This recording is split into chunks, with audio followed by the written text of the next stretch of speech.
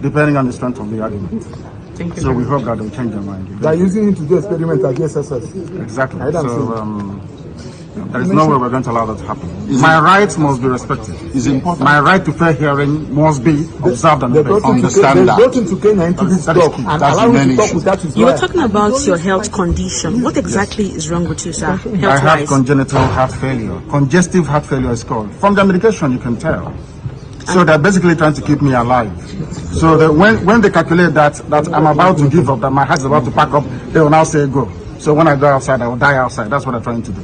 The medications they've been giving to you, has it not been working? It's not working. If it's working, why would I have all these lumps underneath my... And he has written a petition to the Nigerian Medical Association where they brought one quack doctor, somebody who is not a doctor, to treat him. To come and try and treat me. But up to now, they have not... They don't know what they're doing.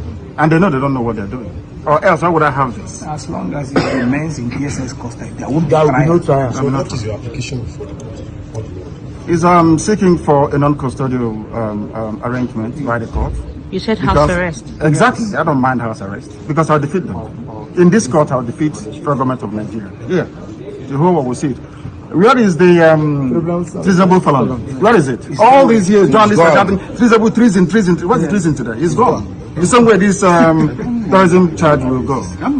I'm thinking of another capital offense that can charge me with. Maybe, I don't know, impregnating the wife of somebody. I don't know what other thing they're going to charge. Are you saying you are innocent of all these charges? The federal government, they know I'm not guilty. My only guilt is that I'm fighting for my people. And I will fight for them. Okay, sir, last for justice and fairness and equity everywhere. Last question. Has your family been able to... Anybody using IPOB to commit crime is a criminal. It's not part of this family. Our family is based on 4 cardinal points.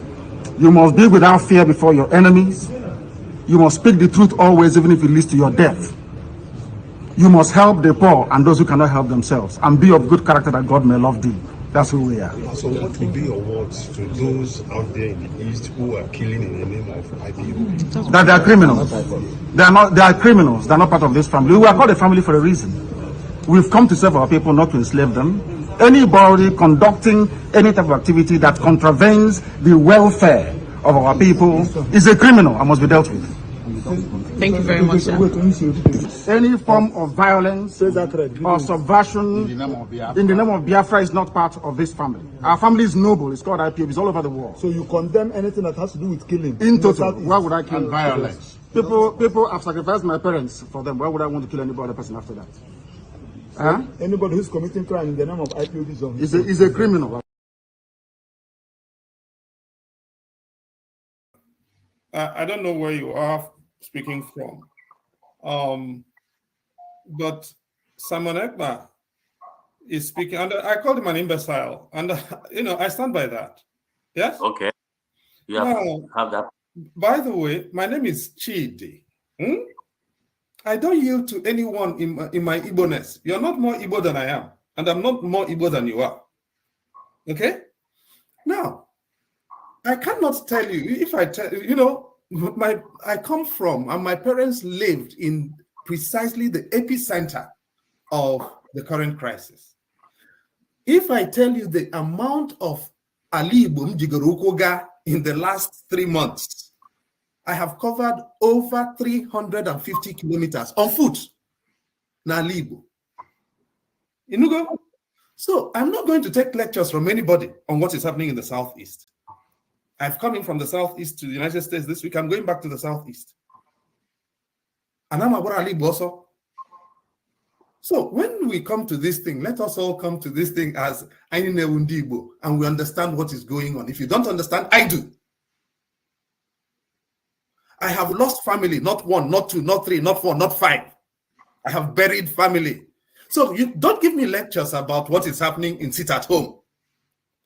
The first thing is, when we are talking about this thing, can we respect one another? Simon Ekpa cannot be sitting and sleeping with a white woman in Finland, and you are telling me that he is what to you? If he is that to you, please, I will respect you and what he is to you. But when I am burying my people, my family, my blood, because of his irresponsibility, and you are giving me lectures, I'll take exception to that. I've listened to you in dignity and respect. But I do think on this matter, I know a lot more than you do. I respect your age because you're older than me. But I swear, I know a lot more than you do on this particular subject matter, and I will not yield to you when you try to give me lectures.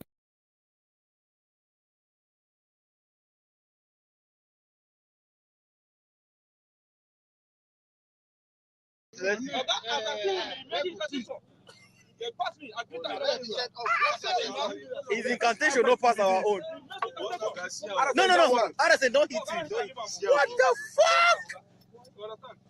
I said this man don't take for this business. I swear this man don't try. No, camera. No, he's on camera. Don't worry. Come back. Off that camera. Wait now. No, Give me that knife. Give me that knife. Okay, in to come inside. Hey, man. Kamilu, Come on your hand. if I see any soldier for this place, I'll punish you. You are not going anywhere. Gently, Oh, yeah, that cover up. Kamilu. Lima one gently. Kamilu. That cover them up now. That cover them up. Be careful with your hand. See, this one don't take now. Don't take now. This one Don't take when they do this. I see swear. that 400 something people in my career. No, don't worry. Let them just so that you not naked him. Come on. Now, Copra. Go and cover everybody.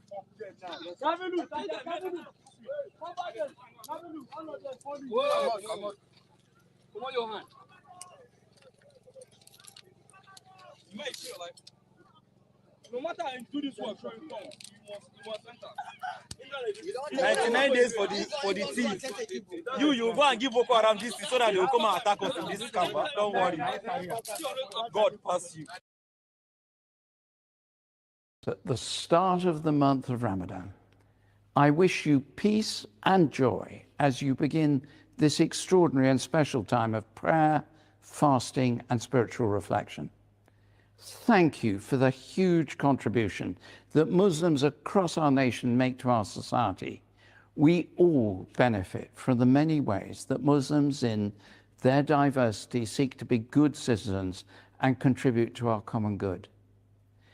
Over the last year, I've met Muslims working and contributing to a variety of different sectors: the National Health Service, academic, members of parliament, local authorities, chaplains, youth workers, teachers, as well as religious leaders, to name but a few. I am so grateful to all of them and to all those who enrich our society in countless ways. And I've also witnessed such great hospitality during Ramadan, especially at the iftar meal when the daily fast is broken.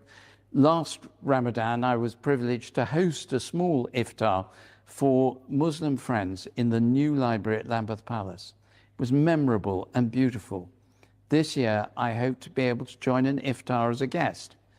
And I warmly encourage all who are invited to take up the opportunity to visit and to get to know their local Muslim community. Ramadan is beginning as Christians are on their journey through Lent, our own month of spiritual renewal.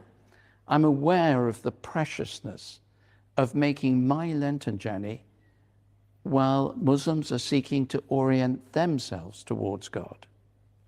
May we continue to grow our bonds of friendship and work together for peace and justice. May that be especially true at this time, for we are in the midst of times of stress and tension.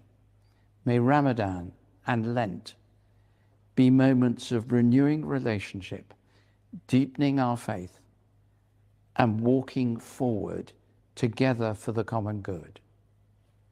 I wish you all a peaceful and flourishing Ramadan. Ramadan Mubarak.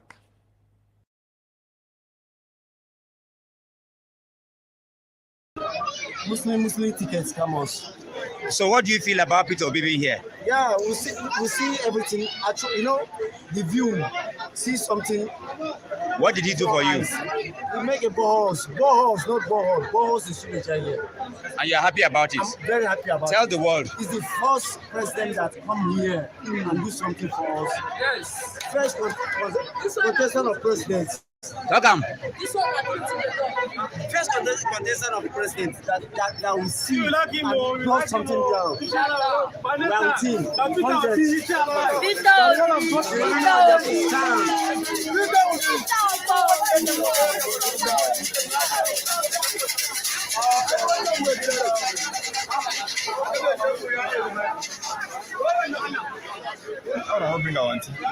Which one? She they come.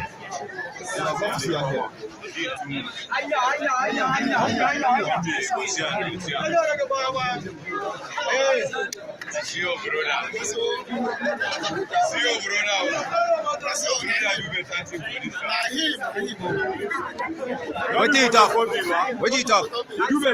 What do you do? You did all boss. When are they happy? You over 30 years. When I go vote for them? One time. You say waiting? The first time. This is my president. I voted for him in the last election. I will still vote for him again because of this. I love Peter. LP for life.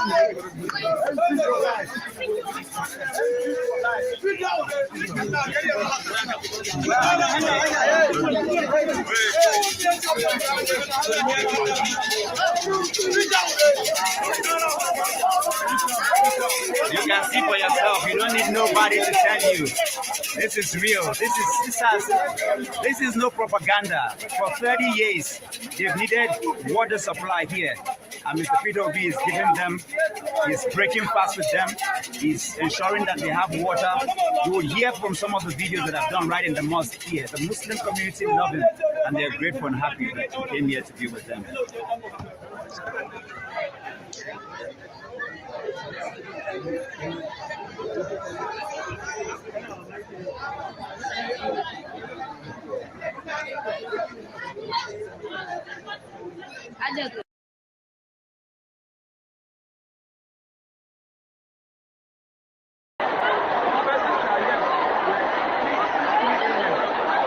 Some people sleep here.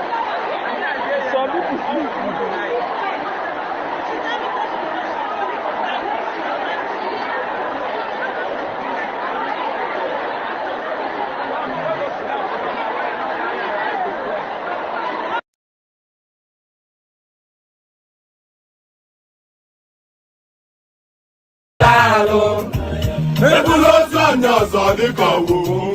Okay now.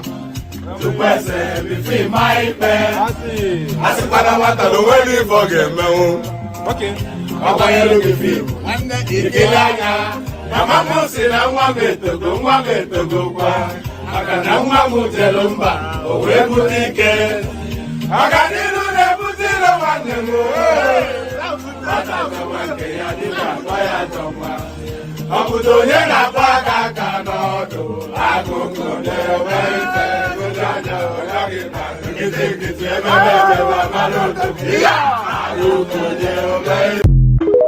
And I am ready to die defending Nigeria in whatever way.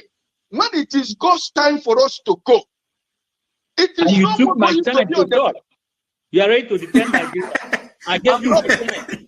No, I'm coming. Alexi, hold on. You already started. What I'm saying, defending Nigerians is this. I gave him my time and he's using it to defend me. No, sorry. I'm sorry. Alexi.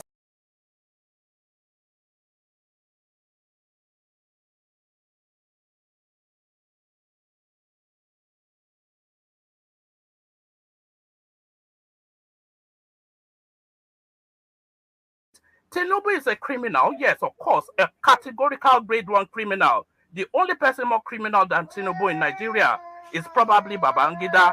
But he's a criminal, and is he fit for purpose? Absolutely not. Should Tinubu be the president of Nigeria? Categorical no. Is there a better option than him? That is subjective. So show me who he is. I hope that Nigeria wins. I'm never going to wish any president evil so that I can say I told you so. I won't wish them evil. I hope. You see, I'm not praying. There's no point.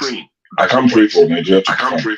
I only hope that Nigeria wins and Nigerians win. Because if you choose a dodgy doctor who has a dodgy record, who has, all sort of accusations leveled against him, to say this doctor, we think he's done this, or this doctor, this surgeon, yes, he's a senior surgeon, he's the most whatever surgeon, but there are a lot of accusations leveled against him. If you choose him to operate on you, and you tell me to pray for you that it doesn't kill you, surgeon, what's the point? I can't pray. You might make it, you might not make it. My prayer won't change anything. So I hope Nigeria and Nigerians will win during Tinubu's 4 years. Thank you.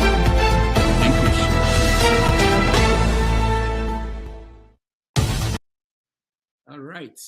Welcome to another episode of Have Your Say 247. My name is Rudolph Okonkwo. It's nice to welcome all of you from all over the world joining us. It's Saturday, the 23rd of March, 2024, and we're joining you here in New York City. I hope it's wonderful, whatever part of the world you are. Several stories we are following today. One of them is the developments that we just saw where the Nigerian military just declared Simon Ekpa as a terrorist on the list of most wanted people and the military are looking for. This week, we heard from Nnamdi Kanu. He was in court where he went for a bail hearing and the bail was denied. He had an opportunity to talk to the media and he spoke and he talked about people who causing trouble and crime in the name of Biafra. So we're going to discuss that. We're going to discuss the situation of the economy in Nigeria. We know that the Naira gained some currencies in the world, and that according to the federal government, they have cleared the backlog of foreign reserve that they were owing, and that our foreign reserve is now at 34 billion. So we're going to touch on that. Meanwhile, there continues to be a lot of stories out of the Niger Delta, where the military, the killing of the soldiers and the massacre of the people of Okuoma in Delta State is still going on. So we're going to touch on that. From the presidency, we heard from Remi Tinubu, who is the wife of the president. Essentially, she was making fun of people who go abroad and do menial jobs they wouldn't do in Nigeria. And some of them are people who are here on this panel or who will join us later today. We're going to hear from you. We want to know what you think about Remi Tinubu and what she said about what people do abroad. And then we will touch on international stories. There are several of them. I didn't include them on the caption because we didn't have space. Things like we're interested in what happens to the royal family in Britain. Kate Middleton and her issue with the media, which ended up yesterday with the revelation that she's suffering from cancer. And in America, we have Trump and Biden, still fighting for who will be the president come next year, and with the ramification across the world. In the Middle East, we know about Gaza, ongoing crisis there, and America's U-turn, which is something I'm interested in going to the United Nations to say, oh, we want to push for ceasefire. And then Russia and China turning around to say, oh, no, you don't want that. We are vetoing that. So all these things and many more are things we are going to talk about today. So let me welcome you guys again and bring you into the studio for the conversation.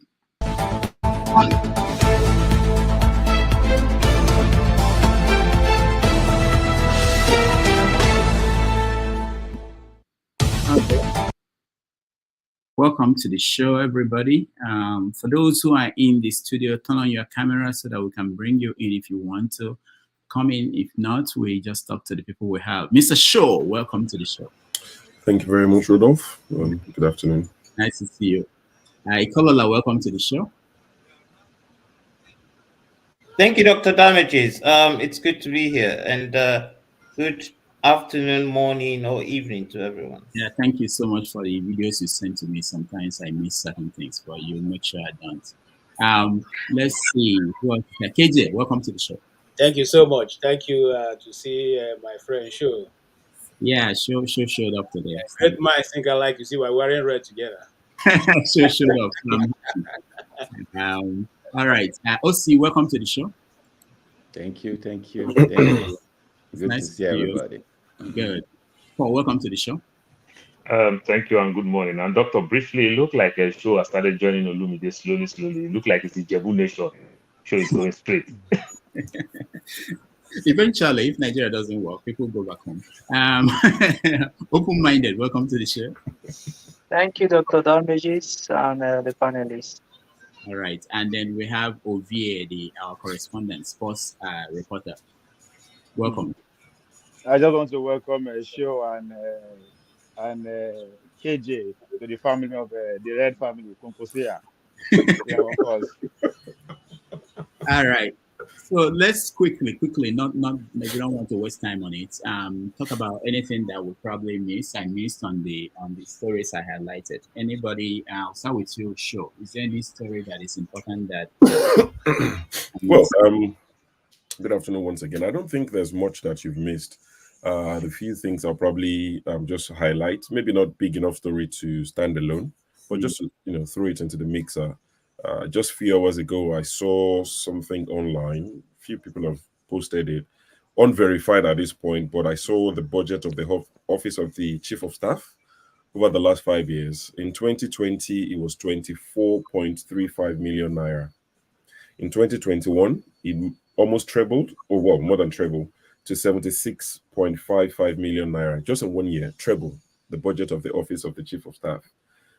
In 2022, and it went to 526 million naira. In 2023, it dropped, which is strange in Nigeria, but it does happen. It dropped from 526 million naira to 517 million naira for the year.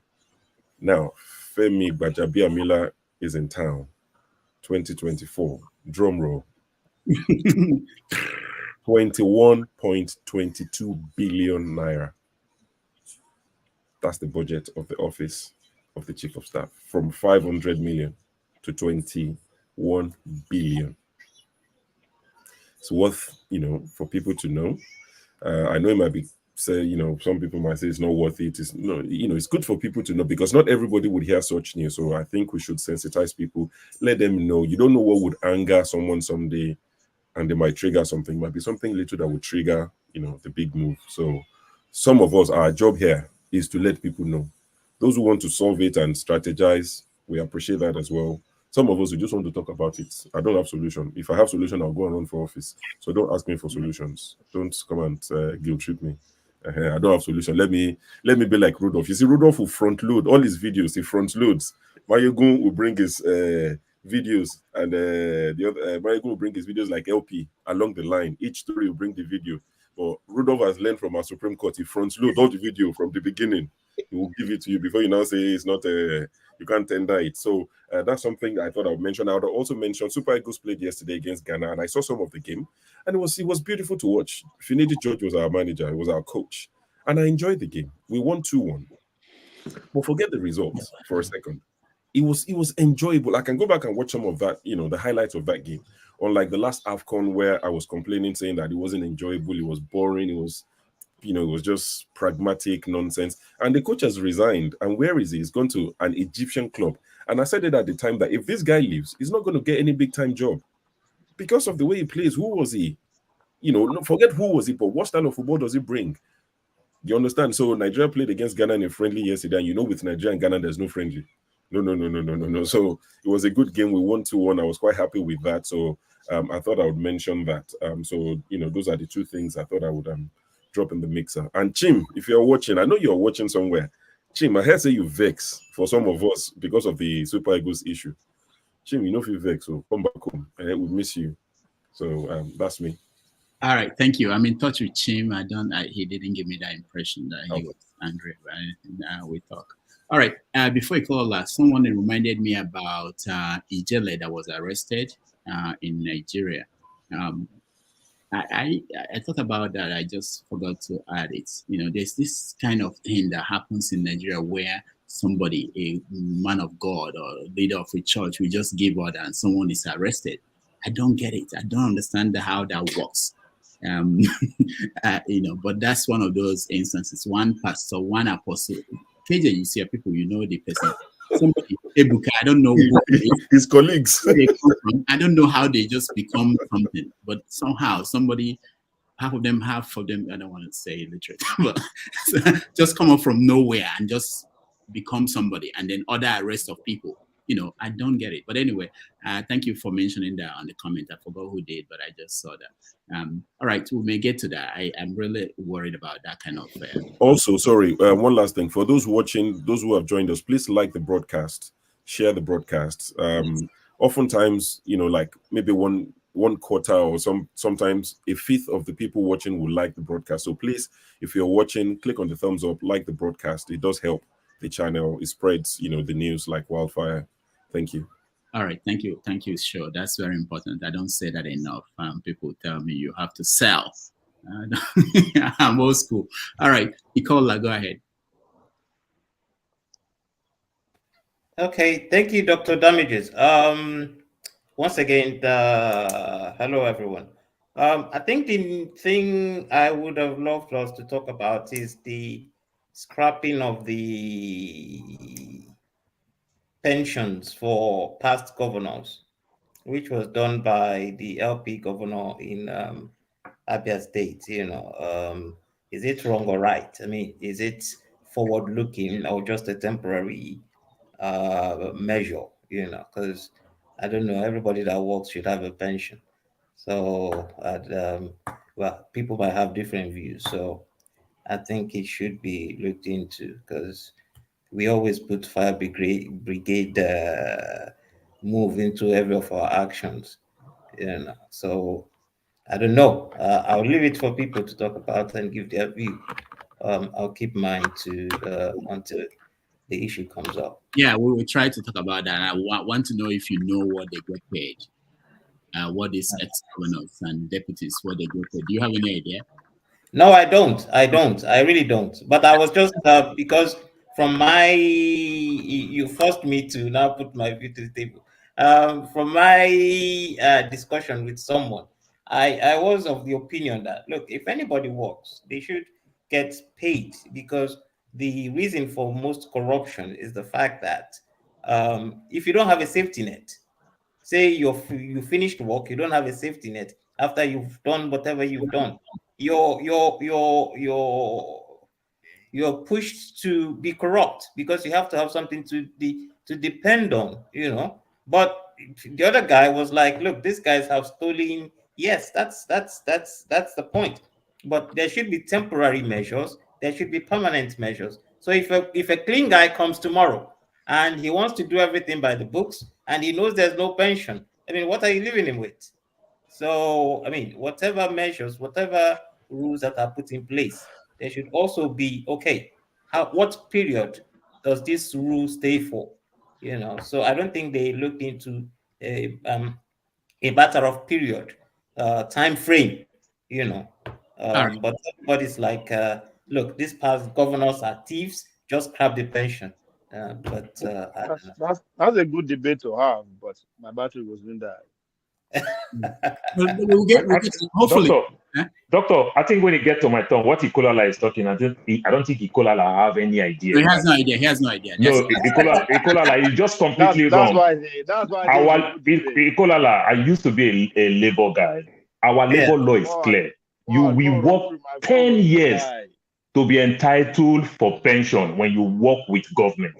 So when you work 4 years or you work 8 years, you are not even qualified at the first place.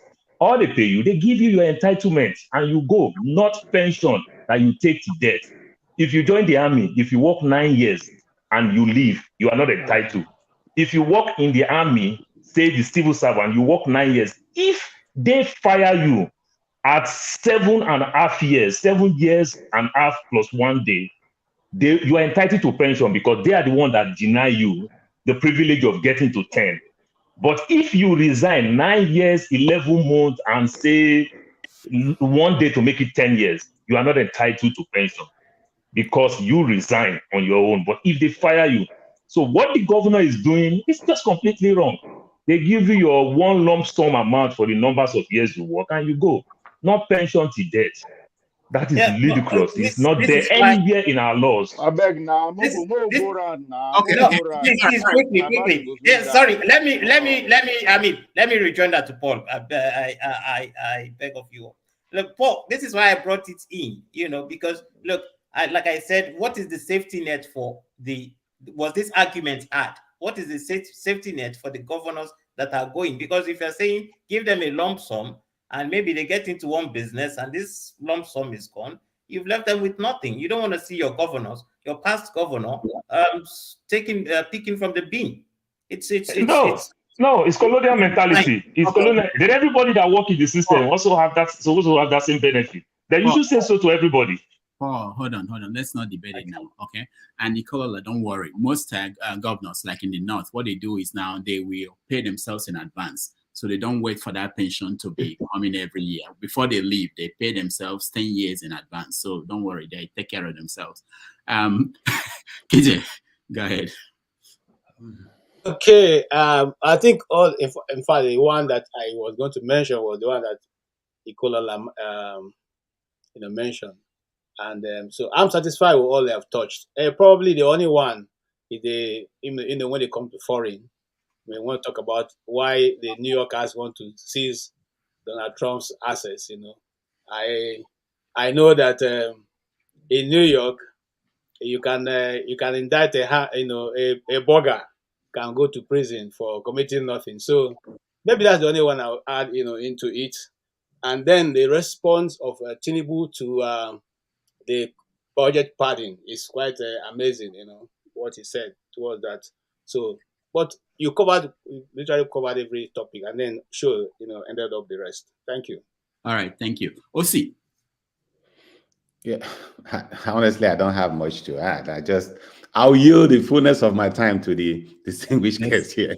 Maybe I'll weigh in later, but you can go ahead. Yeah. All right, Paul. You have something to add? Thank you. Well, Doctor, you said something some few minutes ago about Remi Tinubu. I think that person is me. You understand? Who is doing some menial job in abroad and every other thing. That's why I don't have the American accent and the likes. But the beauty of it, Doctor. You said that?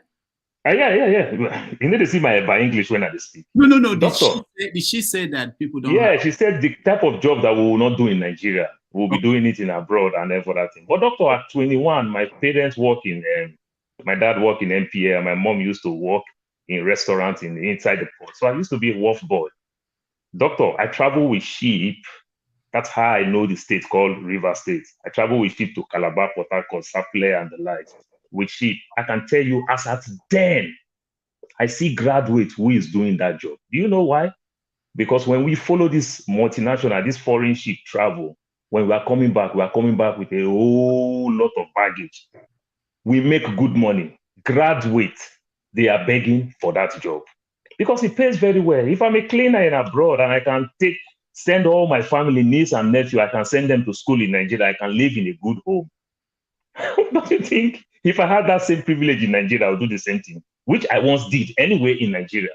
You understand? But when people do security, call everybody, yes, sir, yes, ma, yes, sir, Oga, good morning, sir, Oga, because nothing to come out from it. Why won't that person find himself in abroad? Won't that person stay there? So Remi Tinubu should just shut up with all this nonsense stuff that they're talking. All right. Well, thank you. I want BQB to join us if we can. I want to hear different viewpoints on this because, yeah, open-minded. Anything that we missed? Yeah, I think what I have in mind is what Tinubu said that we should start patronizing the Nigerian product. So I wonder if this is an afterthought or he had it in mind before he came into office. All the fleet of cars he have, they are foreign vehicles. I don't know why he did not patronize Innocent and Nord and all the rest of Nigerian products. Now he wants Nigerians to start patronizing Nigerian products while him and his household, they don't patronize Nigerian product. I wonder what kind of advice is that. And secondly, another story is Malame Rufai with the story of the SDP. I don't know if he has spotted or if they are still debating on it. I think that are the two things I have. Thank you. All right, thank you. Yeah, the SDP thing. I think it's not. I think it's rumor, but yeah, if people want to discuss that, that's good. Ezengige Chukuma, my brother, welcome to the show. Amongst all the people on the screen now, this is the only person that knows my home, where I come from, and we were young together. Now we are getting there. Chukuma, welcome to the show. How are you? Oh, you have to unmute yourself. We can't hear you.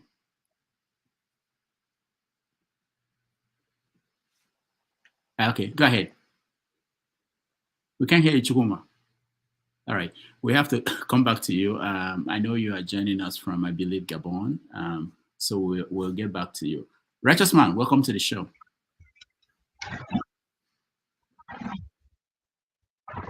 Yeah, good evening from here, Dr. Rudolph. Show been a very long time, and Mr. Paul, KJ, and the rest of the panelists. Good evening. Nigeria is too hot right now, especially Lagos. There is about 38 Celsius. The heat is burning, you know, and it's terrible. Well, as usual, let me give you updates of the food crisis in Nigeria and the security report. I've not seen the military contractor in the panel. What do you call forefathers? I wanted to lead in the night. We discuss about that. So right now, for 3 weeks, we have no frozen stores in Lagos, and definitely, if it affects Lagos, it affects every part of Nigeria. For 3 weeks, there were no frozen chicken, turkey, fish, and the rest of it.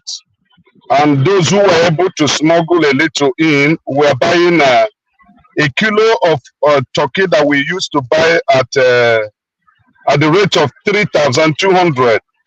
As at last week's Saturday, because I've not gone to market this evening, I bought it at 7,800 per kilo. And the Titus fish that we normally buy, one single one, highest we buy it 800 or 900 naira. As of Saturday last week, I bought one Titus because that's what I use is because of the content of omega hectorage. I bought one 3,200. You know, so a bag of rice as of Saturday last week was 93,500. That's imported. The locally made rice or manufactured here or bred here was sold at 87,700. And a cup of beans, Ike beans, you know, they measure it in Ike. That Ike was before sold at 800. As at Saturday last week, when I checked the price, it was sold at 3,600. That is the, and there is no electricity anyway. I heard that the national grid collapsed again. So we're having a electric power supply. So it's not been easy here, but we are thanking God that we have life that we can manage. Now back to the political situation. Daniel Buala, you know, is a political harlot. He jumped from one place to the other where it will favor him. He was insinuating that Erufai and Obi will join SDP to form a formidable force in 2027, which is absolutely not correct, and people should not buy into that his cheap sellout or cheap news. So, but Erufai met the secretariat of the SDP, and we have it as rumor that he is defecting to SDP in order to contest 2027 presidential election. And again, the trending person or politician in Nigeria as of today is the governor of Abia State and the Abia State House of Assembly for the position they took to suspend and cancel the payment of pensions to governors, ex-governors, and deputy governors. including himself. When he serves at the state, at the end of his tenure, he's not entitled to any benefit, as in the issue of pension that were accrued to the former governors and deputies. So it's a trending thing in Nigeria. People are happy, people are jubilating, and now the state is having two poor life. People that are in business are trying to go back to other states the moment the issue of the seaport there is developed. So by next year, 2025, 2026, you may see massive movement from Abuja, Kaduna, Kano, down to other states. That's the current situation. Thank you. All right. Thank you, Righteous Man. We appreciate your updates from Nigeria. Man of Prestige. Yeah. Good morning here in the West Coast. Good afternoon in the East Coast, and good evening in Nigeria, maybe in London.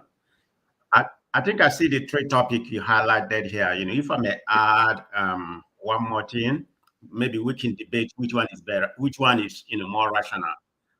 The government is trying to rehabilitate the Yahoo boys. So there's a debate which of them is more rehabilitatable, between the Yahoo boys and the terrorists. So we can debate. Everybody has the opinion. So the government has tabled that to rehabilitate all Yahoo boys. So you can you add that to the topic today, please? Who said that in the government? Who made that statement? From the presidency. Presidency. Okay. Yeah. They want to rehabilitate the whole Yahoo boys. So okay. All right. Thank you. The flagship. Good morning, Dr. Rudolph. Good morning, everybody on the panel, those on the chat room, and everybody listening. I hope everybody had a great week. I think you've spoken so much on all the major topics. On a lighter note, the only one I want to add is that there is a total solar eclipse approaching on the 8th of April for those that are in the US. So I'm not sure how it affects the rest of the world, but everybody seemed to be in high spirits. I was going to be on a business trip actually to Arkansas for Monday, the same day, and I couldn't get a hotel. Everywhere seemed to have been booked up, from Texas all the way down to Vermont. I understand there are no hotel availabilities anywhere because there's a huge crowd that's pouring into town just to catch a glimpse of the total solar eclipse. What does that mean for people who are borderline?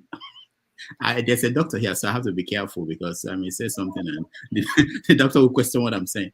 Who are borderline? You know what I mean? That you know what I mean? No, you don't. Is there any connection between solar and the moon and people acting weird? You're muted. You're muted. I said, I'm afraid that I don't have enough information to talk about those solar eclipse and the rest of them. All right, the flagship, thank you so much. I know about that. That is coming, and people are excited here in New York. People in the city, they have to move away from the city so that they can look at the sky. If you live in the city, you don't see the sky, so you have to find somewhere else and move to. All right, thank you so much. Let's see. CM is having a problem with his. CM, can you hear me? All right, let's go to Mazi Prince. Mazi Prince. Good morning, Dr. Damages, and good morning, other panelists. What are we doing now? We're just giving submissions. Yeah, right? If there's any story you think that is very important that we're missing. I think we should, talk about Remi Tinubu's statement, the other day to her people. And I will, What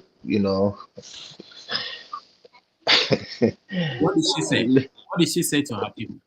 That most people that come here to do menial jobs, people like one man went to mow, they should go back. They should go back. I know you just want to take a dig on somebody, but we'll talk about that. Thank you. Let me finish. I still have something. On our topic.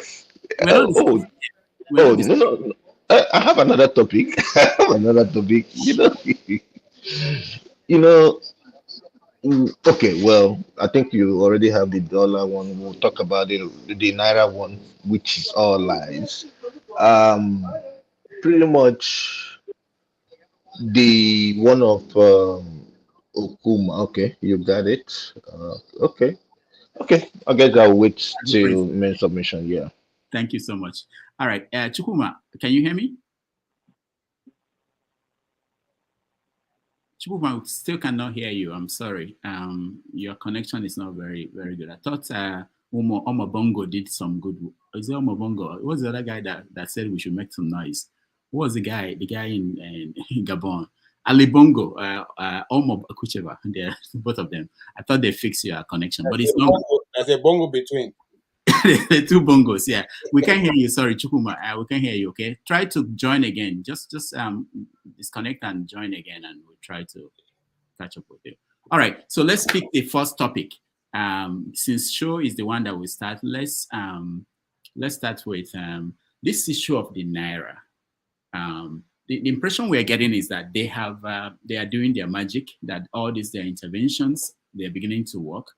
That the Naira is, I don't know what it is today. I saw 1,400 and something to the dollar, and that our external reserve moved up to 37 billion, and that the foreign exchange backlog they owe airlines and different people that they cleared them. That is one reason why the value of the Naira went up. So, Mr. Show, what are you hearing? Well, I've not followed the news much, but with regards to Naira, I've seen that it's beginning to appreciate against at least pounds and dollars, which should be good news in itself. And I can see, in the comment section that, when Naira loses, people say it's true. When it gains, we say it's a lie. No, of course, it's not a lie. Fact is fact. You can't argue with figures. So Naira, pounds right now is 1,800. As at last night when I checked, 1,800 Naira to a pound. And, it did get to 2,300, 2,350. So it's a good thing. But the question I would ask is, knowing Nigeria and Nigerians, would that mean that the prices of goods will drop? Because for everyday Nigerian because if you look at it, when Naira started losing value drastically, and we were talking about it, a few people questioned us and said, why are you so fixated on it? And my own reason, not even excuse, is that when Naira loses value like that, there are a lot of things we import in Nigeria because we don't produce much. So a lot of things we depend on import. So when the importers import into Nigeria, they will pass it on to the consumers. From a selfish point of view, my mom's medications are all imported. None of them is produced in Nigeria. So it's more than doubled what she pays for medication. And that goes for a lot of people. There was one guy whose video trended about, we need inhalers and we're going to die. I supported Tinubu. So things like that. Now, will the prices of these goods go down? The government would have to play a role to make sure that people actually drop the prices. I heard about, vaguely about, that we've cleared the backlog when it comes to what we're owing these airlines and the rest of it. But I also saw some news, like I said, I didn't pay much attention because I've had a lot going on personally, that there's been a counterclaim that no, they've not actually cleared some of these things. So this government, in the short time they've spent it, there's a deficit of trust. They've come out to say that the visa ban has been lifted. It's come out that it's not true.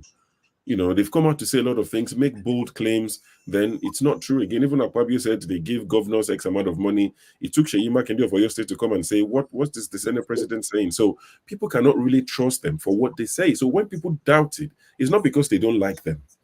If it comes out to be true, it's a good thing. I don't think anybody wants them to fail. I mean, there are some people, but not many people want them to fail.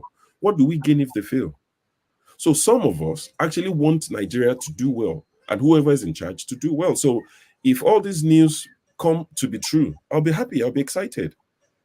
I want the Naira to be as strong as the dollar, as the pounds, because we still import so much. And that will mean the prices of goods and commodities would reduce in Nigeria. At least that way, we would know that boreholes that they've budgeted $125,000 for each one will no longer cost that, because Mr. Beast, or whatever that guy's name is constructing a borehole, digging one in Kenya for $5,000. So maybe we'll be able to do similar. So I hope the news is true. Just let me plead your indulgence before I leave, because I'm not going to be here for long. I might come back later. The Remi Tinubu thing, please, I want to touch on it quickly before I leave. Okay. I plead the indulgence of everyone.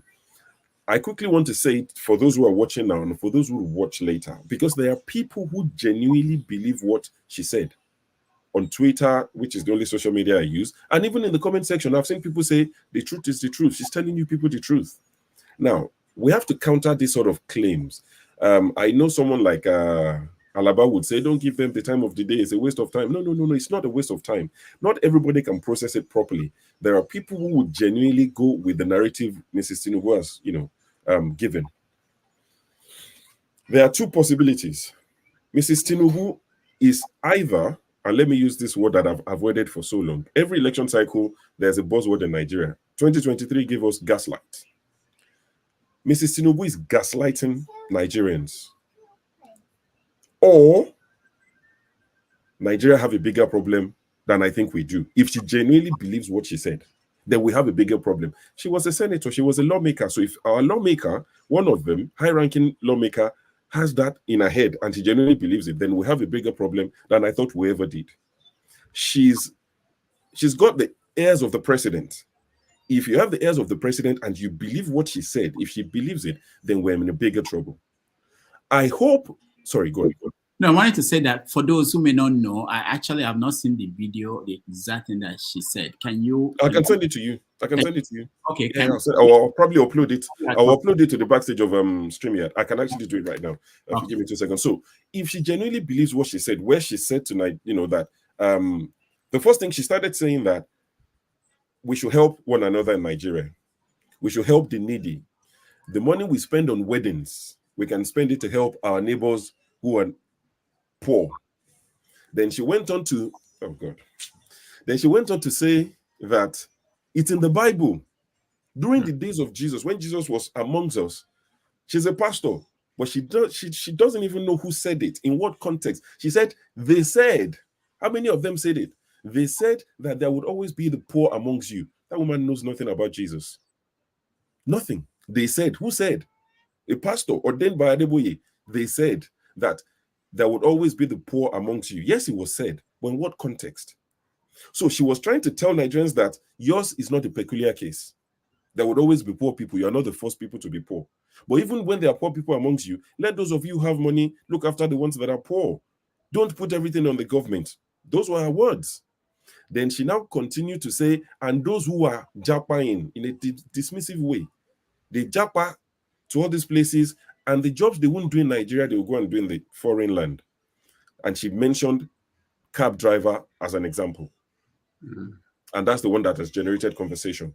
Now, there's a video, if you indulge me, I've just added it right now. I didn't know you didn't have the first one, but I've just added the video, and I'm going to share the video in a second, if you allow me. Yeah, do it. Just added it. Let me play this video. Olumide will come and explain it to you guys.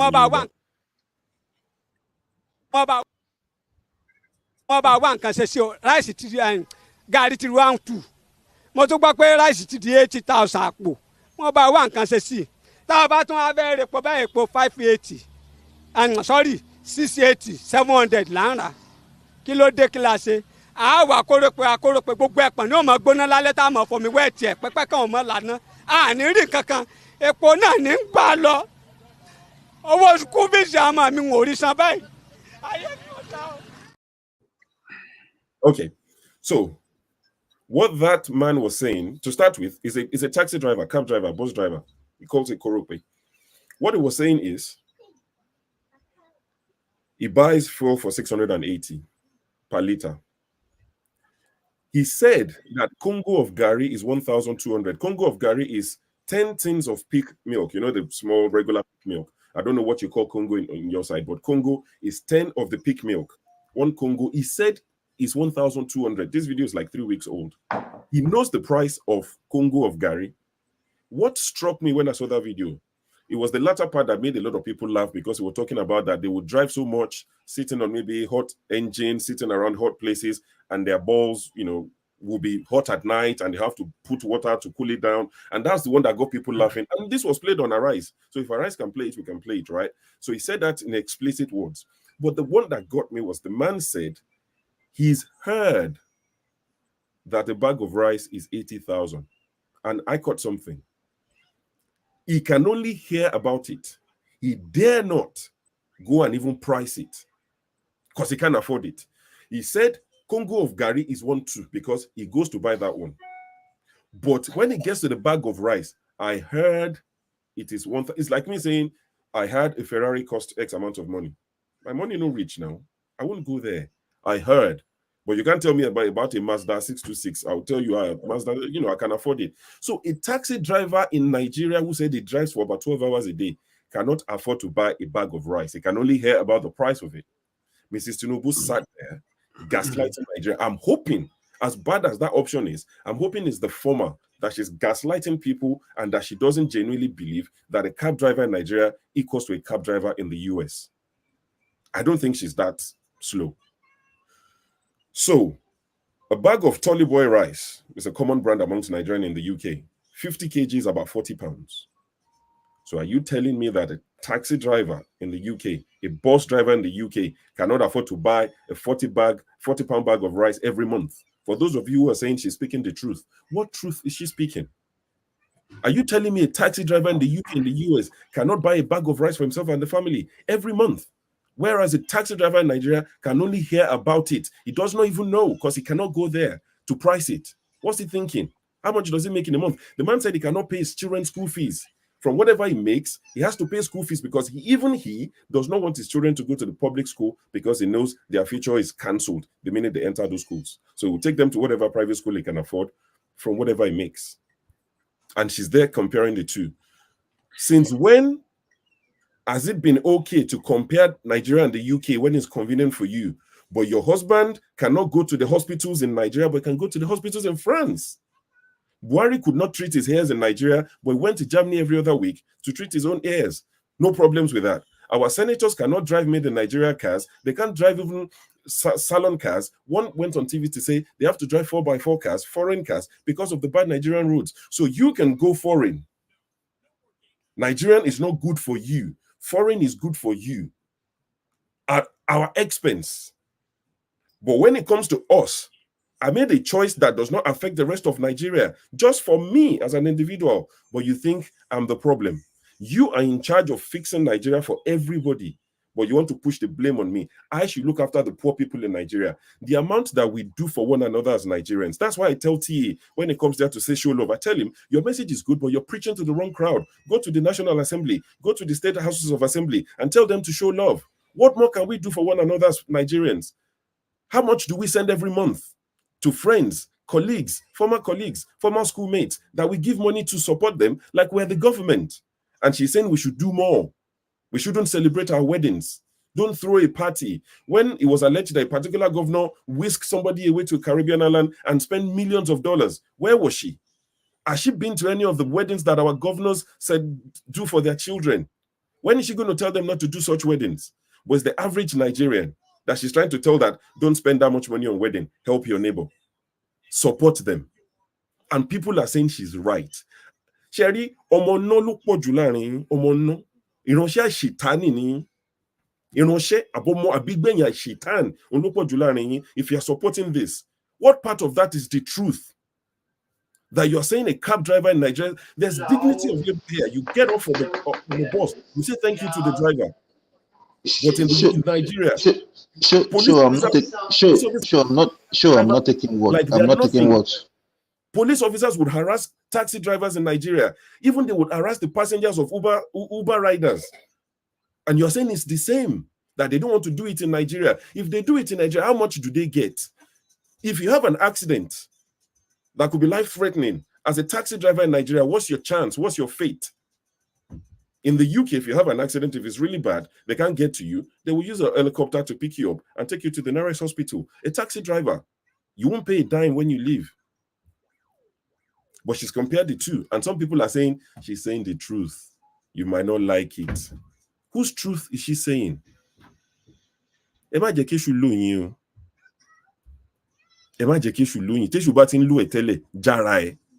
truth is she saying?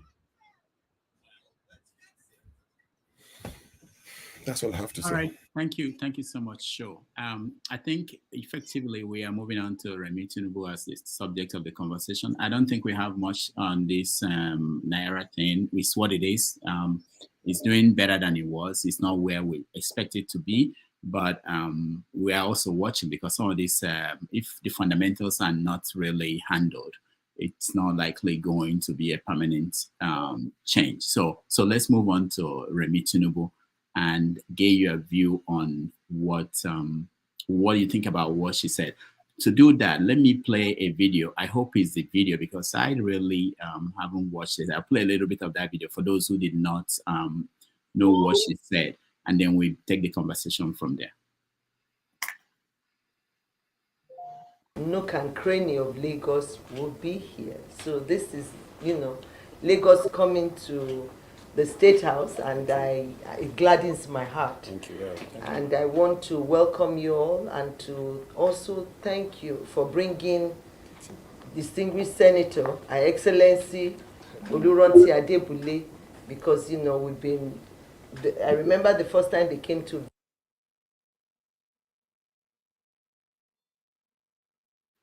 For those that saw the video, is that the right video? KJ? No, I've not seen the video, but I know I heard about it. I didn't see the video. No, that's not the right one, Rudolph. Oh, that's not the right one? Yeah. All right. Visit was okay, when let's they just came pick it up and then begin the conversation. I haven't seen the video. I read the story in the news. Okay. Go ahead, KJ. What did you... Okay. Thank you, Rudolph. And I quite appreciate what Sho said, and I will start from there.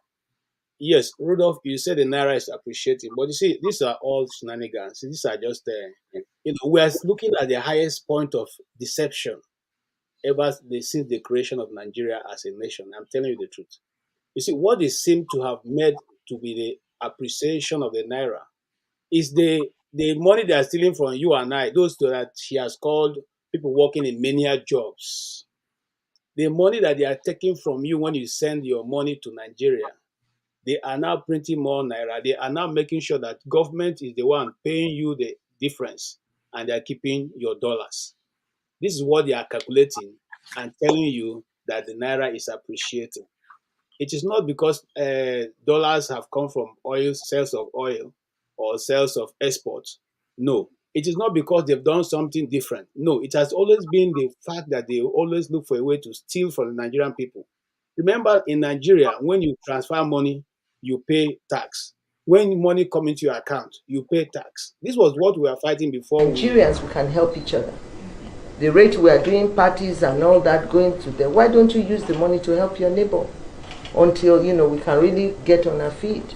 So, and those are the things we have to look at. And it's not that government has to begin to give food to everybody and tasking.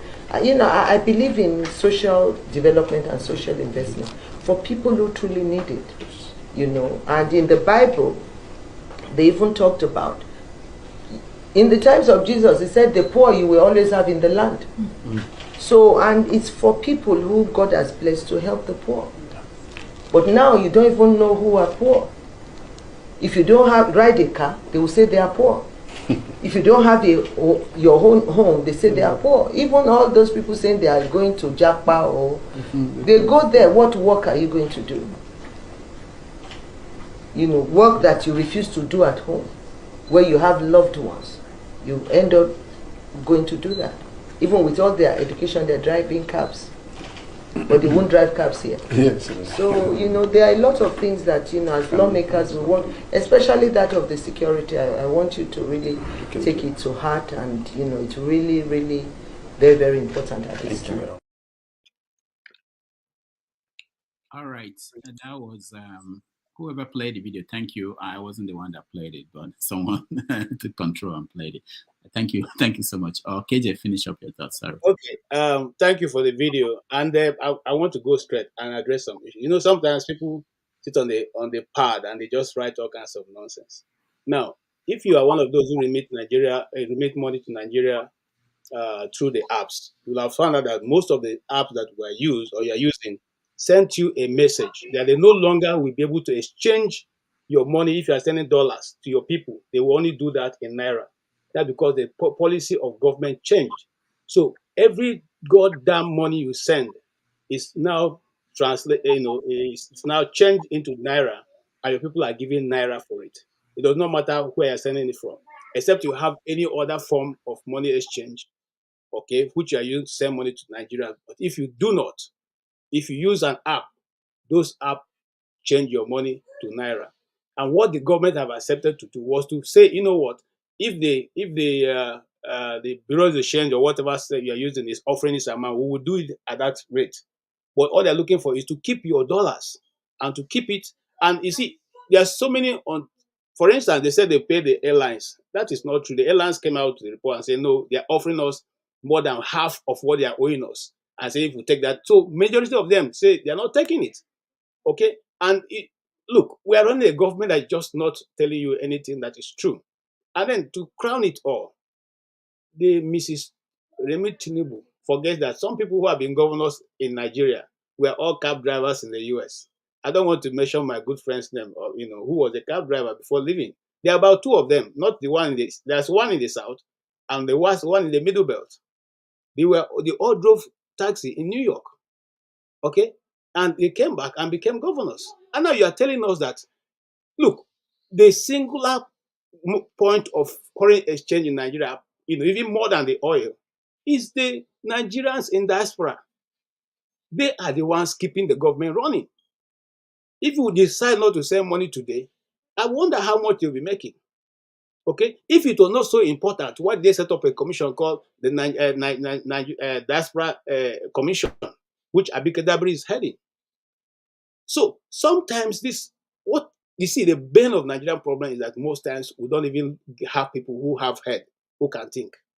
Okay, we have always had that problem of being able to elect people who can speak, what is right and lead people to the point where we can all make progress.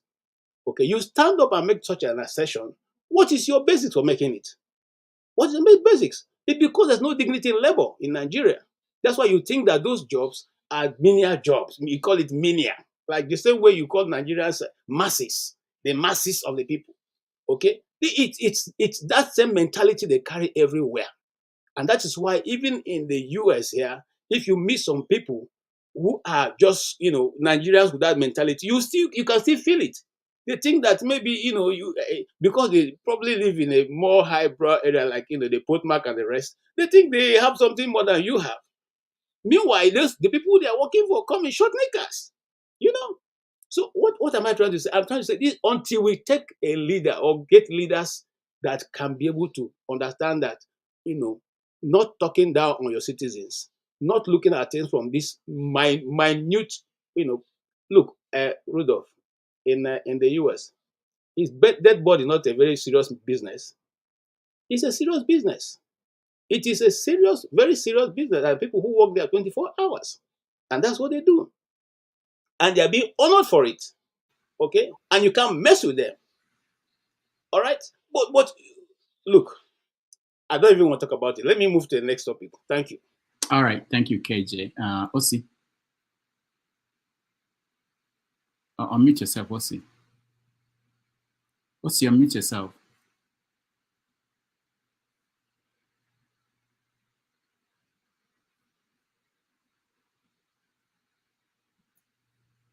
All right, I can unmute you, Osi, and you're muted. We can't hear you. So maybe we can come back to you next. Can you guys hear me? Okay, so Osi. Yes. Okay. Osi, try to, maybe you can rejoin or try to unmute yourself. I can't unmute you. Yes, we can hear you. All right, Paul, you're next. Okay, yeah, Doctor, talking about this monetary thing and everything, like KJ and Show make mention a little bit about the pay up the foreign airlines and everything. That's a lie. They pay some of their money. Up to date, they don't give them their money. And this airline, sometimes people who buy tickets from Nigeria, not many, like for example, like Delta Airline, you can't even. Yeah, okay. Let's see. You can go. No, if you finish up now, I mean. Okay. Anyway, okay. So I was saying that, I mean, the two prior speakers. They've said all the things I wanted to say about Remi Tinubu. I think I liken her to the alchemist. You know, alchemist was the one who wanted to extract gold from egg yolk. Why? Because egg yolk is yellow, and I guess gold is yellow too. You know, these people they haven't got. They are so pedestrian in the way they analyze issues that you wonder what is actually going on in your mind, because by the time you start comparing somebody who's driving cab in America and somebody who's driving cab in Nigeria, there is just no basis for comparison. As a cab driver in Nigeria, you could literally do whatever, even what the president does. You have a roof over your head, you have some little things to drive, you feed your family. When I first came to this country, I wasn't a cab driver, but the first job I did was I was a security guard. I remember I was paid $7 an hour at the time, but I lived in an apartment. Okay, I was able to fend for myself and save enough that I was able to send back home to pay some tuition. Now, contrast that to somebody who lives in Nigeria today, a security guard who's being paid 50,000. If he doesn't live in the place, if he has to commute, that money is not even enough for commute, let alone do anything. So I'm just saying there is no basis of comparison of what we do here and what happens in Nigeria. Dignity of labor is all about, it's not mostly about the job itself. It's about doing something that at the end of the day will be able to, take care of your problem and help you take care of other people that depend on you for support. So that's about it. I'm not going to, talk more about those ones.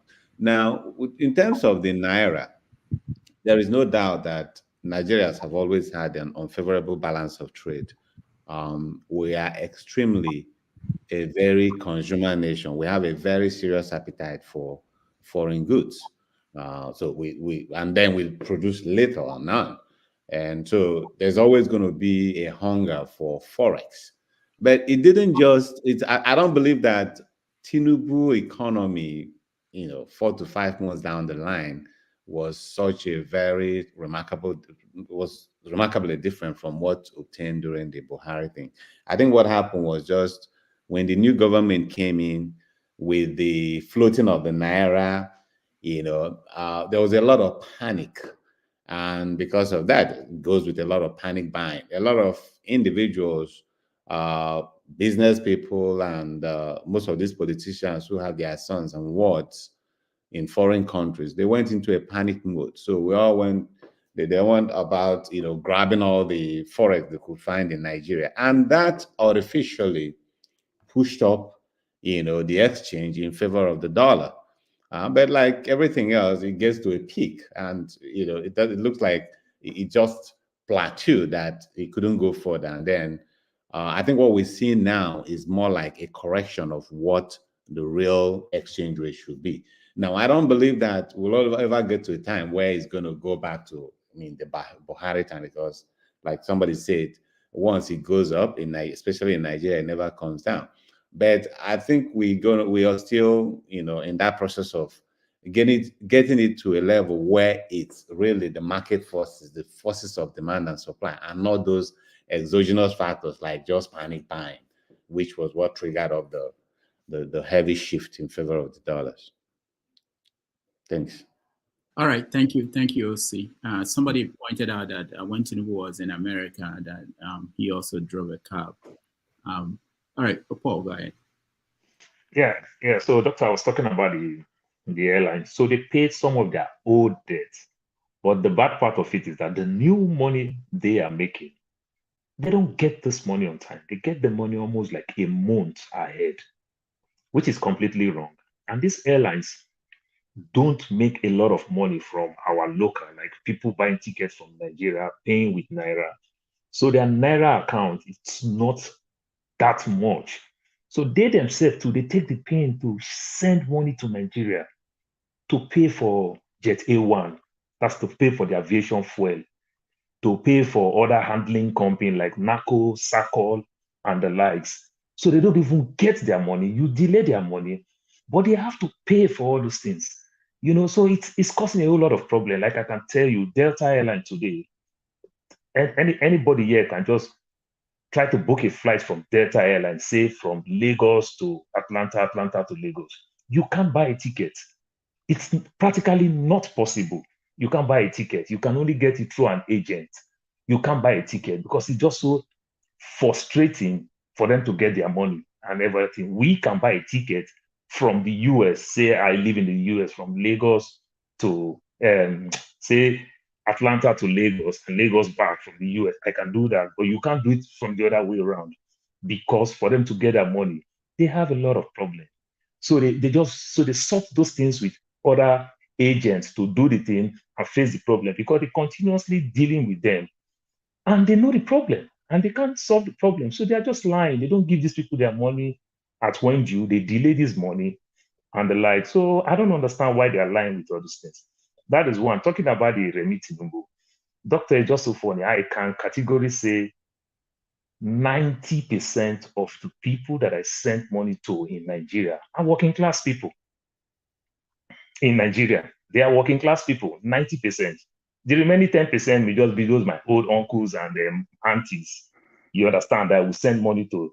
There may be little children here and there. So, uncle, I'm doing well in school, we send money. Nearly everybody, I want to believe very many of us send money to in Nigeria are working class people. Doctor, as stupid as many of us can be here and abroad, how many people send us money in Nigeria?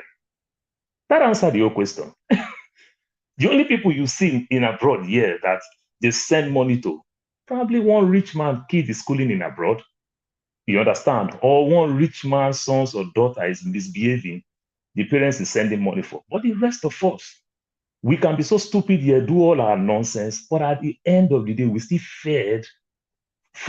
finance our stupidity. Not like people is sending us money, but we have families and friends back home that they are working, but their pay can't meet their bills. Whenever they have these bulk bills, school is coming, September time, where they will change uniform, to buy classes, buy books, and the likes, they run to us. You understand? Christmas is coming, they run to us. They have one project, they run to us. How many people send us money? We that is driving cab in abroad, we that is cleaning the white man's boat in abroad. How many people send us money from Nigeria? I think that answered your question. You know, that answered your question. And where are we living? What type of life are we living? How many police threaten us while we're driving our car in abroad? Do you know how many police threaten people? How many agbero? How many things? What type of artificial traffic that they create everywhere in Nigeria? Yeah, so this is just funny. So when I look at the woman, I know she's lying. And then Luga come outside. That's the 5th richest man in Africa. He said he drove a cab. When Tinubu ran for exile, he himself too also drove a cab. And the lies, he drove a cab. So I don't know why they are saying these things. We all know that some of us will start from, like the Bible said, don't forget the days of your little beginning. We start small, we walk our way, and we get to where we hope to go. But the beauty of it is that even though some of us, before we even get our immigration thing sorted out, we started paying school fees in Nigeria. We started taking care of our parents. We started taking care of our loved ones. How many people can really do that in Nigeria? So I don't know what he's talking about. The nurses they are frustrating nurses to Japa. If the nurses are doing well, they'll be comfortable staying in Nigeria and everything. I don't see the nurses, Nigerian nurses in Saudi Arabia say they want to come to US at all costs. No, you know why? They're in Saudi Arabia doing well. I don't see the nurses in UK that they want to come to the US because of the US pay better than the UK. No, they'll still tell you that, no, I like my NHS. I like this and I like that. It's easy for me to go to Nigeria. So money is not everything. They still give them some type of incentives that make the Nigerians in UK want to stay in UK, not to come to US. The one in Europe want to stay in the Europe, not to come to US. How many Nigerians factor that? Now will say I want to stay. Now only the man will get farm where they thief money for Nigeria. I no one league in position. They promote himself. He go bribe. Say no, I don't want the promotion because he has his own farm. Why is working? That's my take. All right. Thank you, Paul. Man of prestige. Yeah, thank you very much. Let me start with the Naira issue we're having right now. Like OC has properly stated, I think the situation with the Naira right now, it has pretty much plateau. It can only go down, in my own opinion. That's the trend it is going right now. Like early last week, I think it was like about 1,500. By Monday, I think it was like about 1,600. By Monday, I think it was like about 1,500. Yesterday, when I check it, it was like about 1,480. Today it's like 1,460. So the trend is there. But I don't know what to make of it. I mean, they claim they have paid the backlog or whatever, it's affecting it. But in my opinion, I don't think, that's exactly what's happening. We have definitely plateaued. And there's many factors that could have, if you look at right now, what could have affected the dollar to Naira? The supply and demand of the US dollar. Has anything changed? The political and the economic situation in Nigeria and USA, has anything changed? The value of US's dollar, nothing has changed. So it's pretty much redundant the way it has been. Nothing drastically has changed. It has to do with the plateau. But I hope I'm wrong. The trend is there. It's probably going to go down, going down to what it was during Buhari regime. I don't see that. I think it was like about 700 or whatever it was. So I don't see that coming. Maybe we plateau up to 1,000 or less or whatever. So it's going to revolve around that. And what caused what made this Naira depreciate to this level where it is right now? It's because of the way it was announced. I mean, the parallel market, and everything. So that definitely affected the way the policy was implemented earlier. So now the only way we can go is to go down. So we haven't done anything that is different. Like I stated, the economic situation or wherever, nothing definitely has changed. So it has to be exactly about the plateau situation. So all those factors are enumerated. Nothing has changed as of today. But let me go to Remi Tinubu point of view. I see the way she started was okay. I mean, like in the Bible, it was stated. I don't have, I'm not too much biblical, so I'm not going to put the verse or whatever. But from my own understanding of my Bible, it's always going to be poor among them. Not the way she made it. There was. I mean, it's just a basic fact. I mean, there's going to be poor, there's going to be middle, there's going to be rich. That is true. But the situation in Nigeria is just beyond that. So she may have started up pretty okay, in my opinion. You have to help your neighbor or whatever, say the people with money, they need to help the poor people. Yeah, that could, there's nothing wrong with that statement. But when she pivoted to the area of making that comparison, which is totally nonsense, that's a gaslighting.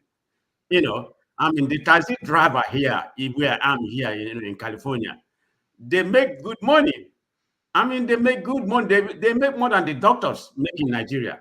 I mean, it's uncomparable. I mean, they live in a nice house. Some of them own their own taxi cab and everything. They drive. And if you go to the airport, you see a lot of Nigerians.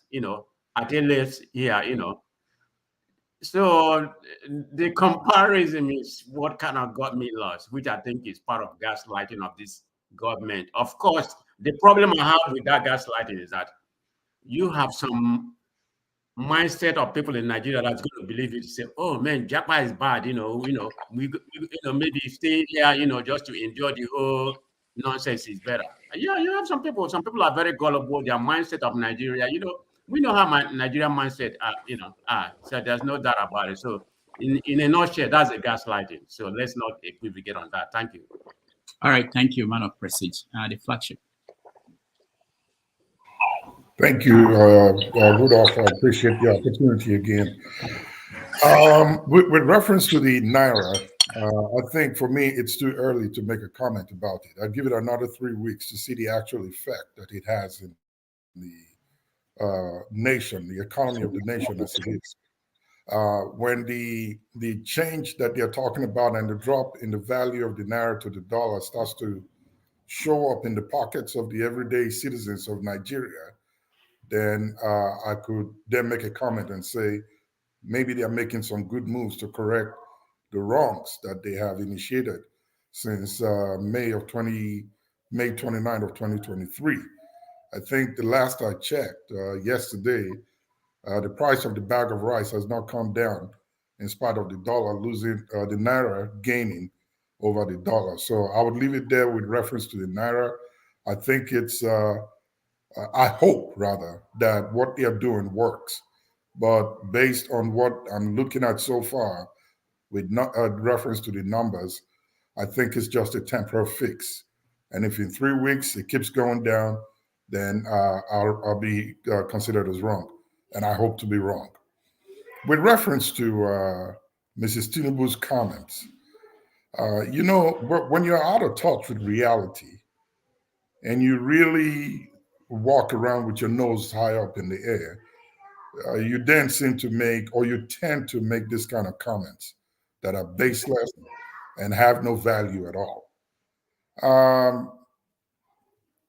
The certified nursing assistants here in America who are Nigerians, the cab drivers, they are the ones that are, together with the other professionals, making up the $29 billion contribution to Nigeria in terms of the money that we remit back home every year. I hope she knows that. Talking down on the people really doesn't prove any point that she's trying to raise or make, rather. It is commonly said that the man who stands on top of a hill or a mountain looks down at everybody else below as small and tiny. Little did he or she know that those below are looking at him up there the same way, as tiny as well. So telling Nigerians that they are coming abroad to do what they wouldn't do in Nigeria, yes, they have every legitimate reason not to do that. Over here, they are considered dignified jobs. Those that are here, like I said, are paying the way through school for many of those in Nigeria with the certified nursing assistant jobs, with the cab driving jobs. And listen, Mrs. Tinubu, let me let you know this also. It is not all Nigerians that come here and start as certified nursing assistants, cab drivers, and the rest of them. They don't stay that way. America or the West provides a very good ground for them to make moves and climb up the ladder of success in whichever direction they choose to go. Now, if Nigeria provides the same, I don't think none of us will be here, or they will not leave Nigeria and come abroad to drive cabs or clean the behinds of the people to take care of. So please, when you speak next time, give it some thought and really think about what you want to say. And I'll end by saying this. I know personally that Mrs. Tinubu does not even believe in what she said. And there's no rationale for that. Lastly, you see the statement she made and tried to reference from the Bible. I wish she would be a good doer of the same. Mrs. Tinubu, you're already privileged. You're rich already before your husband got into government. How about that billions of naira that were spent on buying cars for you and setting up an office for you? How about using that to help the poor that, quote unquote, the Bible says will be around us? Maybe then your comment and your statement would have legitimate grounds to make sense to everyone that listened to you. Thank you. All right. Thank you, Flagship. And it's wonderful thing. It just reminded me of this segment. One more time. This segment I wanted to add to the weekly Saturday show, which is giving people opportunity to talk directly to the camera, to the officials in government places, and maybe we will get them to listen to that. All right, man of Mazi Prince, you're next. Good morning, Rudolph, and good morning, panelists again. Let me take a big laugh. You know when you smile, for the fact that you're getting some fresh air and all that stuff. Why do I say so? Let me start with the dollars. Whatever they're doing with that, they're talking about exchange rates coming down and appreciating and all that. Those things are all voodoo economics. It ain't gonna work.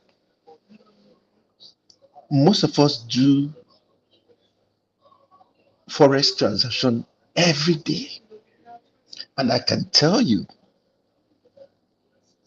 when you compare three apps, when I talk about the apps, I'm talking about TapTap, I'm talking about SendWave, I'm talking about Boss Revolution. You see that they give you different quotations.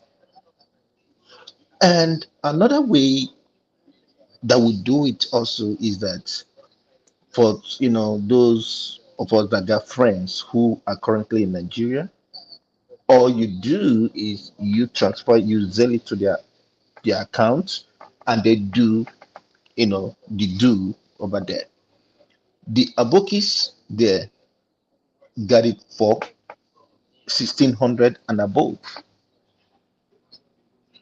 The only reason why the 1,400 and 1,500 is going on is because it's going through app and all that stuff. That's just that. And then telling you that their official market is 1382. It is high. It is high. How much is cities to dollars? They should be ashamed of themselves. And you see people like what is his name? I call him Ngelelai. I thought Lai Mohammed was a liar. I never knew this guy was a pro max. And it's so shameful that a young boy, I call him a boy because I'm way older than him. From what I understand, I heard he was born in 1986. And if I'm over 5 decades on earth, and I know the difference, that I'm way older than him, but let him keep lying, his grandchildren or his next generation will definitely, internet will, they never forget, they will get it. Another thing, Remi Tinubu, please, people like one man went to Mo. Your auntie is calling you back. Please listen to her. Go back. Jakbada. Jakbada.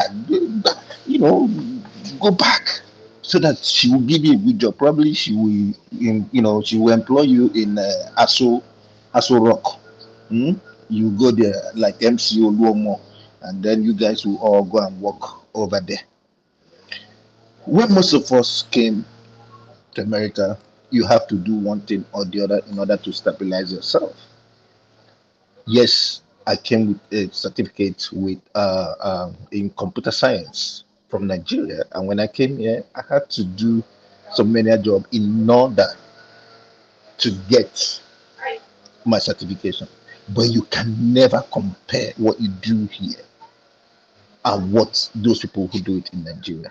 You do it with dignity, you do it with prestige, and even the people you do work with respect you. The people you work with and the people you work for. You've been paid as at when due. You paid well. Most of these taxi drivers that I never did taxi driver, but I know taxi drivers, they drive the nicest cars in America. Lincoln Navigator. How many taxi drivers in Nigeria can afford that? But I bet you a taxi driver in America can afford that as long as the person is working.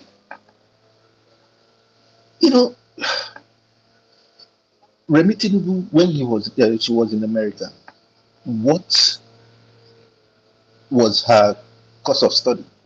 She never studied anything. And just like a movie that says, I knew what you did yesterday. When she was here, they were dealing in drugs, which is even worse because that's crime. They were selling it, she and the husband. So she talking, she should enter house and just keep quiet and let the people do what they do. Thank you. All right, thank you, Master Prince. We want to get to everybody on the panel at this point and then switch topics and talk about Nnamdi Kanu and Simon Ekpa. But I just want to say that so that we can see if we can make that happen before in 20 minutes. So a caller lionist. Okay, thank you again, Dr. Damages. The first one is about the Naira appreciation. I was actually listening to someone describe it, what they were actually doing. He knew what they were playing at. And from what I gathered from everything, look, it's a market of demand and supply. If you want more dollars than you want to spend, then your money will depreciate.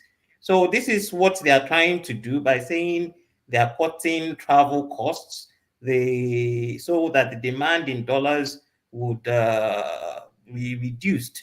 But at the end of the day, they are not doing anything to the fundamentals, which is the economy, because if it's not affecting the ordinary man on the streets, your dollar could as well be $100 to a naira. If it's not affecting him, it makes no sense.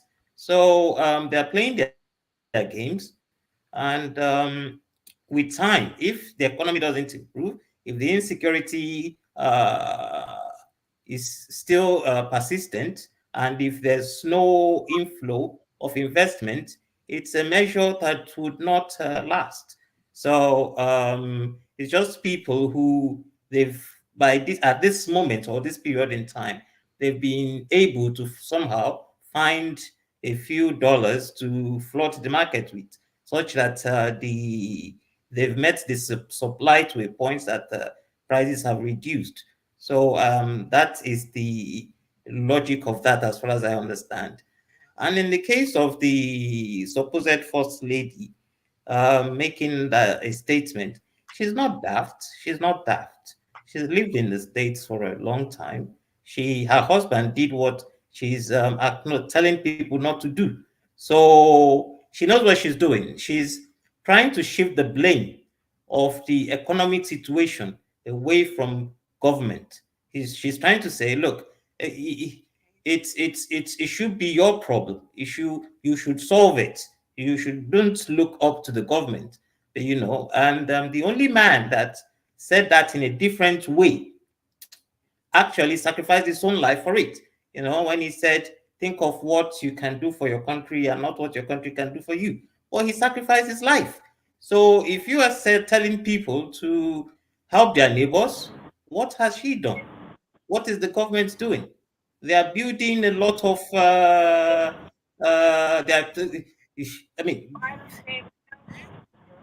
they are putting their palaces in good condition. They are buying cars. They are living large.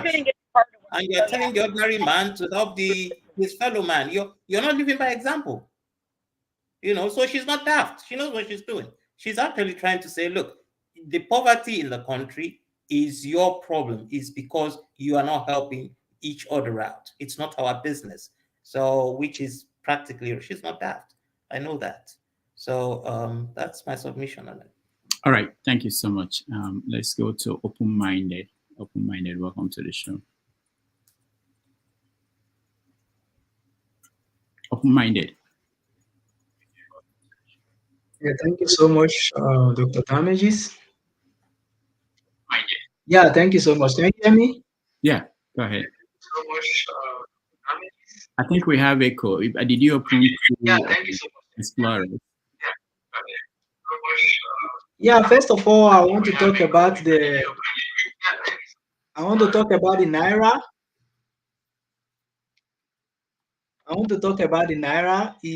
Is evident that the Naira is coming down for sure. And for me, I will have to look at it for a couple of weeks to see the kind of magic they did. If it does not go up again, then okay, the magic is working and that is fine for me, because I cannot argue with the fact. The fact is the thing has come down, and that is what we are seeing at the moment. So that is that for the Naira. For Remi Tinubu's statement, I think he is quite far from the people. She's not in touch with the public anymore, I think, because if she's in touch with the public, she will know the kind of suffering and pain that is going on in the country. It shouldn't make a statement, because even the minimum wage for civil servant is 30,000, while some states they pay 35,000. And with the cost of things in the country presently now, that money cannot afford anything at the moment, cannot feed one person at the moment. So the only option that people have at the moment is to travel, even though they don't care what they do abroad, long as far as it's legitimate and it can put food on the table and the job is dignified by the country that they are working on, then it's fine compared to 30,000 for civil servants. What about the maids that are not civil servants, that are not working for the government? So this is my take. I think she's gaslighting the people, and this is not good. Thank you. All right, thank you, open-minded. We appreciate your input. Righteous man, you're next.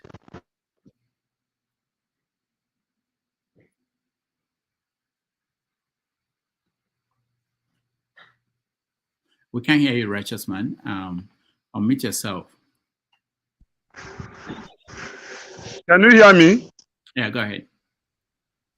Yeah, I said when people are celebrating that the Naira is coming down and the dollar, the dollar is coming down and Naira is gaining, they don't actually know the economic facts and effects of what we are passing through here.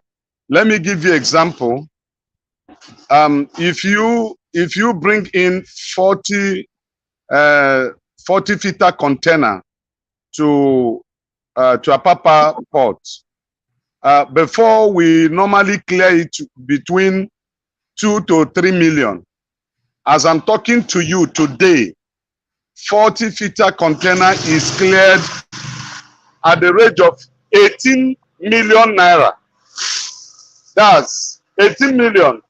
Then you pay the truck that will bring it from Apapa, where I have office at Odolowu.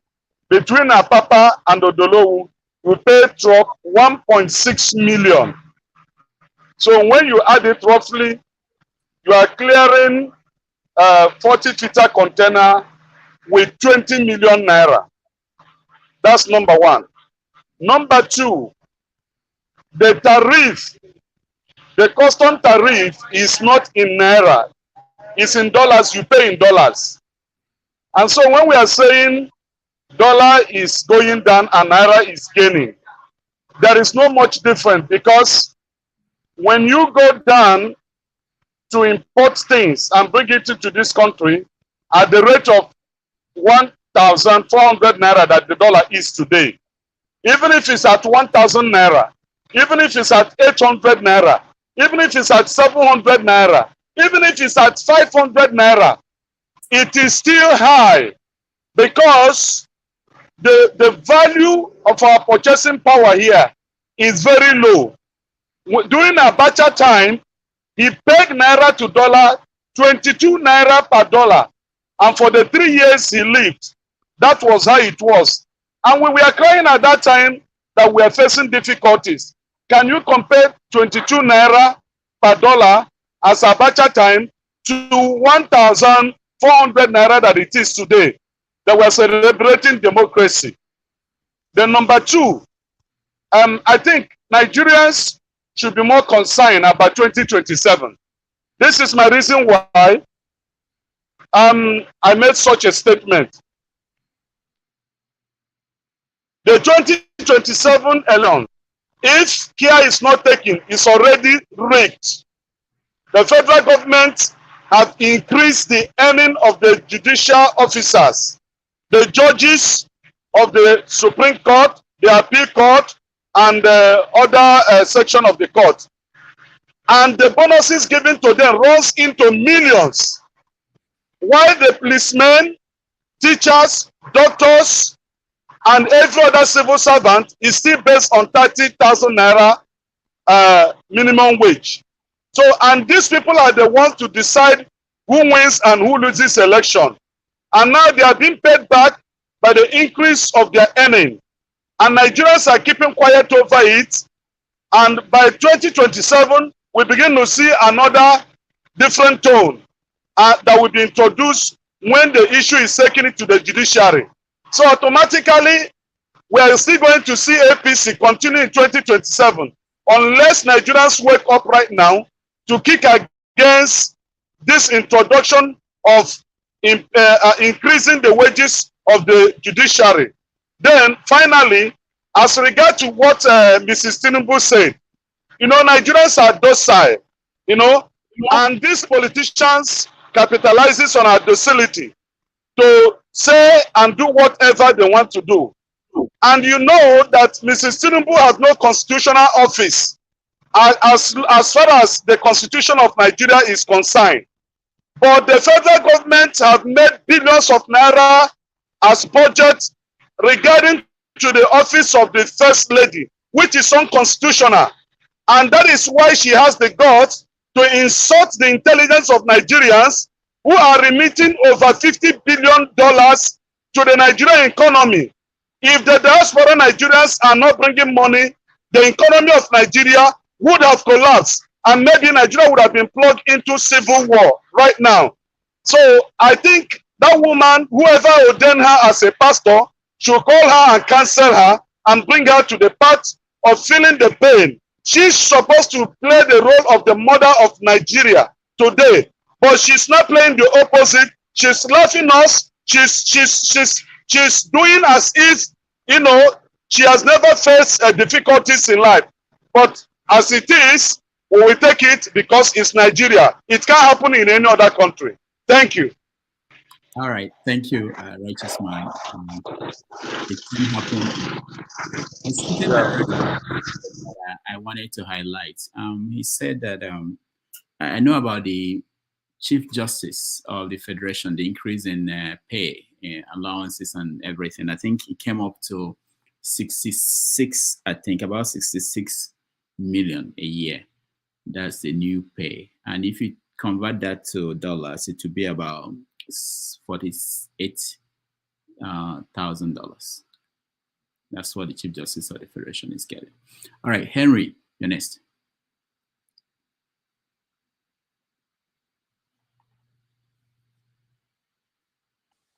Oh, sorry. Good evening, everybody. First of all, for those taxi drivers in the United States, all over the world, I feel your pain. Your first lady downgrade you guys from your job. But anyway, I feel your pain. It's only a foolish person will support what this lady is saying. Every job is a job. First of all, what is her profession? What did she learn?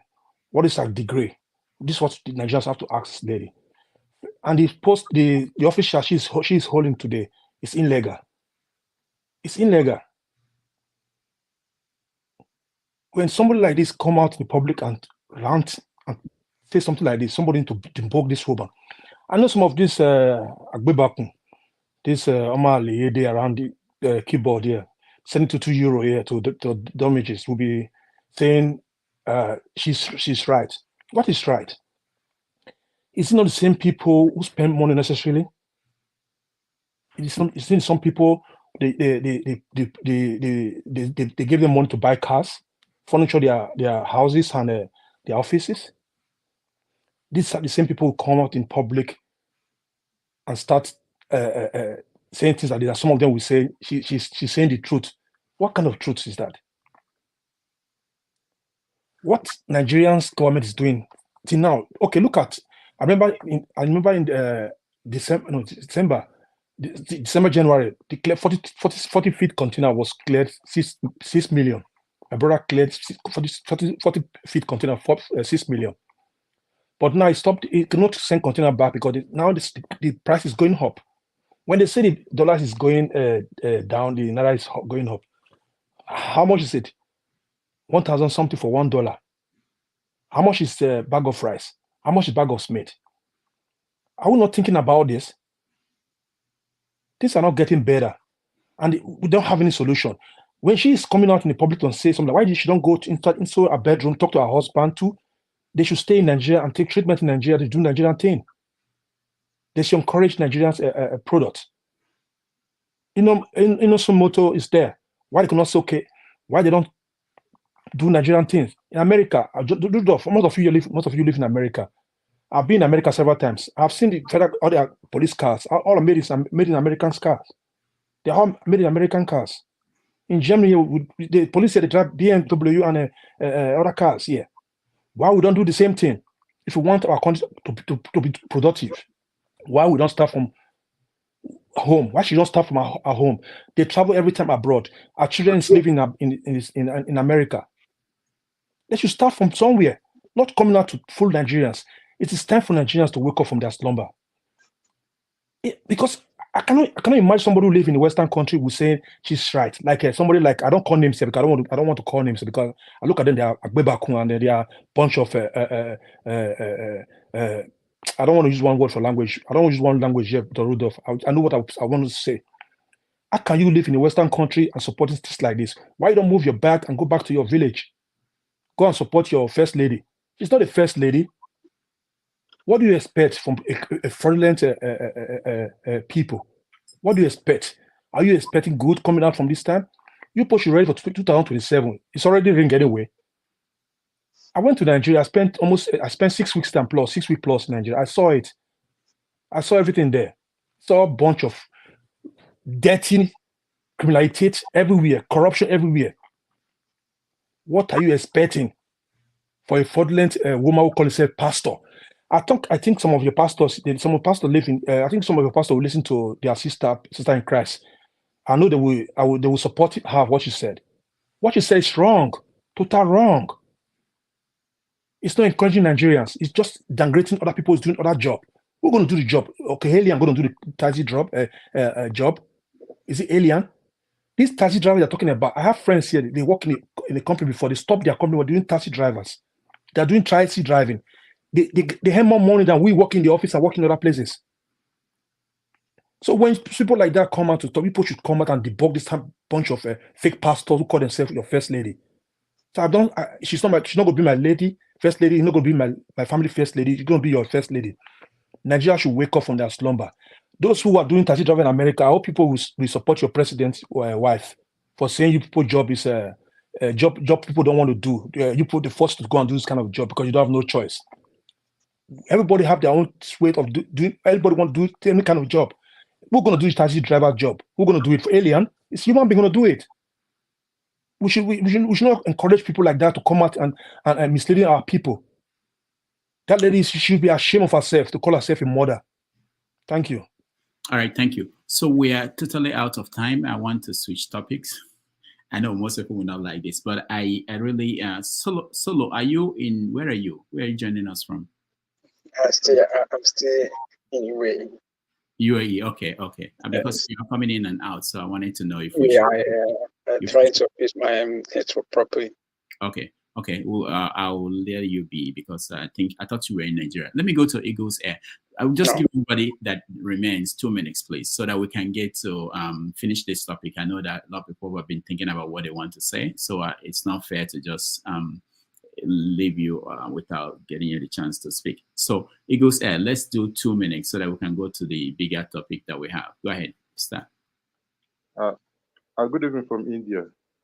I hope people can hear me. Yes. All right. In my own 2 minutes, I'd like to say something. Before I say something, I want to put an adage. Evidence of failure is an excuse. I hope people heard what I said. No, evidence of failure. Failure is excuse. Yeah. Okay. And it's an adage. When a carpenter, when they give a carpenter a work, I know that he's not doing well. So he could begin to give excuse concerning the tools and all the rest of them that he uses to work. That's the major problem. So that's exactly what Remi Tinubu is doing. She has found out that there are a bunch of failure in Nigeria government. So she started looking for excuse and who to blame in the economy. She's talking about taxi drivers in America and all the rest of them. I want to ask her a question. Did Nigerian economy okay that most of people who work in bank travel to abroad to become a taxi driver? What kind of nonsense word is she vomiting out of her mouth? They gave her how many billion for transportation? For her what they call for her office, and they spending the money, and she opened her mouth and begin to say all sorts of things that does not matter in life. She's supposed to be talking about the economy, how to build the economy, how to make things change, not to insult people on media, not to use the office. Let me ask her a question. In her own husband, what was the work her husband is doing in America? She has forgotten it. What is the work? What is the work of his son?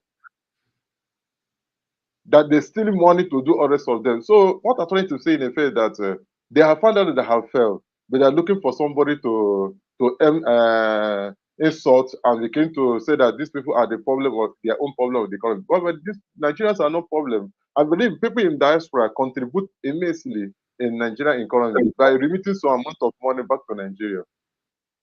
So she should also give encouragement to people in diaspora for their good job they are doing in Nigeria.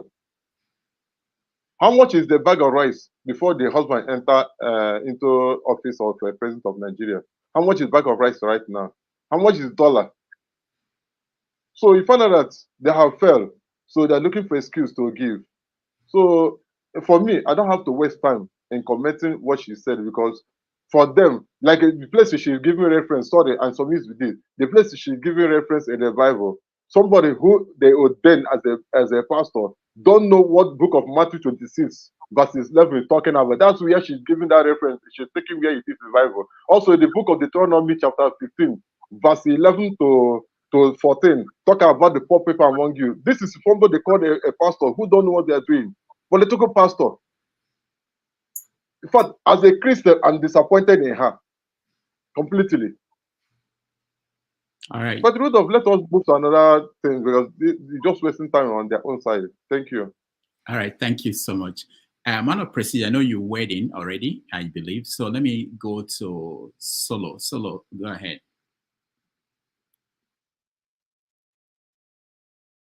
Ovie was eating, so we'll bring Ovie back since he stopped eating. Can you hear me? Yeah. Ovie, okay, the law says you shouldn't eat on air. You were eating. No, I'm not eating. Solo, no, follow the rules. Follow the rules. Solo, go ahead. I think they drink alcohol, Abi. Now rules they upside down. Mona review them. All right, go ahead, Solo. Go ahead. Based on what she said, I think that is her personal opinion, because she got to say whatever she feel like. For me, it doesn't really matter, because the husband is there to give a proper leadership and create jobs for people to like work. And in Nigeria, we have thousands of youth who don't have job, and you are insulting people abroad. So for me, I don't really care about what she's saying. That is her own business. It's only for people who feel bad about it. But if you just ignore it and let her be, say whatever she said, because everybody knows the husband already. So before he became a president, it's well known in American. So what can she say? They are there stealing money. So for me, her words are not relevant to me. I don't really care about what she said. So I'm not even, those doesn't really bother me. It's only for people who really feel bad that it's bothering, because we know Tinubu and the wife. So they are just there catching cruise with Nigerian people. And the youth is just there looking at them too. So that is just the facts about Nigerians. So that is all I have to say. All right. Thank you. Thank you so much, Solo. Let's see if Ovie. Okay. All right. Let's switch topics. When we get Ovie, he will also tell us about what's going on with the African Games. I think he's been monitoring what's going on in Ghana. I don't know how. I see the tables and I see Nigeria second place. I think I'm not sure where they are today. Well, I can educate you if you want a little bit. Just a minute. No, hold on. Let's hear from Ovie. Ovie, welcome back. If I drink go now, it's okay. Kind of poison, pure poison, but that's okay. You see why the whole country everywhere is screwed up. That's why those people where they blame, where they won't make case for our Naira. I don't blame them in a way, because let me start with a question. Bola Tinubu take over the leadership when Naira was what? 250, I be less than 500.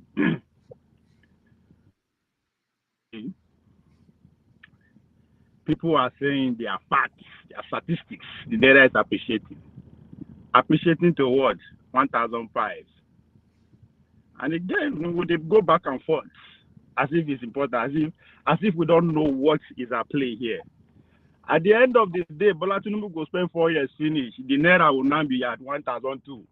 We go clap because you don't appreciate. We like at times when I say people know they hear news, they listen to them. Not I don't know what I'm saying. we they hate them to do their thing. At the end of the day, dollar will finish for 1,000, and that is good. Because so the man tried to deserve another election. He took it from less than 500. People will say, yes, there's statistics. Yes, appreciating. I can back it up. I only believe in facts. The fuck is facts? Anyway, that one about that one. Then the first lady, on a good day, I go say gaslighting, because other than the fact that she's just fucking the president, she also among the part of people who make laws to put us where we are. So she's important in the conversation. But the question here is, because my definition of slavery, because that's what it's about, it's not about job where they do. Slavery is when you are selling your time, when you don't get time, when you see the answer to somebody, yes sir, yes sir, when all your living is predicated on somebody that are paying you, it doesn't matter how much or what you are doing for that place. As far as I'm concerned, that's an act of slavery. So the question now is it the nature of the job that the slave is doing? Because you've been house here for Zango house, and somebody has been out here in a righteous man house. All of Nana house have not be. Doesn't matter how the condition be. You see answer to somebody. So is it what you are doing that she's complaining about, or where you are doing it? Because it doesn't matter where your location is in this world. As you get a job, you are a slave. So for me, that's what I'm trying to understand where she's going with. It doesn't matter if you don't have for America, you don't have for Moon, don't have for your village. You are all the slave to somebody, including her and her family, who are supposed to be royalty in this world, but instead they see the answer towards the capitalists. So the question I would have loved to ask her, which dimension is it coming from? Is it the job or the location? That's what I see there. There's nothing to. I'm not surprised that they say all that. And what again are we talking about? Rudolph.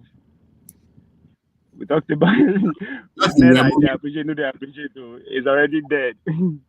So what else? Right. We are moving. Because as far as I'm concerned, these are non-issue. It's not going to solve any. They are non-issue. They are distraction. Important things to talk about, because at the end of the day, when we end this conversation, they go win. As I said, dollar will end up for 1,000. Now we win for them. We talk about what she said, what she not say. You know, by go along, it doesn't matter anything. So as far as I'm concerned, we are not moving. We are just helping them to keep buying time. That's all this that I see that we are doing here. There's nothing really that not just to get us angry. When we verse finish, tomorrow we'll go church. Their friends in church will tell us, no worry, God will do them. There's God. Pray for your leaders.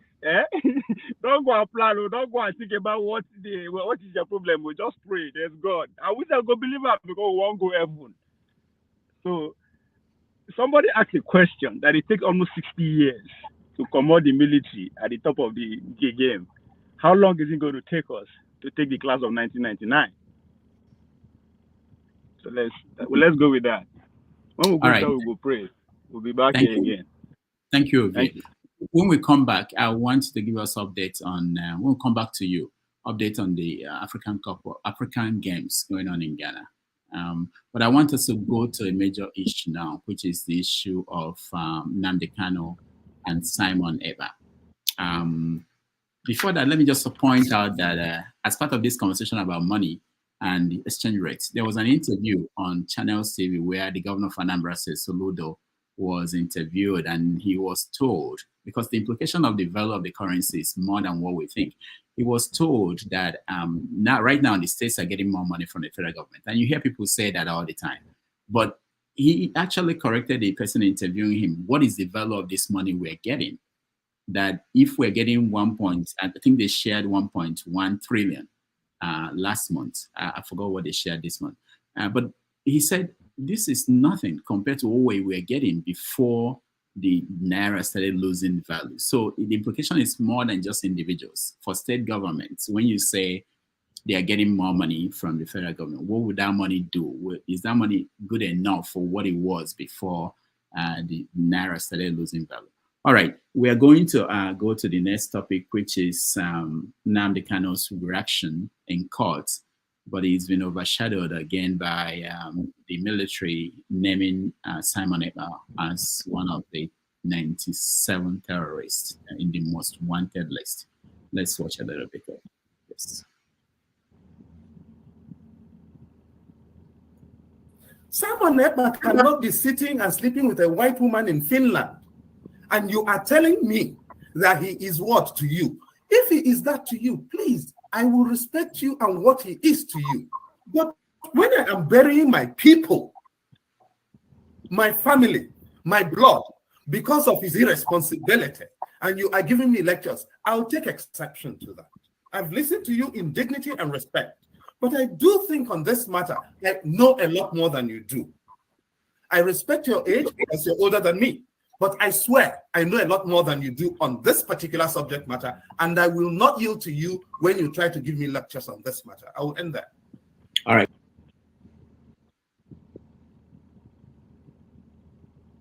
Perspective.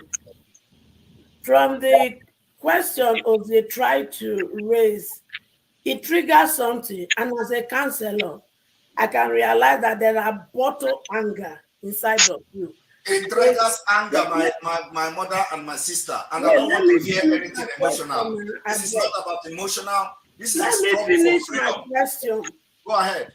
There are bottled anger because of what Nigeria has done to you, and it has done to many of us. And you can't sit down and watch that.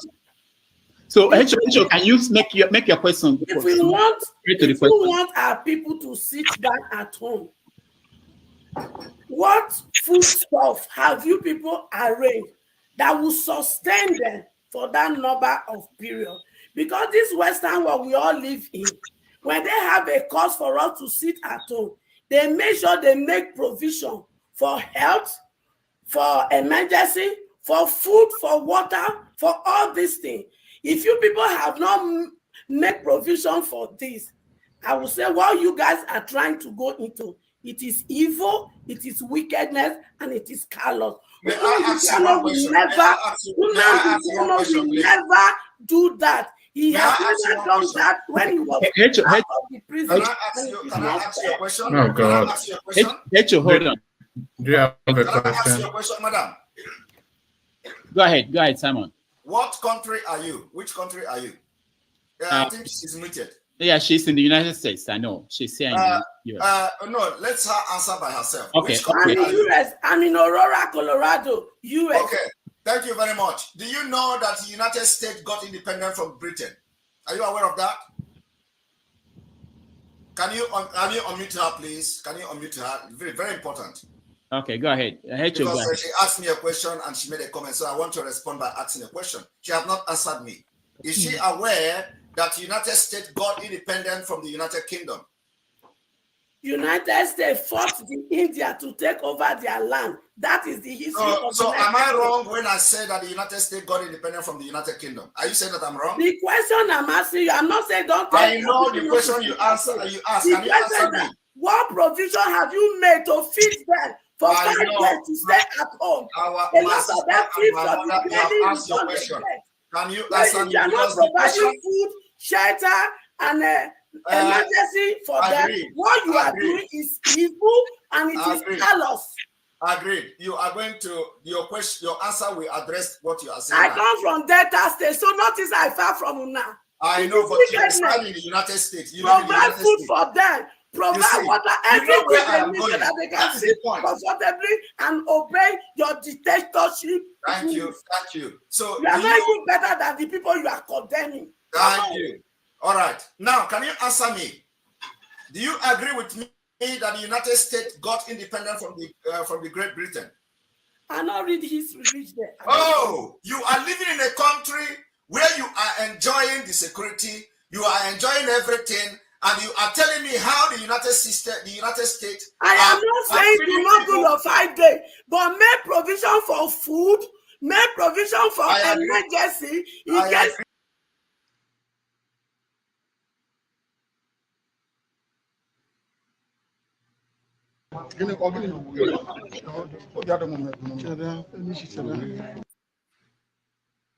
atụrụ mmadụ na-egbu mmadụ kwee n'ihi Biafra onye ahụ onye ohi onye ọbụla pụtara na-ezu ohi na-agba ama na-atụrụ ndị mmadụ na-eme ihe niile ndị a niile kwere n'ihi IPOB onye ahụ onye ohi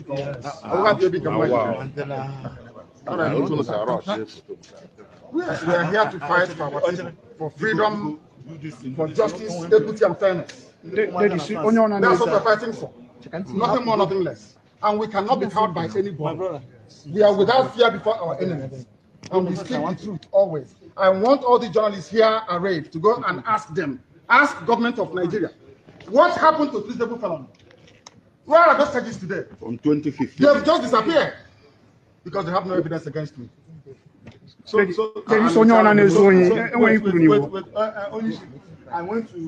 Anybody committing crime cannot go scot-free. I swear it. They cannot go scot-free. Anybody involved in any type of crime in the East cannot go free. And they're doing it because I'm in DSS. That's what if I said no idiot can try this rubbish, and they know it very well. They know it very well. And I suspect that some people in government are complicit. Yes. They are making money with insecurity. That's correct. They're making money with it. They know Nnamdi Kanu is outside. In 2 minutes, this nonsense will stop. Who is the idiot? Who is the bagger? That will speak when I'm talking. Who is the fool? Who is the idiot? I ask. That I give an order in the East, and any idiot will counter it. Who is the bastard? I'm asking you. Nobody can. Sir, are you I'm Nnamdi Kanu. Who is the idiot? Simon Ekpa. Rubbish. No, don't. No, man. No. What is it? Can you tell us the ongoing killings in the name of IPOB? What is your stand on that? Anybody involved in any form of violence or insecurity in the Southeast, In the name of IPOB, is a gunner, and they know it. Let me come out of this nonsense, this mess. 2 minutes only. Only 2 minutes, I guarantee you. And tranquility. And there'll be peace in the East, not just Southeast. Everywhere in the East, if not the entire South. Huh? Yes.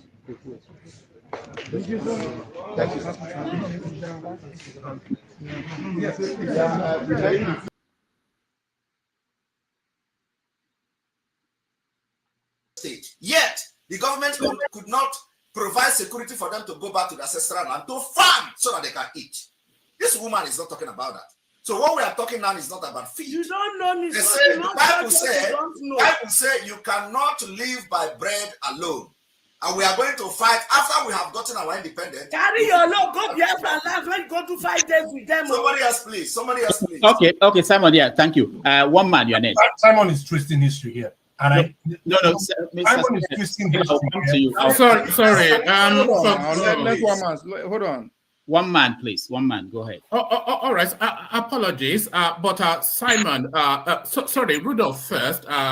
We have a moment to address Simon, and he told us he has limited time. So let us be a bit pointed, just so he doesn't leave before he takes on. But Simon, well done for doing this. And necessarily, you must be doing this more, engaging with a wider audience. Because, of course, the space that I'm hearing feedback. The space that you speak is already a captured audience. So you're pretty much looping around in a circle if you continue to just hibernate in that space that you do speak. So necessarily... All right, let me take you to the point then. I am, yeah, let me go straight to it. I am a Yoruba man, so I'm somewhat outside from the outside looking in. But the one thing that I do see, how long have you lived in the United Kingdom? Long enough. How long? Can you tell us how many years? I can't. Long enough. That's suffices. So you are not being truthful to yourself. I want you to speak like a Nigerian you are, proud Nigerian. Do not come here and give me an accent. Speak like a Nigerian if you are a Nigerian. How long have you been living in the United Kingdom? I just answered that. Long enough. Well, how many years? Long enough. Were you born there? Well, what does that have to do with anything? It has to do because your voice irritates me. Oh God. Your accent irritates me. Well, why is that? Does it irritate you? I don't want to hear from you if you cannot speak like a Nigerian. Are you intimidated? Intimidated by who? By you? By my voice. Please, somebody else. All right, welcome back. We've done a lot of wonderful things on this platform. A lot of things have happened, and sometimes I do remember. Mr. Rudolph, let me say something. This guy. No, don't say something. We have to come to you before you say something. So there are two stories here. One is Nnamdi Kanu's statement in court, where he talked about the situation in the southeast and his take on that if he were to be outside, the situation will not be that way. And he talked about some people who are using the name of IPOB to cause mayhem in the southeast, commit crimes, and he said, as soon as he gets out from there, he will deal with that in 2 minutes. And then there's the situation today where I think yesterday the military announced that they have a list of the most wanted terrorists in Nigeria, and Simon Ekpa's name is on the list. So let's start with you, KJ. Thank you so much. I initially had I know that this today's issue is going to draw a lot of people to this platform, and I have already posted this on my page, some of my social media page, so that people can view. Having said that, you see,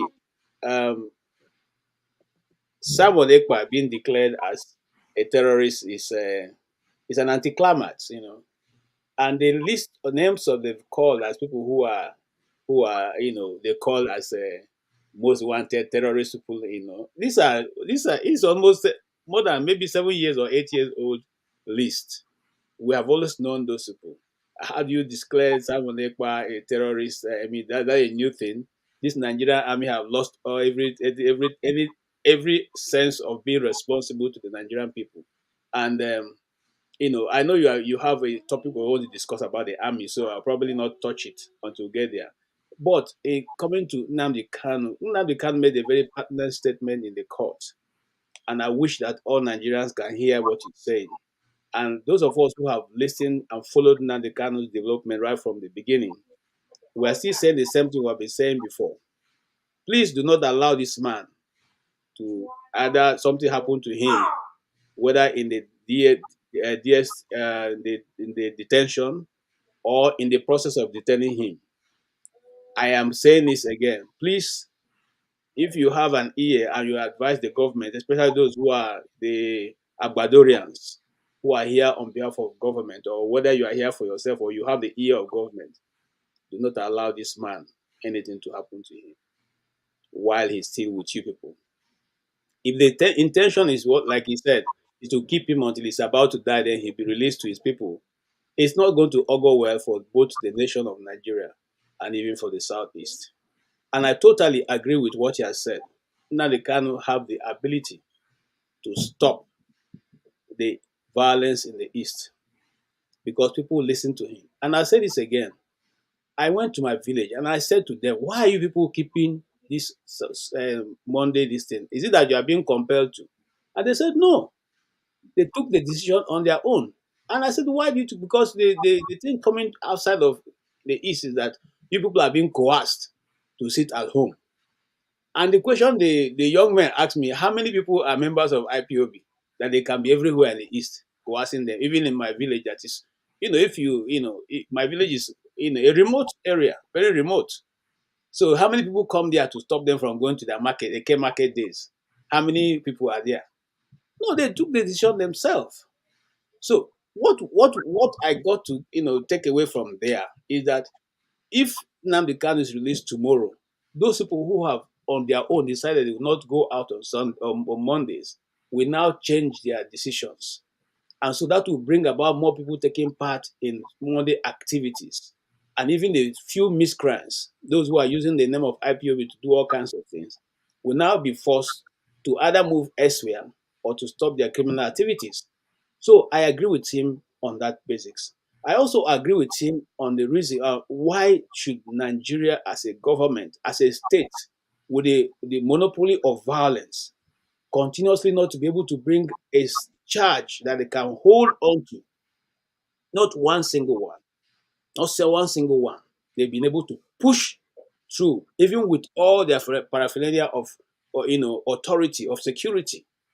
Secondly, why will the court in Nigeria keep giving orders that are not followed, and yet the courts keep sitting, to hear this case? Is there anywhere it happens? You have given the order 1, 2, 3, 4, 5 times. The man is still not, your order is still not being respected, and you are not still doing anything about it. Nnamdi Kanu is going to still appear again with that is white cloth that we have been wearing for more than 3 years now, and the court that have issued that he must be given a new set of clothes before coming to court the next time.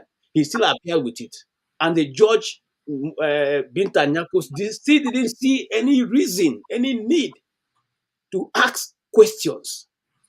They are asked, which is more stronger? Is it the DSS or the court in Nigeria? Now, the Supreme Court have said, this man, you shouldn't have denied him bail because he did not jump bail. But the same lower court said, you jump bail. So the question is, where are we right now? A famous friend of mine wrote a question that the time is ticking, and this guy is not an Igbo man, he's not from the East. He said the time is ticking for Nigeria to get into the failed state mode.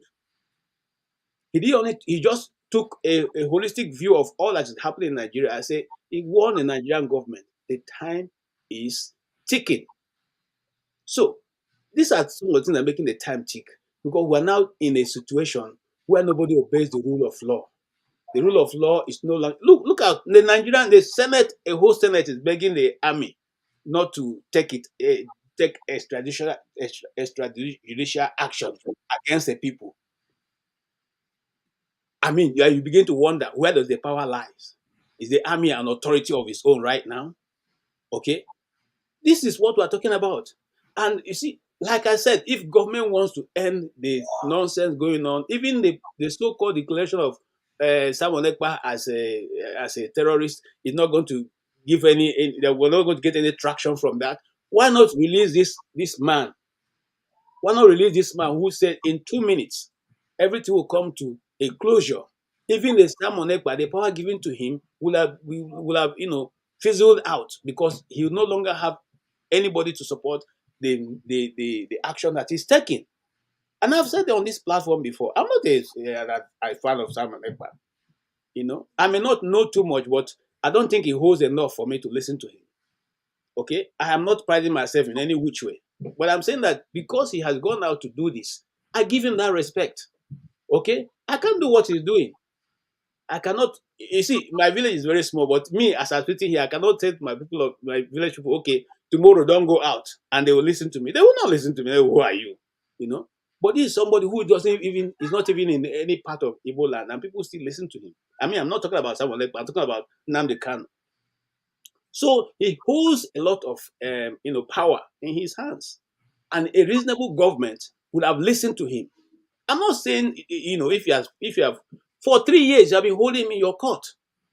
Look at how far the man has become. If you see his face, he's not well at all. You can see that his stomach is almost protruding. You can see it. I'm not a doctor, but looking at him, you know that he's not sound in his health. What will your gain be? This is supposed to be a Nigerian citizen. What will your gain be if he dies? Do you think that if Nnamdi Kanu dies, that will bring an end to Biafra? You are wasting your time. And I put it on record. If Nnamdi Kanu dies today, you have over 50 Nnamdi Kanu out of Igbo land. So it seems better for you to deal with Nnamdi Kanu so that everybody can be put on check. We tried it before. What happened? There was one what's his name now? In Mohammed. What's his first name? You know, the leader of Boko Haram. It was a civil movement until you people played up with your police and everything, and somebody arrested, you know, and handed to the army and to the police, and you said, you know, there was an exchange of gunfire, and you killed that young man. And today, we have not woken up from the bad dream we all have been having with the issue of Boko Haram. When will we learn as a people? When shall our government think like other government think in other nations? When shall we have a think tank that can see things from just a wider view than myopic, individualistic view that we always try to present of a Nigerian issue? When shall we, anything that has to do with the Igbo man, be a bit different from every other one that is a Nigerian issue? When shall it be treated as a national issue and not viewed from the East? It is an Eastern thing. It is an Igbo thing. It is a, look, who cares? It's an Igbo thing. You know, when shall it be? When, look, the same treatment that's happening now in this Delta happened some months ago in Niger. Okay, 38, including an Air Force plane, jet was shot down. The governor went to appeal to Tinubu. He didn't. The army wasn't, you know, allowed to go there and do whatever they like. They killed 38 army, you know, soldiers were gone down, including a jet. And what happened? Did they unleash the Nigerian army to go there and investigate? The governor went to Tinubu and said, "Oh, we have come to appeal, and we will have to find it. You know, we have the largest number of Boko Haram militants in Niger. So if you allow the soldiers, this thing will become something else." Okay, but there are militants in Niger Delta. There are militants in Niger Delta. If you allow the soldier, won't it become something else? Okay, the crime committed now have so much been so, you know, the world has to come down because it's in Niger Delta. Come on, let us wake up. If we want to build a nation, let's build a nation. If we don't want to build a nation, let us just call a spade and sign off. Thank you, sir.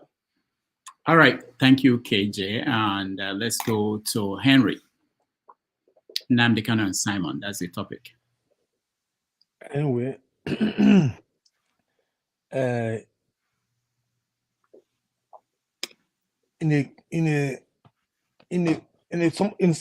somebody who have brain or who's thinking. You say you're defending your people. You fight for freedom for your people. You are forcing them, buying them to sit at home. It doesn't make sense. Don't quote me wrong. Oh.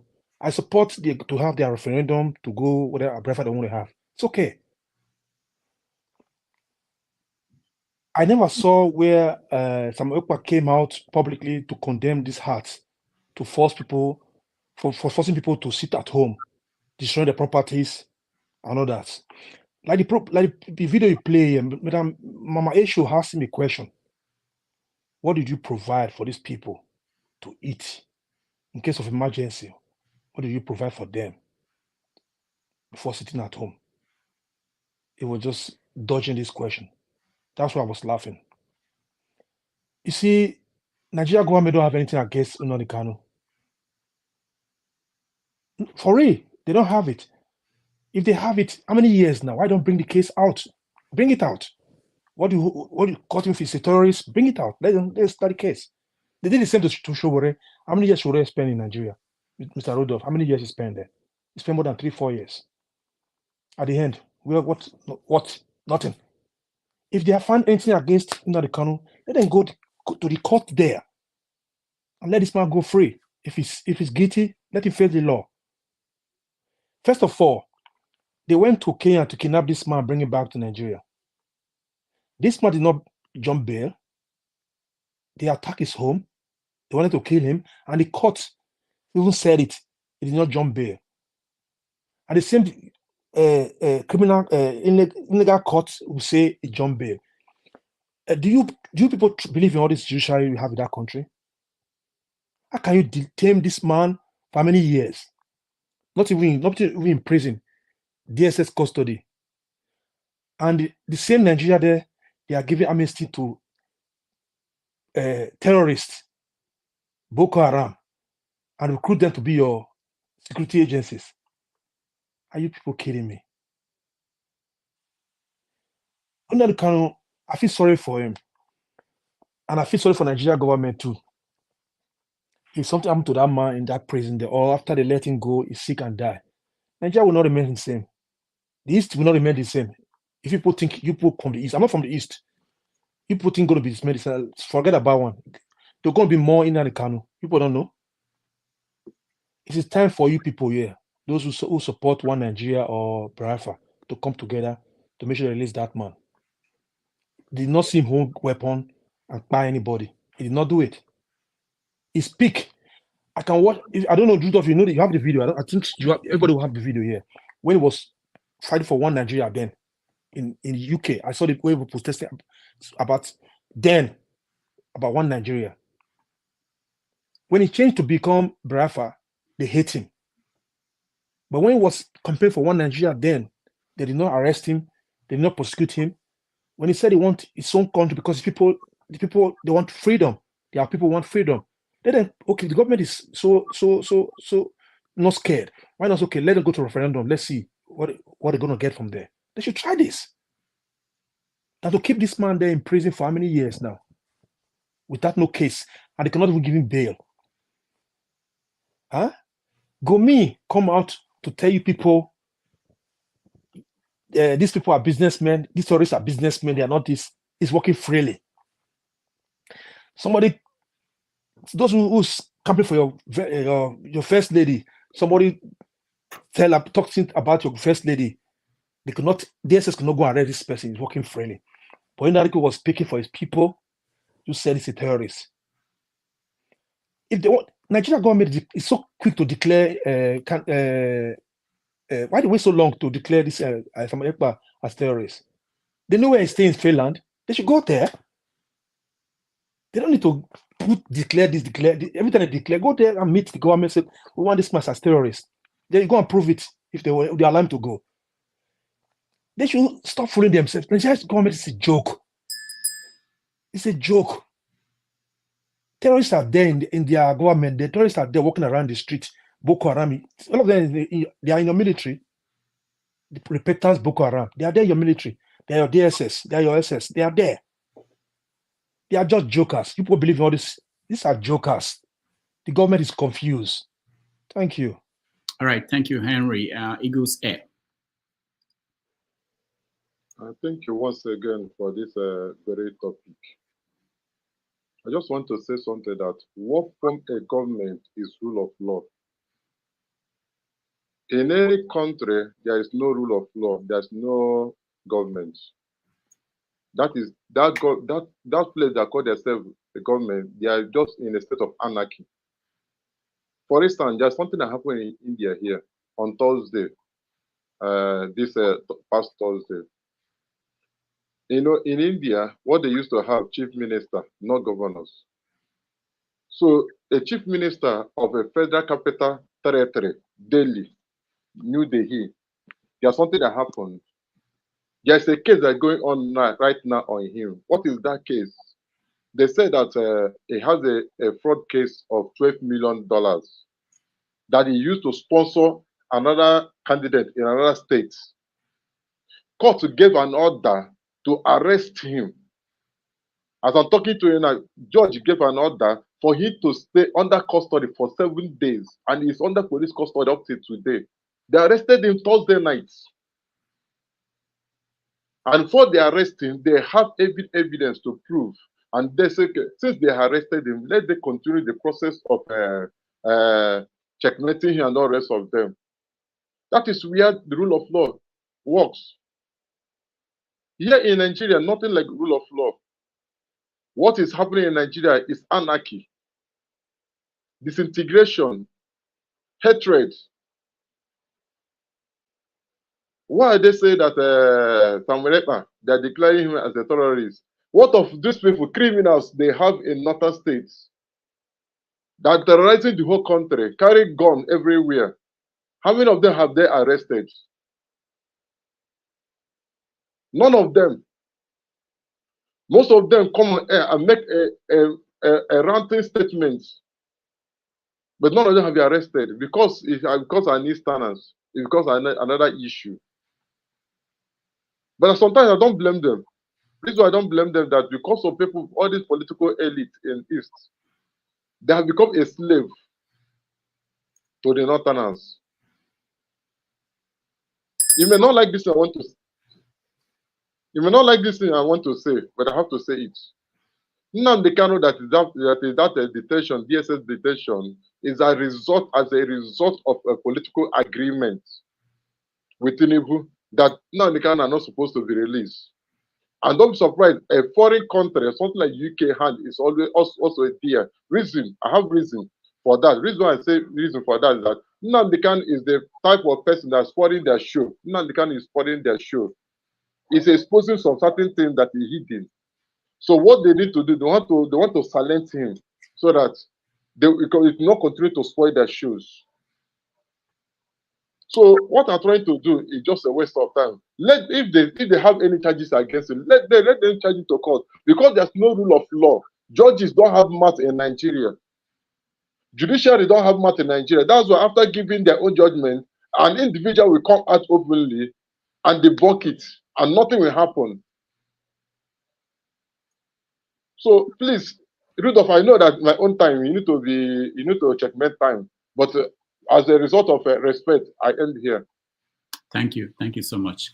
Man of Prestige, we are short of time, so if you can make it quick so that we can get everybody and move to another topic. Okay, thank you very much. Let me just give you a breakdown of the 96 people. Not by name, just the breakdown of the different geopolitical zone. 43 people declare wanted in the northwest. About 33 of them declared wanted in the northeast. 21 of them declared wanted in the north central and the southeast. And when I did look at the list earlier yesterday, it's not just Simon Ekpa, in the east. There's I think I read like about 4 or 5 that sound like an Igbo name. And they were declared wanted too, inclusive in India. Simon Ekpa was specifically, declared wanted for secessionists, I have a different opinion. I think it's about time. It's overdue. He should have been declared wanted a long time ago because of the harm and what he has been doing to the Southeast, the sit at home, and what kind of problem it has caused to that part of the country, So in my own opinion, that should have been overdue. You should have, if they can arrest him, they have to arrest him and let the same punishment be made to other ones, that have been declared wanted. But in a Nigerian space, the rule of law doesn't really apply, and there's some segregation of rule of law. We know about that. So that's indisputed. How they treat some part of the south side, the southeast, and the north. So it's a different demarcation. So there's no doubt about that. So in my own opinion, Simon Ekpa have perpetrated a crime, that has depleted the southeast. He should be declared wanted. But I don't know what that means. I'm not a lawyer. Now that he has been declared wanted, can he be able to perpetrate whatever he's doing and everything that he's doing? Or can he be picked up or whatever? So it's for the lawyers to figure out. That's my conclusion in that regard. So I never like him, but let me pivot to Nnamdi Kanu.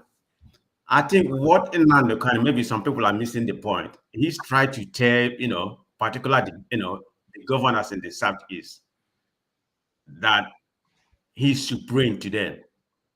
That when he come out, I like his message. I'm not against it. I'm never an Nnamdi Kanu, fan, but let's be very clear about that, And what they did to him, the extraordinary rendition and everything was completely wrong, So they should have facilitated where he is right now and adjudicate the case right away, but it's taking a long time. I don't know if there's some political undertone in it. I don't really know what happened, but from what I understand, being in the United States, I was one of those people that has been clamoring for Tinubu to pardon him, because I don't know how the law system works in Nigeria, but in America, you can never be pardoned until you are actually being charged. I mean, he has already been charged anyway, until actually being convicted. That is the only way you're gonna, a presidency can give you a pardon. You have to be a convicted felony and so on and so forth. So right now, he has been charged. He has not been convicted. But in a Nigerian case, I don't know if Tinubu can do that or not. I can't really tell, but I hope he does it if there's a room for him to do that. So maybe there are some lawyers in Nigeria that can brief us on that if Tinubu has the mandate, to to pardon him. That would be good for the peace of the nation. So I don't see any issue about what he said. What he said, I think makes sense, because if you release him right now, I definitely think it's going to be peace in the southeast. But the governors, let's be very honest. Some of them may not want in the southeast. Some of them may not want him to be released because they feel like he's bragging like he's supreme to them. So that's the way I see the whole thing that just transpired, I think, earlier this week. Thank you. All right. Thank you, man of prestige. Solo.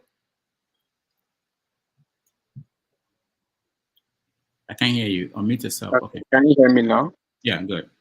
Okay. I think in the issue of Simon Ekpa, I can remember, I think that should be last year when Nigerian government tried to arrest him in Finland, and I didn't think it went well.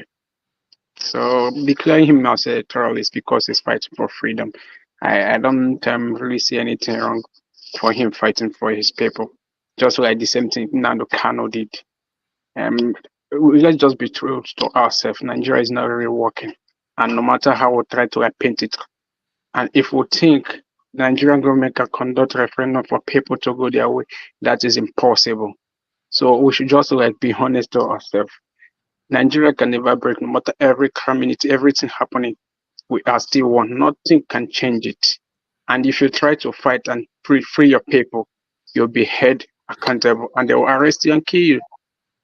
So I think if someone like Simon Ekpa is fighting for freedom in any way he can do to free his people, that is on business. People have their different ideology of fighting for freedom. The way Nnamdi Kanu did may not be the way and procedure and principle that Simon Ekpa made use. People have their way of doing things. So we don't, I don't really, because for me, freedom is not cheap in any way, any country, especially Nigeria that is bloody. Nigeria is, everybody know, we know our country, Nigeria. So saying that you want a peace talk or dialogue or referendum from the Nigerian government, that it's not going to work. So why are we beating around the bush, knowing that all those things cannot work? We are suffering, and for we to speak the truth, and we are just dodging the truth. When someone is trying to I don't want to belong to these people, let's look for a way and free our people. We start prosecuting the person, giving him a bad reputation because he has his own ideology. So freedom is not cheap. For freedom, for you to get freedom, I know a lot of people have to pay the price. People will die. For sure, people must die, and people will still survive. If we go to freedom fighting and mention countries that fought war or try to be free, you see a lot of people. Then they give to they then died in the process, but at the end they achieved something. So I don't. What Nnamdi Kanu was doing, there is not much different from what Simon Ekpa is doing. So if people don't like him, or that is it. But how can we change? How can we change the narrative of Nigeria? How can we build it properly? Nigeria has been corrupt from the roots. So I always talk about revolution. The only way Nigeria can get better is by revolution. But we are like, I beg, it's not possible. Let's forget about it. It will be better, and we will just go off. Our time will pass away in the earth, and our children will still continue the suffering. So let's just stop. Okay, you want to say something? Yeah, give me 30 seconds. Round of 30 seconds, please. To correct you, Nnamdi Kanu and Tumekwa, they have three friends. The Kenyan Kanu did not order anybody to buy his own people, to force them to sit at home. So correct that statement, please. Thank you. what Simon Ekpa was doing, that is a civil disobedience, right? Civil disobedience. That was what he said. It's a civil disobedience in the forcing the government to like pay attention in the release of Nnamdi Kanu, right? He's doing it because so that they can release Nnamdi Kanu, which everybody know. He keeps saying, he said that the sit at home is every Monday is for the federal government to listen to the people and release Nnamdi Kanu. So if I'm wrong, you can correct me. All right, thank you. No, Henry, no, we don't have time for that now. Mazi Prince, Ernest, thank you so much, Solo. Dr. Rudolph, this topic is always very sensitive, and I don't have much to say to it. I know I don't Matt has something to say. Yeah, for me, the best thing, is let the government release the Everybody man. is scared from the east. That's all I can say. Let them release the man, And Simon Ekpa, the military don't have to declare him. They know the way to Finland. They can ask for extradition. Not talking, always talking. As a matter of fact, I think I rest my case. I don't have much to say on this. All right, thanks, Mazi Prince. Ikolola. Thank you once again. It's unfortunate that we are discussing a matter that has no direction. I mean, these people have been fighting this terrorism for how many years now? Since when did Jonathan come in? And it's a show. You're looking at the show. They always release lists. I mean, in other nations, if you know the people who are actually causing you problems, you get them. When you get them, it's a quiet thing. Except you can't get them, then you make them to know that okay, we're looking for you. But if you can quietly get them, take them to court, charge them with in a judiciary that works, and so that everybody sees that it's justice is being given.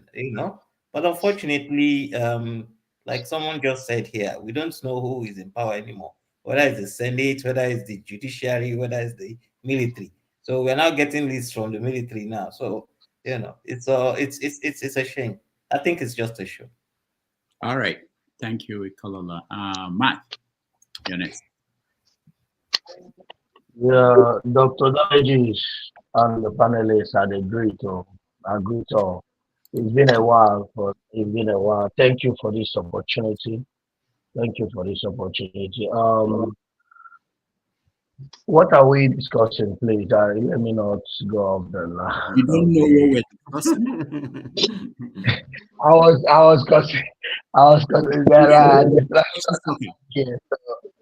I was listening. No, I was following before. Don't get me wrong. I know I was following before, but don't get me wrong. I mean, right now, is it Nnamdi Kanu that we are focusing? Because that's what. If you don't know, I think I can see Kene. Kene actually came in because what we're discussing, and he's ready to weigh in. So we can skip you if you don't know what we're discussing. Let's go to Kene. Yeah, I know. Kene, my brother, would not like to take his brother's portion. Good day, everyone. It's good to be here again. He has already taken it. Oga Henry. I greet all of you. Righteous man. I'm actually here because of man of prestige, but it's okay. Can I hold on? Okay, can I hold on? Matt, have your say before we go to. Okay. Thank you, my people. Anyways, I heard what Nnamdi Kanu said. I mean, that young man. I don't know. I just don't know how to, go about this. I don't want to say something that they will now start looking for my people at home. Nigeria has become a place whereby when you say the truth, they will put your name in the wanted list, or maybe term you as a terrorist. Why? The main terrorists are there, flooded in our forests with AK-47 with a lot of ammunition, doing what they are doing. They see them with their crocodile eyes, but they are not going after them. But when you try to raise your voice to show them what they are, not seeing, or what they are seeing, but they are just looking away as if they are not seeing, you become, a problem to them. Mazen Nnamdi Kanu, he's a hero. Anyways, I don't have anything to tell you in particular, Dr. Damages. I watched your interview with him, I think with him, I'm sure you know him one-on-one. I heard what the many questions you put to him, very direct questions. And you see that guy, he never deviates or tell you what he tells you this morning. Tomorrow he will tell you another thing. You still find out that same thing, that same belief in the court when he was speaking.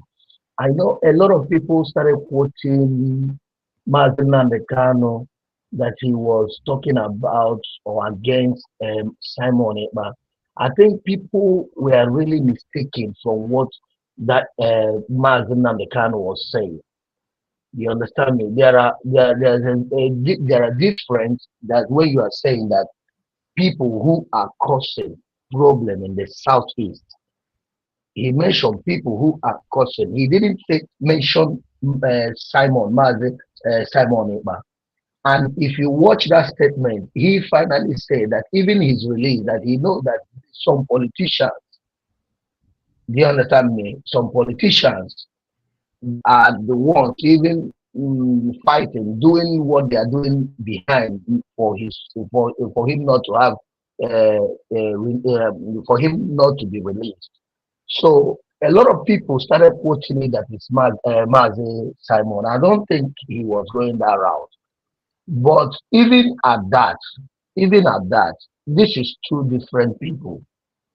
Dr. Damages, let me just say, as you are, the way I like the way you do your thing, if the federal government holds you today, there are some certain things that I will be doing in the media to agitate your release. Does not mean that you are the one that set me to do that. I don't know if you understand me. I'm doing it as your follower, as someone that loves your doings. Even the federal government might tell me to stop. I will keep doing it because all I care is about your release, not about any other thing.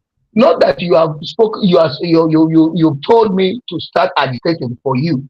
So Simon Ekpa, being an Igbo man, being someone that needs the freedom of his people, he's agitating in his own way, saying the federal government should release this man. He's making his statement clear. And you and I know, the federal government knows about this, that if Mazen Nnamdi Kanu is being released, that Simon Ekpa will not be doing or enforcing all these things that he is doing in the East. They know all these things. That is where that politics comes in. There are people who are gaining from this insecurity that is going on in Southeast. Do you know today in Owerri what is going on there because of insecurity? My sister was nearly kidnapped, but finally she was robbed. In Owerri, not once, I'm telling you, they are even kidnapping, robbing police children. This is not in a broad daylight, it's happening now. It's because of they allow this thing to be lingering on. Insecurity everywhere. So they should try to do something about it. Like, other speakers have, have spoken. Mazen Nnamdi Kanu should be released. He should be set free to go home to talk to his people. This insecurity, even though it did not reduce, 100%, at least 70 or 80% of insecurity in the Southeast will reduce. This is, if you watch what I have been agitating, what I've been saying in this program, all the time I used to say it, release him and reduce the insecurity in the southeast. It's very simple. Okay, it's very simple. It's very simple to do. So that's my take for that.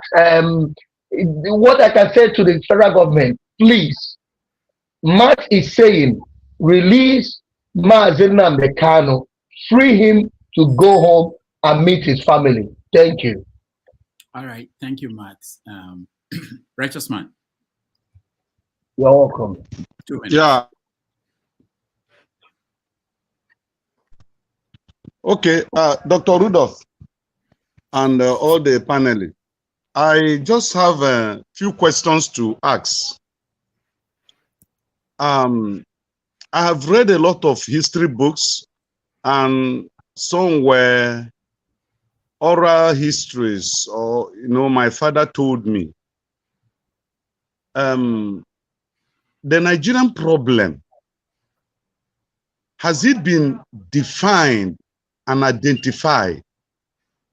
Because for me, it seems to me that Nnamdi Kanu, Simon Ekpa, Showore, Sunday Igboho, they are not the Nigerian problem. They are not the problem of this country.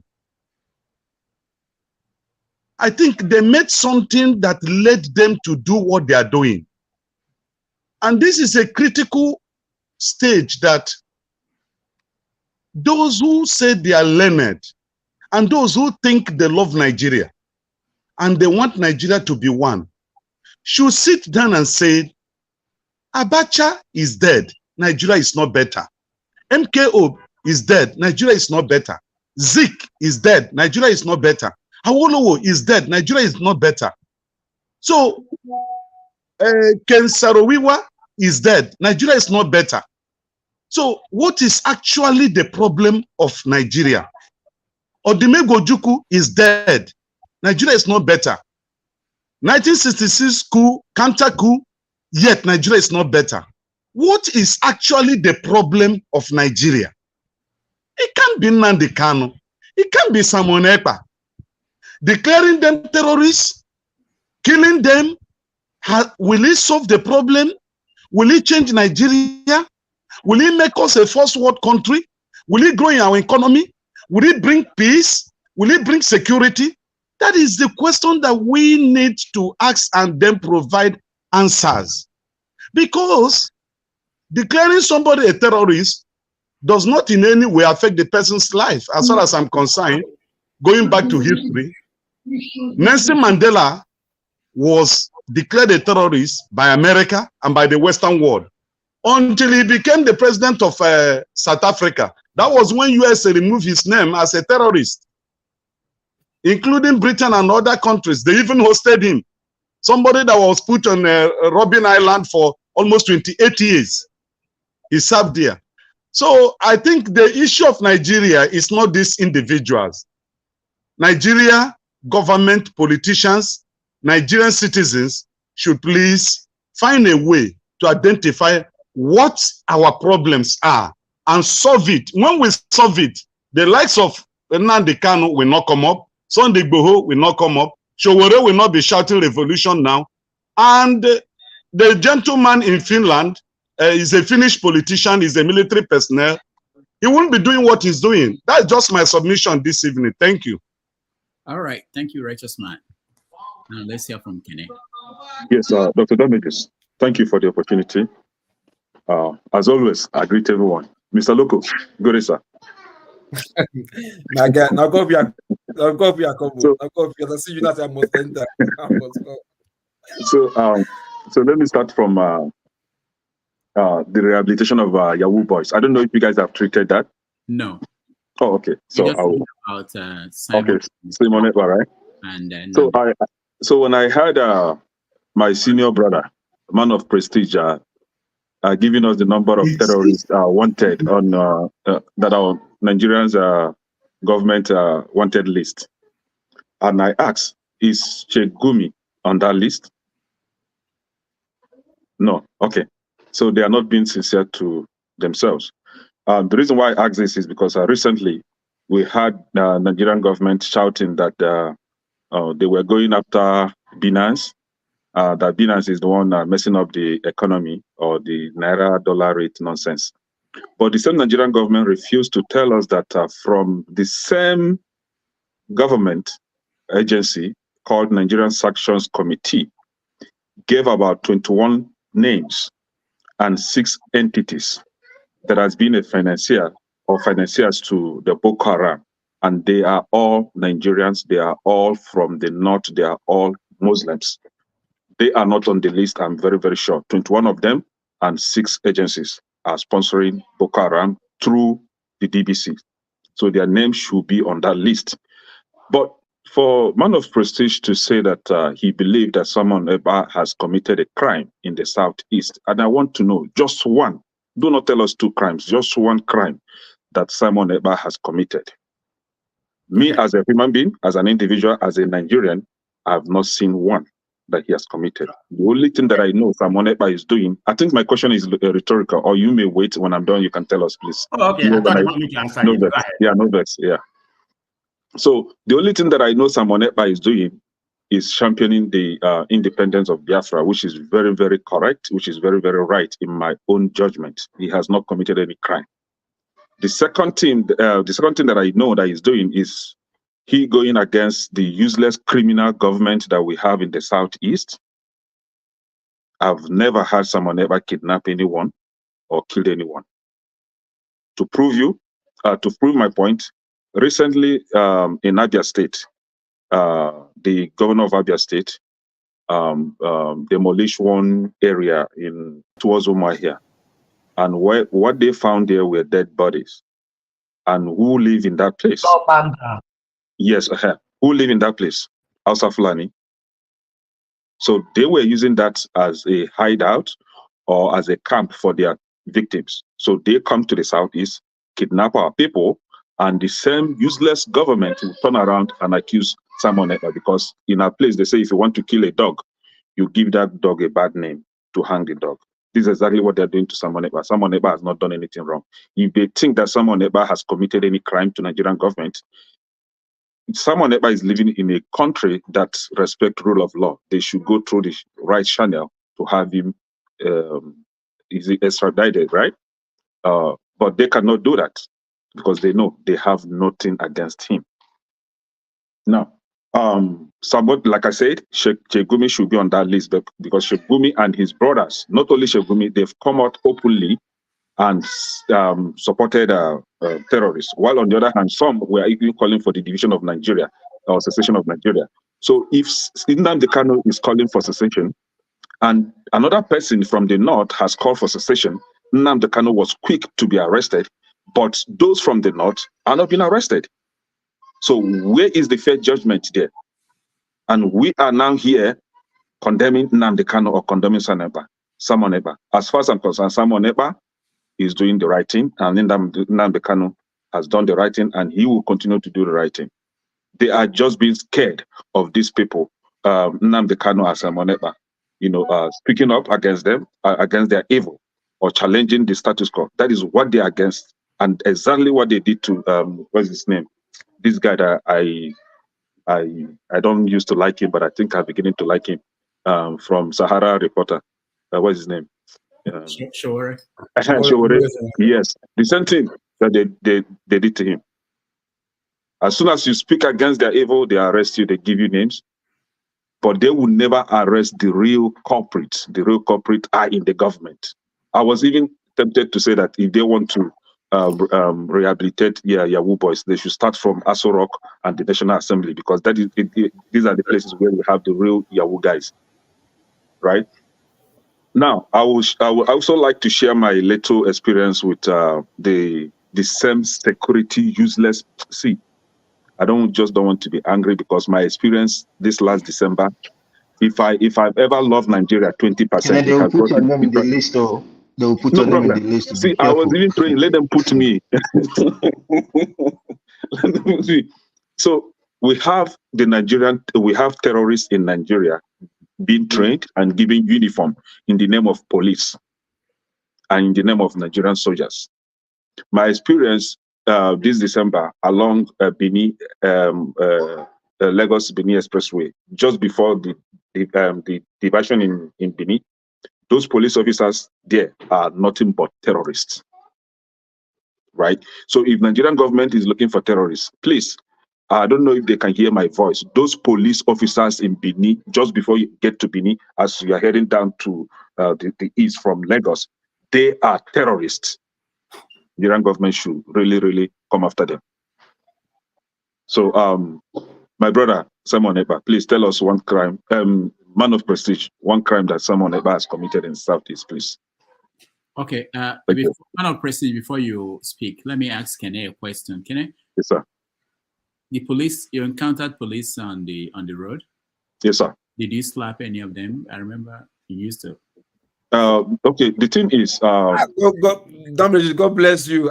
yes, What you read yeah. my man. God bless you. I was, I think I got to Lagos like last night, and very early in the morning, around 5 a.m., I left, and I drove all the way from Lagos down. So I was very tired. So when I got there, I was with my friend. What actually happened was that the money that we were sharing was getting too much, though the car that I had was not registered, right? And but it was completely, the duty was complete, so I don't even have to give them money, right? I've met Nigerian customs that all they ask for is for the document, the clearance document. I gave them the document, they checked it and gave it back to me. I was even trying to say Happy Christmas, trying to give him something. He said, no, no, no. I was surprised that Nigerian custom refused to take money from me, right? And I've equally met some police officers that refused to take money from me. Not that I was giving them bribe, because God knows I don't give bribe. I don't give all those nonsense things. But I was just being happy, you know. Now, when we get into Benin, it was becoming either you give us money or we'll get you arrested or we'll get you delayed. And that wasn't going down well with me. And my friend took out his phone and started video recording, right? So he was doing the video recording. So whenever they see the video, his phone, they will ask us to go. Now, as we're heading to Benin, I can't remember the name of that village, but just after that village, then the next thing is Benin, right? The police stopped us, and the guy removed his phone to record. The police cocked the gun and said he would shoot the hell out of him. Who asked you? Who's saying you? And asked us to get down from the vehicle. So we all got that. That's like, what's going on? The police officers, you see that he's mentally unfit. He's mentally unfit to handle gun. Yeah. Right? They even to you see how they operate. You know, the police officer is supposed to have a name tag, right? That pocket, they flip it up and pin it so that you will not see their name. That is how they operate. Now, they was asking my friend to give them his phones, that they will seize the phone. He refused. And this police officer is not mentally stable. I could say that this guy could just kill my friend for nothing, or even shoot me for nothing. And I don't have a dish, right? So I was like, can we make peace? We are just from a far distance. Nobody has disturbed us the way you are acting up, right? You just slapped the guy. Yeah. No, I want to see now, Dr. Loco. See, sometimes you have to use your brain. So Kene was making peace in Nigeria. I can't believe I was making peace, my brother. I still have children that I have to take care of, right? I don't want to be wasted for nothing. So they delayed us there for more than 1 hour, honestly. And this is just not what we are supposed to have in that country. But who am I to speak? They will shut you down. They only go after the vulnerable ones. They only go after those that speak up. I mean, those that challenge them. So, Dr. Damages, sometimes the hand, I control it. Sometimes it's not. It doesn't act out of impulse. Okay, I was in Nigeria. I spent 6 weeks. Well, hold on. I did not encounter police on the way to stop me. Okay, Henry, hold on. We have to continue to hear from people because we have to change the topic. But let me hear from man of President if you want to respond to Kene, and then yeah. I do want to respond. Okay. Yeah, sorry, my brother Kene, that you experienced that scary moment. I sympathize with you, but thank God you made it, peaceful. It's all, it's good. Nigeria. I mean, everybody in Nigeria has done something to them. But anyway, going by the question you asked me, I mean, that is my definitely, my area of perspective about what Samuel Ekpa, perpetuated and is still perpetuating, because I don't believe in the sit at home. I mean, the economic deprivation it has caused to that part of the country is I can't even count it. That's one.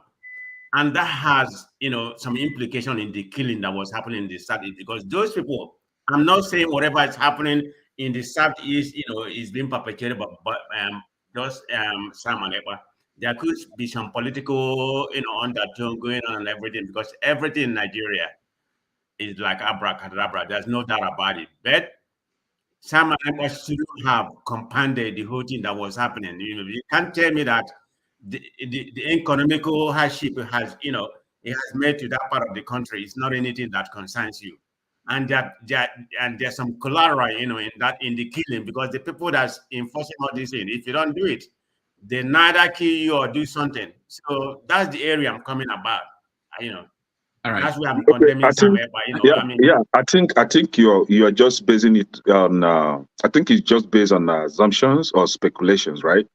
Because Simon Ekpa was here last year, I think, or 2 years ago, and he said it before everyone here, that the last thing he and his group will do is to cause insecurity in Igbo land, that they only seek for security of lives and properties of our people, that the last thing that they would do is to kill any human being in the Southeast. But however, they're after the terrorists. All right, thank you, Kenneth. Let's move on. I want to hear from other people. Ikola, say, go ahead. Just 1 minute. Dr. Dami, put me at the back. I'll be back. Okay. Okay, it's just for me to say thank you to everyone again, at least before I go. And I also want to make a submission to what the last panelist just said. You see, we come here every day to see how we can make Nigeria better. But the man just said he gave money to officials. That is wrong. I mean, yes, we might be happy. We might be wanting to show appreciation for what they do, but immediately we start giving it, and then somebody else goes and doesn't feel so happy to give them money, then they label that other person as not being kind enough. Just I'm not taking anybody on the issue. I'm just making my observation. I'm not saying anybody did wrong. I'm just making an observation. That's all. So please have a good night, everybody, and we'll see you next week. Okay, thank you. Ikola, before you go, just one question. When was the last time you went to Nigeria? It's been a while now. Okay, it's been a while. All right. So when you go, come back and report to us. And definitely. Yeah, I will. In fact, If I give any bribe and maybe I'm detained, I You- wouldn't come here to you say wouldn't know when you give the money. You'll be happy to give it. In fact, you have to go this year. You have to go this year. All right. Henry, 1 minute.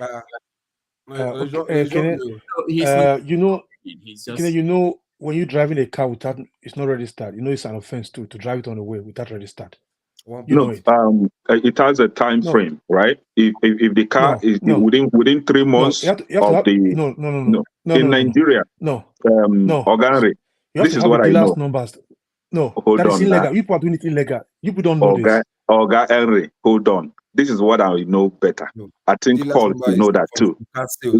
If the car is for sale, if it is not for private use, you still have 3 months time frame to have it registered. So provided the papers are complete. This is what Nigeria. People say. It's not the Nigerian constitution. That's what I'm saying. Trying to tell you. If you're driving a car that is registered from Lagos to Benin, no police will take any bribe from you. This is what I'm trying to tell you. I was in Nigeria. I spent 6 weeks in Nigeria. Oga Henry. Yes. Customs. Yeah. I don't even have any problem with I'm talking about the police. The police in checkpoints. I live in Benin. I don't even have to explain anything to them. I'm accountable or responsible. I can only respond to the customs, right? Even the customs themselves did not even argue this that you're trying to argue now, because they know he's still within the time frame, right? Yep. To escape these people, that's what I'm trying to say. They can hold me responsible. To escape these police officers, this is how you have to do it. No, Henry, the thing is this, right? Yeah. The thing is this: if dealer's number only comes if you are buying from a dealer, that's where you get dealer's number. You understand? But if you are clearing from the wharf, you understand? Hold on now, Henry, hold on now. If you are clearing from the wharf, it's not a must. I must register my car in Lagos before traveling. Exactly. It's just they will because give you temporary numbers. They will give you temporary number to drive it to your state. That's what I'm saying. They do it. The temporary number is fake number, and I refuse. They wanted to give me temporary number is fake. I refuse to take anything fake. Do you understand? It's fake. It's not even mandatory that you register as long as Yeah. you have all your import duty. Because as the date, as long you have the date, it's just coming out from the wharf. Do you do it in America like that without no plate number? Your car drive it along the street. American law is different. I'll leave that. In Nigeria, the same No, thing in too. America, we will do the same in America. If you buy a car from a dealer in America, the dealer will give you temporary tag for 1 month. If you buy from a private seller, if you buy from a private seller with bill of sale, right, you can actually drive it for 3 days on the road. According to my state, I don't know about other states. Somebody's raising his finger up. You can go to the office and get a temporary number, drive your car to your state. They do it. Registered ones. Let's leave that and let me speak. In this registration, here in India, We're not buying car now. Let's go back to local. Go ahead. Okay, yeah. So, hello guys, how you doing? Okay, my man, longest time. Yeah, Mr. Aluko, I agree to sir. Asking after you, say, where is everybody? Show everybody, small are coming back, no problem. Anyways, for the Kanu issue, right? I know if I say this, everybody will angry, especially Kenny. That was why I saw Kenny. I said, this matter, I'm going to join this matter. I'm going to stop this matter. So, but the thing is, for me, my observation with that court incident, right, is just Kanu had to say what he needs to say. Not what he wants to say. He has to say what he needs to say. Just to like, okay, fine, my hands are clean. Whatever you think you're holding me for is not what I represent. You understand? That's why he has to say what he has to say for camera purpose. You understand? Even when one journalist tried to ask him about what Ekpa is doing or whatever, Ejimako quickly, please, I beg, no cause problem. The way we plan it, make it be. Don't come and spoil our show here.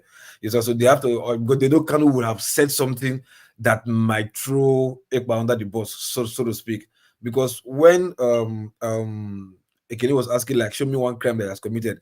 Sometimes I can be in the Middle East, right, and I'm doing YouTube videos to like, yeah, we have to deal with America or deal with the Western world or this and that, and they will call me that I'm a terrorist too, because I'm a terrorist sympathizer. You understand? I'm pro-terrorist. I'm pro maybe war against America or war against Europe or wherever. You understand? So that would be the crime I'll commit, but it may not be in my land in the Middle East where I'm committing the crime, but the crime I'm talking against will hold me liable. So in the case of Ekpa might not physically or literally do anything against the Nigerian as a state, but like if his utterances, you understand, is foiling what is happening, the Nigerian state might want to like hold you liable. You understand? But like I said, these are all subject to proving, because he might also say it and Nigeria might not have a case against him and he might go free, and he might say it and Nigeria will have a strong case against him and they might indict it for him. So it's a little bit of a mix of both anyway, either here or there. But from the surface value, the Nigerian state will always have the right to hold him responsible, because if after his utterances that you see the mayhem that's committed in the Southeast, then they'll definitely put 1 2 together and say you are the cause. You understand? Definitely, if something is happening, you understand, as an investigator, you always look for a face for whatever is happening. You understand? It's only when you don't have a face, then you're like, okay, maybe it's like how do you call it, like a plot from an organization like a cartel that is doing this. But if you know you can have a face for whatever crime is committed, then you put a face to it. So they've linked Ekpa to this because of his utterances and all that stuff. So that's why they hold him responsible. Yes, and that's what I have to say for them. But then for the car stuff that was coming about, I know Rudolph has known that anyway. You, as far as the car is just got to Nigeria, is from the wharf, you have liberty to drive it, because the wharf is a Nigerian thing. Custom price covers you nationwide, so you can choose not to, you understand, register it in Lagos. I'm taking it to Benin because I'm just coming back from wharf now. So I mean, come on, just like your license has expired. Ideally, most Nigerians don't know this. If you have expired driving license, you have a grace period of about 3 or 4 months to renew it. So you can also drive with the driving license for like 3 months or 2. and you're not still committing a crime. But Nigeria, if you expire the license to just expire in one day, Nigerian police, you've committed a crime. So, but sometimes I think these are things that we don't really know as citizens, and the police are happy that we don't know. So they want to prey on us on every little opportunity that they have. That's it. All right, thank you, Loco. Before we go to Mbore, let me just announce that tomorrow on 90 Minutes Africa, we have a scholar, senior lecturer, and anthropologist from University of Nigeria, Nsukka UNN, Dr. Chidu Ugu, joining us to talk about the state of Nigerian universities and the future of our children, education in Nigeria, tertiary institutions. He was a fellow at Harvard School of Government last year, I think, or 2 years ago. So he will be able to make a comparison for us and what he experienced in America and what is going on now in Nigerian universities. So tomorrow at 12:30 New York time and 5:30 p.m. Nigeria, he will join us. All right. Who I think the next person is Mbore, because everybody else waiting on Nnamdi Kanu and Simon Ekpa. Let's hear from her. Welcome to the show. Can you unmute yourself, please, Mbore?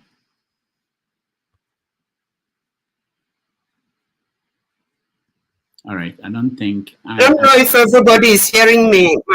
Okay, yeah. Man, I use the microphone. Jesus Christ. We're hearing you. Go ahead. We're hearing you. Oh, you're hearing me? Yeah, now. Loud and clear. Uh-oh. Okay. We can't hear you. Okay, good. Go ahead. Thank you very much. My whatever it is here is acting okay. All right. When you start hearing me, just let me know.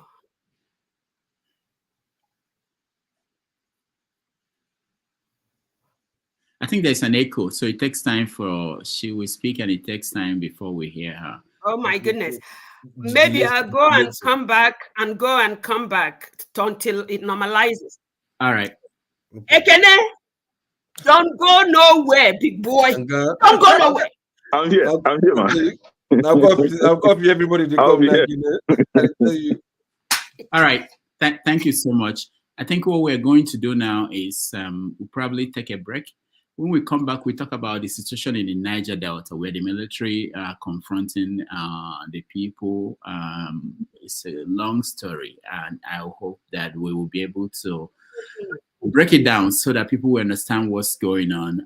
We also talk about the history of Nigerian military confronting the people. So let's take a break, and we'll be right back. There is a long history of the Nigerian military encountering some armed groups while they are doing their job. And when that happens, the military reacts the same way all the time.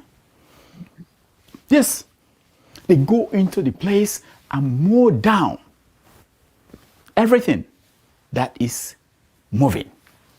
And they burn down everything that is not moving. It is in their DNA. You can take that history all the way to the Civil War period. Remember Benjamin Adekunle Scorpion? He said it. It has been the doctrine. Now, normal people will ask themselves, 60 years of using violence to resolve issues. Where are we? What have we achieved? Has it stopped armed men from attacking the military? Has it? Has it stopped the military from storming villages, killing innocent people in revenge? Has it? Has it made us better humans? Tell me. All of you saying they should be leveled, that town should be leveled. Typically, when this incident happens, our reaction depends on how close we are to the victims, to the casualties. Yes, if the people we consider our people are impacted, we show our outrage. If it is the people we consider others, yes, others, we feel they deserve what they are getting. But over the years, some of us have noticed something profound, that violence begets more violence.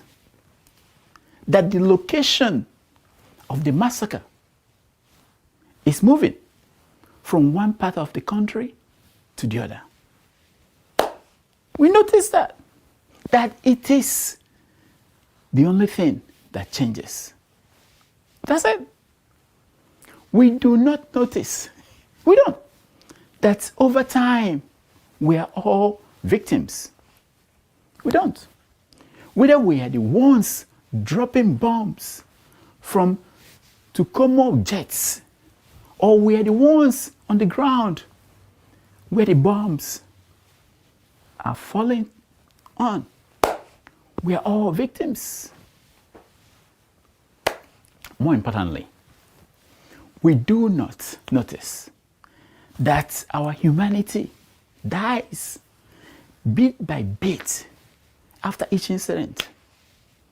You cannot hold someone down without a part of you being held down there. And so it is that you cannot devalue the lives of others without devaluing your own life. It goes without saying. It reaches a point when even the mad people stop. They stop doing the same thing and expect a different result. Yeah, mad people stop. But we don't.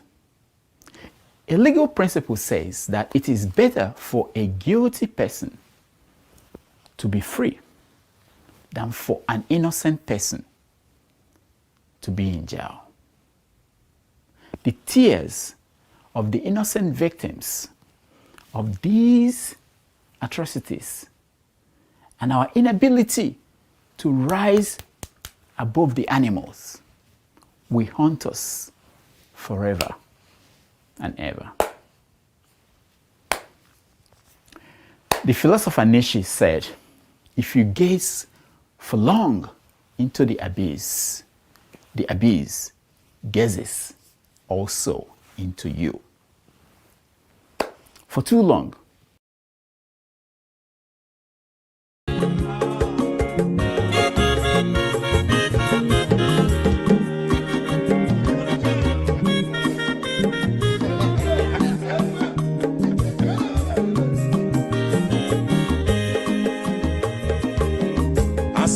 onye ọma zoro bio akwa nwa zoro bio Max ịbịa bunye gokwanụ m n'ofube n'azụ ụlaga n'ịbịa zigo mmanwụ ụlaga do n'ịbịa zigo akwa nwa ilochi yo biko rapụ zoro ka ọ nabazi ya onye ọma zoro biko abọmma nwatara ndasari ịbịa onye nịgwana m ụlagado n'ịbịa zigo mma ụlagado n'ịbịa zigo abọmma nwa ilochina biko rapụ zoro ọ na-abazi ya Mazi wakoma odogu na kwerezi neka onyoma nigadele mo Mazi ni mazi ngame Ibu go with melody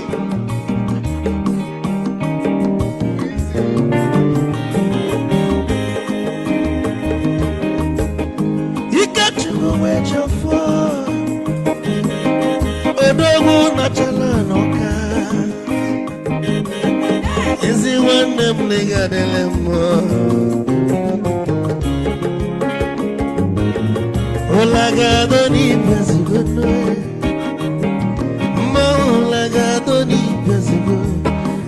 Abamawilo chilo, bikorabuzo, anabazi. Say, onyamazoro de. Abamawazoro de sorry.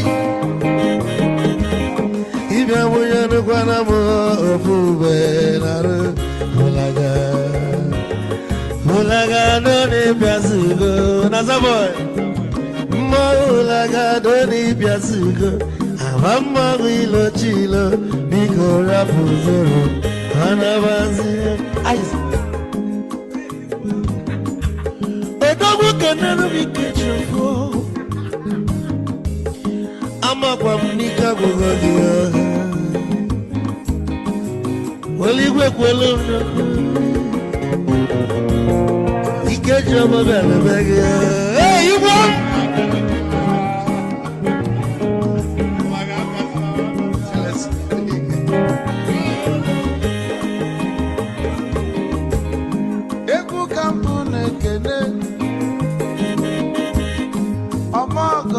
so chukwu emekalumo ike chukwu negaji esi nwanne m ekene ịlapụlụ ife niile na-eme wee bịa nke gosili na anyị na gị bụ nwanne wisdom ga-adị ka nye gị maịkị ka ogobanya bụ egwu isili mmaksi ọ bụ na-etiri egwu a malụkwa malụ n'imego m ife ọjọọ wee sị gị nwanne m ife ọkụ na ịchọlụ na ngeme wisdom onume ekene gị agbamanwụ iyo iyo biko lapụ na masị ya zoro zoro zoro zoro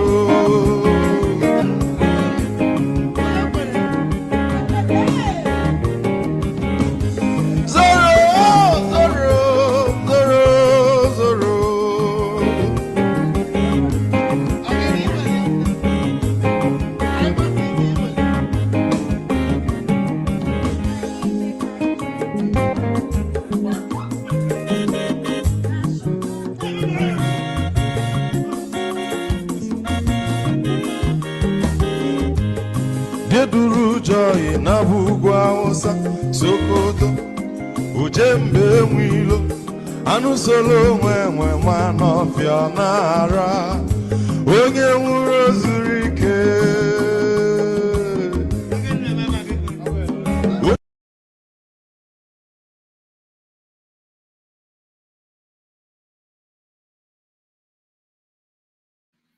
Okay, welcome back everybody. Thank you for being in here, staying with us.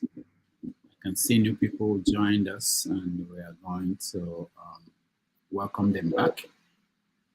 Give an opportunity to weigh in on some of the subjects that we're dealing with. But we want to move a little bit and talk about what's happening in the Niger Delta.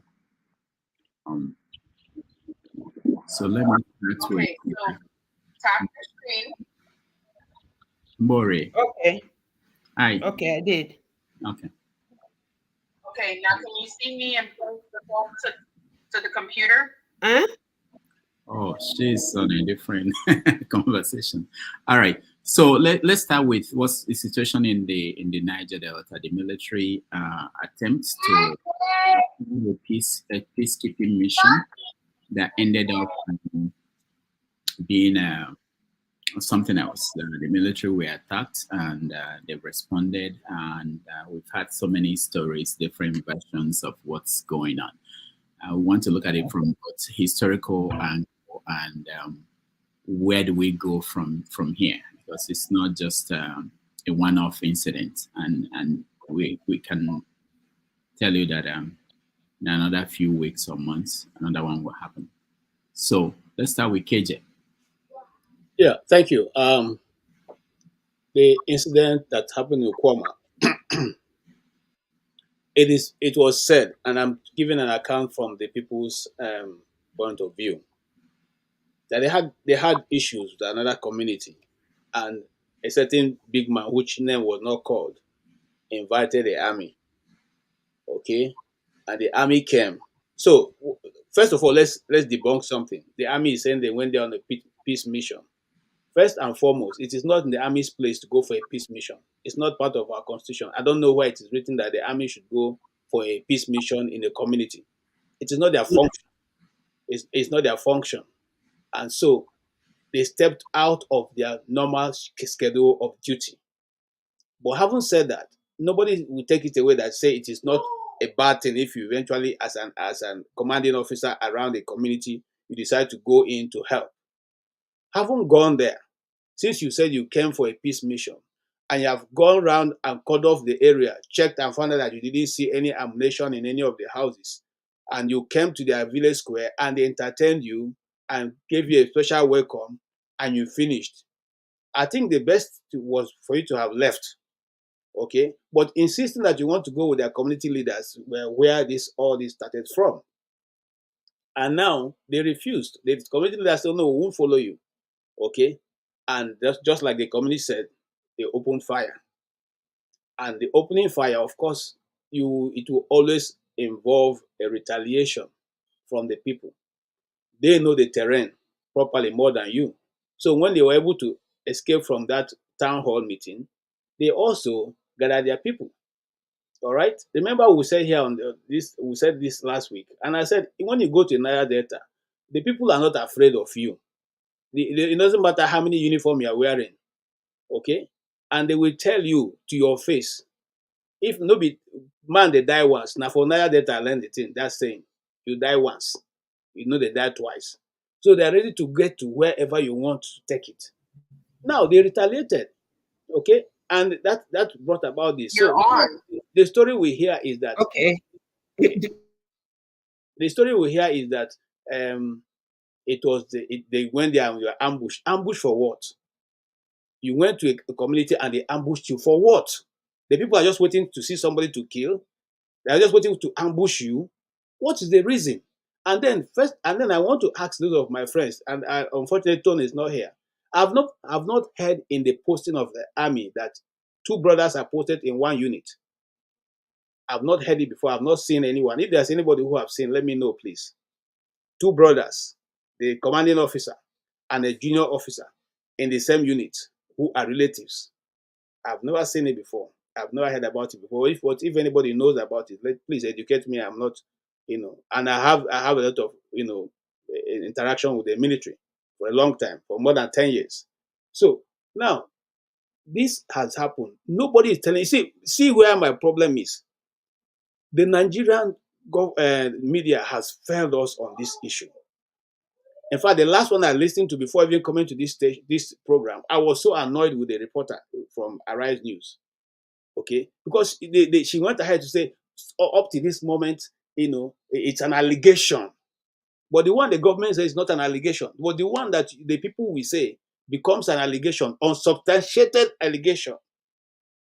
Okay, the people were just attacked and ambushed. It doesn't happen anywhere. So what am I trying to say? It's not the first time, not the second time, not the third time. It's not going to even be the last time. And Rodolph, remember something. A week ago or 2 weeks ago, and a brigadier general in the army said the terrain where people who kidnap the children are so difficult for them to get in, so that they could not follow up. But the terrain where you have ocean, rivers, very deep forest, it's not difficult for them to get in and go and chase people and settle disputes. Look at it, please, gentlemen. Have an open mind. Let's interact with this issue. Let's touchlight it properly. Okay, these areas that are so difficult, even for us who live in the riverine area, it's difficult for us to go to what they call the mangrove areas, where the rivers are reaching more than your knee level. If you don't know the place, except somebody points out to you, you can't get into the forest because you drown. Okay, it is difficult for us, we the indigenes, to go there, but it is easy for you to chase people to that forest. It is easy for you to go into those deep areas. And now now there's even where I'm talking about that women, children are in the bush. They've been cuddled off. No food going to that community. 3 communities have been cuddled off. And the army is not allowing the police to go in. They're not allowing the journalists to go in. They are the one carrying out an investigation and the one giving us the response of what they feel is the problem. Is there anywhere it happens in this world? The government is begging the army, please take it easy. The so-called president is telling the army, do whatever you can to bring the culprit. And the army is busy like their normal trade, just like you did in the opening. They get there, they burn down everywhere. Okay, it's only done again. Let me not reduce it to north and south, but most times when they go to these communities, they burn it down. Is it done anywhere? That's the act. These are things done by people who are not trained, but you are supposed to be a trained force that has, you have you know what it is to do a more civilized battle. Okay, you act like that. You act like the people they are looking for. You are also a terrorist. All right, you burn down the Igbo villages. You are still burning these places, Niger Delta places. Okay, we have the story of Odi. It's not different from what you are doing. We have the story of the people in Zakibia. It's not the story different from what you are doing. And now we are seeing the same burning going on. When you say it's not the people, in fact, the reported in Arise News this morning said nobody had been able to identify who is burning the villages. So the people got annoyed and burnt down their villages. Sometimes, even as a reporter, as a news, before you say these things, think about it. There's a conflict, and the people's villages are being burnt. They don't have any other home they're going to go back to. And then they just decide to burn their villages, burn their property, and even saying that nobody has been identified whether anybody's alive. No, the people said over 60 people are missing. A chieftain of that community said they have people who they cannot identify because they're not from that community. People come from there to do business and go back. Some of the people that are down there now have nobody to identify them because they're not from the immediate community. But we can hear from Nigerian media, which just takes, they take pride in just regurgitating whatever the government say, whatever the army say, whatever the government say, just regurgitate it. If you just say today, oh, this KJ is a criminal, they go and say what certain KJ have been. They don't even bother to investigate, even just make a phone call to the people in the community. Say, what is your own? I thought that investigation is that you listen to one person, you listen to the other person. You as a reporter now marry the two story, leave the audience to be the one to make the judgment. But these days, they just cook up the story and make the judgment themselves. And that is what the Nigerian, every other media will pick it and continue to. It is not done. I'm so disappointed with the Nigerian army, honestly, because you have not been able to take care of common, rictac army called Boko Haram. But you find it so easy to go to communities where people are defenseless and just mow everybody down and just burn down the community. And you take pride in doing that. Who does that? Where else does it happen? In which other community do people do this kind of thing? And then, what is the rule of law in such a situation? Are we at the mercy of the army? Is the army uniform more important than the police that is given the authority to mediate in civil matters? So the police cannot check the army. The army can do whatever they want. It's unfortunate, but this is the situation. So when we are discussing, let's have an open mind and don't be, I just end there. Thanks. And when I come back to you, KJ, I will want you to also look at, because that's always my concern. When it's happening in Nigeria, we feel in a certain way. But when it's happening in Gaza to other people, even within Nigeria, if this is happening to other people, most Nigerians feel in a certain way. But when it's our own people, the people we consider our own, everybody in Nigeria should be our own. But I understand that people pick their own. When it's people we think is our own, because what the Nigerian military, what they are doing there, it's not different from what the Israeli military they're doing in Gaza. But some people will disagree, of course. You see. No, but hold on. I'll come back to you, KJ, for that angle of the story. Let's talk about what is actually happening in Nigeria. Can I? Okay, Dr. Lemegis, thank you. My elder brother, KJ, when you were speaking, I was really, really feeling how emotional you are, over what is going on there. But you see, you can't cry more than the bereaved. I think today I will devote today for the likes of forefathers. I'm waiting for them. Midnight, we're here together. because a lot of things must be unraveled today. So Delta State Governor admitted that buildings, properties, lives were destroyed in Okuoma and Okoloba area. But the same governor refused to tell us who did the destructions of life and properties in those states. I think he's afraid of the soldiers. Just the same way the media that you are calling out right now are afraid of them, because Nigeria is a place where you can speak the truth. If you do, you'll be arrested, and punished. But this is it. You see, in November of 1999, there was a place in Bayelsa State called Odi. Nigerian government were sent out there, and a lot of lives were executed, like as if they are not human beings, and nothing happened. In 2001, for 4 good days, a community in Benue State, Zakibia, was leveled, no lives remaining. I think they call it Operation No Lives, right? Or Operation something. They target a name. They were even proud killing the citizens, and the federal government gave them the support. And this is exactly what is happening, or what has happened in Okuoma, Okoloba community, where you have the Ijaw people trying to dominate the Urobo people fighting back. It's all about dominance. And when you talk about the Igbo or what is going on in Biafran land, some people will come out here and say, "Oh, you don't say that Emeka from Iseluku is Igbo, because if you do that, you just want to have them in your Biafra so that you dominate them."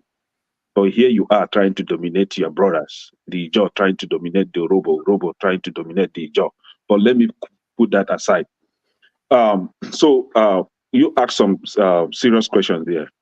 What is the 181 amphibian battalion going to do in those communities? Does it mean that we don't have police?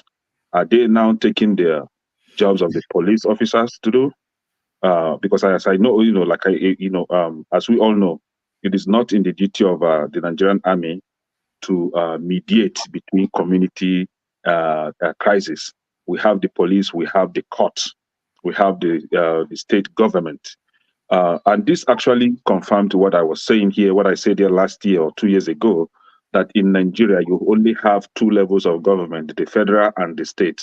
They've successfully killed the local government. So there is no governance in the local areas.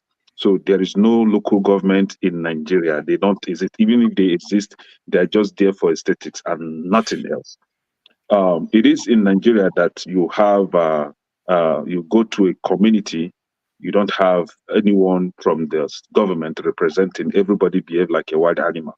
The only chief there, or the only leader there, you have the one useless criminal king and one criminal retired godforsaken community president. They call them president general of communities. These are the 2 clowns you have in the community, terrorizing everybody, stealing lands from people, and getting all the support they could get from the state government. So it's because you don't have government in the local areas. That is why you have army from Asaba or from Abuja going all the way to those villages to go make peace. But the thing is, if you go online today, if you go on TV, what you'll be hearing is that soldiers were killed, soldiers were killed. What about the lives of those people? The people that the police kill, would they be able to make the list of the number of lives lost in those communities killed by the same Nigerian government? You came to make peace and they open fire. You a clown. This is the same way they did during the Biafran War, that they deceive our brothers that they came for peace. They come to talk about peace, and when our people came out to embrace them and even offer them cola, all they did was open fire on men, children, women, pregnant, infants. They killed everybody, and nothing happened. And this is the same thing that they repeated in those communities in UAE. And then nobody's speaking about the lives of those community people. I mean, the villagers that were being killed by the Nigerian government. All they about is about the Nigerian soldiers that were killed. I, for one, I would never sympathetic with those soldiers.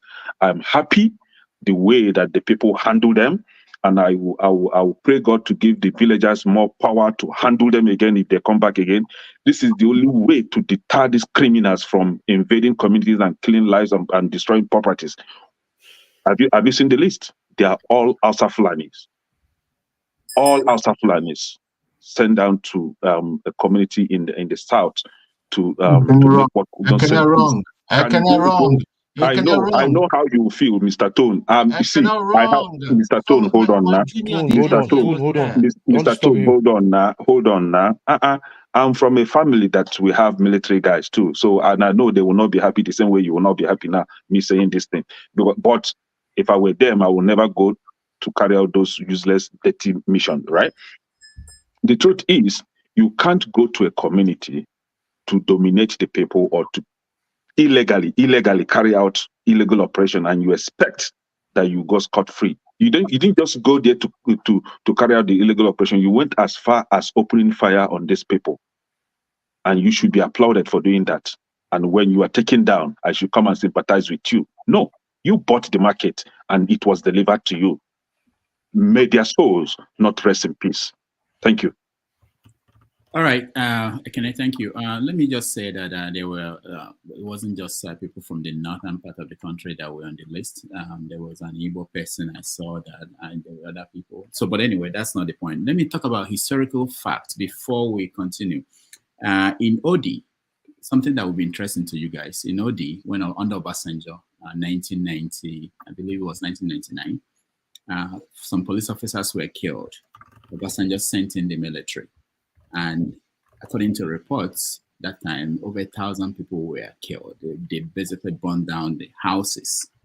The person in charge of the military that time was Victor Malo. He defended it. What happened? And then Zaka Bien, I think that happened 2001. And Victor Malo was from that place. At that time, he has been retired. And he was complaining, the military, what they did in my area. So sometimes we have to, I think at a point, we have to stop and say, is this the best way? Both the people who are fighting and the military who are responding, is this the best way? When do we say this is not, we shouldn't be behaving this way? All of us, every side. Of course, the interesting thing about this story is it reminded me of the Asaba massacre during the Civil War. That the people came out to receive the military. And there's nobody contesting. And then from there, it became something else. For those talking about the media and the report they're getting, the point is that there's a big media blackout being enforced in that area. They don't want people to see what is happening, which is unfortunate. Yeah, go ahead, okay. I agree with you, but where I differ is this. Since there's a media blackout, the simple reason why there's a media blackout is because there's something that is being hidden.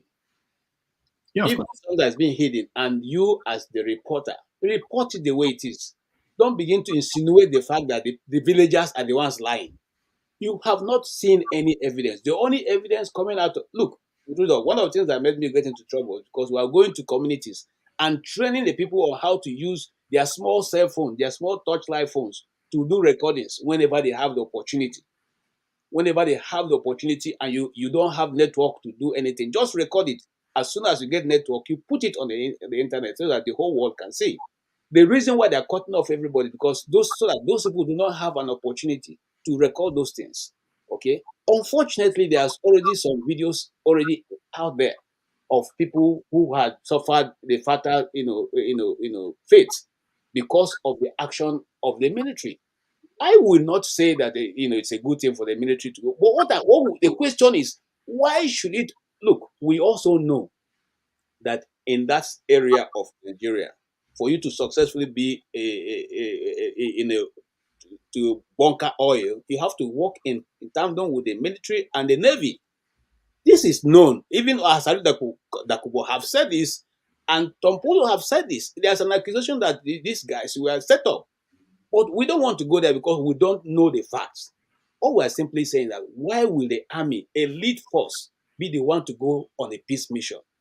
Why didn't the police get involved? Okay, if they chose to go to a peace mission, why did they not take the police along? Since it is the civil issue, It is not a war. The two communities are not fighting war. There was nobody being killed. They were just simply quarreling over a particular piece of land. Why did the police not get involved? Why was it not a mixed force? Why did the chairman of the community not get involved? Why did the governor not get involved? Now the military is saying the governor himself, the chief officer of the state, cannot go in there. The police commissioner cannot go in there. So who governing that space right now as it is? And then how do we now verify the information that is come from defense headquarters? We must just trust the army that they're telling us the truth? I don't believe that. All right, thank you. Henry, go ahead. First of all, we are not in the military regime. I thought we are in democracy, where we see police don't do their job. The soldiers have to do the job for the police. Does it make sense to you? Those who want to come out and defend the military here. I know somebody will come out and to defend the military. The military is supposed to be in the barrack or support the customs living by the borders. We have terrorists terrorizing our people in the northern part. They are citizens living as refugees in their own country. The military cannot go down and protect them. They are going to settle community crashes. We have police there. This is job for police, of police officers, not the military. You will find out if you go. If the time will come, all the secret will come out. What the military want to do there? These are illegal things they want to do there.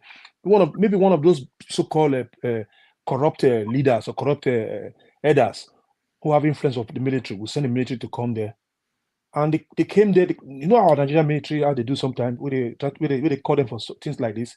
They don't use their brain to find out things. Maybe they oppress the other people. Then things got worse. I wish the military, nobody died like this.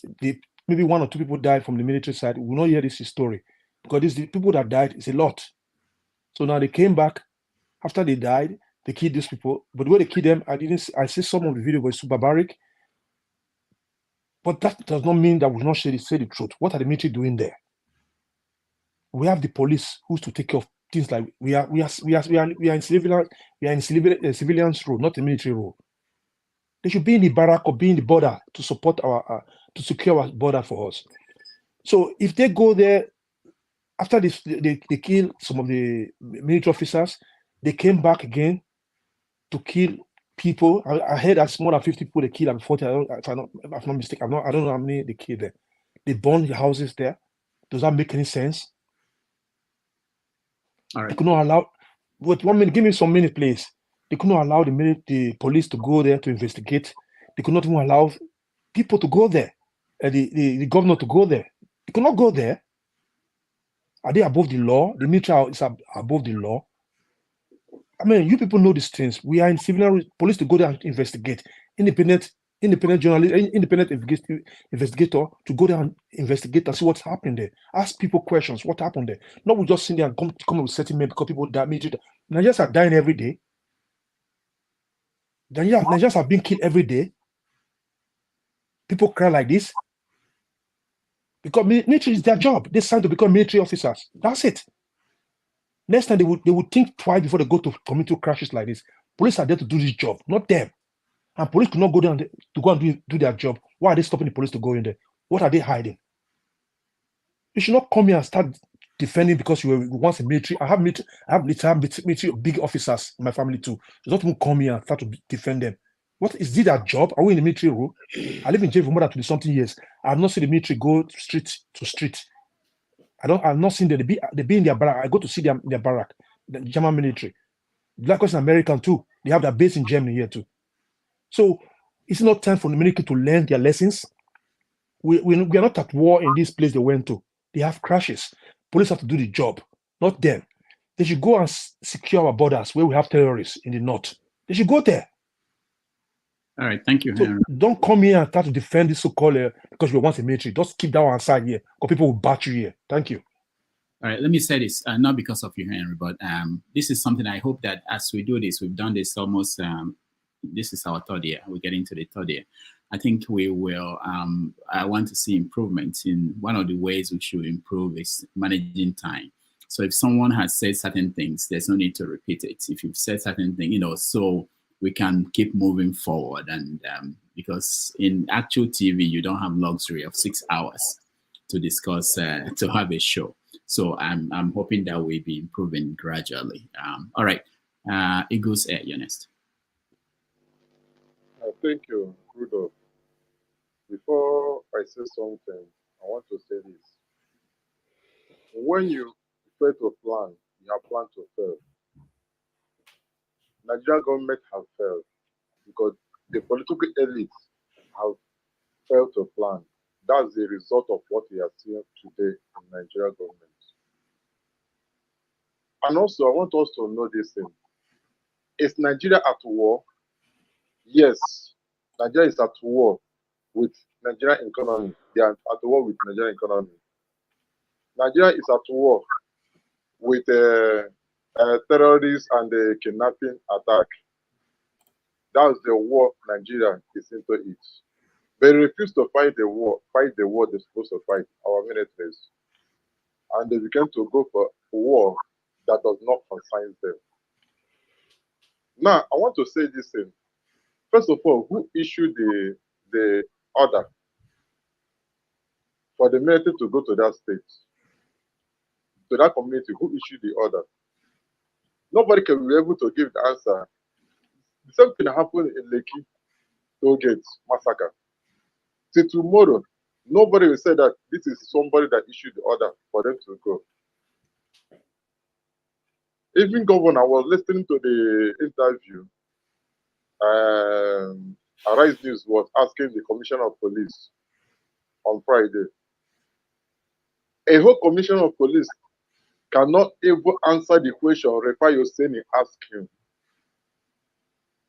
What did Remi Tinubu ask him? He asked him, Mr. Commissioner. He said, yes. You are in charge of that division. You are in charge of that place. He said, yes. He said, have you go that place and investigate what happened? He said, military did not allow him to go and investigate. What a shame. Governor himself, when he went to Abuja, they asked him a question.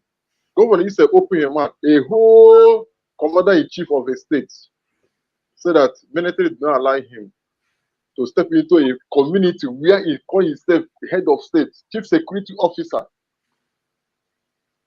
It's not a failure in Nigerian government. It's not a disappointment. It's not a serious slap on our face. Then why did the military keep on hindering journalists and the rest of people to go and find out what happened in that place? Because they have committed a serious mayhem. They have committed a serious massacre. So they want to cover it up. That's why they do not allow anybody to step into that place. Meanwhile, we are talking about because they killed 17 soldiers. Did anybody have a record what happened to Imo State? In our mama, how many to just burn down the whole people's house? Nobody wants to talk about it. Go to Mbudi in Imo State. The same thing happened last year, the same place. Nobody talk about it. Did they kill military? No. They say that they suspected terrorists. They destroy people's business and the houses. This is a first stage. That's why I say when when people fail to plan, they have planned to fail. Nigeria have failed. That's why I'm telling you the truth. There's no rule of law, and where there's no rule of law, there's anarchy. What we're experiencing in Nigeria is anarchy. A whole military is controlling a whole commander-in-chief of Nigeria. Not governor said that he's the one that gives the order. Who gave the order? Nobody. Nobody can give account of it. Don't you see that there's a lot of problem in that place? There are a lot of things fishing in. If it comes to anything concerning South, it becomes a different matter. 287 children they kidnapped. Where is the military for them to go and save them? There's no way to be found. A commissioner of police were asking a question on Friday, according to Remi was saying, I was watching the news live. They asked him, then how are you going to make sure that you get those boys that cause the problem? He said that we have men on the ground tracking. So if you have tracking devices, but if you cannot track people who came to kidnap students and the rest of them, because if they come to East, they have a device they use to track, but they don't have it in North. So I want you to understand the kind of drama they are playing concerning East and all the rest of them.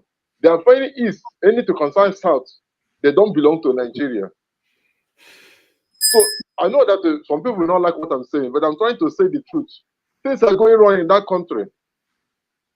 And this will continue and continue and continue until one day something like war break out so that people understand what I'm saying. Thank you.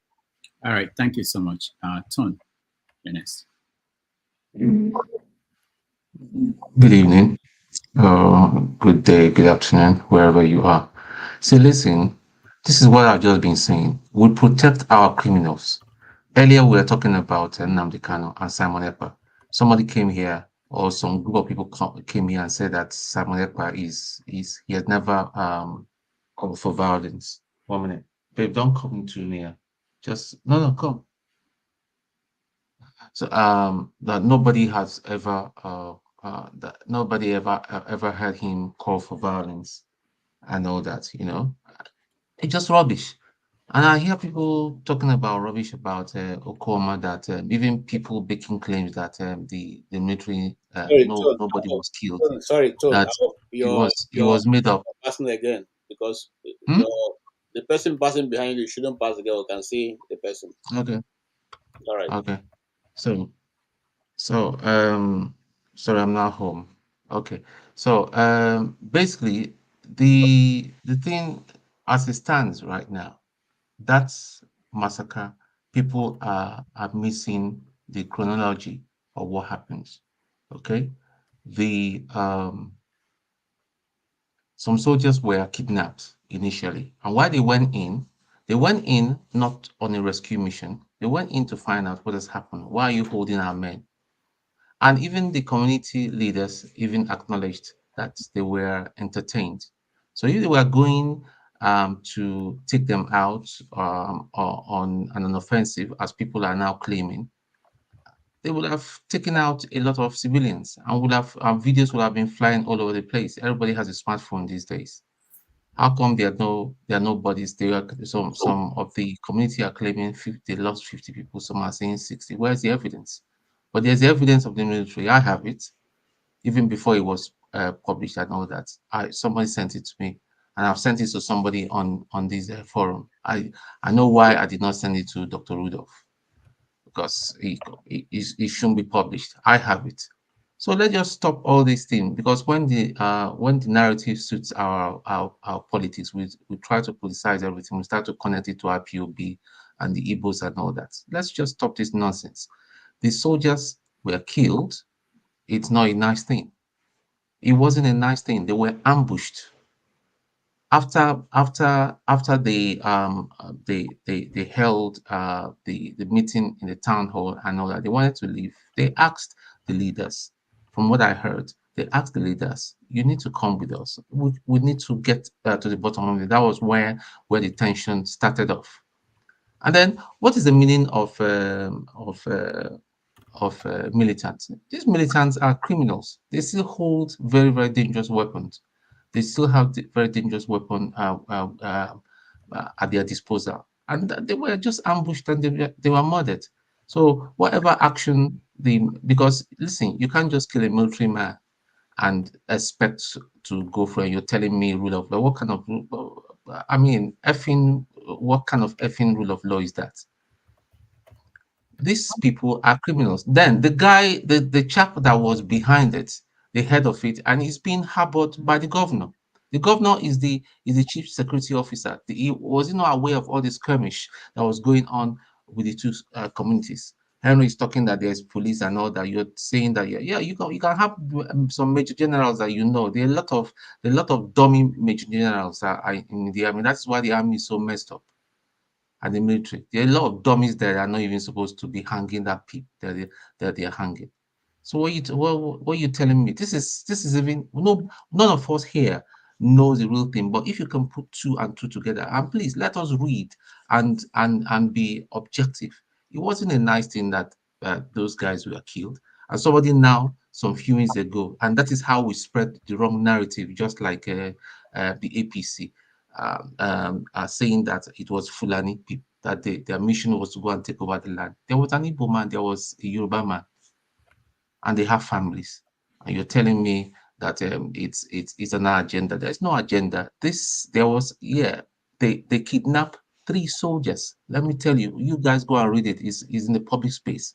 3 soldiers were kidnapped, and they went there, and you didn't expect them to go there without being armed in case of any eventuality, but they did not plan. But the only mistake was that they did not reckon that they were going to be ambushed. It was the ambush, and they were outgunned because those guys were armed. When you go in there with your standard rifle and all that, and somebody is there with the GPNGs and all that on both sides and what, I mean, you've got no chance. And not that they were killed, and not that they were carved open. Their uniforms were taken, their weapons were taken. What do you call that? Is that not terrorism? Bandits are terrorists. Militants are terrorists. Let's just call it for what it is. Simon Ekpa calling for people to be dealt with is a terrorist statement. So let's just stop all this nonsense. When it suits us, we support our own and all that. When it's wrong with a W. And when it's right with a capital R. That's all I've got to say for now. Thank you. All right, Tom, thank you so much. The flagship. Thank you, Rudolph.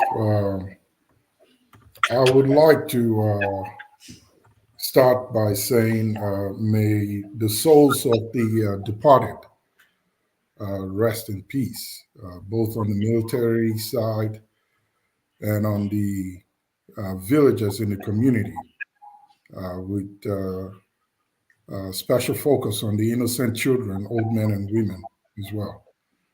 Okuoma village is a stone throw from where I am, or where I come from.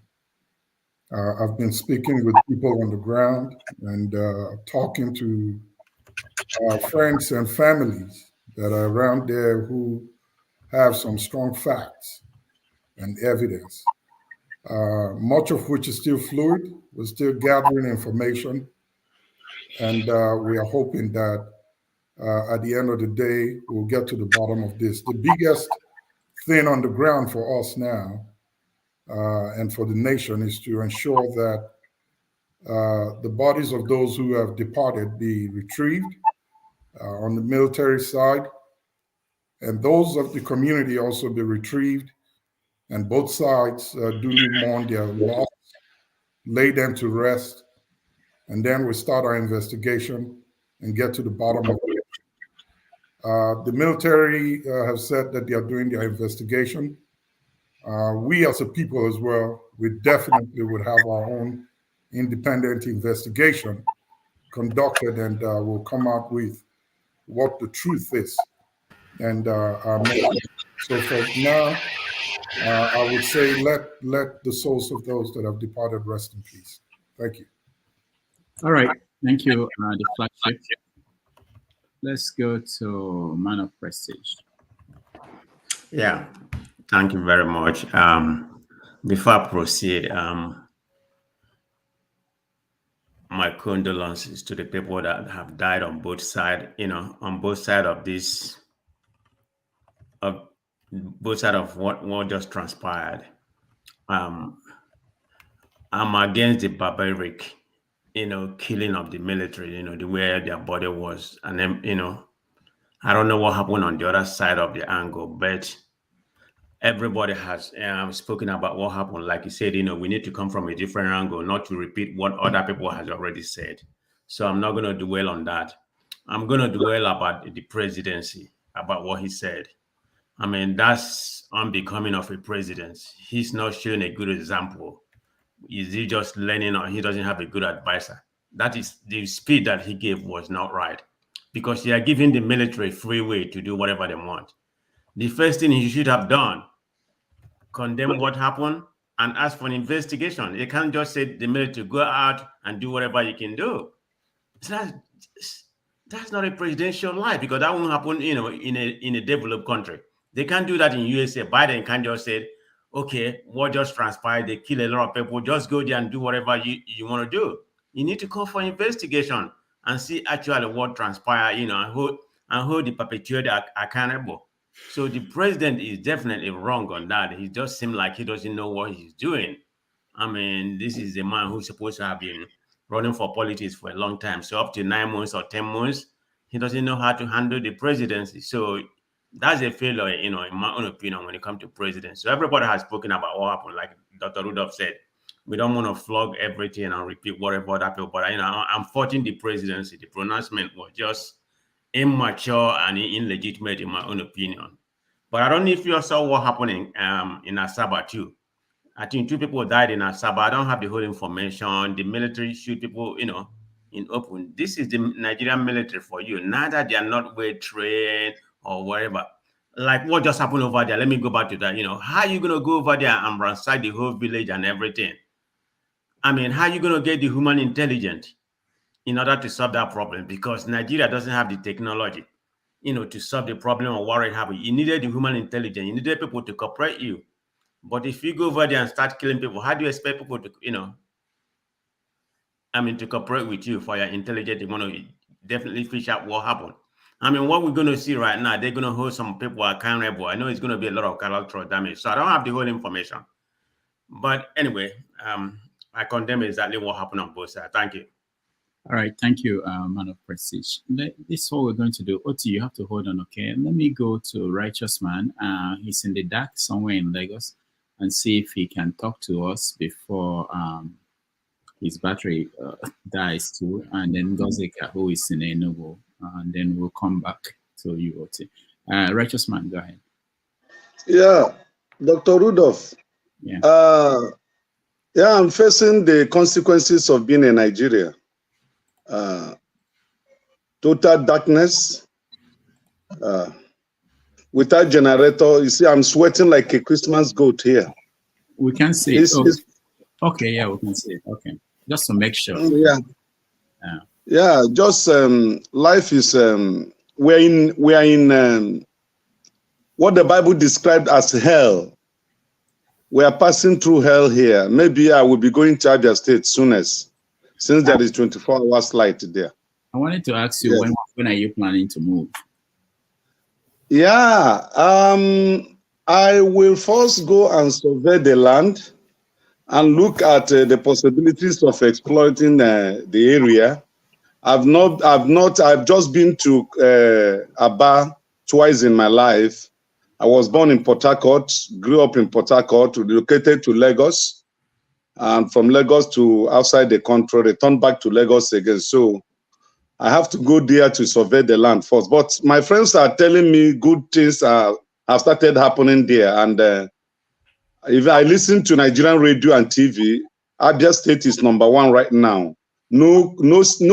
I mean, the governor said Lagos State cannot compete with Abia in the next 4 years. He's not targeting Lagos, he's targeting Dubai standard.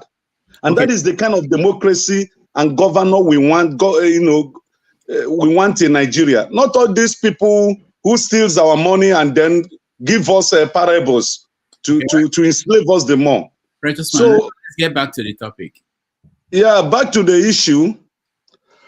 You see, I was expecting the military contractor in the panel to be here because he is supposed to give us analysis and breakdown of what he expected Nigerian military to do. He's missing, and I hope that he will join the panel very soon because he has been on the top of the issue of Nigerian military. I mean, forefathers. I've been looking for him since, and I've been asking. Nobody's giving me any reply about him. So back home here, during Buhari regime, 22 soldiers were murdered by the so-called terrorists and Boko Haram. The villagers where this incident took place were not killed. Nobody went after the village. Nobody burnt their houses. So first and foremost, I condemn the killing of Nigerian military personnel. Secondly, I condemn killing any human being that you cannot create. If you cannot give life, you have no right to take life too.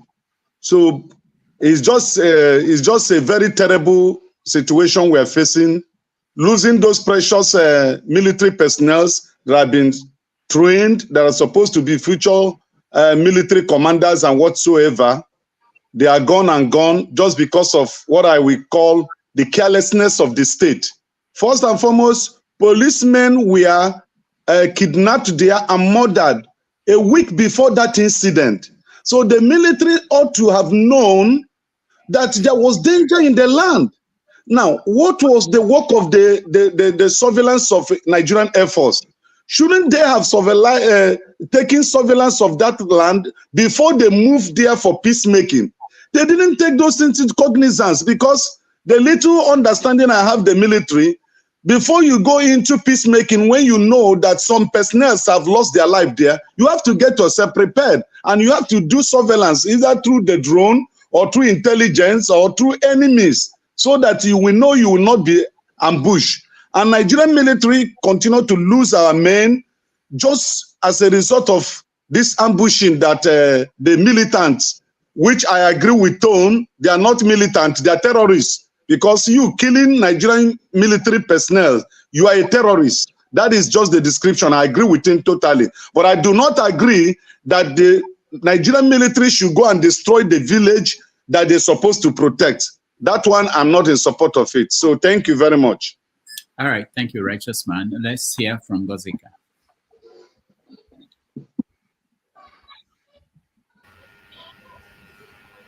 Good evening, everyone.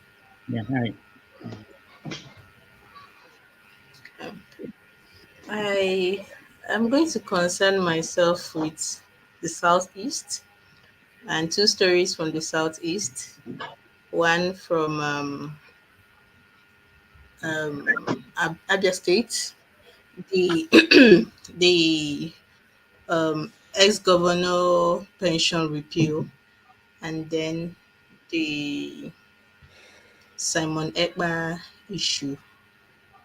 And then briefly, I'll touch on the Okuoma community massacre. Please, I crave your indulgence. I'm going to be as brief as possible. Let me start with Abia State. Currently, as far as everybody is concerned, there's only one governor in the whole of Nigeria that is working. Okay, make it three, because you have Sheik Gumi for your state. There are three governors that are working. You have Sheik Gumi for your state. You have Zulum of Borno State, and you have Oti of Abia State. These are the only three governors that look like they know what they are doing currently in Nigeria. And it is only right and proper that when we see people doing things right in a country like ours, we give them the credit. I am so happy that that law had been repealed. Enugu state government is not even shaking. They don't have the balls to do it. They can't do that in Enugu. They won't even think of it. So I'm so proud of Abia State lawmakers. Every single day, I am going to pray that their own no go loss. That is for them. Then for Simon Ekpa, I think his declaration as a terrorist is long overdue. And I want to say this. I know you people, IPOB people don't like me. I don't like you people too. The feeling is mutual. I want to say this. By the time they catch him, whether they do extraordinary rendition or whatever the name is, when they catch him and they start squeezing him, please spare us the torture of coming to launder his image here. Because I'll be here. I've gone to the future to wait for you people. I have gone to the future to wait for you people to come and launder nonsense image. That is how this one that that they are currently holding illegally was running his mouth, inciting all sorts of nonsense. Immediately they caught him illegally. Yes, we agree. But immediately they caught him. You people started laundering his image as if he's a saint. That is not a saint. He is not. He said things he had no business saying. Things that incited people to do things they had no business doing. If you are not bold enough to admit that you are not a good person, you're a terrible human being and you support evil. That is for the Simon Ekpa own. Then for the Okuoma community, I have been so sad since that incident. It is giving Odi massacre. It is giving Zaki Biam, what is the name of the other community? Immediately that story broke, the first thing that came to my mind was Odi. I said, the people in this community, if they have any knowledge of history, they should vacate that community. Because I knew the military was going to use the story of unknown soldiers to go and visit innocent villagers who did nothing to them. I'm not even going to go into the whole shenanigans, the whole na who win fight na im dey tell story of the military rushing out to say these soldiers were on peacekeeping mission and they were ambushed and they were killed and the community is shielding the people that did it, blah blah blah. It was later that news started filtering in that they came for whatever mission they came. After they were hosted, they wanted to leave and wanted to go with community leaders. The community resisted them and they started firing at these people. The military conveniently left that out. It was the following day that this news started filtering in. But the first day after that, the first day that this incident happened, all we heard that was there was a community that their youth went and killed soldiers. These innocent soldiers were on peace. Nobody, they didn't tell us that these soldiers had shot at helpless citizens first. And on their way, whoever waylaid them and took the lives of 16 of them. They conveniently left that part out. I'm going to round this up by saying that you see this history they removed from our curriculum, the damage it has done and it will continue to do, we never see them. Because if we were being taught history in schools, people in that community would have known what to anticipate. I am not talking about who was killed and who was not killed or for whatever reason.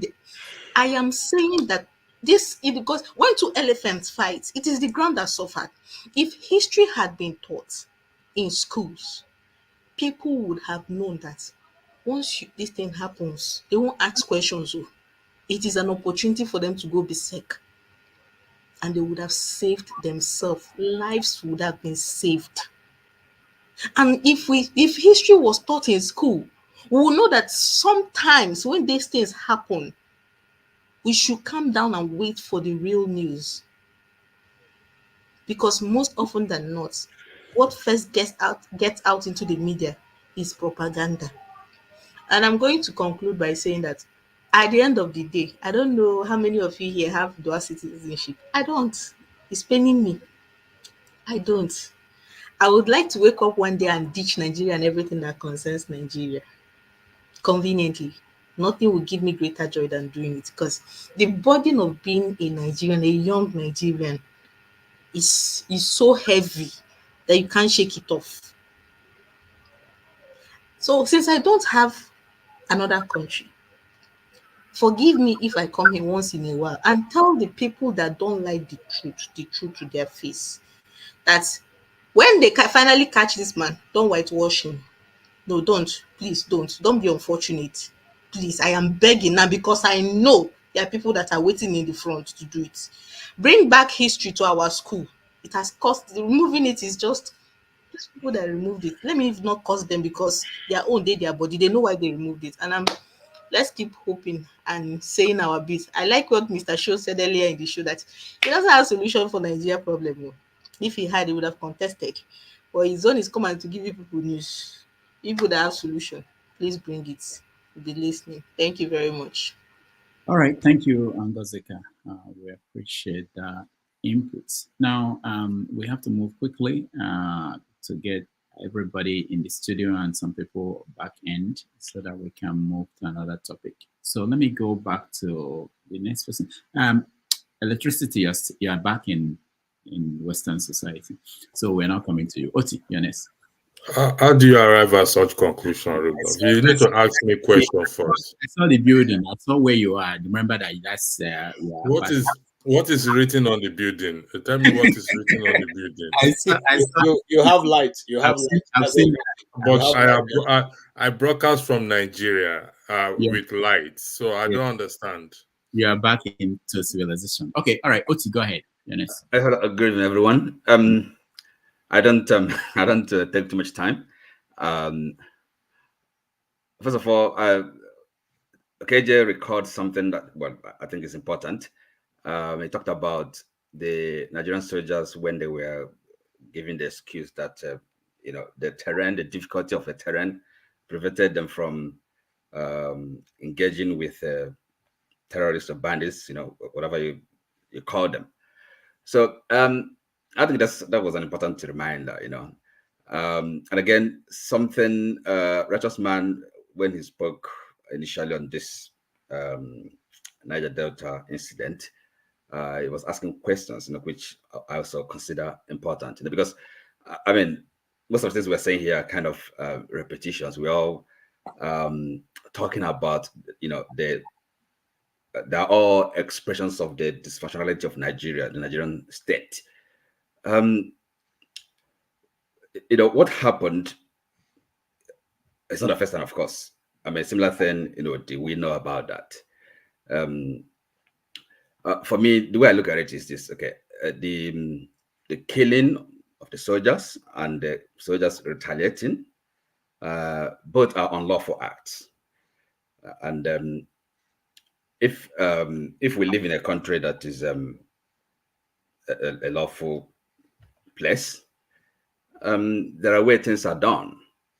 And whether you call them terrorists or, the people that kill the soldiers or not, well, it's unlawful killing, as I said. But then how the government that is supposed to uphold the peace and security of a state, of a country, how they respond, that is the more important thing. The soldiers, they also have they can also act unlawfully, as to my mind, they have done in this case, because you can't just go to a place and mow down every living thing in the name of fighting terrorists or bandits. Things are not done that way. So, and this really is connected to what the question Righteous Man asked.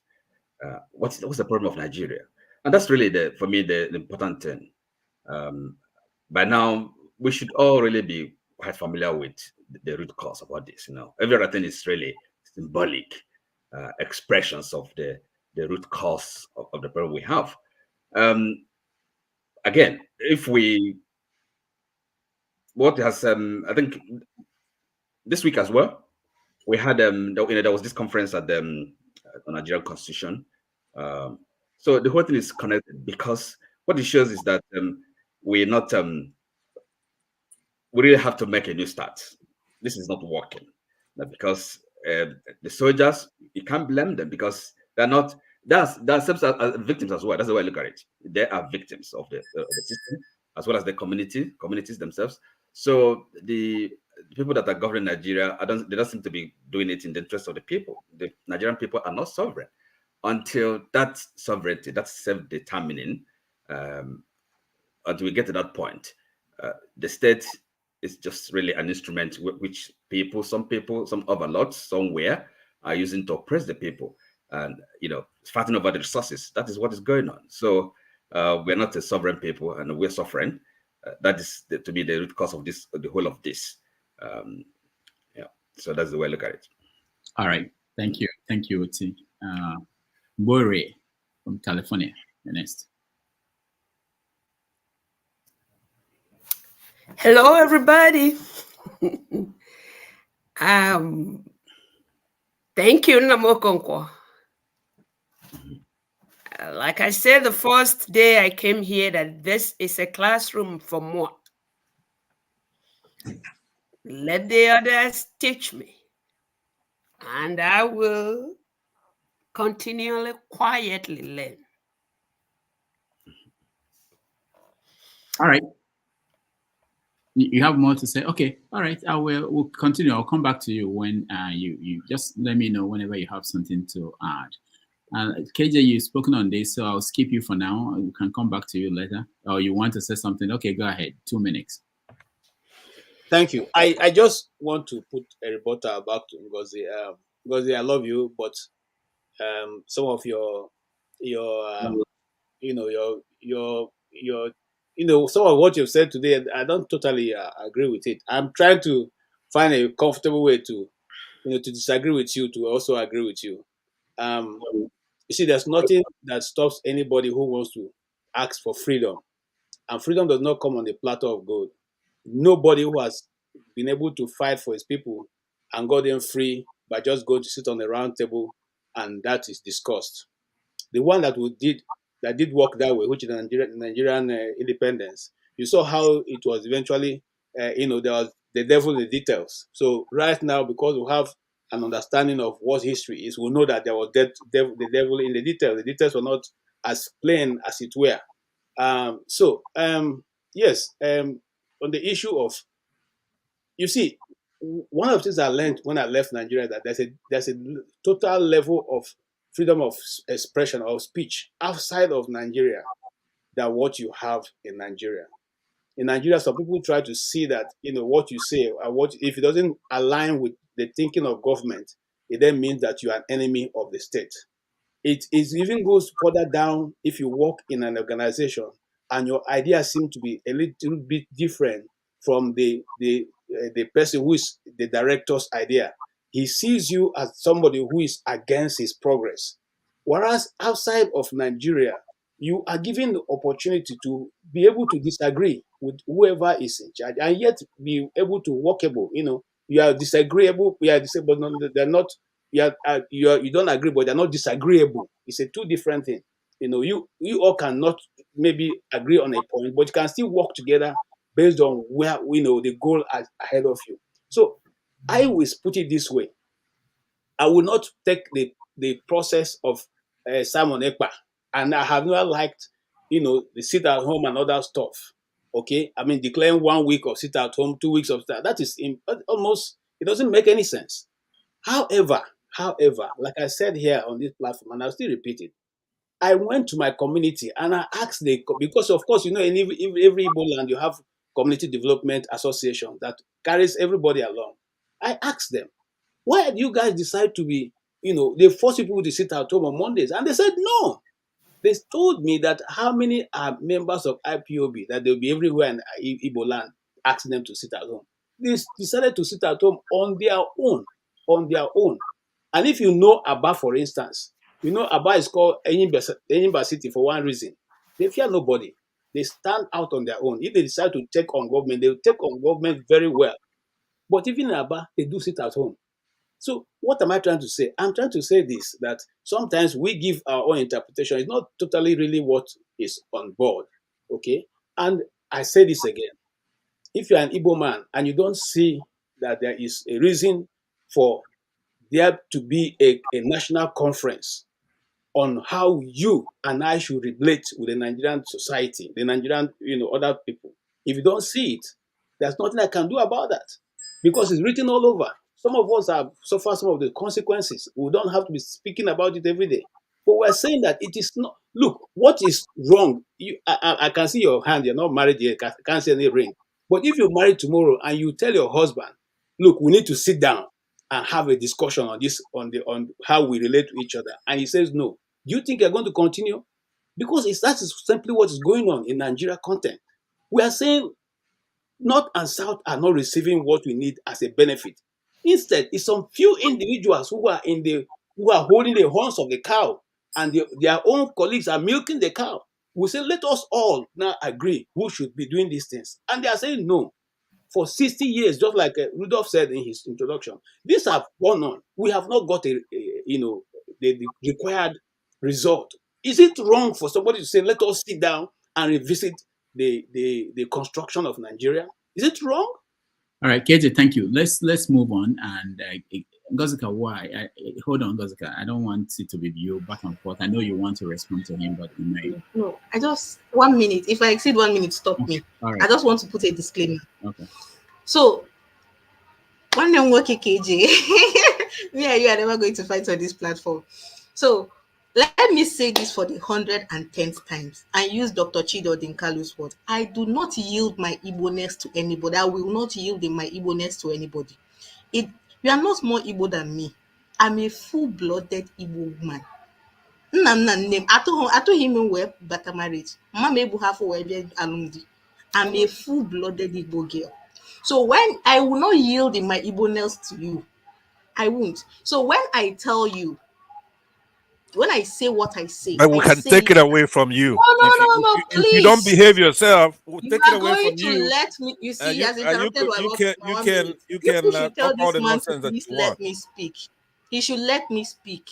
I don't take time in speaking. He should let me speak. Please, sir, don't interrupt me again. God bless you. You said 1 minute. 1 minute is gone now. And you are interrupting me. You are interrupting me.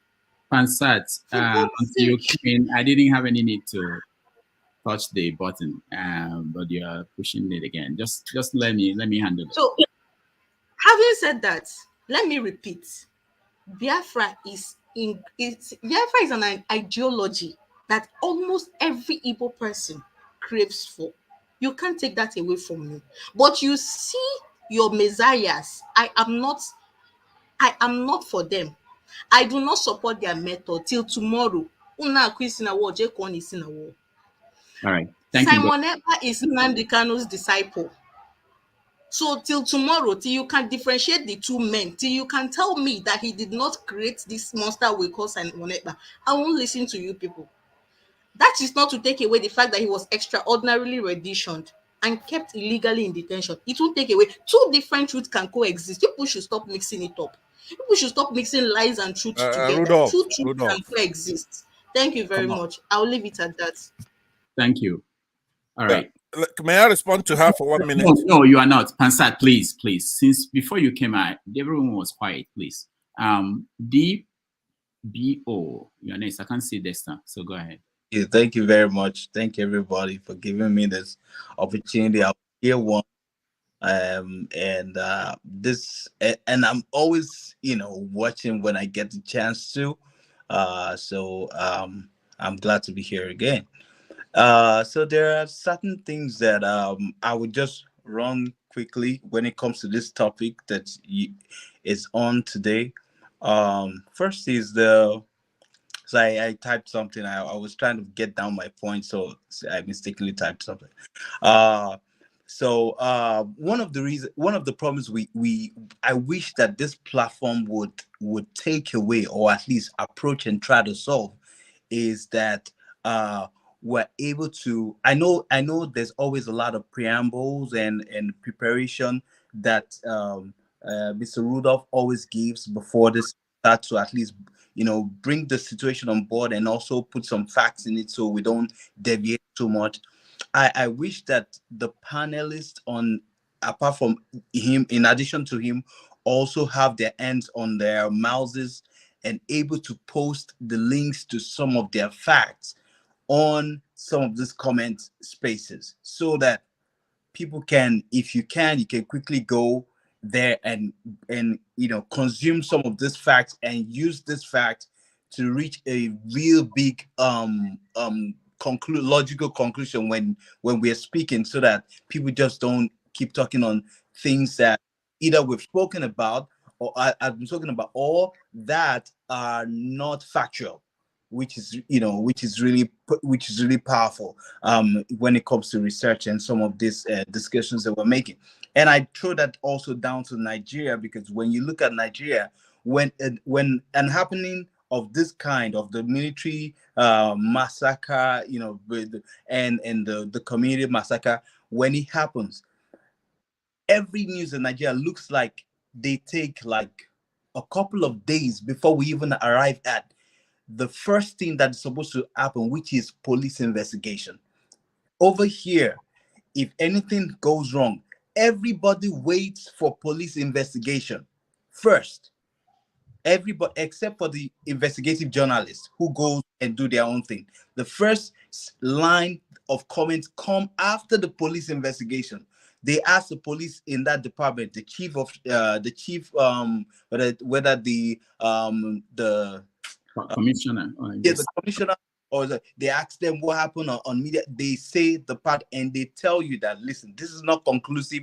This is still as per our investigation. And then people begin to make comments on what extra stuff they know that But it looks like in Nigeria, and which is the powerful thing in Nigeria right now, where the people who commit a particular crime will come out to say, I'm not a thief yet, until the court tells you guys that I'm a thief, even though there's video evidence. Even though there are video evidences, even though you were caught in the act, they will still say, no, no, I'm not a thief yet. Nobody has a right to call me a thief. Until the court doesn't tell people whether they're thieves or not. They prosecute people and send thieves to jail. So it's like a wrong, process of the society. How do I say it now? The society, how the society does things. So coming back to the issue of the military, I still think that in Nigeria, the civilians still fear the military. I still think that is a really big thing that needs to change by training in Nigeria, where, and the military knows, and they're capitalizing on that. That's why you see things like, when things like this happen, everybody hands up, knowing, like my sister said, they know that the military is going to go there to wreak havoc. So it just the last thing now I'm gonna say, we can help. I believe we can help. When I come to this platform, I try to think of one solution or the other. And one of the things that we can do to help is, I found out that Nigerians don't consume only 1% of the news. Nigerians in Nigeria consume only 1% of the news, even though 100% of the news is out there. So when we sit down here, we in the diaspora, we have the opportunity of collating all the news and presenting it on one channel, maybe on Mr. Rudolph's channel, and making sure that every Nigerian is getting 100% of the news. Because in one day, if I sit down, I'm always on YouTube listening to Nigerian news and all that. And when I sit down, I'm like, if Nigerians ever listen to the 50% of the news, 30% of the news that I'm listening to, they will not be acting the way they're acting.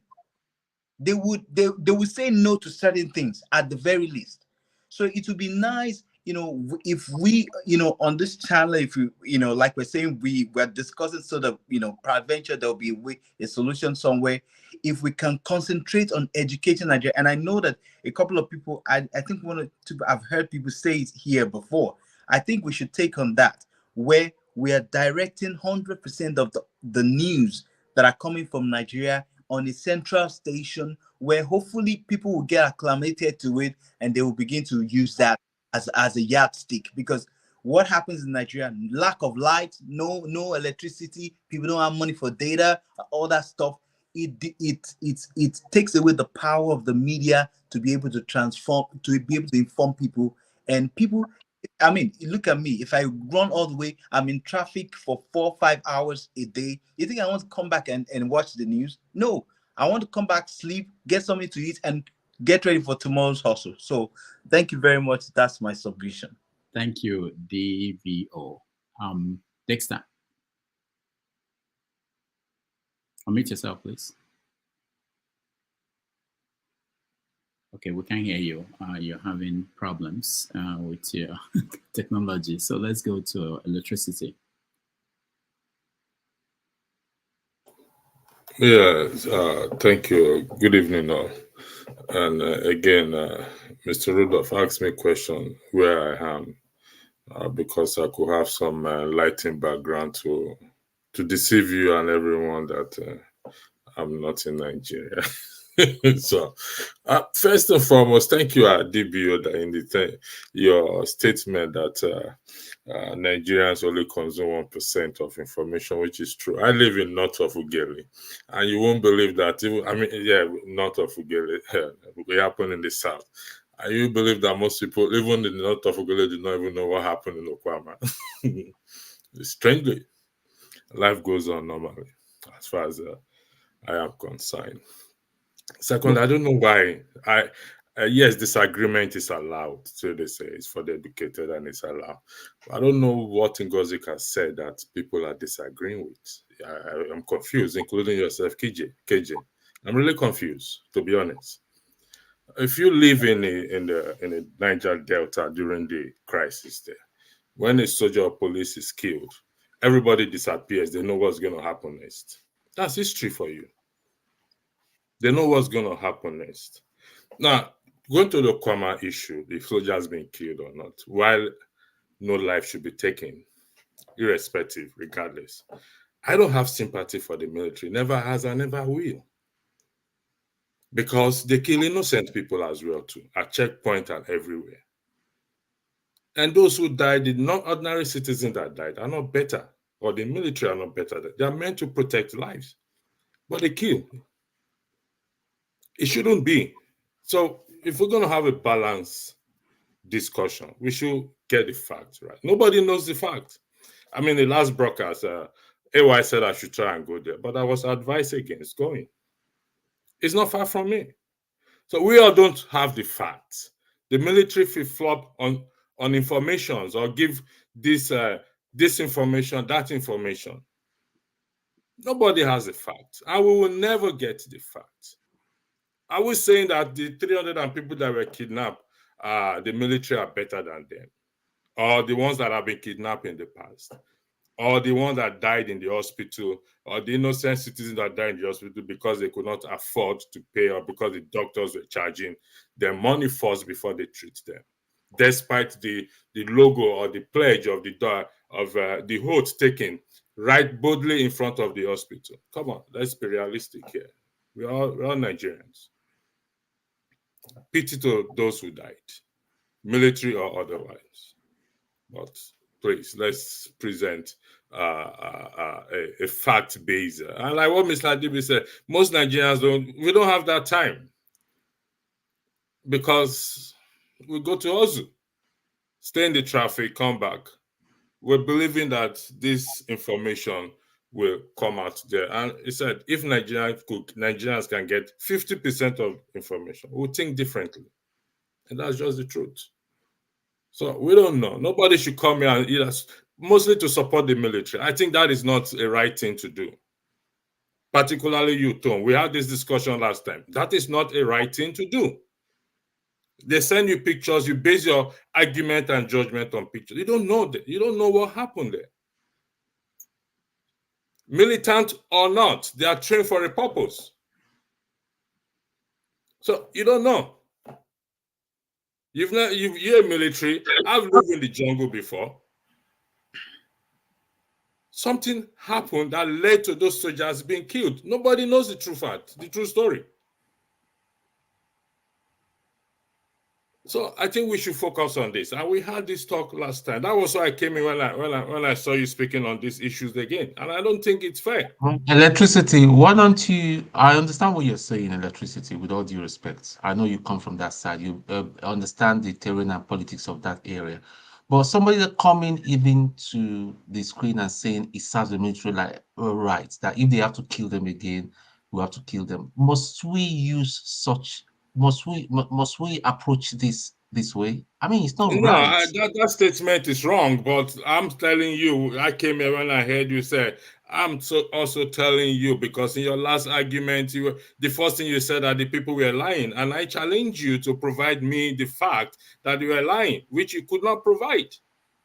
So all I'm saying is that all lives matter. I've since taken that back, if you remember. Yeah. All I'm saying is that nobody has a fact, correct fact, accurate fact, 100% facts. And I said I live in the north of that same town. And life goes on. Taking it back is not enough, right? Just because he said he's taking it back. Rudolph, stop interjecting. When I'm making my point. I don't understand why we cannot even respect ourselves. Why do you just have to interject? It's not like you don't do it, so shut up. You do the same. Well, you do the same thing. You don't know me. I don't understand. So please, I don't want to overflog this issue. Like I said, AY said I should go. I actually told him I will. But unfortunately, I was advised against of going. And from information, everywhere is barricaded. So you can't even make any attempt for you to go there. It's you must be ready to say you want to risk your life. But we don't have the fact. It's unfortunate those that died. Like I said, I was in Naval Hospital paying for treatment. people who are not supposed to. So what? I don't know, Rudolph. I give the floor to you, honestly. Ngozika, I must thank you for the way you presented your arguments. You stated the fact. I also acknowledge the good things the governors are doing, the three governors you mentioned, particularly Alex Oti. Long may it last. That is my own prayer. That means it is possible that Nigeria can be better if we all put our heart into making it better. Thank you. All right, thank you, Electricity, for that contribution. But are you back in UK or you're still in Nigeria? No, I arrived back into UK today. Thank you. All right. I've asked that question first. I saw the environment. I knew where you were. All right. So let's go to Pansat. Pansat. Yeah, I believe that Tone wanted to address me. Hold on. Let me preface you talking, because last time you were here, you said you will never come here again. I know you were not. You didn't mean it. No, I just forgave you, but this is the last time I'm giving you. I know you didn't mean it, but I the point is this: we value your contribution, just like anybody else. People have said to me, "Don't let Pansat here. Pansat is this and that." I'm letting you here, just like I would let anybody who wants to come here and contribute. But we expect, at the minimum, that you should respect basic things. And you can. I know you are a reasonable person, but we put up an act when we come on these platforms because maybe we don't answer our real names, maybe because we think people will not know who we actually are in public. Maybe we think we can separate who we are on camera from who we are in private life. I don't think it's true, but no matter the point, the most important thing for me is that basic respect for the people you are part of the conversation, people at home. That's all I ask. Before you came here, I've not had any reason to feel like someone should be removed or muted. But as soon as you came, it came about. So please. Okay, well, Rudolph, before I go to my main reason for being here, when you address me the way you're doing, talking down at me the way you're doing, it's only fair that you give me a chance to respond to that particular admonition that you're making. I challenge anybody to go and get a clip of where I am insulting anybody. Now, I do tell we don't have a country that is functioning properly, right? A typical example is this electricity, right? I agree with him, pretty much all his political views, including his last discussion with the Tone. I agree with him, but he knows that somewhere in his head, he's nervous whenever he sees me, right? Just like you, Rudolph. So that's what you're fighting. The truth. I'm gonna tell you the truth. That's all. I don't insult anybody. I might not put it sometime in a way that is, tucked away pretty for you. Because Nigerians, the problem we have is that of embracing falsehood and in light of existential threat even. Do you think I want to come here? I don't have time to come. I don't want to learn your ways, media ways. I don't belong on this platform, but I have to come. And then when I come, I have to tell you the truth. So don't do that. Now, the question I have for you, then I go to my when you recognize me, I go to my point. Are you aware, because you're a journalist, unlike all these people parading themselves as platform thing and all that, you are a true journalist, trained, a writer, educated man, right? You know that Buhari had a list. He was provided a list of 400 terrorists. These are real Islamic terrorists, those who are funding Boko Haram, ISIS, and all those people. You are aware that he had that list, and he even said he was going to provide that list, but he never provided that list, right, Rudolph? You know that, right? It wasn't 400, but I know he got a list of, I think, about 20-something people, and but he did not do anything about it. Not that. Yeah, I'm talking about Buhari. Yeah, no, Buhari. We're talking about Buhari. Yeah. Well, it's 400. We could Google it as we talk. Google it now. Okay. Google okay. it. It doesn't matter. It doesn't matter. He got a list of, and he didn't from. Yeah, he got a list. Right. So that's why I'm gonna be talking about that, because it's very, very important, right? So to put our people. Simon Ekpa, all our agitators, people fighting for their freedom, for their either themselves or their own people as terrorists, right? And we're all sitting here, and you want to condone it, knowing that you couldn't be a terrorist unless you're a Muslim, for example, in Nigeria. That's the definition of Islamic terrorism. Now, there are violence, No, right? Hold on. There are clannishness, there are violence, but when anybody's talking about terrorism, right, what they're talking about is Islamic terrorism. You have to be a Muslim to be a terrorist in Nigeria. Now, you could do violence and do a lot of foolish things. That's different. You could agitate. So to turn it around and try to let them out of that box, they've been boxed in as terrorists. That's their religion, because they turn religion into politics, right? There's no differentiation in their culture between religion and politics. So now what they want to do is to go arresting our people. For example, Emefiele was arrested as a terrorist. He was charged with terrorism. Showere is a terrorist. Nnamdi Kanu. So, but all of you here, because of your myopic, idiotic, practically not even humans, maybe you're Neanderthals, you want to stay there and have these Muslims turning around so that our people are not the terrorists and they get off easy, right? So now we're gonna deal with that if you have time to deal with it. If you want to just come here talking nonsense every Saturday here on Sunday, fine. But when I'm here, give me time to deal with the problem we have. We have an Islamic problem in the country. It's Islamic terrorism. So if they want to turn it around, I'm not going to let them do that. So you could insult Simon Ekpa. I was here when Simon Ekpa was here. You played a clip of others talking to Simon Ekpa. I talked to Simon Ekpa. You should have played my clip. What did you say to him? I don't know. You tell me. Why didn't you play it? I was also here when Nnamdi was here, right? And I talked to Nnamdi. You played other people's clip, but you don't play mine, right? I was here when everybody's here.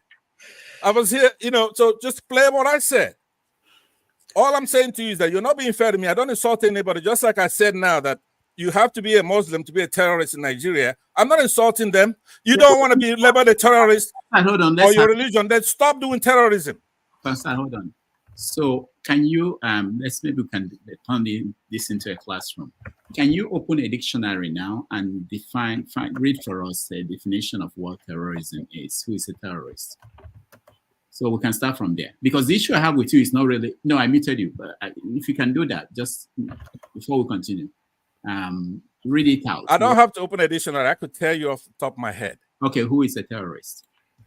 Terrorism are people who they're weak matches, ambush, arm twisting, bullying, coercion, duress, force, intimidation, persuasion, pressure, reign of terror, strong arming tactics that they're using to get their way. The use of force or violence against persons or property in violation of criminal laws in this case, in the United States. That's the way we look at it. But in Nigeria, hold on there.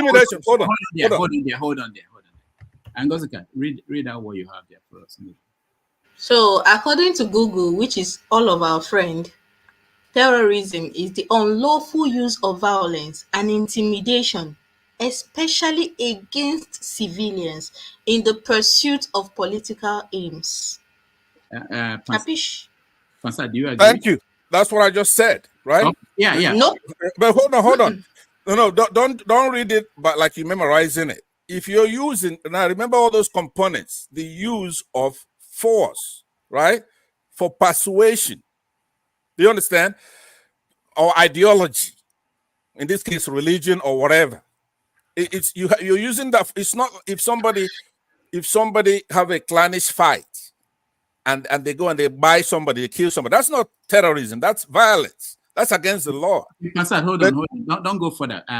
Electricity Wayne, what do you want to say? Maybe we turn this into a classroom. Maybe we learn something today. Go ahead. Okay, yeah, I think we should turn it into a classroom. It makes more sense. Pansat, with due respect, being a Muslim doesn't make that person a terrorist. Okay, irrespective of where you are. I can tell you today that the police standing on the roads are terrorists. Because they intimidate people from collecting their money. If you don't give them money, they pack you, or sometimes they shoot you. It's not about tribe. Okay, let me for respond to religion. you. Hold on. You had your Let me say here. finish now. Hold on one second. I'll come to you to respond. So Okay? the yes, you may disagree with I can tell you also as a Christian that some pastors, I can argue that they are also terrorists because they hold the people's mind and they control the people's mind not to even speak out or do the right thing. We can go by this argument, but I can't come out and say because Rudolph is an Igbo man, is a terrorist. No, that's not the definition of what. You're an educated person, and when you're applying for certain things, even job or visa or whatever it is, they ask these questions on the forms. They don't include tribe or religion on whether you've acted in it, you've been found to be a terrorist or done something in line with the definition of terrorist. So what news we put out there, it's very important because people listen, and it was a good thing Rudolph asked that we check the definition of what who is a terrorism or what terrorism means. Thank you very much. All right, thank you. So Pansat, go ahead. Yeah, let me first of all say that my friend Electricity, right, who's being insincere, right? You're being insincere. So mendacious. I'm not gonna say you're lying. I'm gonna try to be diplomatic here on Rudolph's show. You're mendacious in what you're saying because you know better. There are people such as a Tone here when they're talking. I look at their ignorance and I wave it off. But somebody like you who knows better, you've been around, you know what problem we have in that country. You hosted shows and you talked about it. You didn't listen very carefully to what Ngozeka read, right? So let me try to tell you what terrorism is again. Now, as a matter of fact, instead of let me just intimate you. It has an angle of intimidation, coercion, or ransom. Terrorists often use threats to create fear among the public, right? To convince the public that they are powerless. Those are the attributes of terrorism, right? So that's what we have from northern Nigerian Muslims. They've created symbiotic relationship with ISIS, for example. You have Boko Haram that's born in our country. There are so many of them. The international indexes show them to be terrorists. We're not talking about clannishness or violence. So we have to be very clear-eyed when we're dealing with terrorism. People who go into our secondary schools with a bus and they pack up 200 to 300 girls in Chibok and they disappear. There's never been one conviction or one prosecution even. But the problem are people like you, all of you here, and those watching in that with a lot of wayward people in that comment section, and Nigerians at large. You're gonna sit there, people are gonna. Will you shut up, Tone? Shut up.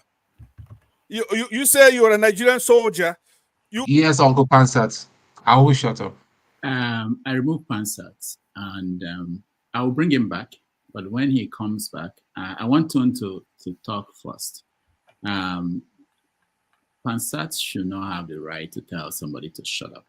I can't stand. No, let me address him whilst he's backstage because he will interrupt me. So, hold on.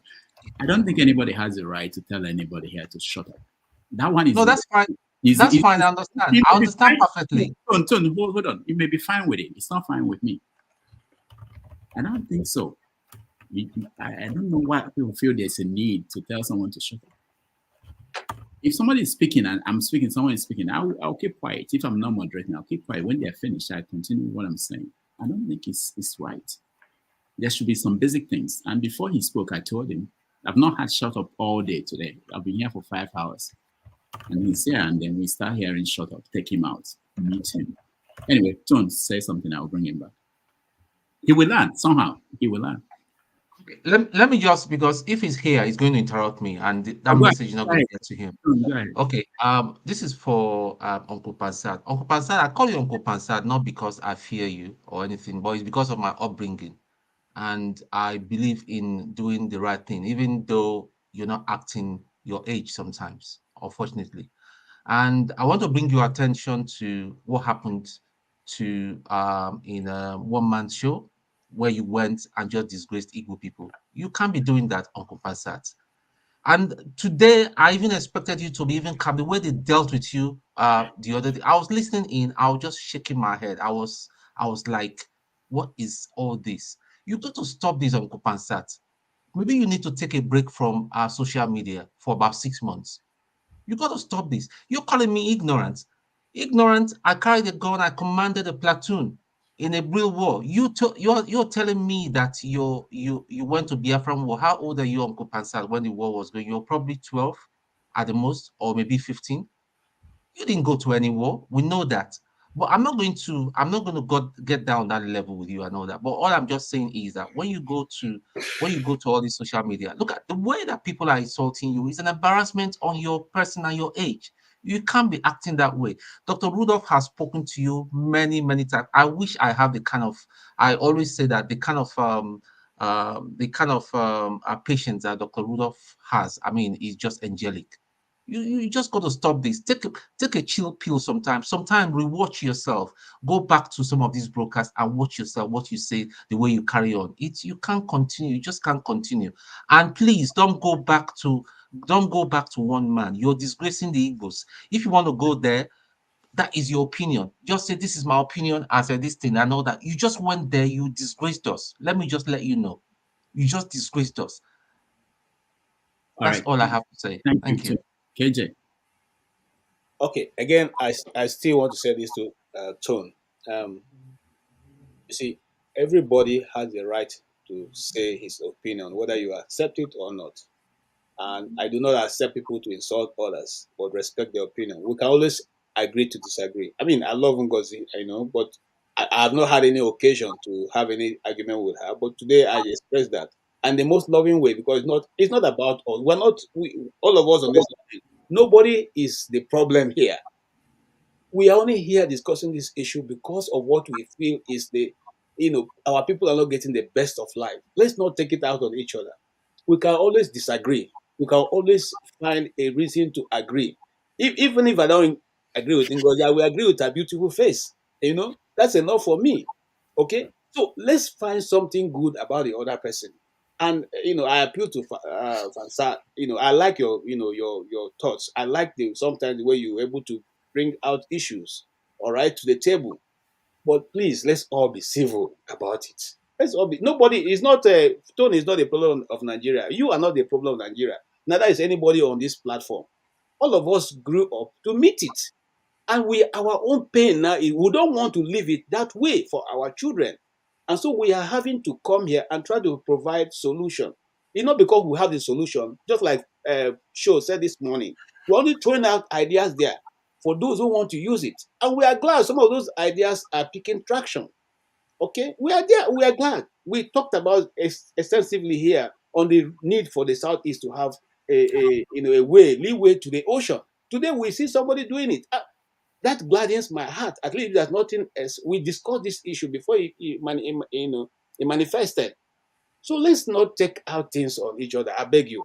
It's not a fighting platform. It's a platform of exchanging ideas. Thank you so much. Thank you, KJ. Pansat, you sent me a video to play. What is it? Yeah, what it is the tone is making reference to a one-man appearance that I made. So I gave you a time slot just to play my contribution over there. Obviously, he's always talking about working in the military. No, hold I on. don't know. Hold on. Don't go far. You're going far. So, yeah. So you want me to play that? Is it safe for children to listen to? Yeah, it's quite okay, right? Because he also went to another platform, the Do People's platform over there, they call Niger Watch, and he played. Now, the reason why I want you to play the beginning of the tape, you don't have to play the side that's already been played, because he took a snippet of the video over there, and they did a whole show. It wasn't me. Excuse me, sir. You were there. Sir, it wasn't me. Please. So when you have, but you were there. You said. Hold on, Tone. Hold on. Yeah, let me land. So they did a whole show on me now. Thankfully, you got a bigger platform.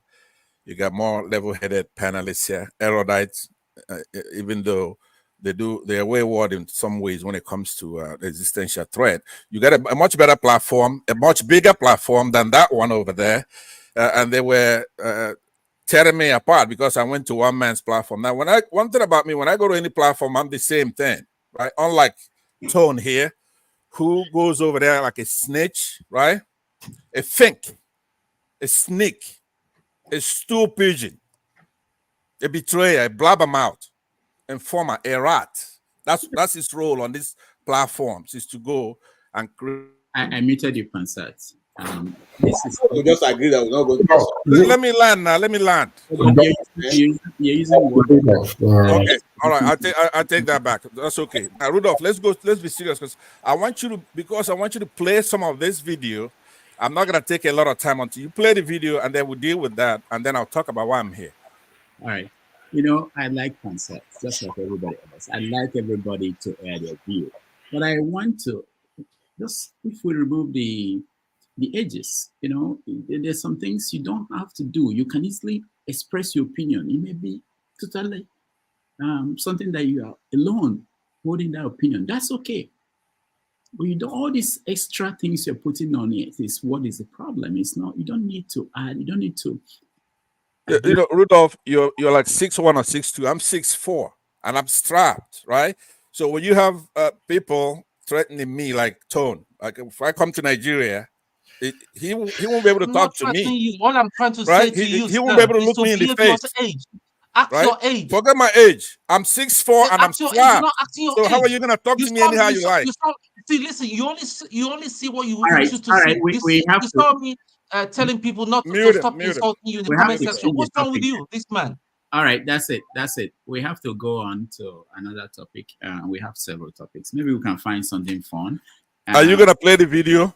We'll take a break now from this, and then we'll come back. Let's talk about Bob Risky and Very Dark Man. Ngozika. I don't know who they are, but there's something that someone raised. Let's actually go to America. Maybe that will help. The flagship. Do we help us here? Because well, I sent you a text. Please take a look at it. Thanks. Oh, okay. I didn't know. You know, I was actually not looking at my phone and everything. It's going haywire. All right. But Pansat, calm down. I'll get back to that. One of the reasons that I want to watch the video before I play it. I really want to know what's that. Because, okay, take me back to backstage, and then if you're gonna play the video, then you bring me back. Yeah. I'll watch. You should it, and Rudolph, you have to be a nice host and one of our journalists here, right? I really urge you to go back to that. Don't do this for sure by having somebody like me being insulted on this platform. It's not gonna work for you to do that. Right? So let's have some respect. Aside from being old enough to be everybody else's father who's on this platform right now, you have to have some respect when I'm on this platform. Let me just put it that way. Yeah, put me backstage and bring me back up when they play that. Thank you. Wonderful life, you know. Rudolph, so Pansat is old enough to be your father. That's possible. That's possible. It's possible, but oh Lord have mercy, character. According to a bus driver, FIFA play football match on its head every day. No, but as a journalist, you sometimes have people who come onto your show and they want to dictate the way it should go. It's not a new thing. We always experience it every time.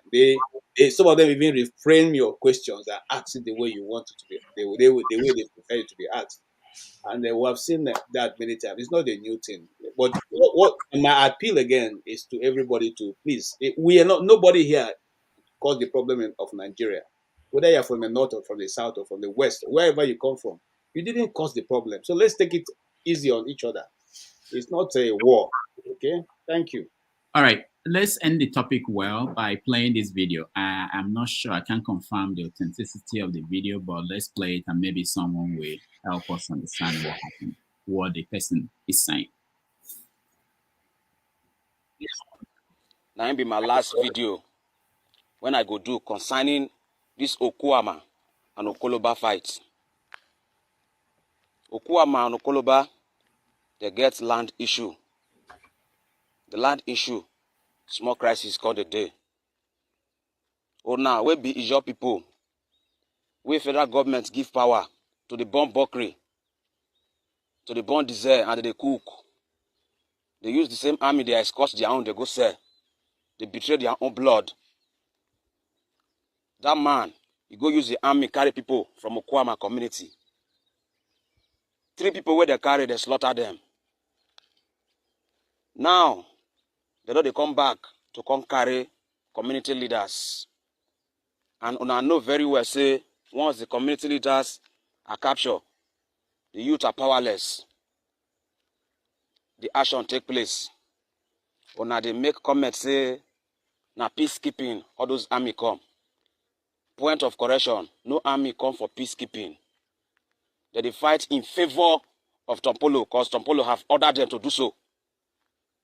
When they say, make I show my face, all these on a comment, when they comment, now just ordinary written.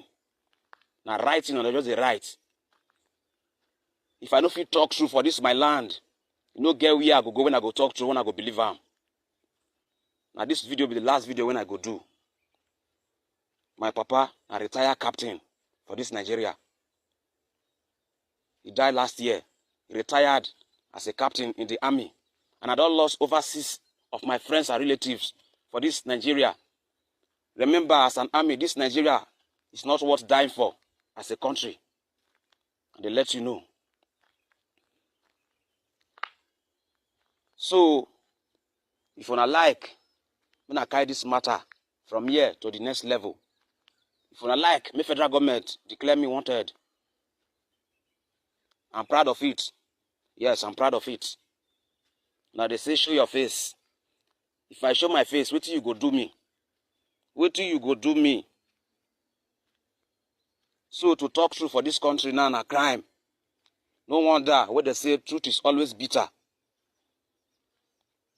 Crisis, day between 2 communities. When I know if you call the elders, I know if you call the leaders to settle the issue amicably. You they want oppress one side for other side. You they call them peacekeeping. And so they keep peace. Okay, now go school pass. Now know the law pass. Now so oppression. This country, if not before one thing, I for say, make it be like that. North, day or north. South, day or south. All army, if you serve this country, serve with sense. If you be police, police with sense. This Nigeria, your country is not worth dying for. I dey tell now, don't get sense.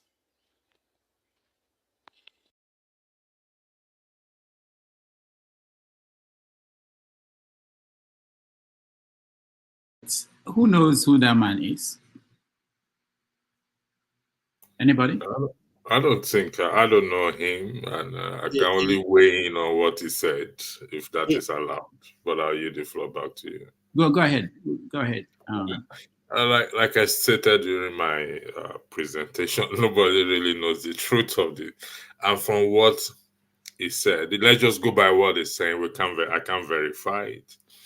So it's a situation between 2 tribes, and one tribe is using the army to oppress the other tribe, and that is how and that is usually the case when in the case of Nigeria. So that's why I said that the military are not innocent in this issue. It's just like normal civilians. I have an issue with KJ because I'm so powerful like this. I go and bring the police and just root KJ from. KJ will be familiar with such situation. Maybe must have experienced it somehow, and that is not proper. So that is what I'm saying. That we don't know the truth, what really went on before these 16 soldiers were killed. Now, I'm saying this for 16 soldiers to be killed in a community speaks volume. So, once you investigate as to what happened, regardless, irrespective, a life loss is a life loss, whether civilian or military. Yeah, say the truth, I don't know him. I've not seen the phrase before, but I want to argue that it touched on the truth, maybe to a degree, percentage. That's all I have to say. Thank you. All right, thank you. Ngozika. Go ahead, Ngozika. So I don't know anybody that has lived in Nigeria that will believe the government over the indigents of a community. I don't know. I don't. I'd sooner believe the account of a community member than the government. And it is easy to believe in this case because the military by themselves said that the soldiers who were killed were on a peacekeeping mission. Now, it collaborates what this man said. What peace were they keeping? This man is saying that two communities were fighting. So the military, if they say they were on a peacekeeping mission, we can deduce from we can stretch it and say that is it possible that the fight he was talking about was the peacekeeping mission the military said these soldiers were on? And if that is true, why else will you doubt everything else he says? Why will you doubt everything else he said? Because it makes perfect sense. It is a case of two fighting. And then one has the upper hand. And in this, according to what he's saying, it's not even one of the two communities that are fighting that has the upper hand. It is another community that stands to benefit. You know what they say when two brothers are fighting? It is the stranger that reaps of their sweat. I will believe him anytime and any day because I'm a Nigerian living in Nigeria and I don't trust the government. I'm sorry, I don't. And his story ties into the statement of the army. So 100% I believe him. Be it conspiracy theory or not, I believe him. Thank you. If it is... Go ahead, finish up. Finish up. All right, we can hear you. All right, thank you. I don't know what's going on with my network. That's okay. Can you hear me now? Yeah, we can hear you. All right, Ngozika. I don't know what's going on with my network. All right. And the VC, yes. Welcome to the show. Thank you. I'll give you the last word on this. We're moving, changing topics. Go ahead, VC. I should speak? Yeah. Oh, I've been listening for long and though I'm at work. Concerning what is happening in that area in Delta, so much is yet to be uncovered or so much remains unknown. It's like there's so much covering up going on there.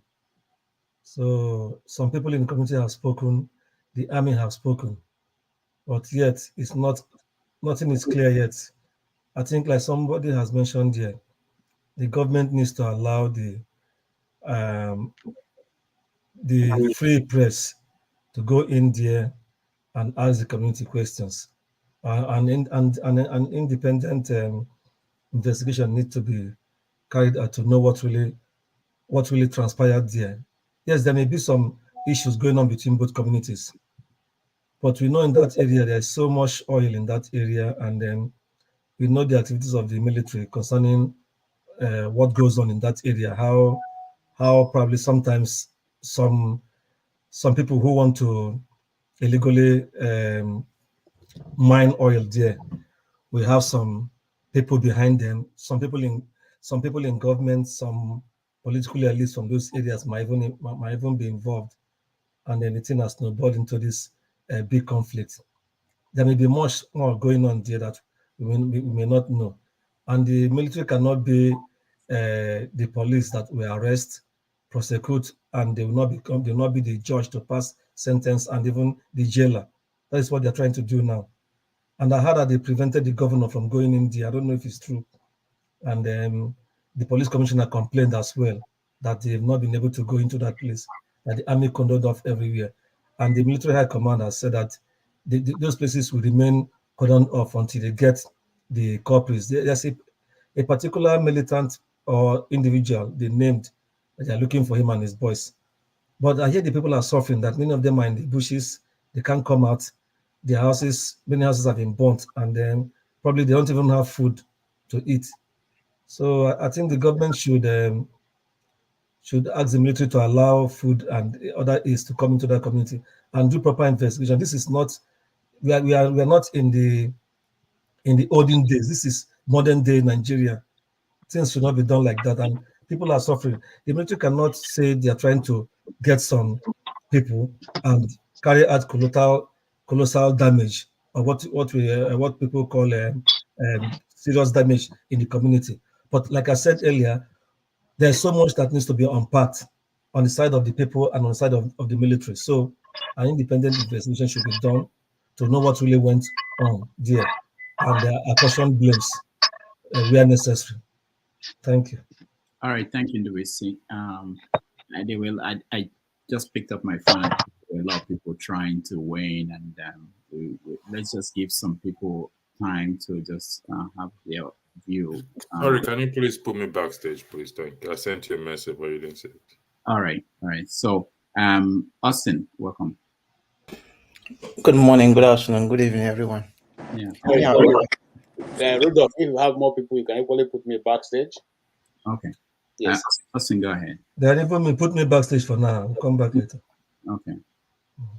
Okay, I think when it comes to this, I don't think that there's a little bit on professionalism on the part of the military. He said that two wrongs cannot make a right. Yes, some people were killed, and it is very bad that the military men are being killed, or maybe killed in Nigeria, but you cannot just come and open fire on everybody, or maybe kill some people because military men died in that area. You will just be killing some people who are innocent. And no matter how you want to say it, it's not good. It's not nice at all. So I think the military cannot be a judge in its own case. They should step aside, let the police come in, even though we know it already. All right. Where is Austin? Did he disappear? Went off. He just went off. Don't know what happened. Oh, okay. I'm surprised. All right. Forefathers.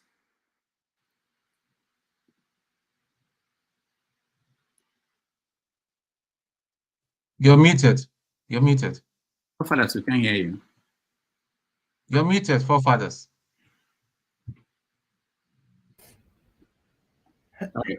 I don't know. Something. I am. I was. Thank you. Thank you for having me, Dr. Rudolph. Greetings to everyone on the panel, the chat, and to the viewers. I think the first thing that it astounded me a little bit earlier on today was some of the things Kenny was saying about Ekpa not doing anything wrong and Nnamdi Kanu not doing anything wrong. I feel like we have to have a minimum level of sanity in our conversations, because that is in a way insulting people's senses to say that they didn't hear anything, they didn't see anything. And you can argue that Nigeria has abused its citizens. They have not provided for their citizens. Hence, I think there is repetition somehow. Pardon? I think there is something like an echo reverberation across the room. Is there? Are you? Is anyone else hearing it? Because I'm not sure. No one else. Okay, I think maybe it's on your end. It's almost as if is abusing our senses, because the idea for me is that we have to have a minimum level of agreement of what facts are. If somebody is trying to tell you that he didn't hear what he heard, that seems strange. We will never move forward with our conversations. If you want to argue that Nigeria failed its citizens, hence maybe sometimes some people do make mistakes, and the Nigerian government should pardon such mistakes, because after all, they have not done very well by their citizens. Like someone argued that the Nigerian government should pay ransom to bandits, because Nigerian government have not secured the citizens, so they should pay the bandits, because they don't have the capacity to recover, get the citizens back safely. So you can make that kind of argument, but to say they never did anything wrong, because we have all seen videos of people advocating violence in Nigeria, serious violence and threatening the country. Something that many of us, when Kene himself, if he says that about the country he's in, he is not going to see Nigeria for a very long time anymore. They will take him away and he's not going to see Nigeria, or they will just send him back to Nigeria. And if he has citizenship, they may renounce his citizenship like they did to that girl that was in Syria. We have to be reasonable and not come here and just say things when we all know the truth of it. And everybody keeps quiet, pretending as if we don't know what the truth is. You can argue that they should release him. You can make a valid argument that Nnamdi Kanu should be released without pretending as if he didn't do anything wrong at all. That is what I'm going to look. I will leave it at that. Regarding the this massacre of the soldiers, obviously I was provided some images, graphic images of what happened to them, and it was a horrible thing. I'm not sure it rises up to terrorism, because it was a clash between two communities, and the soldiers got in the middle of it, and somehow they got caught up in it. However, this Nigerian doctrine of bloody civilian that the military and the security forces have, it has to change. And I fear that is partly responsible why whenever you say Nigerians should strengthen their security forces, a lot of people push against it. Maybe subliminally or subconsciously, it's because of some of all these negative things they've associated with security forces. You can't have a security force that sees its original charge as bloody civilians. The civilians are the people that they are meant to protect. The civilians are their parents, their grandparents, their forefathers, all of them. The civilians are the reason why they exist. You are supposed to protect your civilians, and I think maybe there is a little bit of an improvement in the Nigerian security forces, the way they look at their citizens. But if going by what we just heard recently, that they went to the villages and started burning stuff, it shows you that it hasn't changed that much at all. And their fellow Nigerians, I made a stream earlier on this week, there are fellow Nigerians that are supporting it. Like one of the lady was like, go and flatten that place because some soldiers died. You should go and flatten a whole village of innocent people.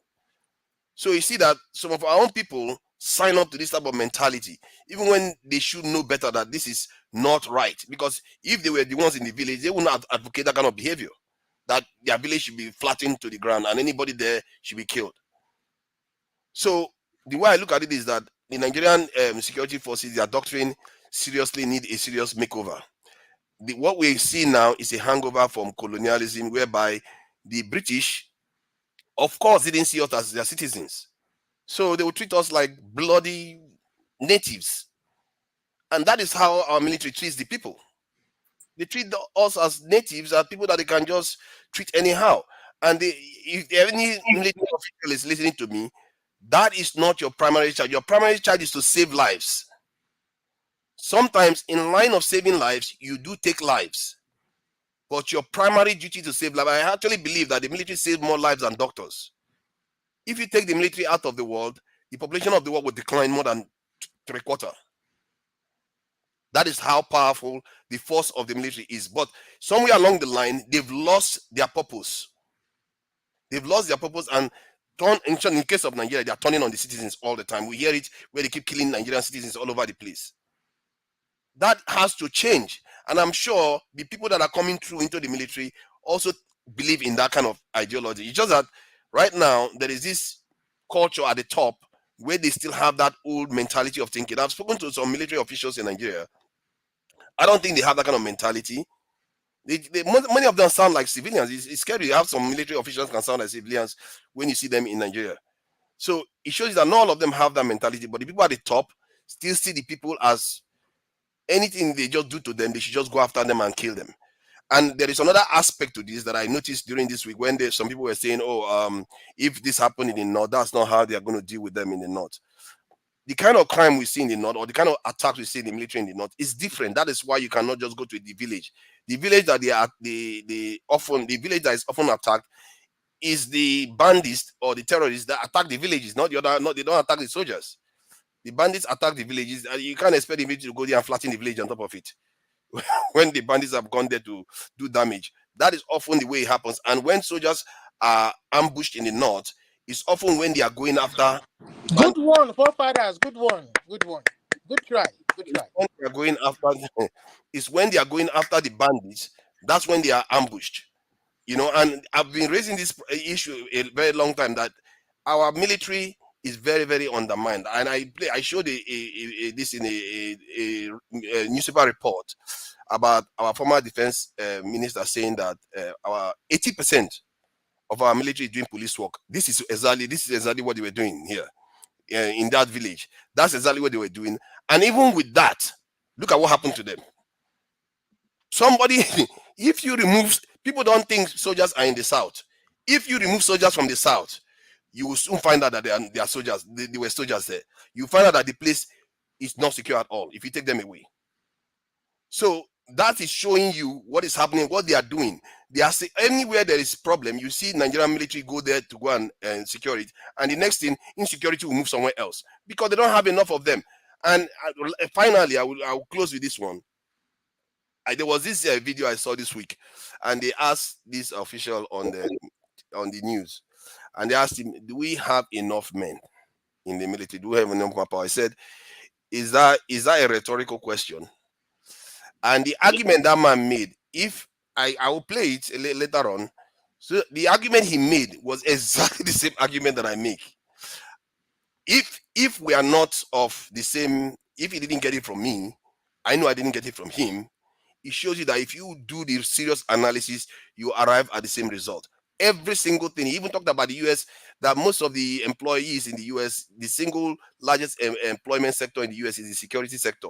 And they have so many technology and so much technology, and yet they still have so many people in it. Why? Why do you think they have so many people in it? Russia was just attacked recently. And I was surprised, within 15 minutes, the whole area is covered with police lights. The whole area covered with police lights. After those people escaped, obviously, those were operated for about an hour.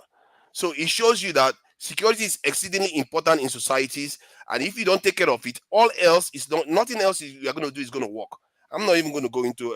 Do you want to compare Russian police and Nigerian military? What are you talking about, Father? Please stop talking about military because you're just annoying me now. No. You said something about military as if you've been there. You don't know nothing about the military. Of course, you don't know nothing about the Nigerian military. So just stop propounding all these Western ideas that cannot work in Nigeria that we have now. Why?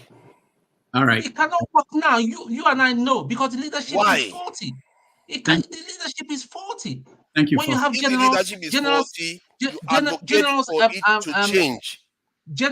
generals embezzling money meant for equipment and arms. How do you want it to work? So because of that, you decide not to secure your country. You want to compare Russian police. Do you know those guys? They just call it police. They are not. They are paramilitary. They didn't fall from heaven. They are human beings like us. All right. Thank you, forefathers. Thank you, Ton. Can I ask question? No. Can I ask question? No. Austin, I want to go to bed. Please. You know, they know how to pull this prank for me. You know, those Nigerian people. Whenever you don't want them to speak, they want to go. Are you not a Nigerian? Are you not a Nigerian? Go ahead. Righteous. Right. Jagu, I greet you. It's been a long time, Jagu. How are you doing? I'm very well. I'm very well. I'm very happy to see you, my brother. Yeah, thank you. You are looking cool. Yeah, I just did like daily Omo. Okay, yeah. Forefather, I have two questions for you. I've been waiting for you since this incident happened. You know, I've asked about your movement since I joined the platform this evening. And number one, were you aware that a Muslim cleric gave a sermon and ordered Muslims to kill the first lady of Nigeria? Are you aware? I've heard of it, but I've not seen the video myself. Yes, that happened. That happened not so long ago. Good. Okay, you heard of it. Okay, since you heard of it, have you heard anything from the federal government of Nigeria as regards to that threat? Oh, I'm not, and I don't know what the threat is. Good. Because I wish The they can threat, play it so everybody can see it. you say you don't know what the threat is. This is why Pasak says what he says when it comes to this platform. People will know the truth and know what is actually the problem of Nigeria. We will begin to play politics with reality and truth. Tomorrow we say we go to church, we are traditionalists, we believe in this. When the truth is facing us, when you see the Igbos crying of marginalization, when the Igbos said we are not wanted in the Nigerian state, it looks as if we are just making noise. If it's an Igbo man that made such a statement, even in this platform, everybody will be calling for the head of such individual. But a northern cleric have given such order. Nothing was done about it. He was not arrested. Are you referring to Gumi, or who is this northern? Who is it? Because the link should be out there now. Where is the? No, it was done twice. I saw two different excerpts where one was a imam of one sort or the other, and then the other one was a northern leader of another kind. And both of them were speaking about the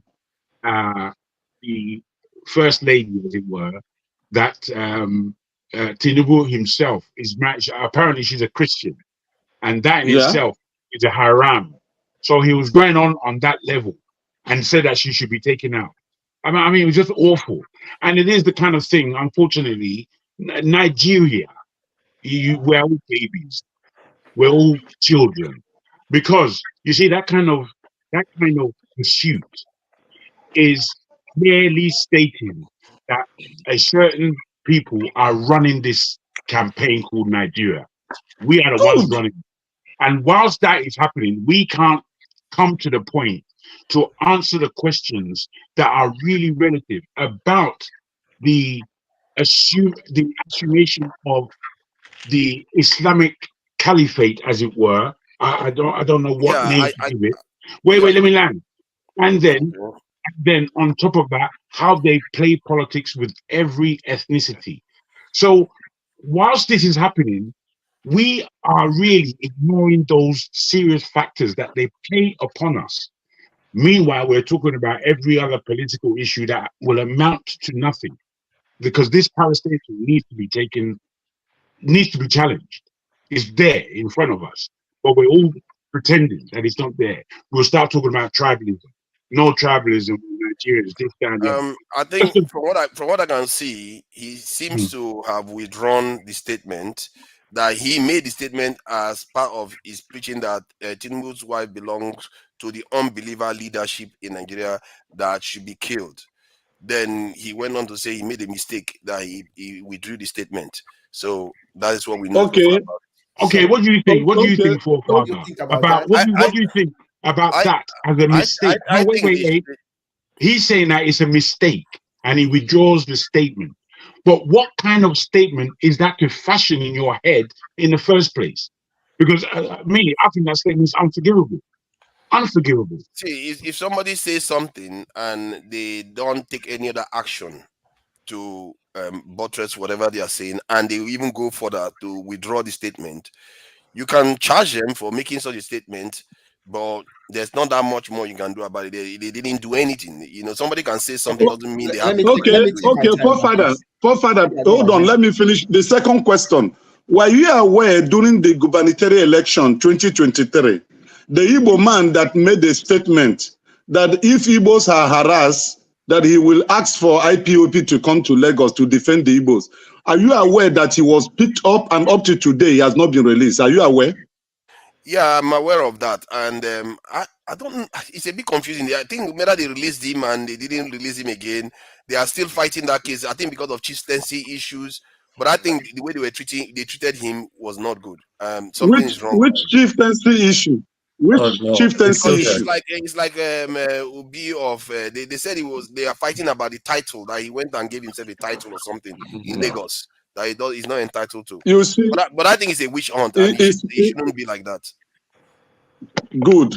I asked the question at the beginning of this program today. I said, these people that we are calling terrorists today, get them arrested, declare them wanted, are they actually the problem of Nigeria?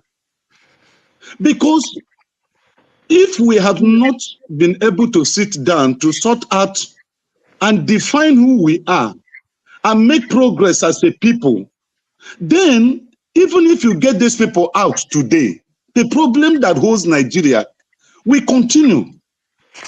That's what I'm trying to say. Even in this platform, the last year when I joined this platform, I did make a submission.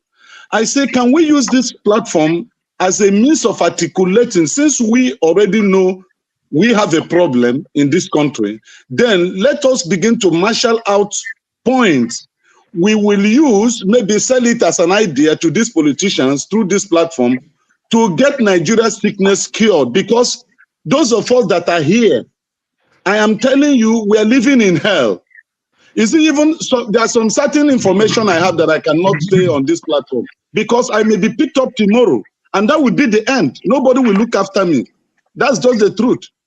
But you that are in diaspora, you can say anything. Nobody harasses you. Okay.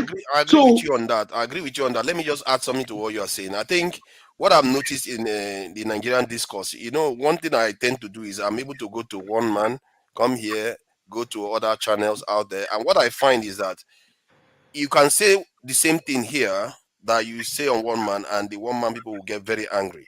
And you can say something that you say here and on another channel, they will get very, very angry. What I've seen is that our people are very, very biased people. That yet, especially when it's tied to their own tribe's person, what they hear it's not like you will say something, they will totally hear something else. And then when they go and play the video, they'll go and see something else, which is weird. I was accused of saying something twice now that I never said at all. And then when I played the video, it showed that I was correct. But it tells you that there is this bias we have that is so deep that even when we think we don't have it, is there. So how do we solve it? How do we solve it? It's the fact that when somebody is revealing these things to you, you ask yourself seriously. You have to be tribally, religiously neutral in Nigeria.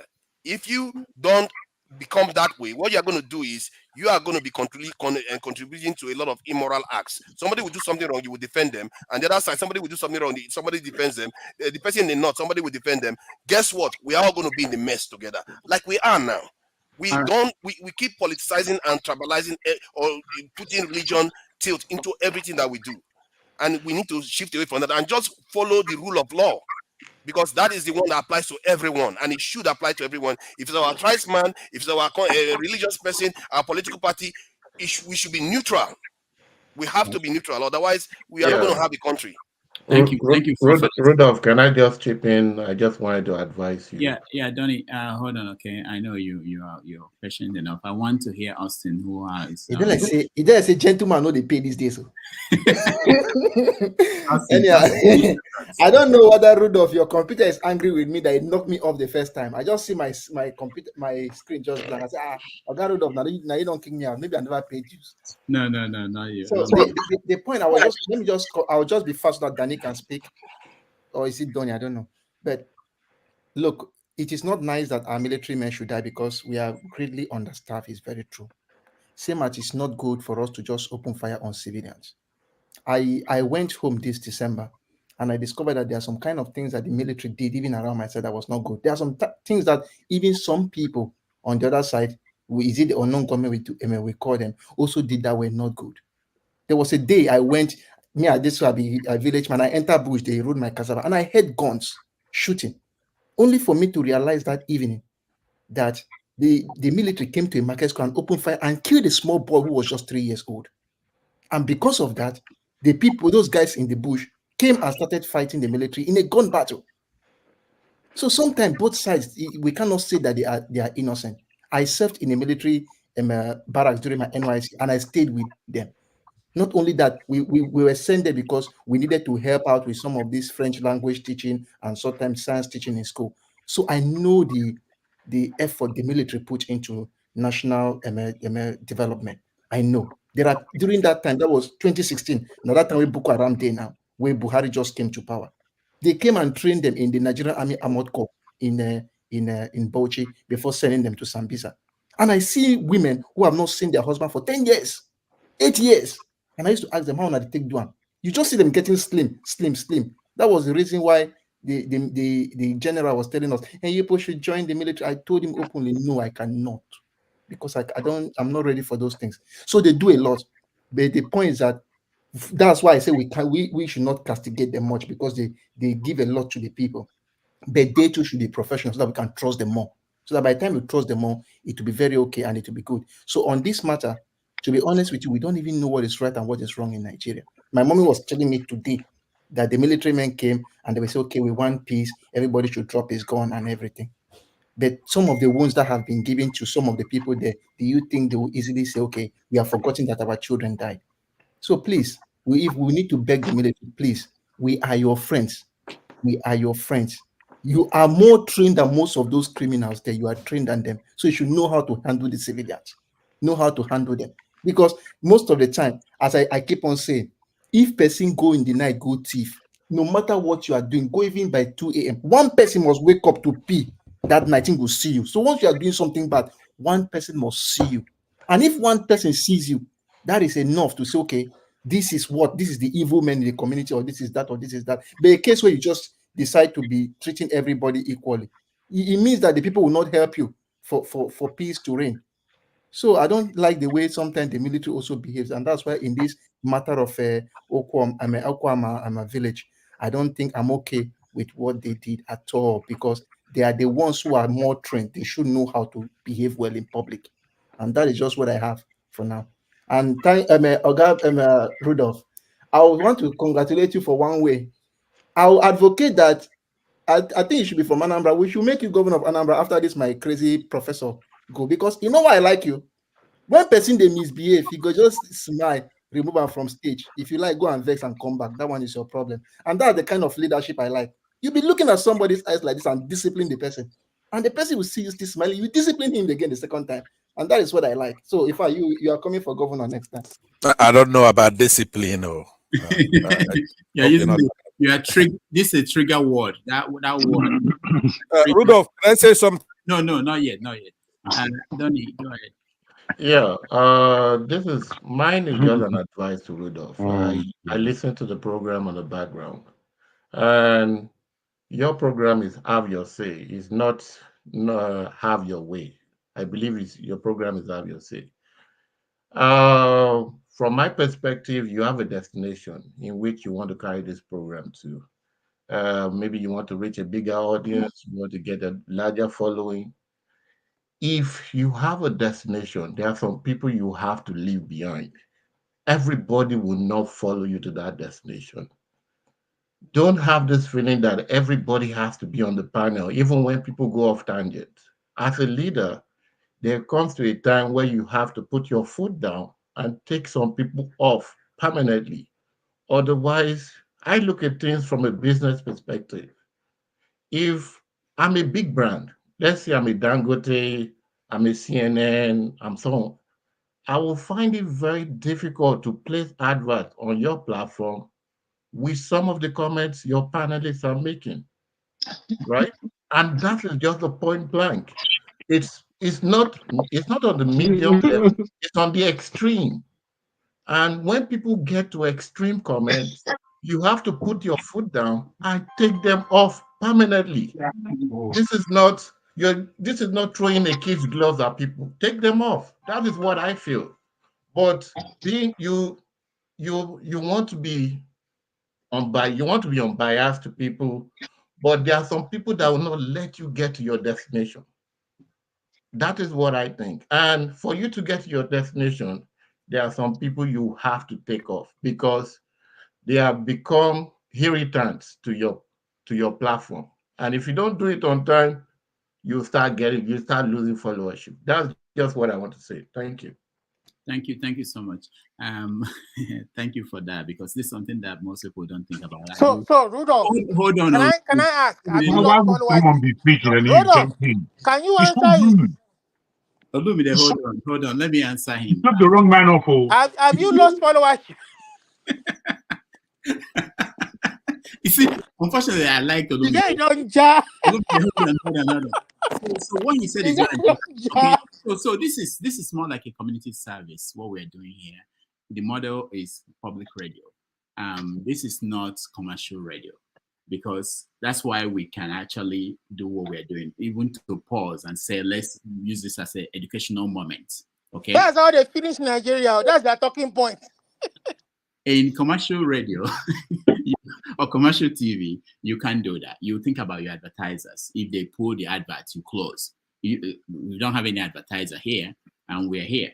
You know. So, but if you turn to that, then certain things will not be possible. I think there's value in getting our people, moving our people to a certain level, higher level than where we can all do that. And I think to me, that's my joy. No, it's not really about money. If it's about money, yeah, of course. If it's about bringing adverts, I know those are issues that are important. And but I think if we can get one person like Olumide to stop interrupting, we're good. I'll be happy for the rest. These people don't know the shit they are in back home.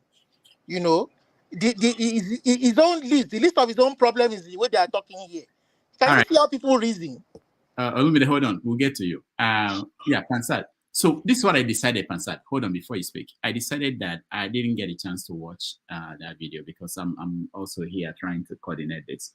I decided that tomorrow, if you have the chance tomorrow, after our guest tomorrow, we can talk about what's in that video and other things you want to discuss. Okay? So let's very well. Yeah. So very well. I will give you chance to run your platform, and I'll be here tomorrow. But you know, in light of the aura in the room, obviously the last speaker and all that, so Augustine, our brother Augustine, you know, you missed your chance to admonish that character, Danny, whatever his name was, right? That's the difference between Western tradition. Now, when we say Western, we're talking about progressive people, Africans, Europeans, everybody who's progressive contributed to civilization, as opposed to the Islamic tradition, right? He says if a businessman, he's going to censor, clamp down. He doesn't want us to talk, right? He doesn't want you to lose money. Now, ask him how much money has he contributed to your show since you've been doing it, and he gave you credit that you're a good guy. He hasn't, I bet you, hasn't contributed 1 red cent for this show. So now, when people like that come to educate you, that's because they don't know who you are. You're a trained journalist. This social media is just an add-on. You actually write books, do a research. You went to school for it. So you cannot be coming here to teach anybody anything.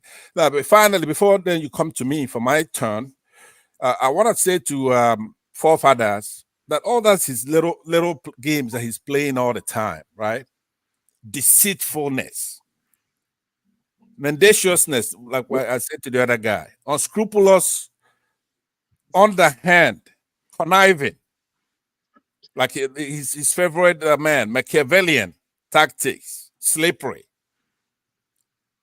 punic, hypocritical, and crooked ways that he brings here on topics that are very serious to our country. You haven't heard what somebody asked you here, a current event of somebody calling for the execution of the First Lady of Nigeria. You haven't heard about it. But then I was watching to see your eyebrow. Because if you haven't heard about something, if I didn't hear something like that and somebody brought it to my attention, I would grimace.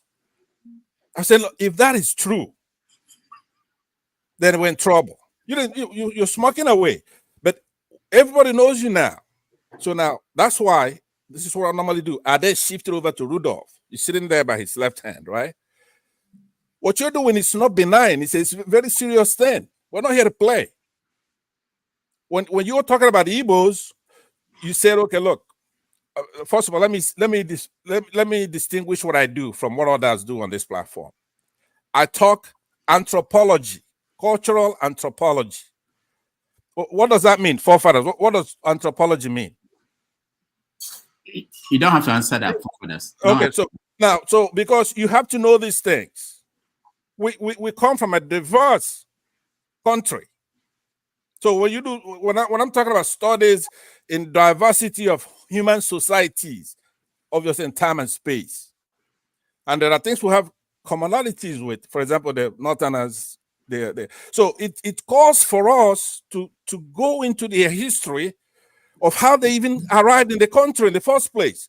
What is their mission? What are they doing in the country? It could be their religion. Sometimes it could be their tribe. But that is not the focus of it. Do you understand? So a lot of people here may be tribalistic. When I say that there must be an angle of Islam in Nigeria for it to be terrorism, it's absolutely true, because you have to go to coerce people into an ideology. It's not like if you're traveling on the highway, somebody catches you and takes money from you, right? Let me land. Yeah. You keep doing this. Rudolph, 1 second. 1 second. Just 1 second. Uncle Passat, with all due respect, I would like you to watch this whole broadcast later, and you see that I'm on your side. All those things you accuse at me, you hold at me, is really unfair, and you know it in your heart. If you're being sincere with yourself. No. I know you're on my side. I'm always on your side. I know. I'm always on your side. Just know that. Yeah. Okay. Look, I was a little unfair to you before, but it's not like you didn't deserve it this time, right? You're on my side. I know that. I said it in the Two City. You're on my side. And what we have to understand is that this is not about appearing on. I wish we don't have to even show our face. We talk. I don't want stardom out of this. I don't need anything. I worked hard on my life, so I'm comfortable. But the point is that we have an issue in common with major countries in the world, even here in the United States. Okay?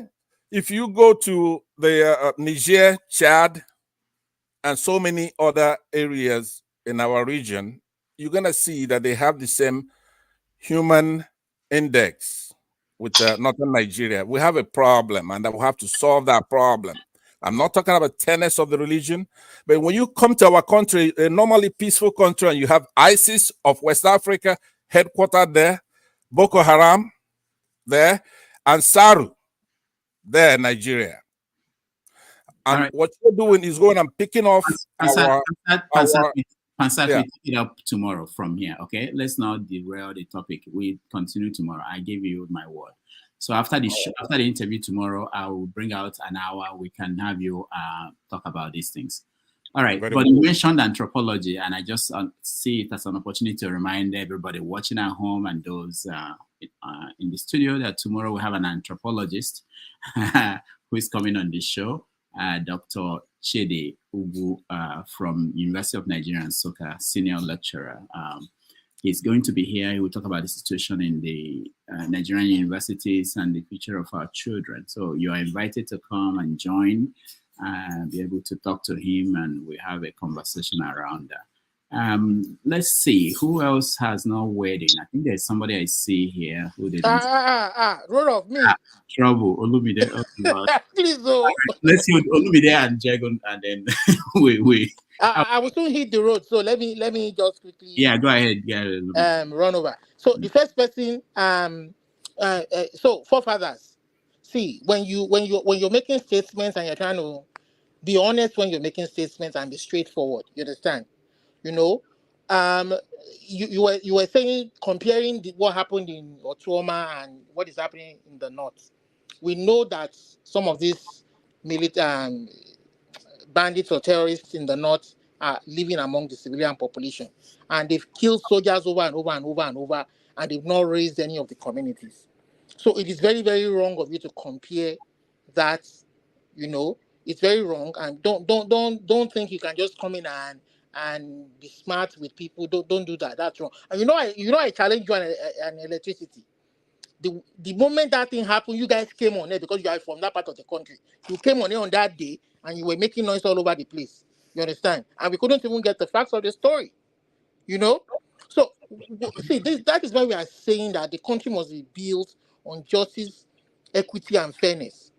When we were talking about the attacks, the military oppressing people, the young Easterners and the boys, and they were talking, you were talking, oh, he's tribalistic. He's tribalistic. You understand? And now you quickly came on air to start.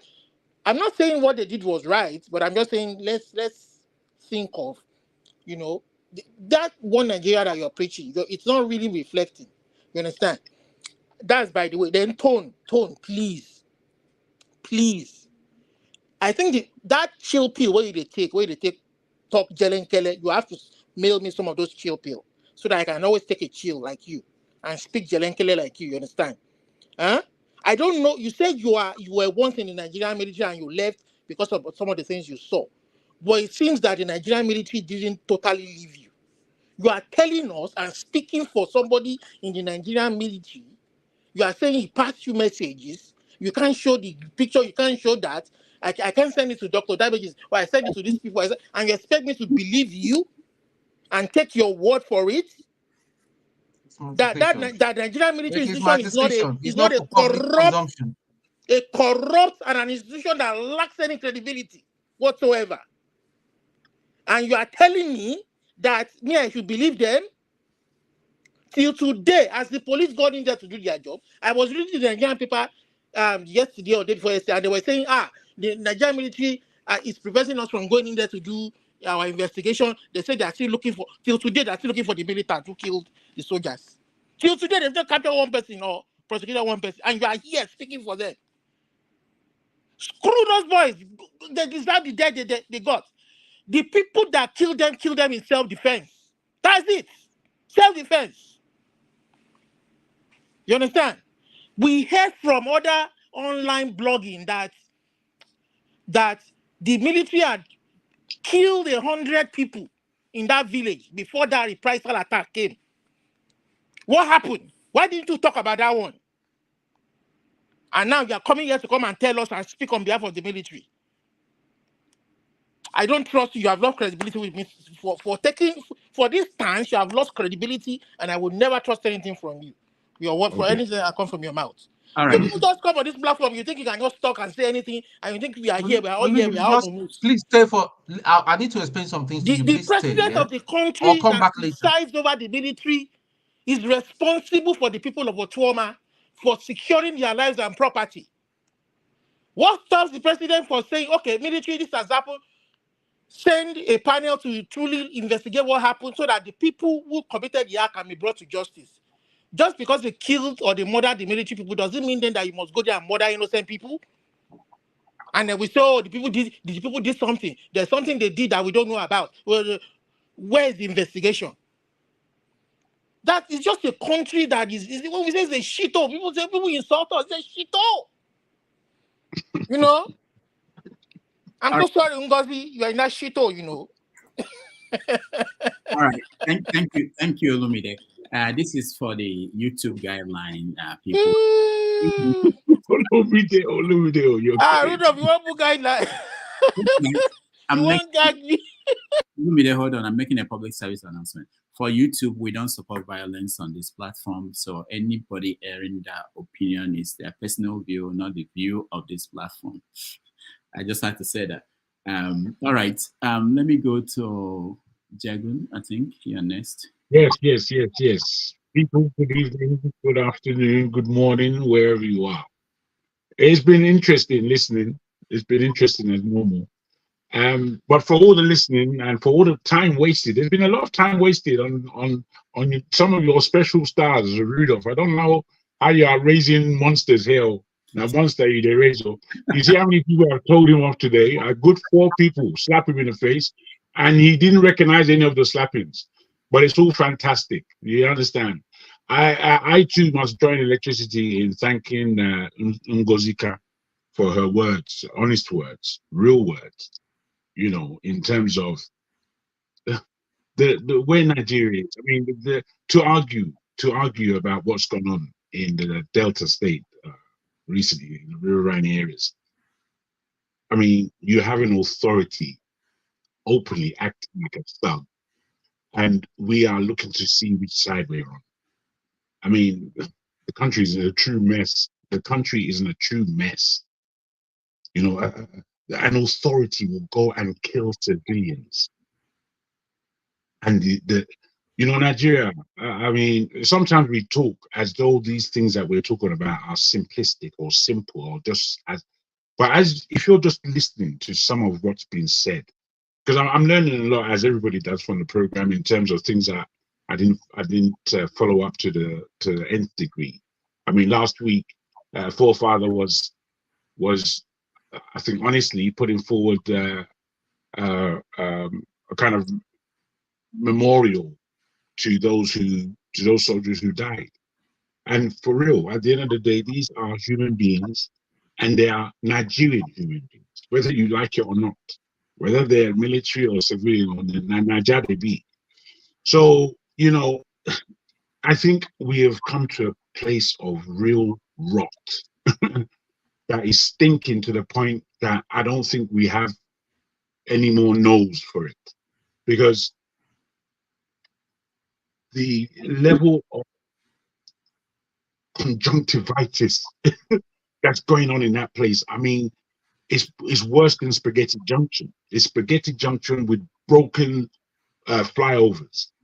Then Nigeria doesn't make sense. If we listen to what we've just been talking about, you know what's going on in Palestine, we can take sides or we can stand away and look at the display of hate that goes on within the world. But fundamentally, an authority is killing a civilian population. That's what's going on. We shouldn't confuse ourselves too much with the politics, the religion, or the geopolitics that's going on there. What's going on is an authority is killing a civilian population at the moment. And when you have that kind of thing in a country, I mean, Nigeria has every problem of the world. Every problem that you see in desperate places in the planet seems to be functioning very well in Nigeria. And we're not fed up.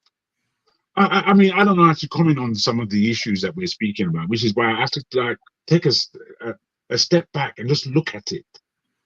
It looks disgusting, and I really don't know what we're gonna do about it.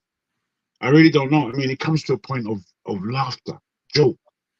We're seeing points of view from certain characters on this platform who, in their first utterances, they speak sense.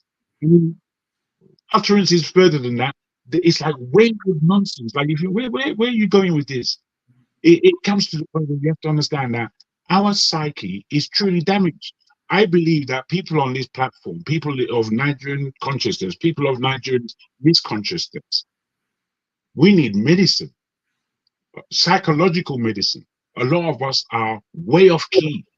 A lot of us speak things that are just not just unpalatable, but untrue. What we're speaking is from a position of pain, hurt, misjudgment, all kinds of ills, and we're speaking out of our mouths. And none of what I hear some of these times on this platform is going to get us anywhere. It just puts us exactly where we are. And I'm afraid of these levels. That's basically what I've got to say. I can't pick up on any one issue. I just look at it, and it's a display of ugliness as far as I'm concerned. Thank you. All right. Thank you, Jagan. I want to hear from Ike, if Ike is there. Otherwise, okay, Ngozika, go ahead.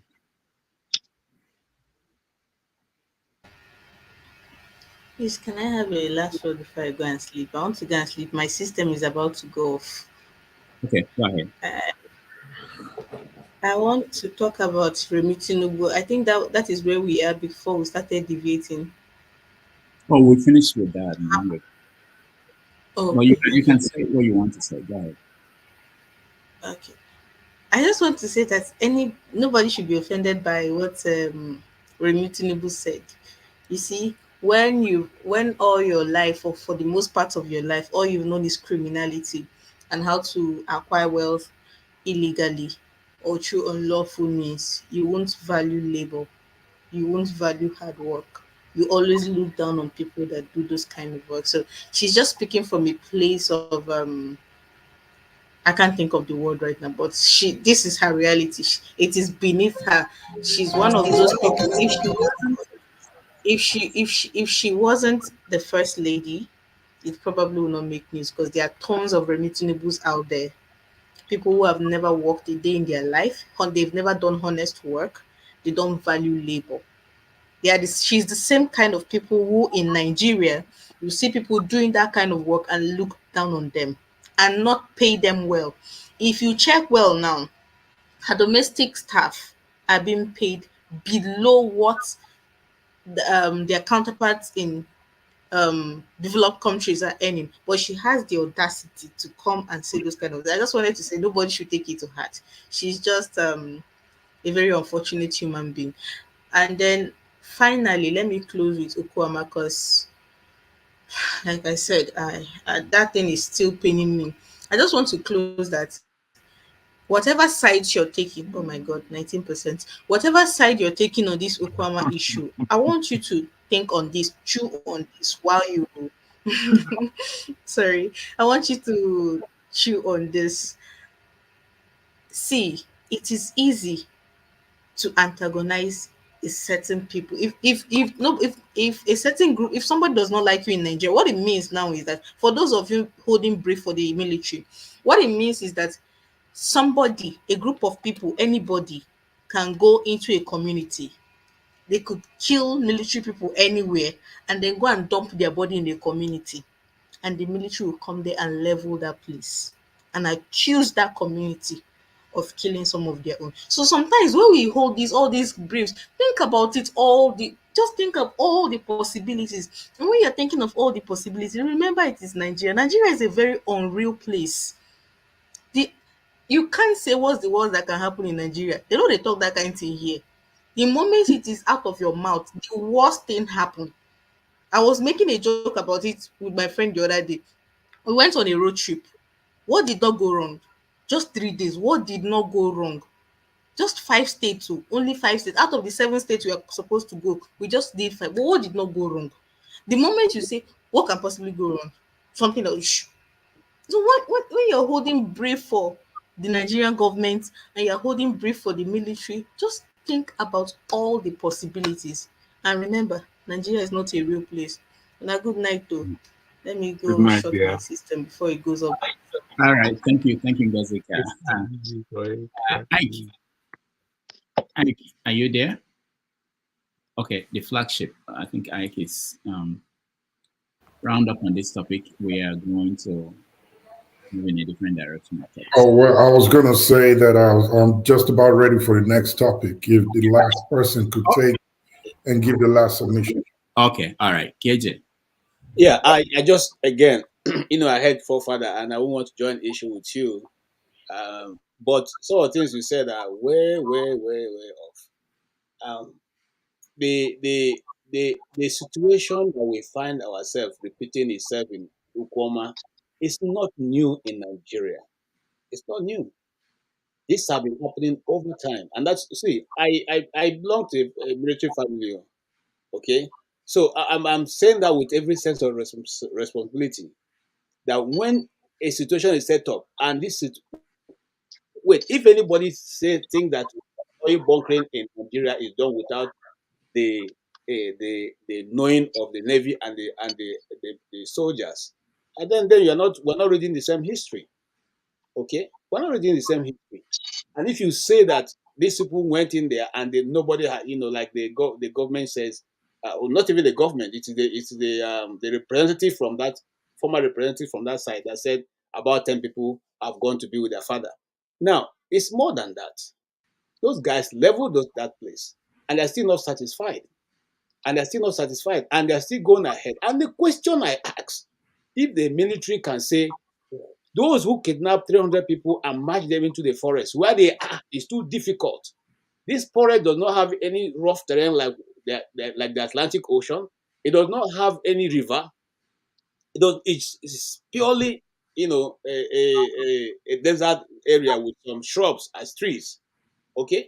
And it's so difficult for them to get to where the children are. But it's so easy for you to go, take all your arms and ammunition and block out a entire 3 communities, cutting off the people from even getting access to drinking water or food for days. and the government is throwing its hands into the air and say, "Que sera, sera, what will be, will be." Is that how any government governs in the world? Is that how any government governs in the world? This is the only place where the terrorists are more stronger than the government. The people who are oil smugglers are more stronger than the government. The people who are smuggling rice across the borders are more stronger than the government. Every single crime perpetrated against the Nigerian people, those people are more stronger than the government. When shall we have a government that can stand out and stand up for its people? The Nigerian army is called Nigerian army. If those people are not there, there will be no Nigerian army. The reason why they are called Nigerian army is because of those citizens they are now waging war against. And it's unfair, because if you wanted to wage war against them and them also, now make we see who will come out. Okay? It's unfair. Let's look at this now. Look, there is no Nigeria without the Nigerian people. Whoever, whatever you think you are a governor today because there is a state called Nigeria. You are the president today because there's a people called Nigerians. If there was none, you have no authority. You have nothing to do. Okay, so let's call it a spade and let the government call these people to order and allow people to go to their homes and have and eat, for crying out loud. Thank you. All right, thank you, KJ. We end this topic, and let me play this before we move to international stories. That's why I came in. You want to end the topic? Thank you. We end the topic. If you know, you know. But if you don't know, you know. I don't know. You go. Now you know. If you know, you know. You think you ball us in town. Now you know. Now you know. Never get food. Forget what I know them. Yes, Agba How much is money? It's nothing. Ballin'. Premium or nothing. Now you know. Now you know. Now you know. Now you know. Never get food.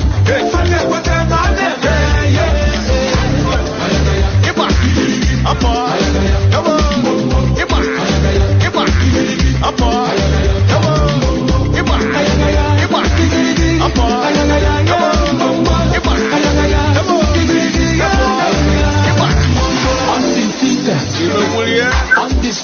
Undisputed, unopposed, luxury or nothing. Money is talking. Money is. One sort of our states doing what should be done, this country become a different country. And you are playing again. I will urge you that you pay adequate attention to infrastructure. Because if you give infrastructure and you give the type of leadership we are giving now, the people of this state will have nothing to worry about. On their own, they are enterprise people, they are already, they are enterprise. So all they need is the leadership that will give them the encouragement and the wherewithal. And governor. All right, that was OBJ visiting the governor of Abia State. That's not the topic we are going to talk about. I know a lot of people want to talk about that, but I just want to play that because some people say that what's going on in Abia State is propaganda, and whether you feel that way or not, something is happening there, and it's impacting people.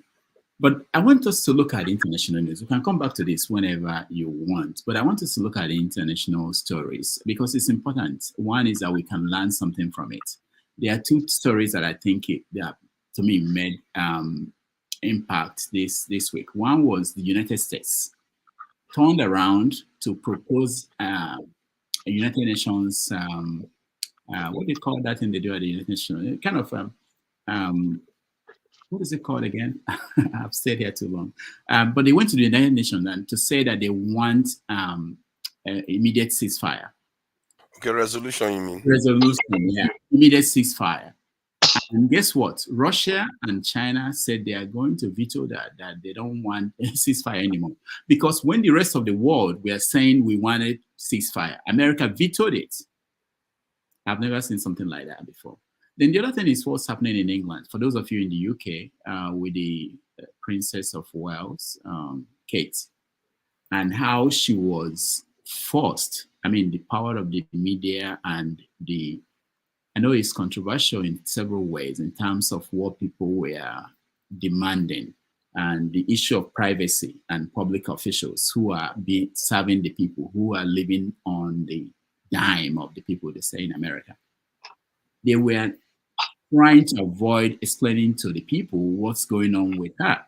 And the people were insisting that we want to know what is going on with you. Eventually, they were forced to come out and say, this is what is happening. So I want us to discuss that together as part of the international news story. And let me start with you, Flagship. Well, with reference to the war in Israel and the superpowers, I think it's a game of pawns that they're playing. At this point, the U.S. Have leveraged all that they want, and it's time for them to propose a ceasefire and maybe begin to negotiate the process of rebuilding. However, China and Russia have jumped in to say, no, they do not. This is what sometimes I say, that these superpowers tend to choose where to go test their weapons and strength. And at this point, I think it all depends on the Israelis to figure out and know that they have been sort of like used since this whole issue started. And it's time for them to make the right decision to stop ceasefire and let peace reign between themselves and their neighbors, the Palestinians, and move on. The continuous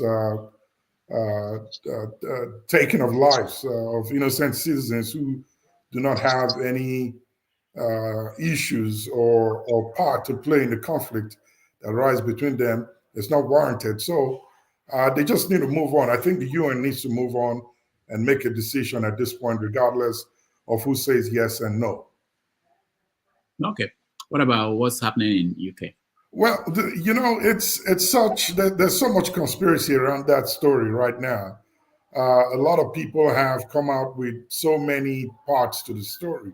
I really do not know what is really going on. The only suspicion at this point is that something is not right with the princess, and it's being covered up by the monarch or the monarchy, and they do not want the public to know. But my takeaway from it is the strength and the power of the people, how they can push and make their leaders to come up with answers when they demand for one. And that shows you the strength of a society and the strength of the people in a society, rather. So there are so many lessons we could take from that, that no matter how strong the leadership of any country think they are, the people can demand for answers and get it when they want it. So with time, I believe the true story is going to come out of whatever the conspiracies are. Okay, thank you. Ton, you're muted. Okay, yeah, thanks. The war in the Ukraine war, it's a very unique one. I think I beg to disagree from what the last speaker said, Flagship, that Israel is being controlled or is being used. I don't think so. I think Israel has got they're acting on their own They are not being shoved or manipulated in any way. I still believe that now Ukraine will be licking their wound because they thought that America was going to come all out. We're going to have their boots in Ukraine to support, and that never happened. Even the weapons they were asking for, they didn't trust them to use it because that could spark World War III. Nobody wants World War III. As regards to the UK, well, I don't think that's how a society should be. We have not evolved to that level where the people in that are serving the people are answerable. They need to know, because everybody knew that there was something up with the president. By the way, it's been revealed that it's some kind of cancer. Well, we don't know. We've not been told the type. That's how far I know. So yeah. All right, Austin. So when it comes to me, this issue of power play, I think somehow is, I'll just try to liken it to the Cold War when people try to look at their ideology. First of all, when you look at this Israel-Palestinian war, there was a time where people were begging for ceasefire. To be honest with you, me, I was also begging for ceasefire. But the big boys, especially America, said no. And I feel that it was a case where there's somebody I want to give a knock and I'm far away. So somebody is close that the person will help me give a knock. And say, okay, let's keep quiet. Let the person do it for me. Now, it is now time for them to say, okay, stop. And Russia and China say no. So this is just a case of power play. A case where I want to show you that, okay, I'm also big enough. But for me, I think Israel and Palestine should find a way to settle this. Not even for the sake of those who are fighting, but for the children and the women. And even for the men, because we always forget the men. So I think Israel and Palestine should just find their way and settle it. I would prefer that there should be a ceasefire. If there is anything that the United Nations can do, let them drop their guns, let people start rebuilding. But this issue of I want to show you I'm bigger than you or you are bigger than me will not work. Then for the second part of the UK, to be honest with you, I don't like talking about the UK, to be honest with you. I don't know why. I don't like just talking about them. So I'll skip that topic. I don't like talking about anything related to the UK. All right.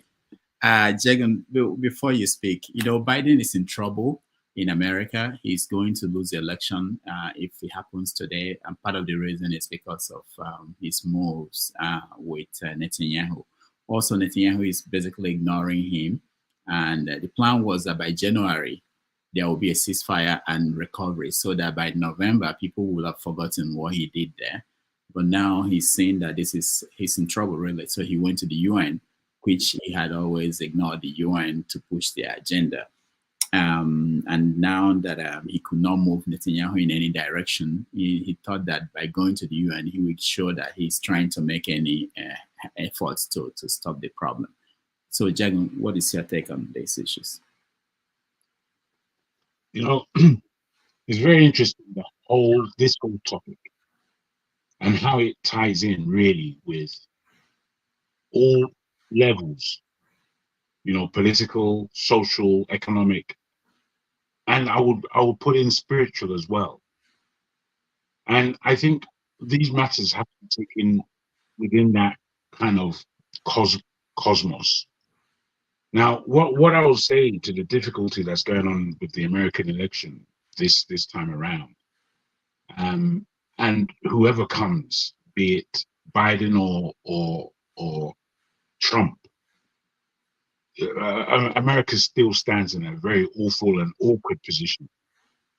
With somebody like Netanyahu now, who the level of poison that is in this individual, I don't know how people take it. There are people that side strongly with Israel and the position of Israel and their right to exist.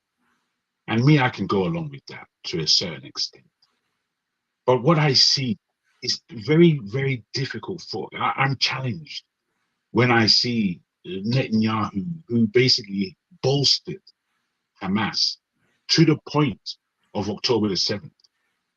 He knew that was going to happen. It's now clear that he knew. It's underlying that he is one of the major investors into Hamas. Then you have to really wonder what's happening here. What's really going on? Because it's more than the politics is telling us. The politics basically is from the West is telling us that Israel is right. The Palestinians as a whole are to blame for several things, and historically we can see this. We should continue bombing. 30,000 and more people are now dead who are Palestinians. God knows how many of them are Hamas, if any. Men, women, and children slaughtered, injured, butchery going on in front of us. the politics of it doesn't tell us half the story, is what I suggest. And I can't really put to you necessarily where it is. I have my thoughts, but I don't know if I want to air them. And then we go on to another difficult player. These are big players we're dealing with. When we're talking about royalty, we're talking about the powers that be in America, we're talking about Israel and what they have, what the mass that they are in this planet. We're talking about the big players. And when we're talking about the big players, we must understand that what we see is not what's happening. What's happening is far deeper than what we're looking at or what they're suggesting to us. And patience will take more. I think in all areas we need to be patient, especially at these times, as individuals, as to what kind of moves that we want to make as individuals, and what kind of suggestions we want to say, and where we want to stand as righteous individuals, if that's how we're playing the game. So I will, from all the rumors that have come out suggesting this, that, and the other. Now, the rumors that have come out seem more palatable than what she's actually said openly. Now, who knows the truth of it? I don't know. But I do know that there's trouble ahead. There's big trouble ahead. So we keep our ears to the ground. Yeah, that's what I'll submit. All right, thank you, Jagan. Ike is on the phone, so let's go to you, KJ. Hey, thank you, sir. I totally agree with all the past speakers. I usually don't like to talk about the British, the crown, because tell the truth, I'm one of those who do not appreciate anything that have come from them, especially being a Nigerian. And I don't think, just like they say in America, what is great about Great Britain. So, however, the issue of the UN, of course, all of us know right now that the UN is complicit in what's going on, because just like other things are coming out, recently it was discovered, or that the Americans discovered, that Hamas has a connection with one of the UN agencies. And so it's been a big issue for people in America. So tell the truth. The truth is that I'm not surprised.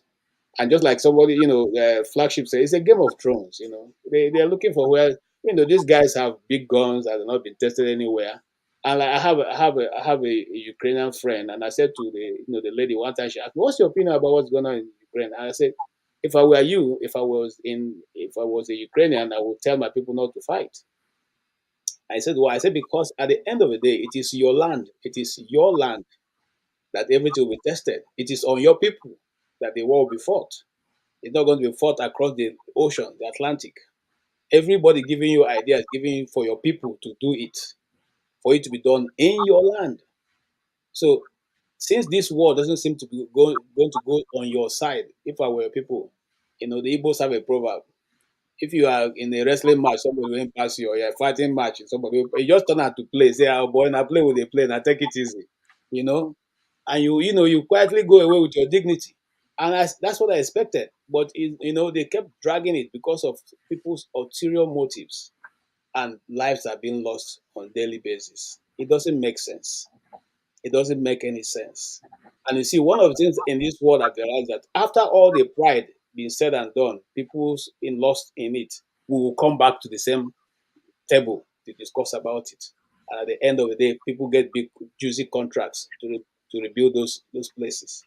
How I wish we can be more open, to our people and the systems that is running the earth. And so, like I said, I don't really. If I were in a position to advise, I would say, look, guys, it's time to say we give up. We don't want this any longer, and let's just go and count our losses. And for the British people, I wish them well. What I'm looking for is the day they will say there's no longer a crown and everybody is the same, in Britain, because I tell the truth, those are one of the people that are. You know that the crown is actually one of the seas. You know that England is one of the seas. I'm sure you know that London is one of the seas. And so if you know that and you know the policy of money, I'm sure you know, like I tell the truth, I don't care. Thank you, sir. I'm sorry, I'm not being insensitive, but Yeah. Well, KJ, you said something I'm concerned about. You say UN is complicit with what is going on there. You're talking about UN agency that has over 1,000 workers. I don't know the number. yes, there's a UN. I'm trying to remember their name now. I know why I didn't dwell on that is because the name just kind of escaped my mind. No, forget the name. But you said there, is it because 16 people, I think about 16 people out of all the number of workers they had, got involved in what happened in Israel? So the whole UN is complicit. Is that what you're saying? That's No, what I'm coming, sir. It's an agency Yeah. of the UN. It's an agency of the UN. Yeah. And then it was also discovered that those 16 people who you're talking about had the opportunity of keeping some of those hostages on behalf of Hamas. I think that is a serious issue. Yeah, nobody's saying it's not serious, but is that enough to say? So now saying that just 16 people are just an average. But is that enough to say that the UN is, because when you talk about UN, you're talking about big, I am sure you know how yes. UN is. Are they not members of the UN? Is the 16 people not the members of the UN? No, they are not members of the UN. They are workers of an agency of the UN that is based in the Middle East. Not even in New York, not in Geneva, But anyway, I just want to point out the way I know that Fox News, they do this. They do, and actually it came from them. They were the ones that were pushing this idea that the UN is full of all the people against Israel. But no, and you see when you say that, you kind of make the point I'm making a little bit, inconsequential. But it's important. Yeah. Be it as it may, let truth not be told only from one side. When it comes from the other side, it becomes, it's something feeble. It's not realistic. But when those things are made from the other side, which is most of the time the left, it sounds so big and we celebrate it. We say this is the issue. But when the right talking about it, it becomes, inconsequential. It doesn't look nice. No, I think beyond the international organization, think about our own groups, our local groups. If we say because few people in the Middle East did something because they are affiliated with an agency of the UN, we now condemn the whole UN, and the UN will push back. We condemn the whole UN on that basis. Then it's a dangerous thing because Pansat can say something here, and all of us will be condemned for being. But you know why? You know why I'm not going to push back? Because I have more facts, but I'm not going to push back. Because 2 days ago, my wife dreamt. I said something on the social media that they came and put something about. So you're not going to push me to say those things, which I won't say it. I just want to say that it looks complicit. Maybe they are not. Well, maybe they are. I don't know. But from my own end, I don't think it's too clean right now the way it is.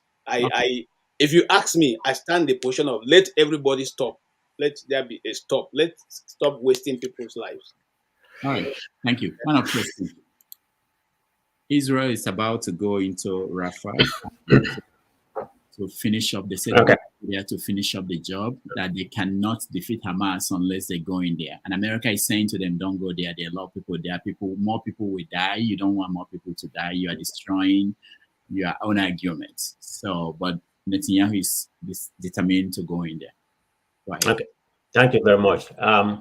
I think the dynamic that is playing out on this UN is a very political forum. Everybody understands it. I mean, some of the resolutions that they pass, the country, some of the countries already been obeyed. But let me come from a different angle where what's really happening, between the USA and other countries. Remember, initially, America has been supporting Israel, for a long time. The war, they proposed a ceasefire. America vetoed the resolution. But have you ever asked what are they changing their mind right now? It's all political, and I'll be very, I'm a Biden fan. But what's really happening, because Biden have seen that he may lose the election, and he's not going to get the support that he needed, particularly like place like Michigan, all those Arab Palestinian and something like that, the poor. So that's why he changed his mind. Even let us not be fooled.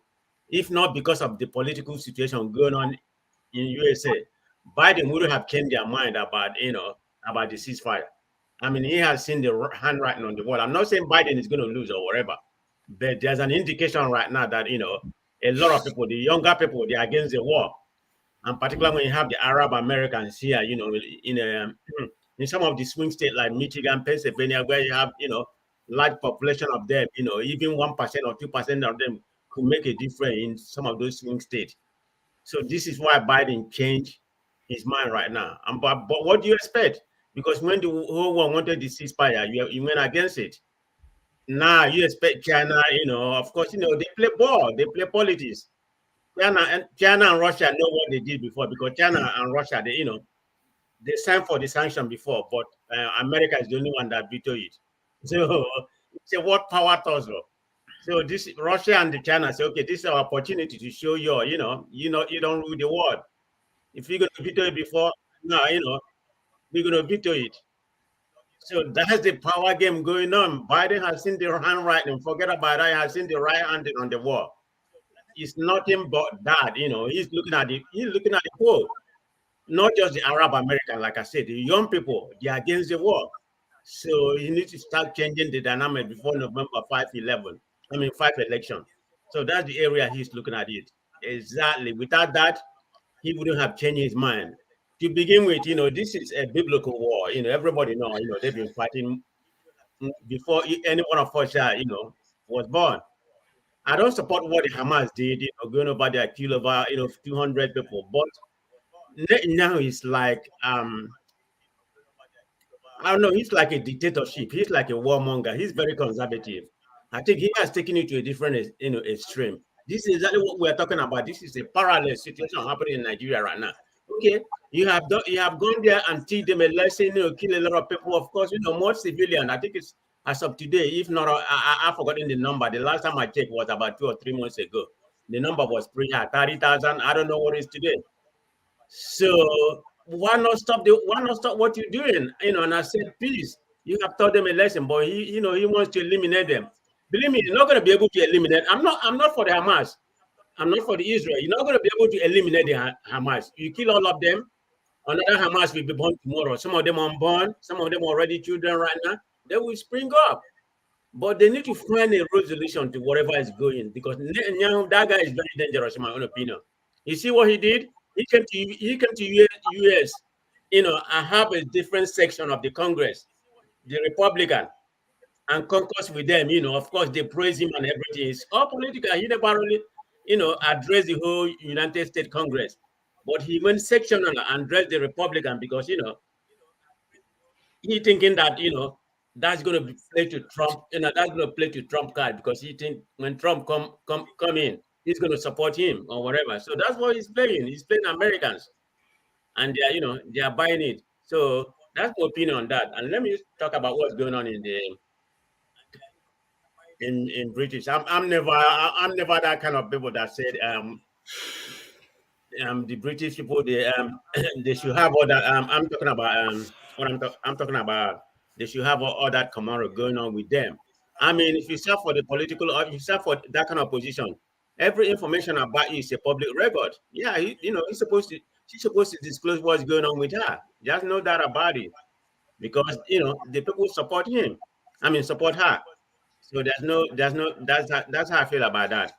Full disclosure. Maybe we should borrow a page from what's going on over there, even what's going on in Senegal. This is the problem with Nigeria. Most Nigeria are very docile. They just sit there, they don't complain, they don't, protest, peaceful protest. They just take whatever, This is the power of the masses of the country. That tells you what's going on. Thank you. All right, thank you, Prestige. X0, go ahead. Good evening, everyone. Yeah, welcome. Yeah, finally, I made it to the panel today. Thank you for all your contributions today. I've been listening outside, watching from my YouTube on TV. But something just prompted me to come in today and just say hello. And then I wanted to discuss a bit about the former issue, but as usual, Mr. Rudolph has knocked me out of that one. If you know how to, you can talk about No, I will only be talking rubbish. Let me stick to this one. Whenever it comes to American politics, I speak to it from the European perspective, because I always speak to it from the way the politics affects Europe. In all this recalibration of the world and the whole international diplomacy going on between Europe and its ally against China, Russia, and the rest of the Palestine and the rest of them, Europe is the biggest loser. Europe is the biggest loser. And as these alliances are forming, we're hearing this Russia, China, and their cohorts, and then the Western alliance. Biden is facing a difficult problem, as we all know. It will take a miracle for him to win the next election. Trump is coming under the auspices of he's going to stop this war in 2 minutes. The war is going on in the world. Biden can no longer stop the wars because of, we see it from the perspective of this war was prompted by people who want to just sell weapons, make money. It's the military establishments that are making money out of this war. Otherwise, they would have ended all these things. But they refused to because they needed to make that money. Now the war has started. From the European perspective, I don't want to mention name, but from this side where we are, there are some weapon manufacturers that wanted to go into NATO, and they have gotten into NATO. And their weapons have started, doing damages. So I don't want to mention names, but if you Google, you will know the countries I'm talking about. So they are finally in, but there's a twist. Trump might likely stop these wars. That means NATO will be at a standstill to no longer be profitable for these people, these warmongers. And then there might not be the the coalition they want to form to strengthen the one polar world. We no longer hold. That means all their efforts have failed. That means life in Europe will be terrible. Already we are facing increase in gas prices. Imagine when Trump comes and settles the war and they still lose, because Trump is likely going to say Ukraine has lost those two Russian enclaves. That means all they fought for is not null and void. At the same time, there's no more war because they're making money through wars. So what will happen? Gas still remains expensive. In fact, it might become even more expensive because they cannot go back and renegotiate with Russia. Back home in Africa, where they're supposed to be getting the gas cheaper, Russia has blocked the road. You cannot pass the pipeline through Niger. So I'm looking at it from how it affects me here. You guys are in America. You might not lose much. The only thing you might lose is that there is no longer going to be a unipolar world. We will not have, the likes of China, Russia, and their gang. In fact, from what I read lately, the US is no longer the global authority when it comes to, the economy. They've lost out. So Trump will now be facing his own issue, how to make America the hegemony again. And that means, I don't know how he's going to do it. But as it stands now, America has lost hegemony. Europe is the biggest loser. The America you are following will sell things to you at their own price, which means we are going to be buying those gas from America at the rates from the transportation costs and everything. In fact, we are the losers here. And it's paining me that this is going to cost me money. House rent is already expensive here. Transportation is expensive. My internet finishes every now and then. I had to change a month ago. I mean, you guys should stop these politicians from America from pouring their problems to us. We have lost everything. The gas we are getting cheaply, we are no longer getting it from Russia. There is still a pipe that the Nord Stream 2 is still available to use. America put their feet down that we are not going to get gas from Russia. X0, I'm sorry to hear that, but someone said you should come back to Africa if it's Dr. Damage, let me make a point to X0. Can I challenge him on one point he made? Just 1 point a minute. Yeah, do that. X0, you said something about this war is being promoted by people manufacturing arms. Where did you get that conspiracy theory? I mean, I No, completely believe you. They are benefiting from it. Yes, But they are why benefiting. would you come up with that conspiracy theory? They are the I ones that cannot started say the it war. on. I cannot say it. I cannot say it here. Maybe you can meet me backstage and I'll give you information. All right. It's not a prestige. It's not a conspiracy. It's actually true. It's true. Okay. The military industrial complex. That's what we call it.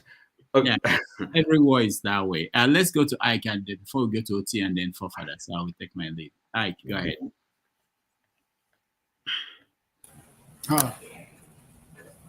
Good afternoon, good evening, everybody in the panel. Dr. Damages, I don't know what is the topic of the day. I've not been following it today. Okay, hold on now. Let's go to OT. We'll come back to you later. Okay. Right. I think when things are happening and maybe we're having our discussions, my interest is really in what lessons we can draw. Okay.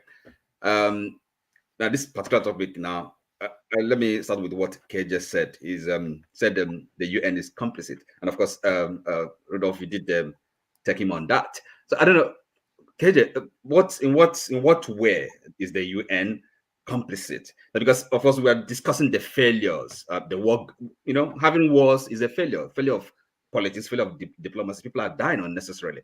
So right, of course, in Gaza,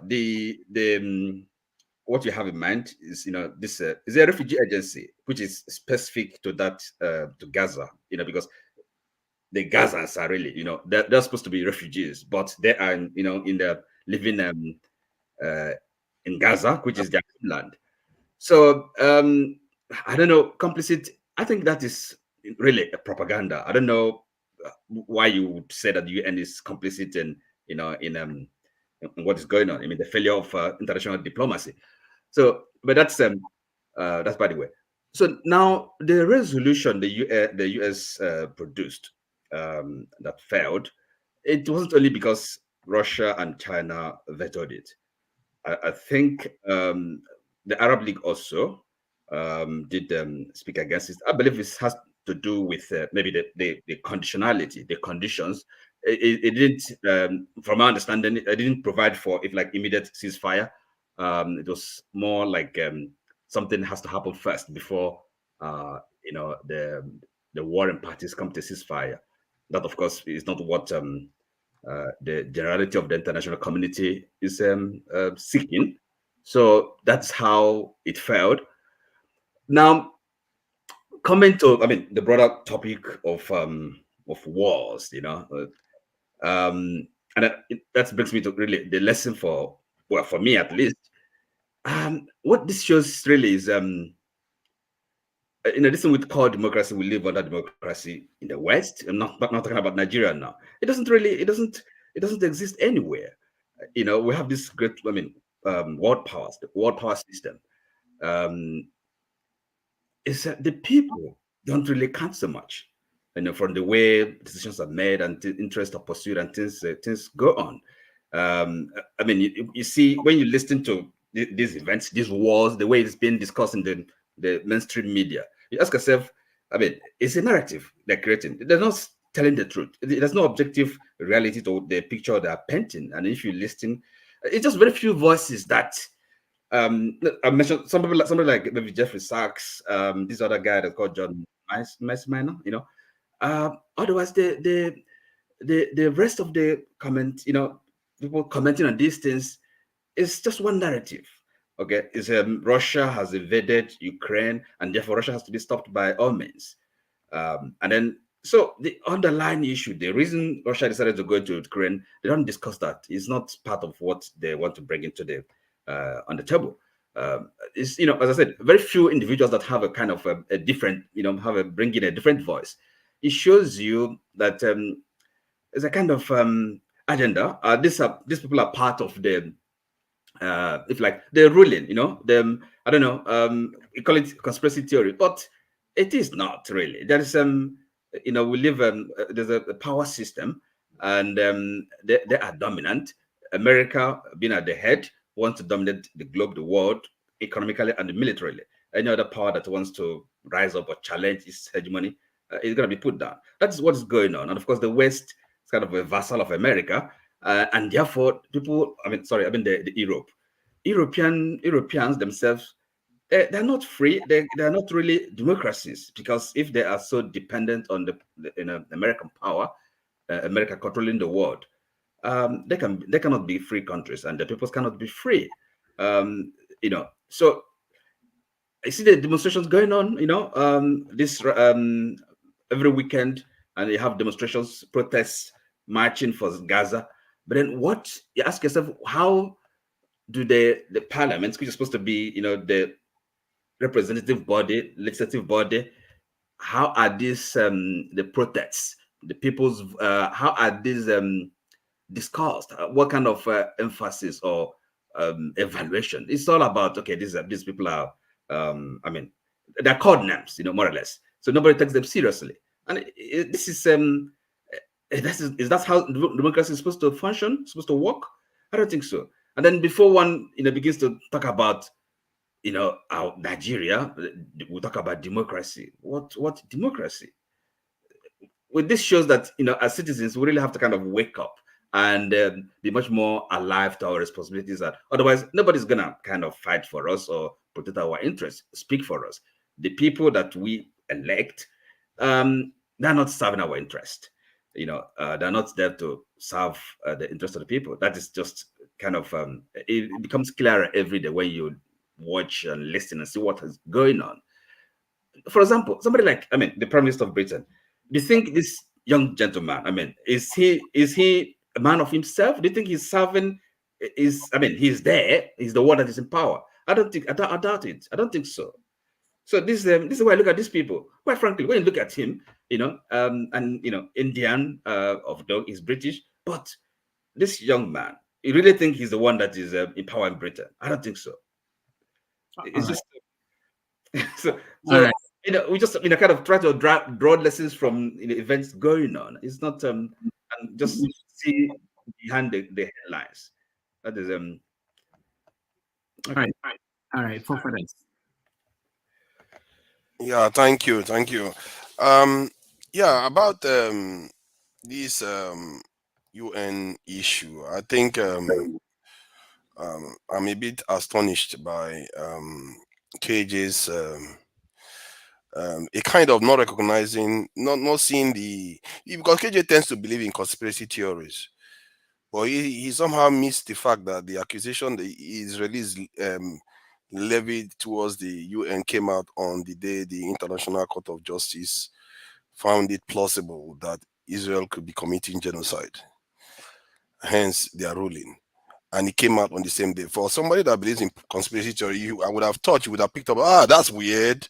He didn't bring it out all this time. He just, on these days when it came out, I would have thought you would have gone in that direction. But I guess it's up to you on that one. And also the veto of Russia and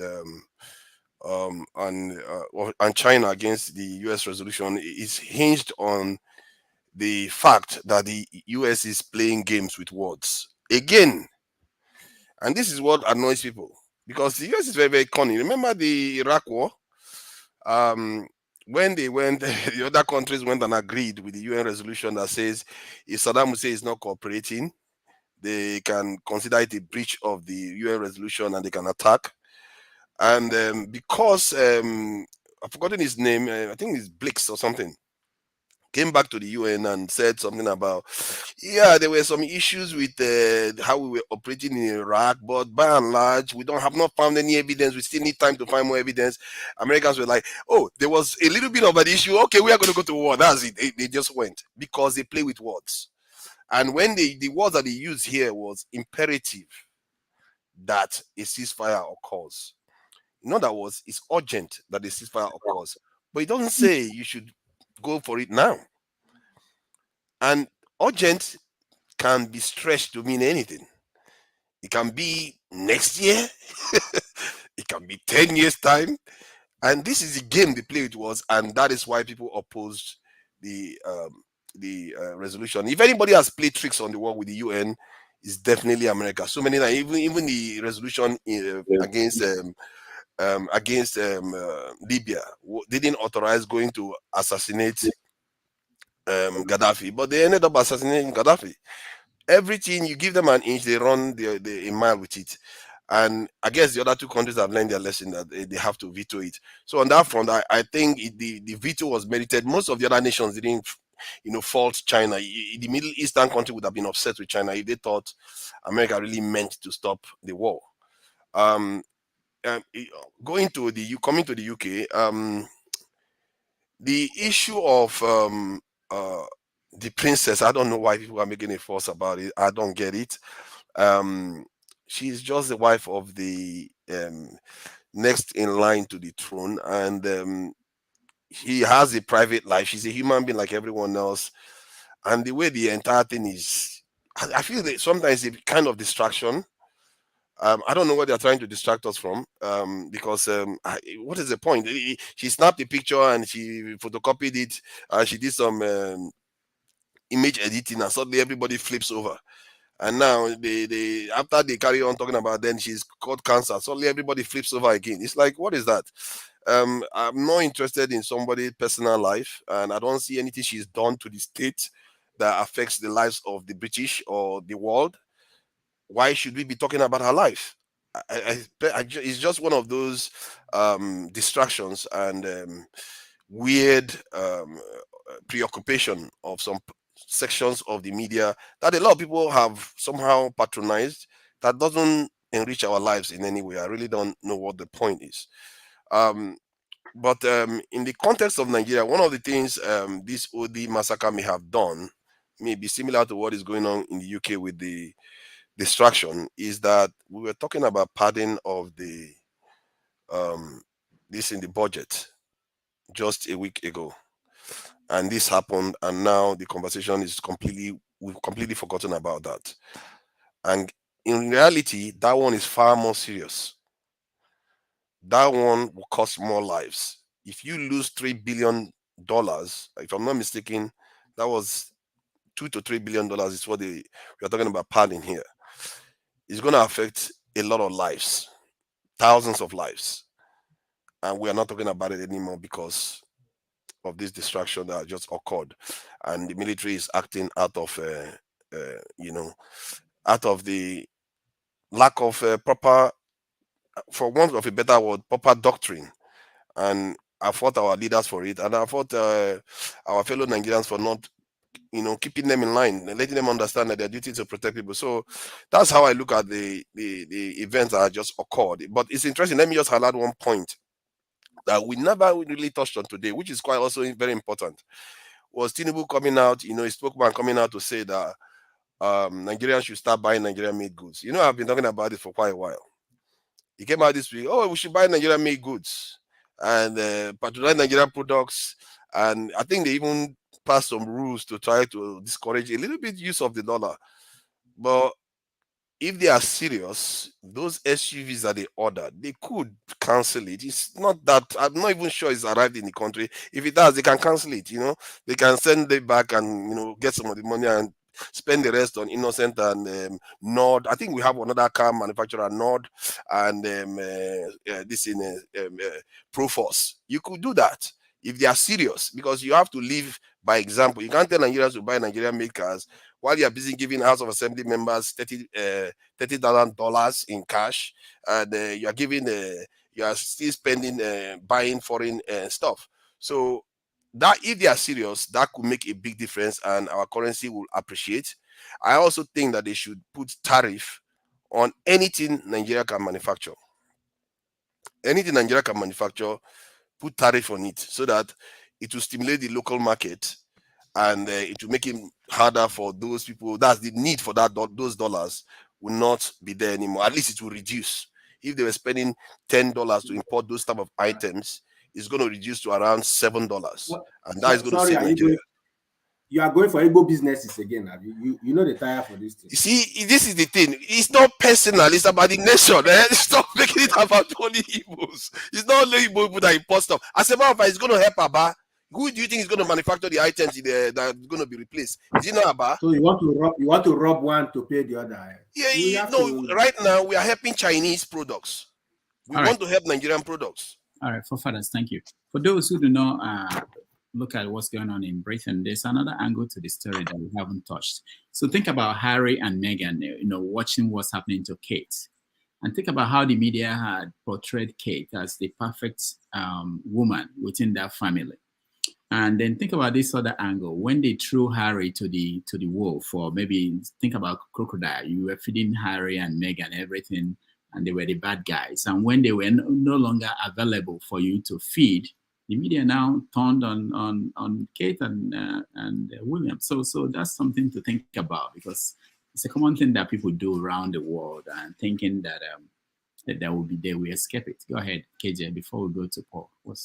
Yeah, I just want to say something. I don't know why Mr. Oti and Forefather, your own ideas are not constituted.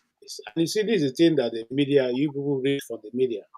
It is good for the government to call a thing they don't believe in, maybe a truth, conspiracy theory. If it's coming from the left, it is the truth. If it's coming from somebody from the right, it's conspiracy theory. Conspiracy about it. You didn't know that there's a UN agency that was complicit in the action in Gaza. You didn't know that there was an agency that was helping to keep some of the hostages. What are you saying? Of course not. And he said something. Please. Sorry.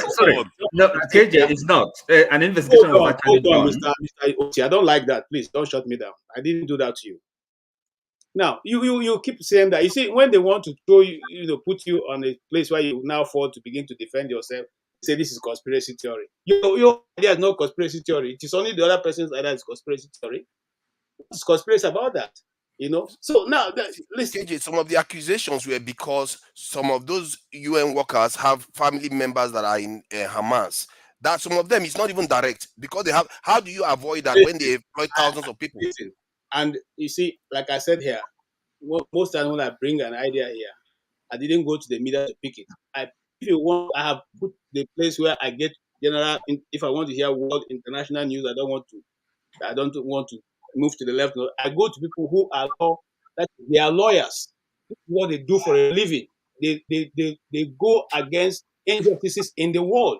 They have international offices around the world. They take on human rights issues of people. I don't go to the maybe CNN or what was Fox News or whatever to get my news. Please. So if you want to know, you tell me. So explain. I can explain if I want to. But like I said to Rudolph here, I don't want to open my mouth wide, because my wife already told me that 3 days ago she dreamt I was saying something, and they came to carry me away. So I don't want to say anything. If you want, believe it. If you don't want, you can call it conspiracy theory. It is all in your own reason. Thank you. All right, thank you. Let's hear from Paul now. Paul, welcome to the show. I think you were here today. Am I? Yes, it is. When you kick me out, I have to go to bed. I think KJ just make me want to switch a little bit. What KJ is talking about, this UN agency that we're talking about, the Israeli people vet these people. These guys are over 15,000. Then they discovered that 12 of them out of 15,000. Can somebody help me with the maths? You understand? Then before you know, countries started cutting every support that they want to give out of 15,000. And you discover 12, only for them to investigate and debunk the 12. You are the one that verify these people. And when you kill people's loved one and every other thing, you say your own. When you kill people, loved ones, you do all type of thing. KJ, the way you are here right now, it's hard for me to talk anything about Igbo. Every time I talk about Igbo, if I talk Igbo, I blame myself as a Delta boy, where I feel we're going wrong. You don't care whether I blame myself. All you care is that, Paul, shut up. You're not supposed to talk about Igbo. That's what you do.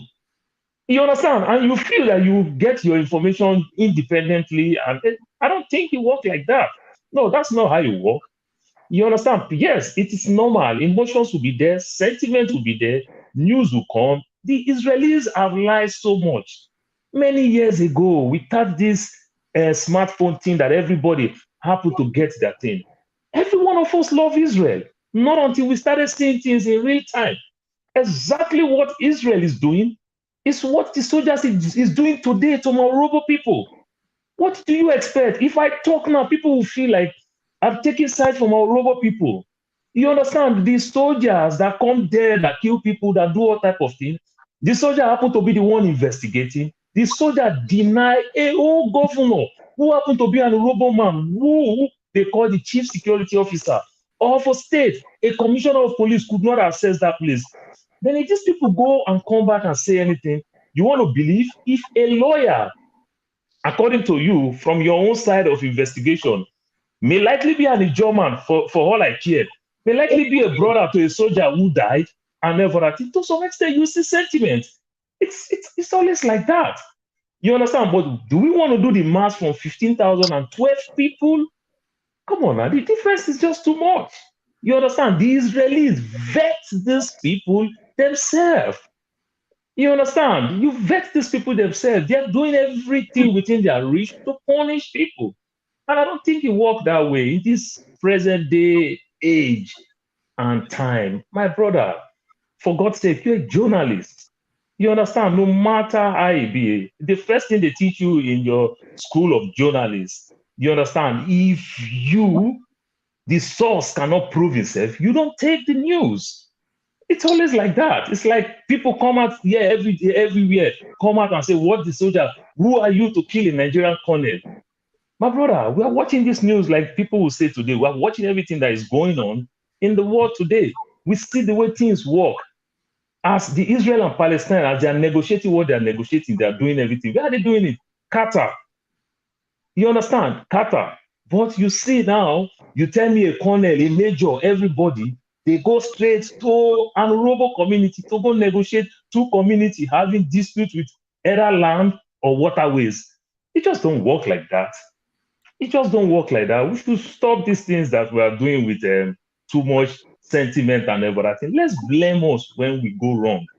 Let's try to make things right a little bit. And I think it's just going to help make the world a better place. We'll see what China and Russia did. Come on, how do you say you are talking about ceasefire? You are talking about ceasefire for 6 weeks. Don't make any sense. And while you are talking ceasefire for 6 weeks, you are the same time, the same you people is telling the Palestinians to release their mass, to release everybody that they kidnap. So when they release all those people, they don't have anything to hold you. Then you come and pound on them and the likes. Does it really work like that? So the US is still playing game. You understand? What Biden is doing, Biden is trying to be smart on both sides. You understand? The Jewish people have 8 million votes. The Muslim people have 3 million votes. So he's weighing his pros and his cons. Where do I take it? If I balance it a little bit, I may win some from the Jewish people. And if I balance it a little bit, I may also win some from the Arab people. So that's what he's doing. But at the end of the day, Joe Biden or the US is not helping any matter. So that's why China and Russia just look like, you people, what do you people think we are doing? You people are stupid. Let's make it the way it is so that if it's going to affect Biden, let it affect Biden. You understand? Because they are getting sleepless nights with what is going on. So that's the game China and Russia did there. You understand? So the US is not playing anything good with what is going on. That's my take for now. Thank you, Paul. Exoro, did you see how Paul was sneaking in those topics that we finished talking about? We just said, you understand? I'm sure you don't want me to rest. I saw it, but you know, from the way I don't have the capacity. Okay. I'm just kidding. No, you don't want me to respond to Paul, right? No, you will. No.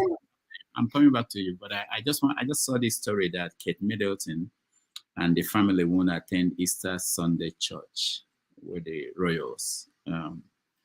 So I think part of what probably pushed her to come out and make a statement was that probably what was going on was more serious, and she knew that there was no way she could avoid showing up in church on Easter without explaining more. So they had to come out to say this is what's going on. All right, KJ, respond to Paul, and then I'll leave. Yes. See, Paul, my challenge always, and I will not deny the fact that I'm more of to the right. My challenge has always been to those people who are on the left. you always see whatever comes from the side that you are not in as the false story. Your own is always the right one. It cannot be. You have already started teaching me my job. If as a journalist, you have told me what I'm taught in class and how I should be able to divide information. You see, that is the point. I can't come to you and tell you how you should treat your airline, your plane or your ship or wherever you are working. I can't come and do that. But whenever you sit in a place where you think somebody is a journalist, you want to tell him how you should be able to verify information that is given you. It doesn't work that way. It doesn't work that way. You can have your own information, which I respect, but also respect the other person's view and take it. We can agree to disagree. You mustn't agree with me. If you think what I'm telling you is not correct, you go do more of your research. If I think what you're telling me is more correct than what I have, I go do my research. But don't make it look as if you are trying to teach me what I have practiced for more than 24 years. You can't do that. And well, I don't want to be annoyed because they're my brother. Look, I've already discussed KJ or what went on in the Okuoma community. I've already talked about it at length here. Okay, and I spoke about it the way I would speak about it if it was happening in Igbo land. Okay, and I took to the side of the people, which is where I will always be, the side of the truth. You can't keep bringing your brothers and sisters, or because you are highly connected, you go get some powerful people to come and deal with the masses, as we call them. Make sure that you displace them of their land, of their property, and all that. And anybody who challenges you becomes an enemy of the state. It doesn't work that way. Okay, it doesn't work that way. And then your own narrative becomes the more powerful, dominant voice because that's the one people will hear, and that's the one people will take. I do not subscribe to that. I'm not a conformist. I've never been, and I'm not about to start now. Thank you. KJ, let me ask KJ something. KJ, you are a journalist. Are you telling us that you're not sentimental in your own narrative? I mean, to suit what I mean, you might be true in some sense, but you can't come here and tell us that everything you said is true. I mean, you don't bend the truth to suit your own narrative. Listen. All journalists do that. Okay, I thought you asked me a question. Yeah. If you ask me a question, I'll answer. Listen. Okay. Here is what I'll tell you. And probably, if you can agree with me. Look, I try as much as possible to remain in the center. When I present I don't present it because that is solely where I belong. Some of you here think I support Trump. No, I just stand on what I think is the truth. I listen to the left, I listen to the right. I try to bring myself to the middle because I'm supposed to present to you what I think. Yes, don't get me wrong. Every journalist has his own emotion. So sometimes in your writing, in your speaking, in your presentation, you may probably swing to one side, but not necessarily because that is what you believe. That's what the story has led you to. If you decide to do a documentary right now, first of all, you pen down your topic and your issues, and you line out what you want to achieve. But as you go by your topic, your issue, what you're looking at may keep skipping until you finally get to the point.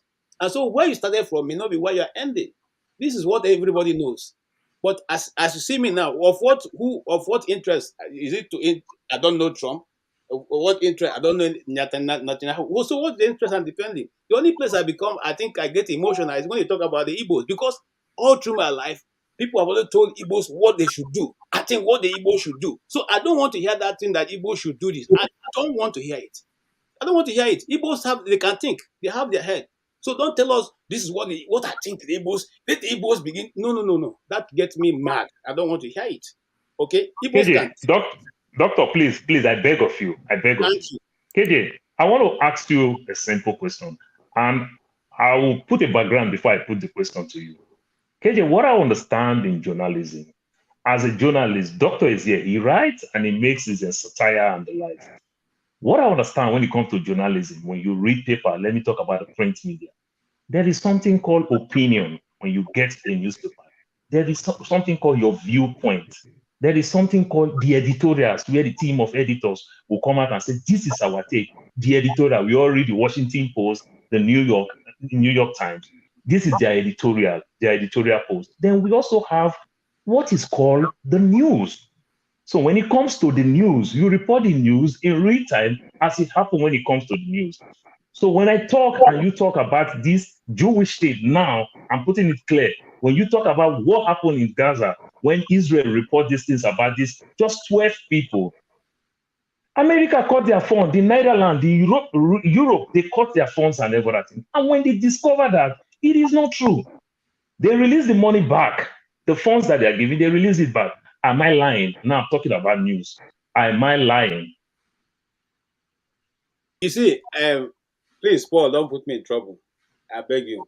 I will not answer that question because I have more facts that I'm presenting here, and this is a public domain.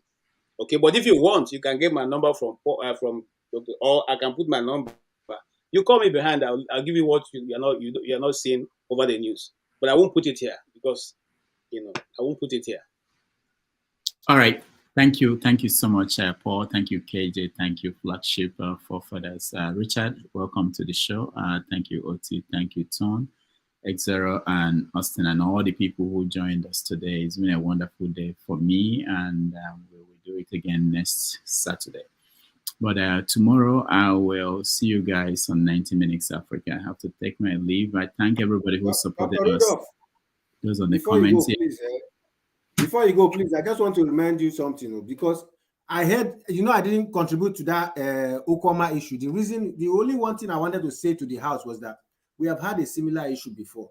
The military has gone to a village and cleared people, but nobody seems to refer the past OD issue and use that as a yardstick to now analyze the current one. Nobody, it's just like this thing just happened. People are just discussing it without referring what happened in OD. Was there any solution provided? And then it is repeating itself in Okuoma. Are we going to be there until the soldiers go and clear that village again? Everybody died. I mean, you guys should try to connect, do some research about the OD and see what is the connection here and the habit of our military. I don't want to say more. Thank you very much. I like how people come in and just assume that we didn't do that. Sorry, we did that. We did that. But thank you very much for reminding us.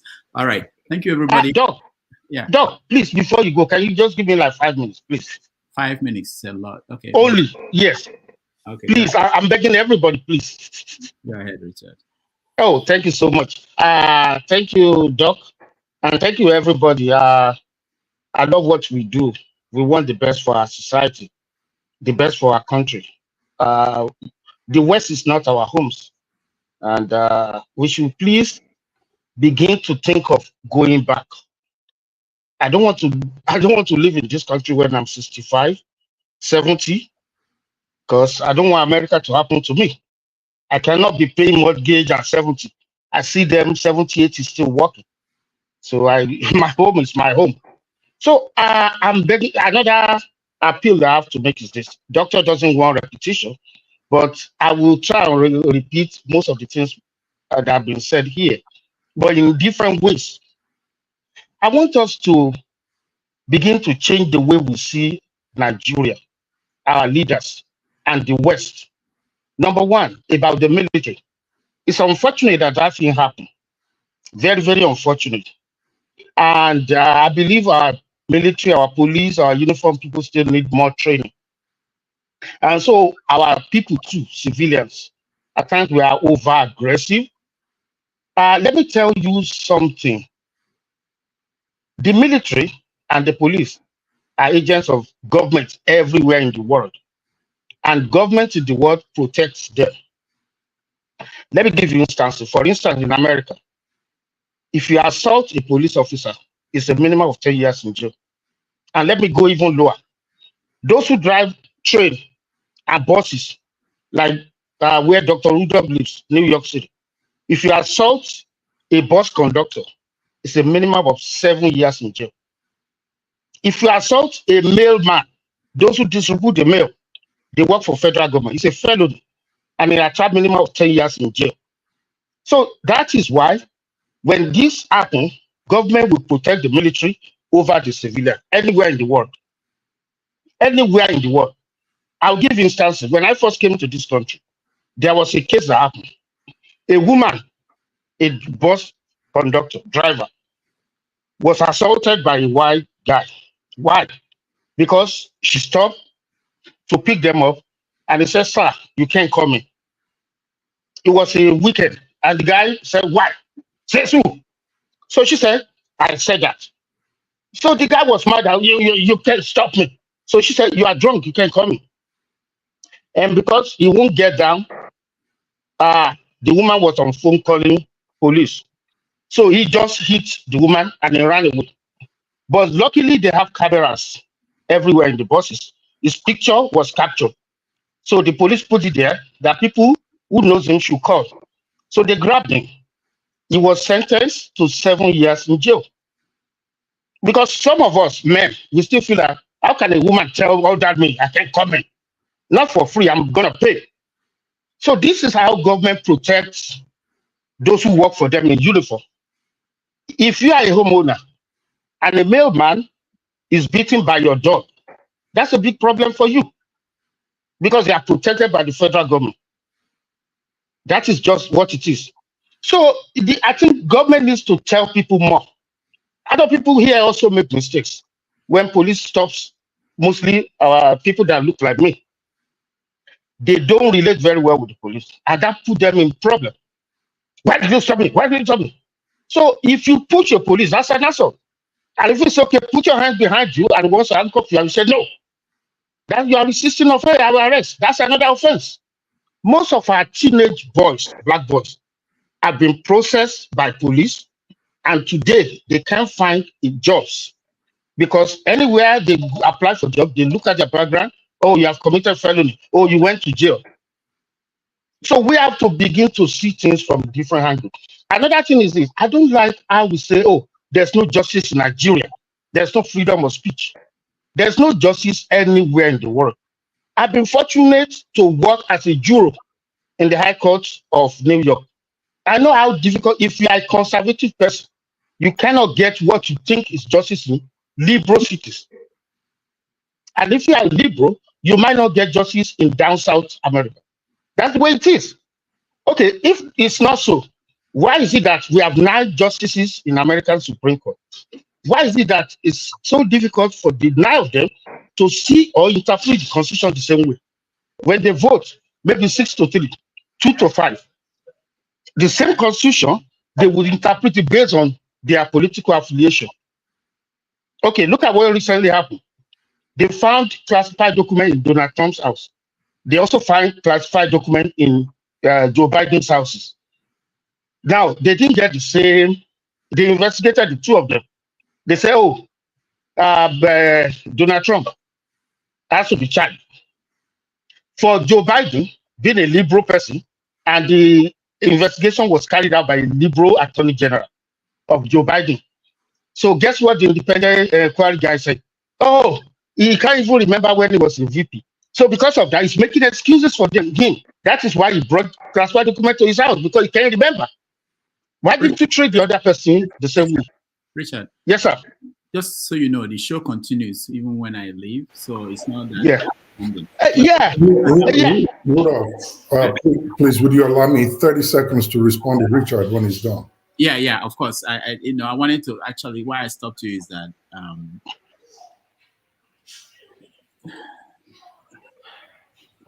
the special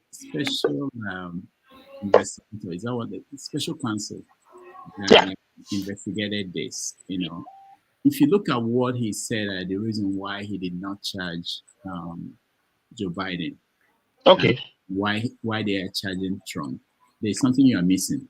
Is it intentional or you just didn't know? Okay, in his conclusion, he spent more time explaining that, by the time you remember when it was the VP, making excuses that, he has lost his memory. No, there was something so making excuses for him. No way. There's something he said about Trump. Why they had to charge Trump. They say he was reluctant to hand over the document to them. No, even when they told him that I wanted you to mention that because sometimes people withhold some information to support their position. If I'm the one saying what you're saying, I will present everything that was presented. And I will tell you this is my, this is my opinion, this is my conclusion. But if you withhold something, it makes me worried that I wanted to know whether it was intentional. No, it was not intentional. You can still say it and still say that you still think it's not fair, but it's important to say it. Okay. But don't go yet. Hold on. Richard, hold on.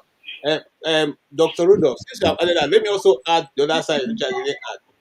Trump is also an authorizing, is also that is declassifying authority. In other words, he had the authority to declassify those documents he was holding. 1, 2. When Biden had those documents, he was a senator. He didn't have any classification for whatsoever. So he started taking documents from those skipped rooms since he was a senator to the time these ones were discovered.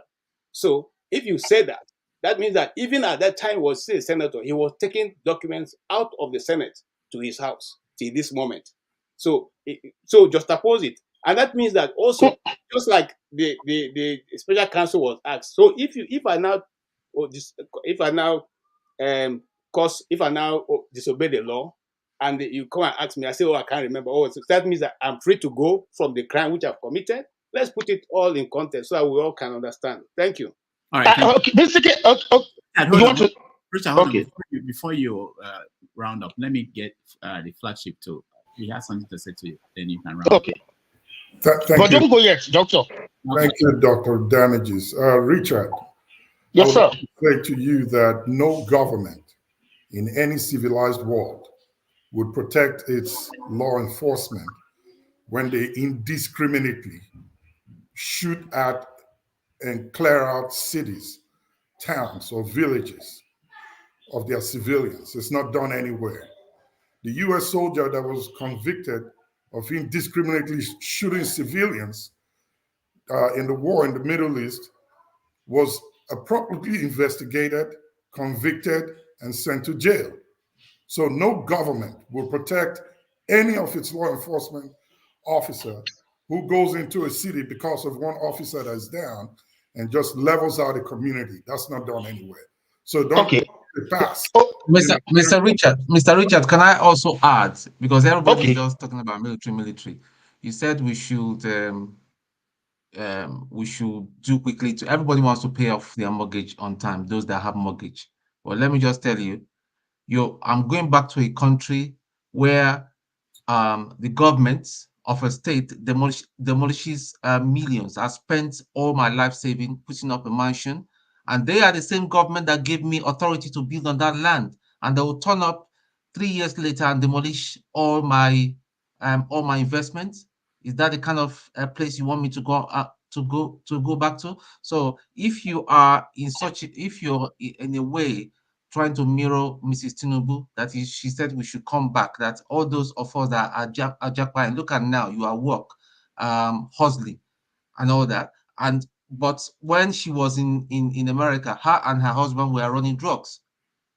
Is that the kind of country? Listen, my brother Richard, with all due respect to you, sir, going back home or staying here and all that, it's all a personal choice. Let everybody day in day. That's all. Okay. All right. Thank you. Let me respond to the two, and then I deliberately asked Doctor to stay because I believe he will. I want him to either correct me or give me the nod about what I will say after this. Now, about no civilized military will level a. The military that did it in OD and another place in Nigeria was directed by Obasanjo, who was their commander-in-chief. They didn't go there to do that. They were killed, and Obasanjo told them what to do. And military is all about obedience. They don't say, yes, sir. I mean, that's the only thing to say, yes, sir. Obasanjo took responsibility for that. Hold on, Richard. It's not the military that just did it. Obasanjo told them to go do it. Richard, you can't prove this, that Obasanjo said go and level the place. He took responsibility for it. That doesn't mean he told them to go and level. That's what no. You can't say that. Obasanjo will not even say I told them. Listen, when that happened, Obasanjo went to the White House for a visit, and they had a press conference with George Bush, I think the senior. And Obasanjo was asked the question, why did your military kill people in Odi? You know what he said? He said because there are people chopped off our soldiers or police that went there for something. He did not say I told them to kill. He can't say there was another one. There was another one that was actually televised by Arise News last week or early this week. They asked him, he was a black guy. I think that one happened in Nigeria. So they were asking me, do you have any regret while in office? He said, no, I did what I had to do. So the guy was like, oh, what about Odi? He said, if you are in my shoe, what will you have done? That means I'm saying I told them to do what they did. He took responsibility. So that is for Mr. Flagship. It was not the military that just did it. The commander-in-chief asked them to do it. And then, Mr. Tone, trust me, Nigeria is not going to remain the way it is today. Today, we are celebrating what's going on in Abia. If somebody had told you a year ago or 2 years ago that a place in Nigeria will have 24/7 life, you would have said, no, it's not going to happen. It's not going to remain what it is. It's getting better. What I'm trying to tell you in essence is this. No commander-in-chief in any civilized nation will tell the soldiers to go into a village and kill indiscriminately in the quest for. But happening, Mr. Flagship. Listen, what I'm saying is this. I'm not supporting it. What I'm saying is this, that the military are not to be blamed for what happened. It was their commander-in-chief that asked them to go do it. And military, the only language they speak is obedience. Even if they ask them to go and destroy their own village, where they came from, you cannot say no, sir. You can't. That is that. Now, let me go further. Now, another thing I would like to talk about is that when it comes to military, there's no one way. For instance, it's clearly written in the Constitution of America that no American president can use American military against American citizens. But guess what?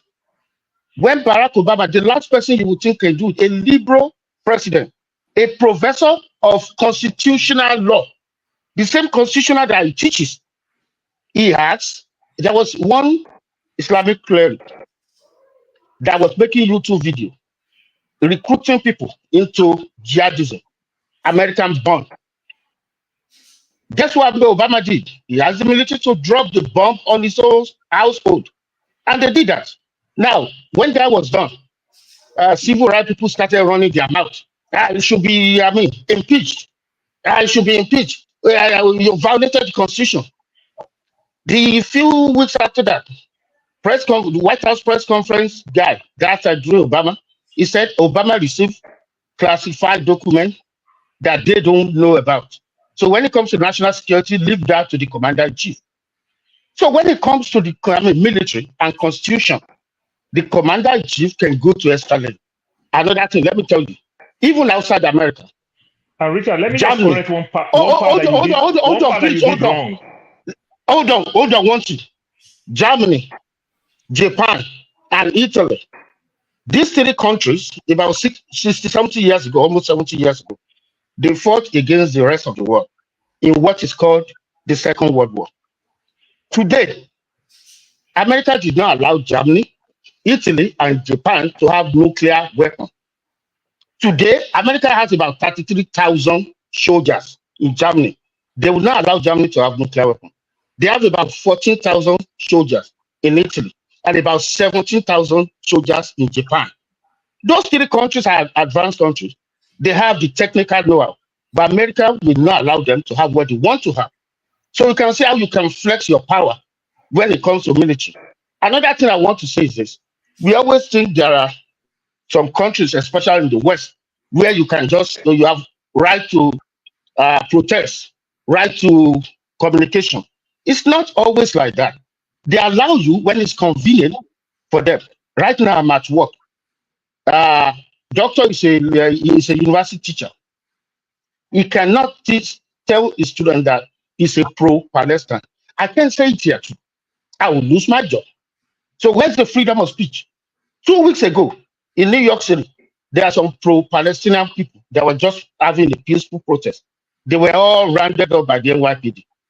So where's the free speech? Wait, on this same issue of Gaza, 2 university presidents have lost their jobs. UPenn, I think UPenn and Harvard. Why? Because their children, their students had peaceful protests. And they were saying, give us the video of those children and students. Give us their picture that will make sure that when they finish their program, they don't have no jobs. That's the Western world. If I'm lying, please tell me I'm lying to my face. I wanted to comment. They said no. They were asking for the There's one thing videos. I want to say here, please. There is where you are lying. There is where you are lying that I want to There is one correct. thing I want to say here, please. Are you saying that Nigeria will be better? So yes, I am convinced that Nigeria will be better. Okay, Richard, if there's anything in particular that you want me to hear, please can you say that, because I have to. Yeah, it's about you are a university professor. Oh, okay. That if you have freedom of speech, you can't show the side you belong to. Okay. Oh, I'm a pro this, I'm an anti this. You can't. And yet Richard, we still believe there's freedom of speech. Special Counsel Robert Ong that investigates Joe Biden is a Republican, not a Democrat, and is appointed by former President Donald Trump. Trump appointed him 2018 and he left 2021. He's not a Democrat, he's a Republican. So I don't know where you get that information from. No. So he just served as a person to investigate the holding of the classified document. That's not he what was appointed by today's Attorney General. You said it. You said it. He is a Republican. For nobody to question the DOJ, and he did the right thing, and he made a Republican investigate a Democrat president. What do you need more than that? That is very, very balanced. Do you want a Democrat special counsel? Come on now. Paul, I have to go. I want to thank everybody. I really have to go. But Richard, for you, just so you know, I don't think anybody is saying that America is a perfect society. I don't think, if that is the argument you're making, I don't think there's anybody from any angle who is ever saying that. And that's why you hear American presidents, when they speak, they always talk about to how to build a more perfect union. They don't think they are perfect. They are continually trying to make it better. So the argument is not to say that things are bad in America, so we should allow things to be horrible in Nigeria. That's not the point. So I wanted to say that. But thank you so much, and hopefully you come on next time on time, when I will be able to be here to listen to some of the things you're saying. But the conversation should continue, and forefathers, take it up from here. Thank you, guys. Doc, it's not my position. I'm not saying it's a perfect system. What I'm saying is that we always believe that that everything about us is wrong. Our traditional religion, our traditional medicine, and everything about the West is always good. That's the mentality of an African person, and that's what I'm trying to correct. Okay. All right, thank you. I can see Uzo. Uzo, I see you in the backstage. That's a signal for me to take off, because. Come on. All right. I don't know. I wanted to say something, please. Let me just add something to what Richard said about. No, there's something he said which I want to also correct. Very quick too. Germany, Japan, and this in Italy. Italy. These countries are called nuclear threshold states. Not that was it. They want to go nuclear. They can go nuclear from weeks to within 6 months. They can. Germany makes nuclear warheads for France. No.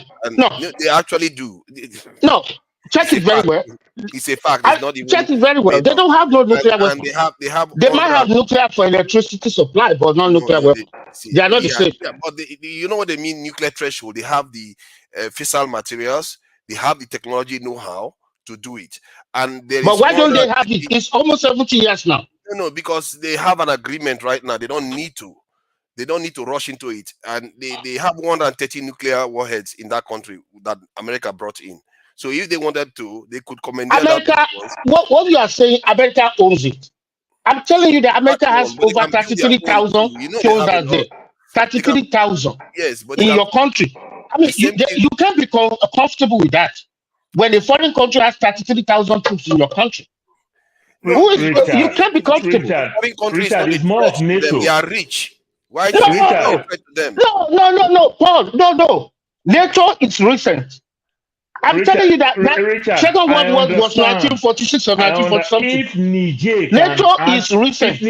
Richard, if Niger can ask America to leave, don't you think Germany can stand up today and say we are working? But it's almost 70 years. They never have them. I can tell you so many countries will follow them. But have they done that? Have they done that? Yes. No, not because of Richard, somebody's bullying let me them. Another explain to It thing, you. works Paul, for them. you said, Richard, Paul, you said NATO. Japan is not a member of it's NATO. not NATO, Why is it that Paul. the same thing applies? Richard, let me explain to you. Richard. You see Japan, Germany. The reason why they have allied troops stationed there is because they were anti. They caused the Second World War. They were anti-ally. I thought Augusti wanted So to say it something. was imposed on them. They are there. They're going to be there permanently. Is because Germany caused the First World War. They caused the Second World War with Japan. That is why you have the allied troops there. It is strategic. You understand? It is very, very I strategic. think he said that too. Augusti wanted to say something. Augusti, please go ahead. No, there's something I just wanted to correct here. It is very true. I don't know. Richard is very Mr. Richard. Sorry, it's Yes, always sir. true. It is very true that there is no free speech everywhere. We always limit it. But the way I think you try to paint it, especially with some of the examples you give, I don't think they were true, because the day that that protest happened in New York, it's not ahead. I saw it. The NYPD was not there to bundle them up. It was there just to make sure that there was law and order. I saw it even in front of my university.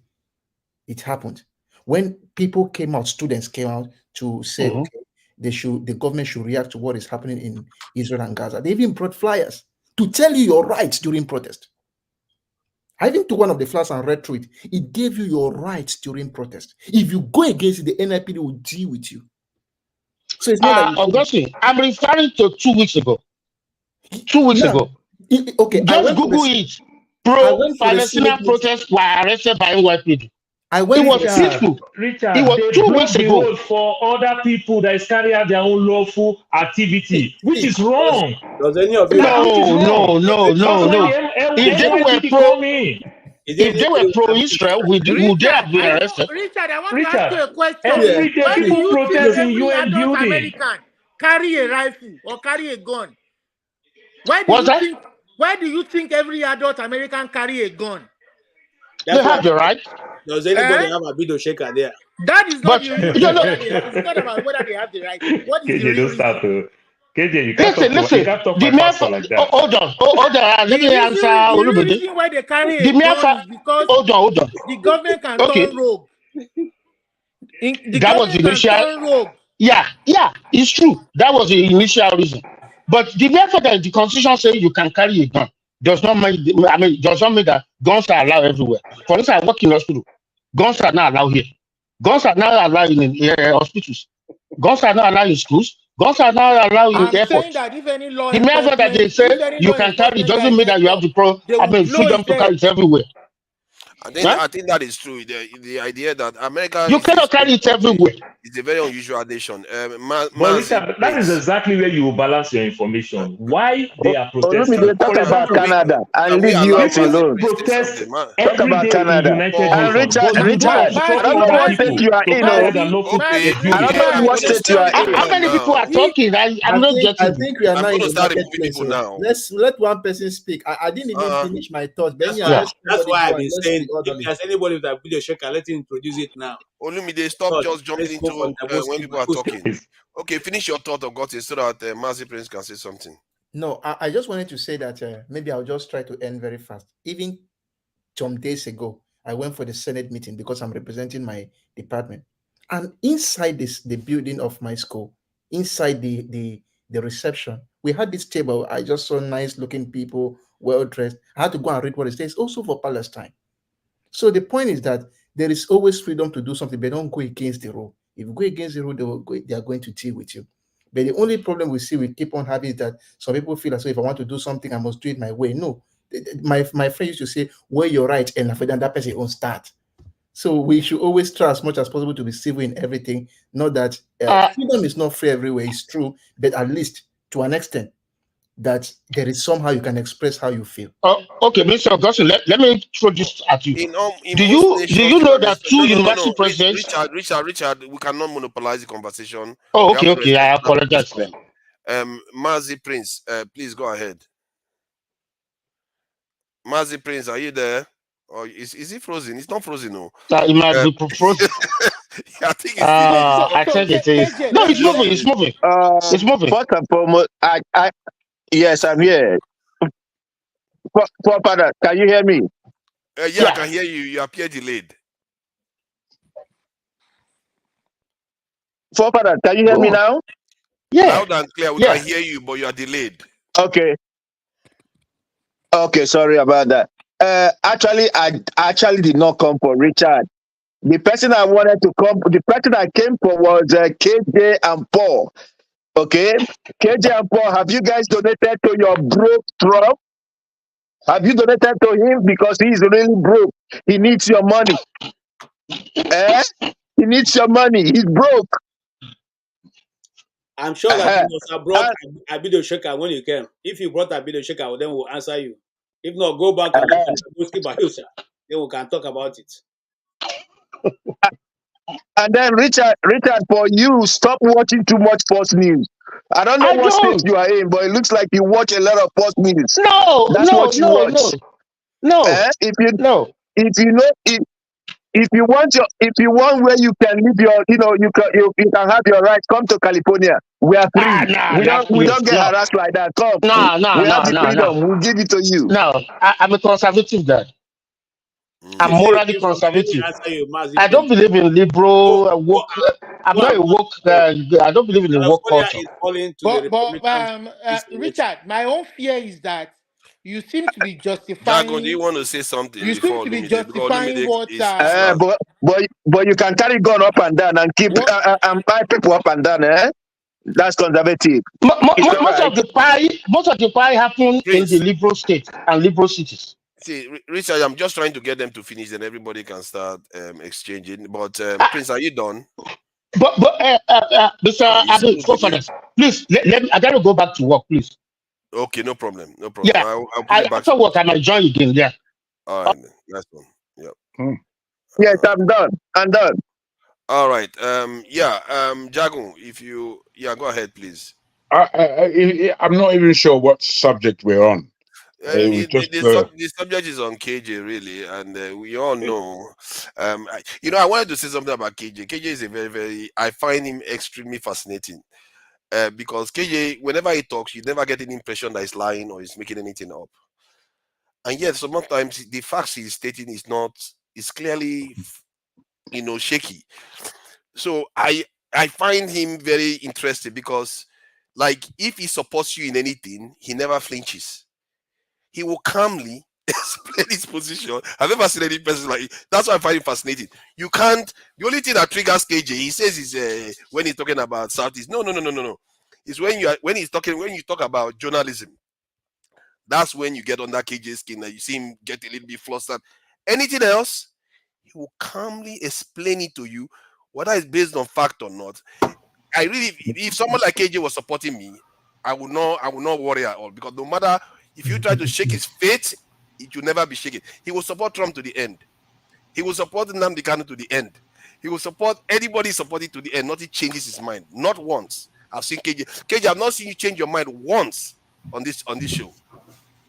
That is the truth.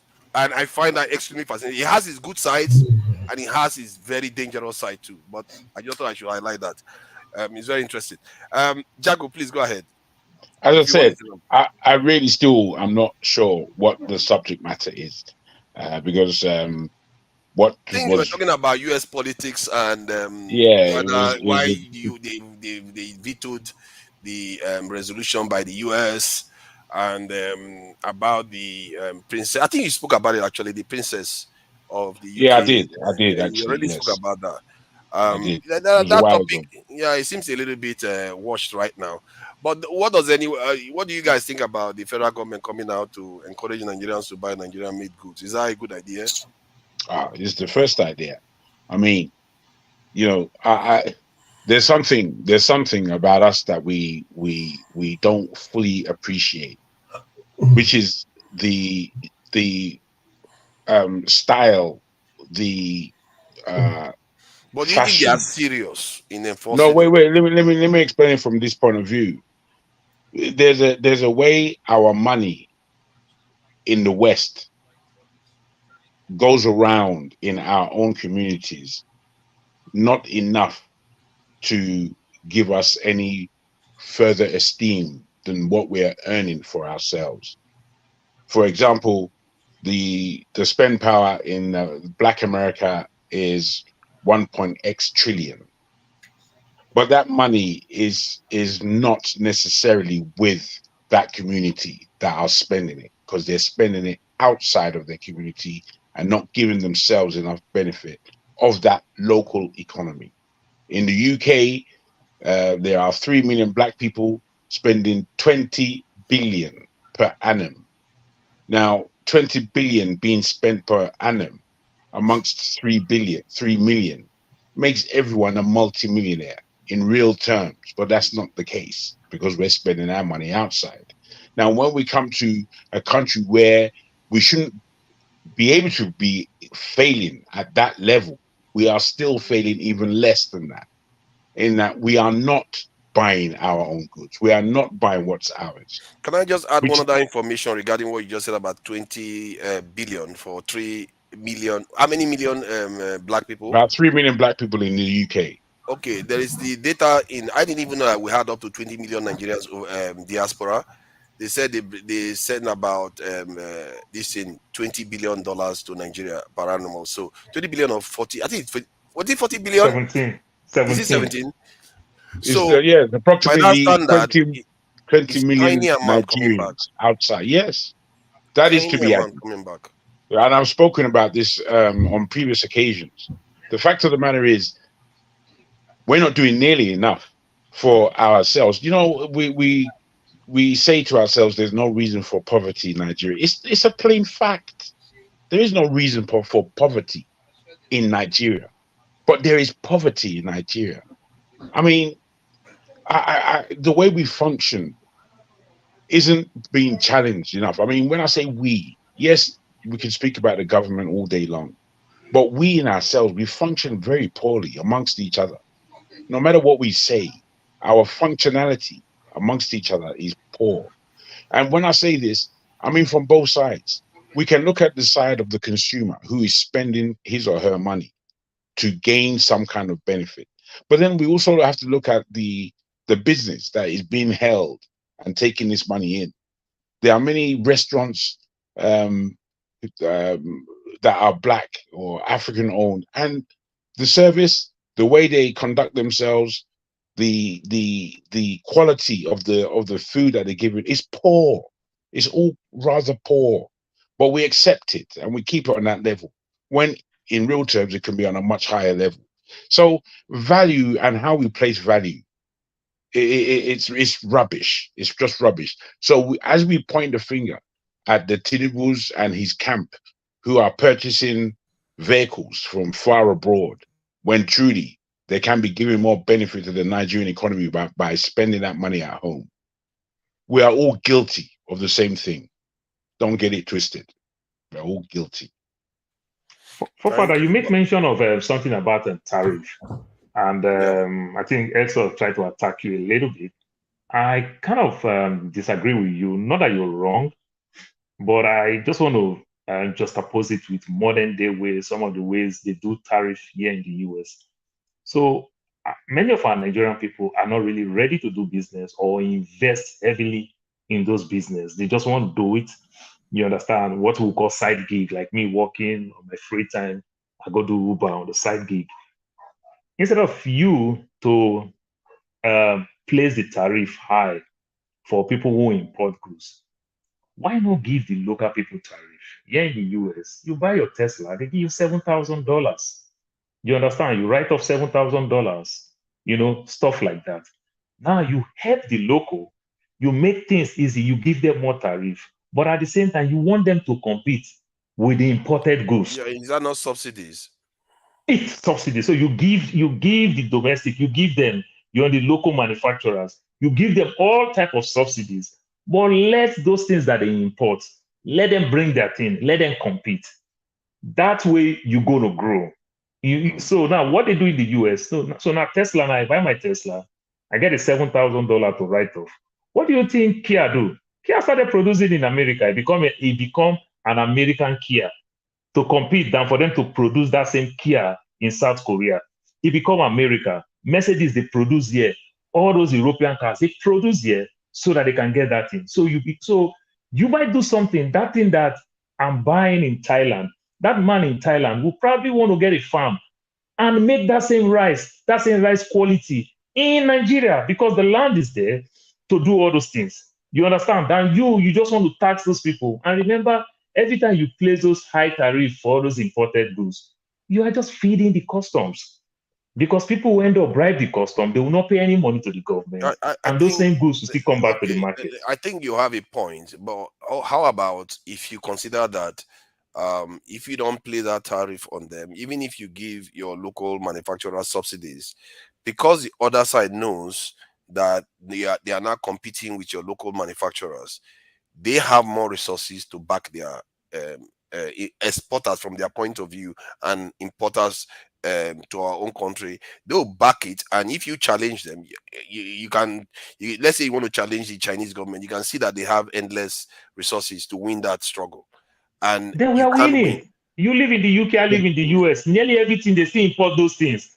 If it becomes a free market, the US can challenge them, but the Nigeria entire national budget, the Chinese can just bring it out of their back pocket and throw it into subsidies. No, forefather, that's not what I'm saying. Listen to what I'm saying. I'm saying that forefather, they literally import everything in the US today. We don't really have factories any longer.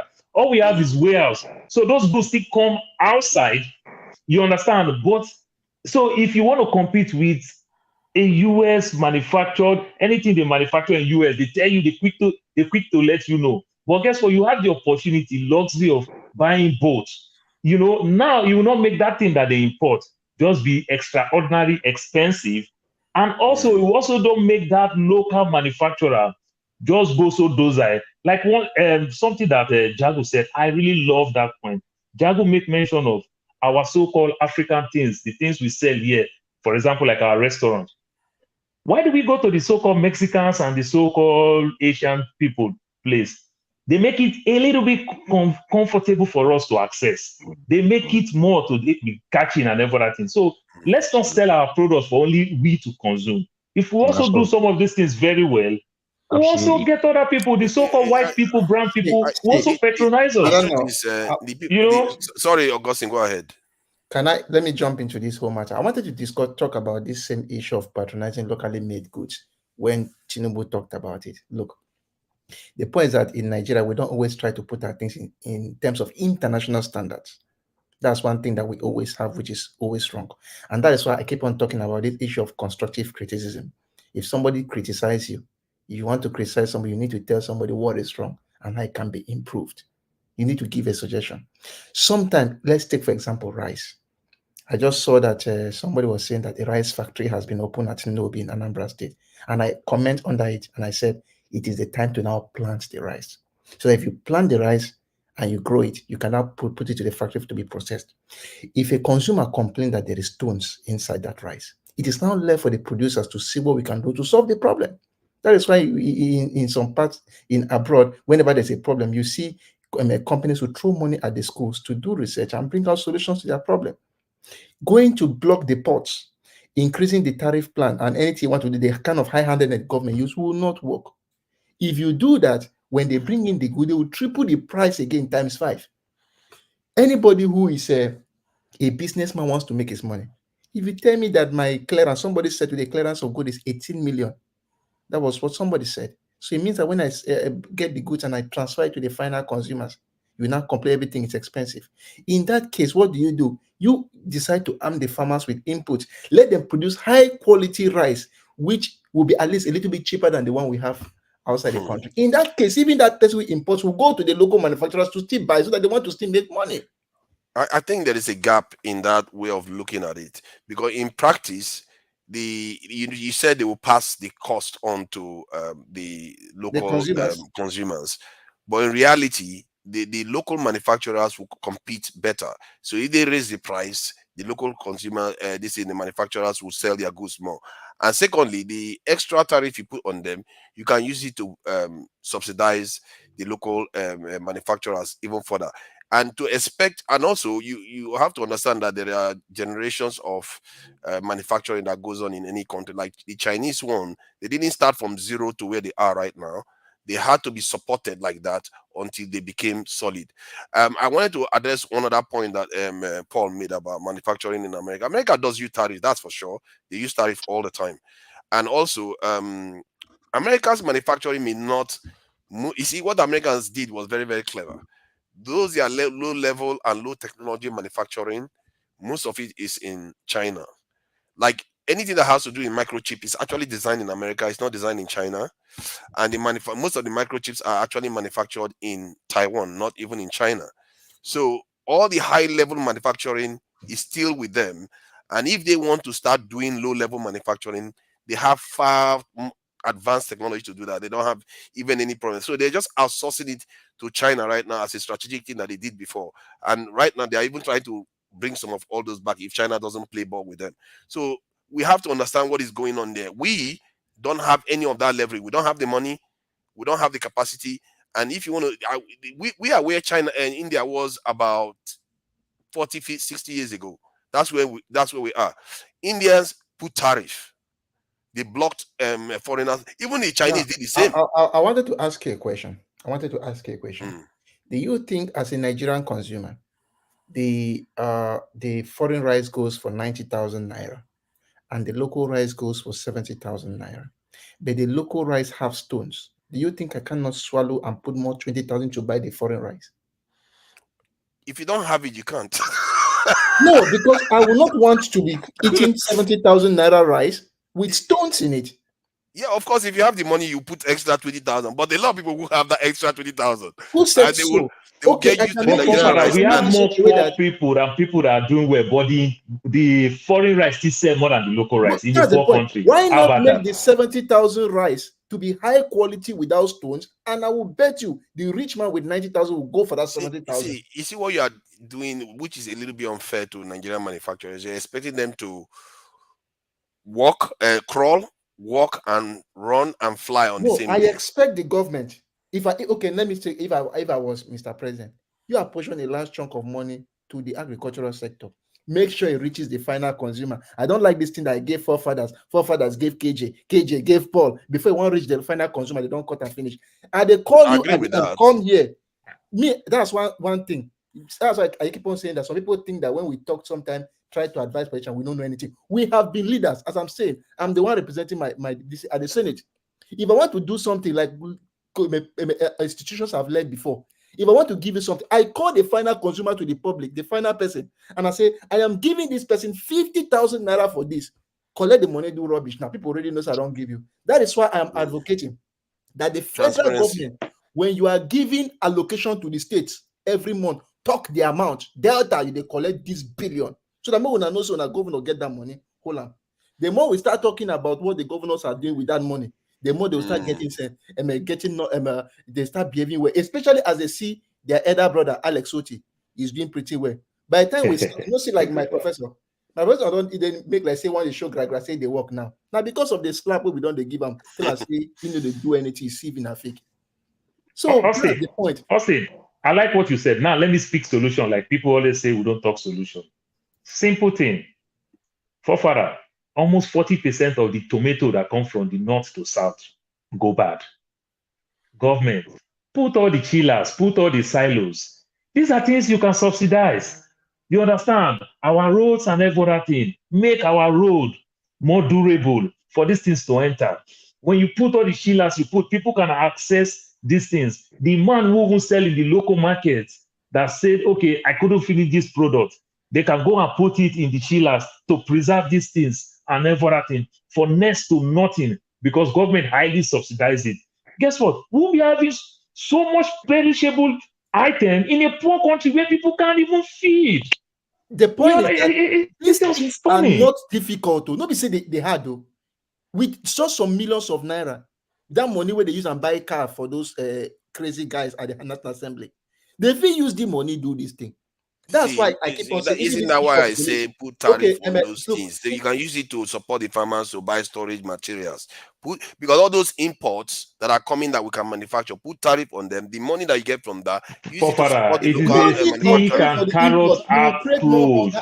That importer, that man who do a Import rice is in taking Thailand, foreign exchange from us. It's making us poorer and devaluing our currency. forefather, that man who produce rice in Thailand, who invest heavily in Nigeria, like as the MTN came to Nigeria. And grow the No, local. we don't want their investment. We want Nigerians to grow their own business.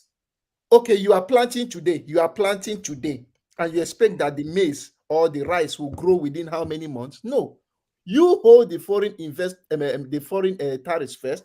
When your local production has gone up to a situation that you know you can manage and clear for everything, you can then decide to throw the tariffs up so that you don't create hunger and panic in the land. I think I made a careless statement just now. I didn't mean that we don't want their investment.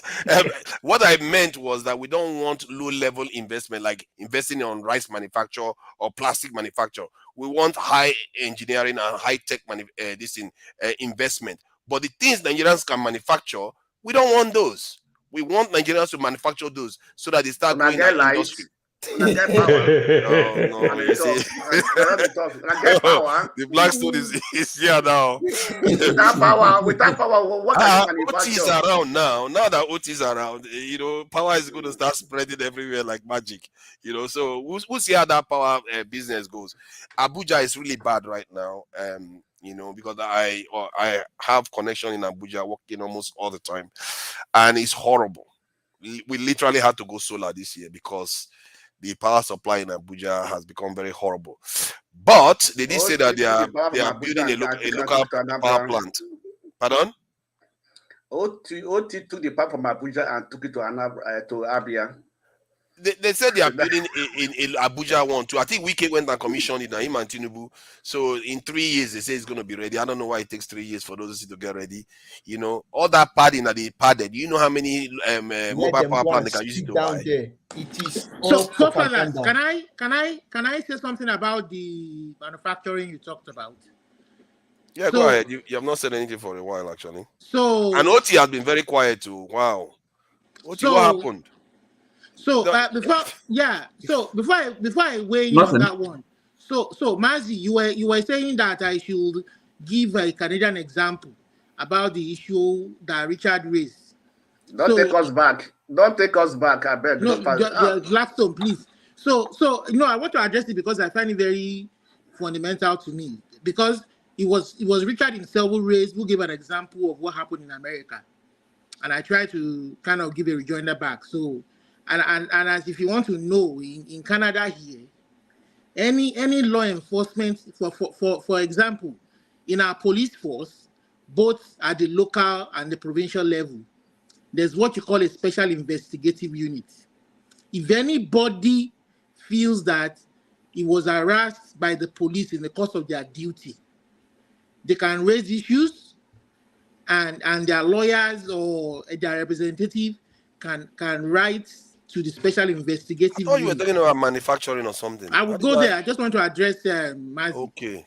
So you can, and the special investigative unit will look into the matter. They will go as far as even interviewing people around that vicinity where that incident happened, if they were witnesses. And if that police officer is found culpable, some have been found culpable, assaulting civilians, slapping them, or maybe hitting them. So don't think that because you are a government agent or somebody, you have all the laws or powers in the world to harass innocent people. So that does not happen in our own part of the world here. It doesn't happen. Our police are well trained, they are well mannered, they know what they're supposed to do, how to deal with civilians. The military don't even involve themselves in civilian matters. So it's only in a, let me not say it. So as far as the manufacturing thing, what I think is that, see, you can't just come on air and make a blanket statement and say, oh, let's patronize Nigeria made good. Let's improve manufacturing. The conditions have to be right. You have your agencies. That is why we have government institutions, government agents. You have the Manufacturers Association of Nigeria. You have the National Bureau of Statistics. You understand? So you can't say stop importing or stop. Okay, go ahead. You can't say stop importing or stop doing that when you can't meet up with demand, local demand. When you have enough manufacturing plants to start making up with to meet up with local demand, then you can put a high tariff on whatever they import. But do you think that you can calibrate the tariff based on the capacity you have locally? So That's right. That's why I'm talking about Nigerian Bureau of Statistics. You collaborate with your institutions, the Ministry of Industry, Manufacturing Association of Nigeria. That is why data is important. You can't do all this without without real data, without adequate data. You understand? So when somebody is campaigning and saying "she number like Jenny," that person is just misinformed. Because you need those numbers to be able to get your point. For instance, now look at we are talking about oil now. We're talking about crude oil. Move. I'm just they manage the family behind there. Let me go away from that vicinity. So for instance, now in the Canadian government made a policy that in 2035 all car manufacturers in Canada, whether they make them here or whether they bring them in, by 2035, there will be no more fossil fuel cars in Canada.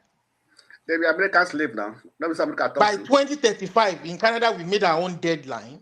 So anybody who wants to start buying car by 2035, they are giving adequate time for car manufacturers to prepare to make enough to cross that barrier. That's why when you make policies, when do you want your policies to kick in? When do you think there will be enough time for everybody to adjust? Manufacturers, consumers, the citizen. You understand? You don't just come one day and remove fuel subsidy. You don't just come one day and bring one policy. You have to give adequate time for these things to kick in, because you're going to affect a lot of things. You have to be scientific to put it in another way. You have to be methodical, scientific, because you're going to be affecting lives. By 2035, we are all getting prepared. Now, this is 2024. We have 11 more years to prepare for. I think America is coming out with their own statements. Some European countries are, you understand, they have started towing, and they want to depend less. The West wants to depend less on fossil fuel. From very soon, Nigeria now going to condemn consume oil and self. If you like, men are not building a refinery. Now go see. They know where they're doing. Let me ask you a question. Sorry, let me ask you a question. Oil has a lot of uses other than petrol. Let me ask you a question. You are talking about. You even make it cheaper. It won't be that valuable commodity that you think is valuable right now. We've wasted every opportunity. You understand? Let me ask you a question. To use it to our benefit. One question for you. It comes about the issue of electric cars, battery cars. So, what will be the environmental impact of those batteries that when they are no more in use, or maybe how are they going to be recycling these batteries? Because if you change all cars to battery, right? So, what will be impact? Because we are not actually looking in that area that we are going to be using only battery. Battery are going to be powering cars, right? I'm sure at that time. I'm not the one. Blackstone. So you want him to provide you the answer now? No, I'm not the one who They give me the answer. No, what do you think about it? Because for me, I also see a problem ahead. Every problem has a solution. I'm sure there's going to be a solution. Okay, so for them No. I'm afraid Olumide says many things, and he's right upon what he's saying. And I think the clear point he was making is that where manufacturing is concerned, when you want to become a manufacturing nation, there are a lot of methodical steps that you have to put in place, which is accurate. However, I too balked when you brought the example, and I know it's just an example that you brought, of the electric cars, because just as Blackstone is wanting to iterate that there are major problems all along the chain. No. So Jago, I know that's not your point. I know that's not your point. I've said it. But there are major problems. These things do need to be spoken about. Because there are major problems. There's that time frame of 2035 to overcome. I've understood your point, my brother. That's why I said Yeah. your point was accurate based on the time and scheduling. I've said it. Now, I'm moving on to speak about the problems with cobalt and its manufacturing and the batteries that are being used and whether or not this is anything like environmentally friendly at all, because there are many questions against that suggest that this is not going to actually work. So we have to again wonder why they're doing it. And this is why where you speak about data and manufacturing and what type of manufacturing we should be doing, forget the tariffs for a moment. Because if we're manufacturing in our own nation and we're using Africa as a market, we're going to be winners regardless.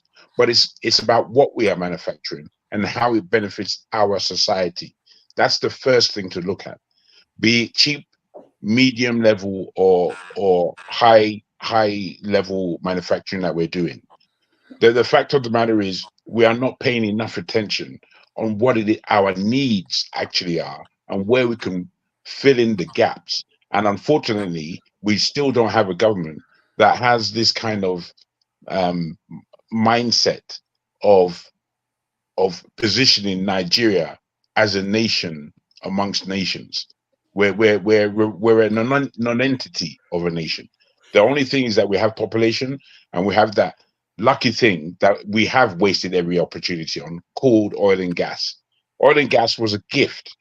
We were speaking about the curse of oil and gas nations, and yes, there are many horrible stories where this is concerned, and we know why. However, oil and gas for any sensible nation is a gift. It can take you from third world to beyond first world within one generation. We've had several generations and we haven't moved an inch. And this is what we have to remember. I think sometimes we go so forward in an understanding of who we are, what our prowess is, that we don't still understand we're in the Stone Ages still in terms of a nation. As a nation globally, we're nothing. And that's our greatest shame. Right now, Nigeria, right now, and when I say right now, for the past 10 years, right now, Nigeria should be on the horse, on a thriving, running horse of a manufacturing nation.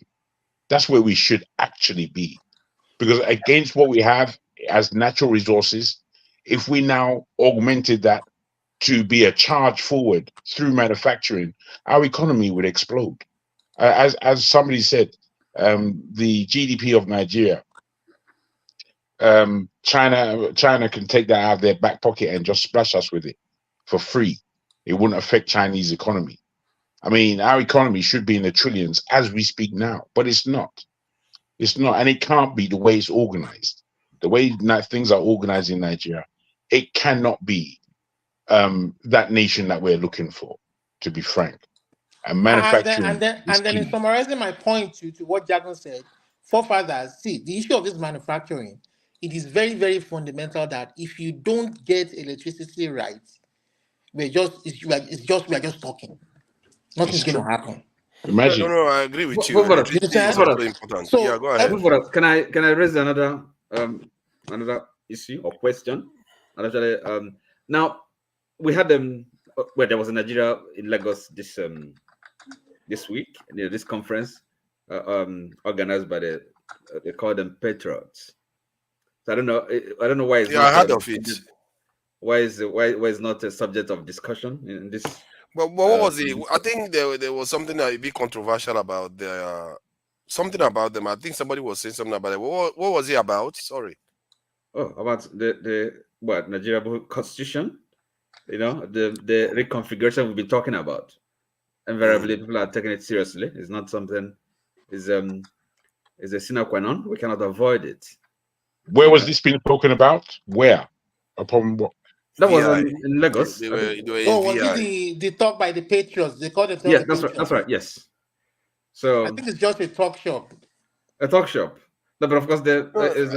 I see, Oti, I think Nigeria is not necessarily against reform these days. I think the other day when a northerner was on on news, and they were raising this issue. I think that's when they were complaining that there were too many moving. I think the central CBN some branches to Lagos when they were complaining, and he actually said the North seems to be up for some rejigging of most of what this is going to happen. I think it's going to happen within. I suspect 10, 20 years. If Nigeria is not tipped over, I think Nigeria would have. The states will have a lot more power to their resources by that time. That is too far. Definitely, would have had state police by in 20 years time. See, and very resource control key will again, probably be in place 20 years time. Very key again, forefathers, is the fact that it is very easy to say the states will add more power. See, you can. I believe so. That's the direction everybody's extrapolating this against what Abia is doing. Are you going to allow the people choose who they want? The people of Abia chose who they want. They were able to elect who they want. How do you know they didn't choose who they want? How do you we know? All know. Are you all the voters? By elections are not reached in favor. Look at Rivers State, for instance. They took money and they voted, and he said they didn't choose. What are you talking about now? If it is not for that professor, if it is not for that professor, will OT be there? Change everything. Yeah, we should thank the professor. Well, why did they take bags of rice then? If they are not, if they are still going to go allowed that I will. Allowed Otis will of the people's will to prevail. Exactly. But what we are saying is that we saw it in Rivers. See, when criminals come, that all of this agenda you are proposing, these guys don't have it in mind. All they want to come and do is steal. That's what we are saying. Serious-minded people that want to work. You are sounding like the way a lot of liberals sound in America, where they say the Republican people that support Republicans vote against their own interests. I don't belong to any party for father. Hold on now. I'm trying to clarify the point I'm making here so that I will relate it to Nigeria. The reason why they say that is because they don't believe the people actually voted the way they voted for their own reasons. And in the case of Nigeria, I think you are in a way in denial that many Nigerians consciously voted terrible candidates. I didn't say that. What I'm saying is that including Imo State. Most of those terrible candidates were not voted. As long as you can try, many Nigerians vote just based on tribe alone. Some of them based on church, religion. Are you saying that? Forefathers, I'm asking you a direct question now, and everybody's listening to you. Are you trying to tell me that the person that is the governor of Imo State that he was voted for overwhelmingly?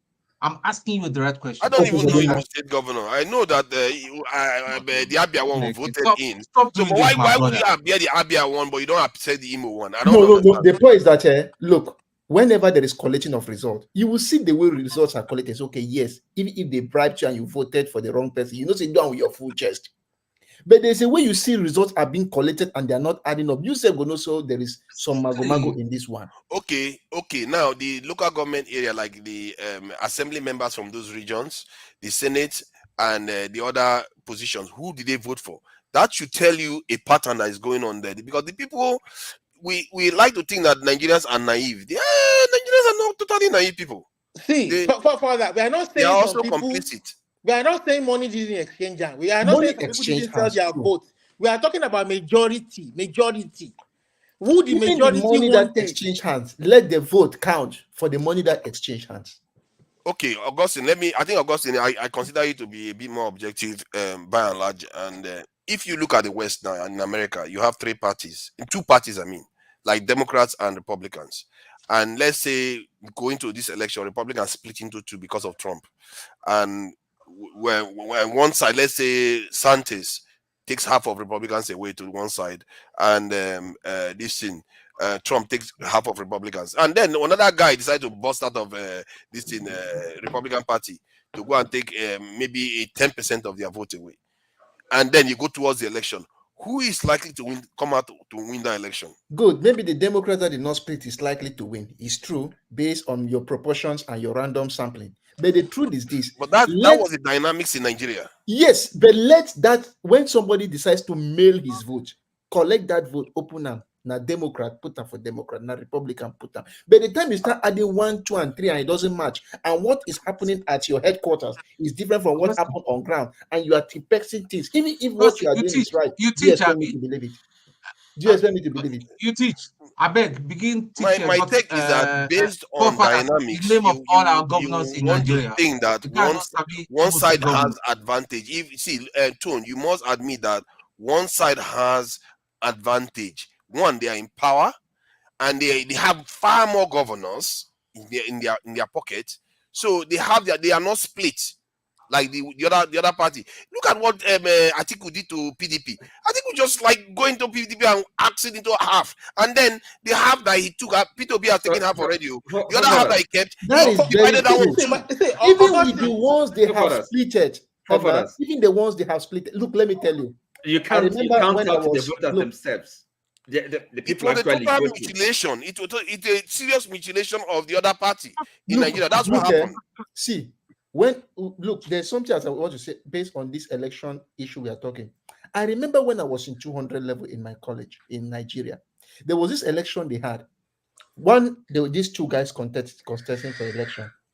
This guy went and bribed the electoral officer so badly in such a way that they casted votes. The electoral officer took it inside the hall, added more, then came out to count.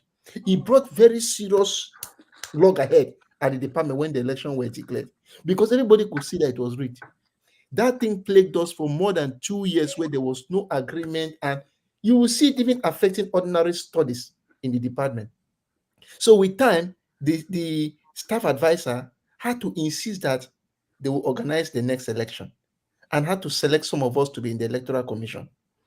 You will see where even students come with threats to threaten you that you must do it the way they want, if not this. The election in my university. Now the point I say, the school day my village.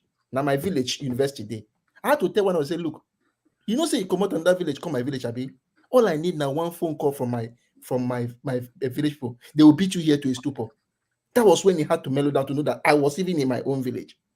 And when we organized the next election, it went free and fair. And somebody who lost know that he lost. The one who won and he know that he won. That was when peace came.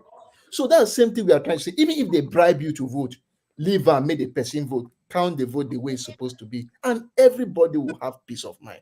Not that you are adding one. But if you look at the result in Nigeria, though, the result clearly shows the other party should have won easily.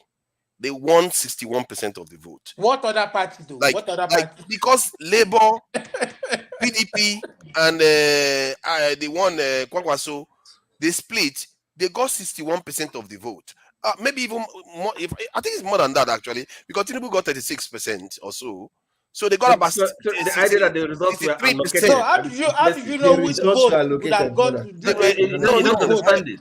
See, my point is that to say the president's party, all the governors that they have. Sorry, where did he get his vote? They don't have the right to 36% of the vote.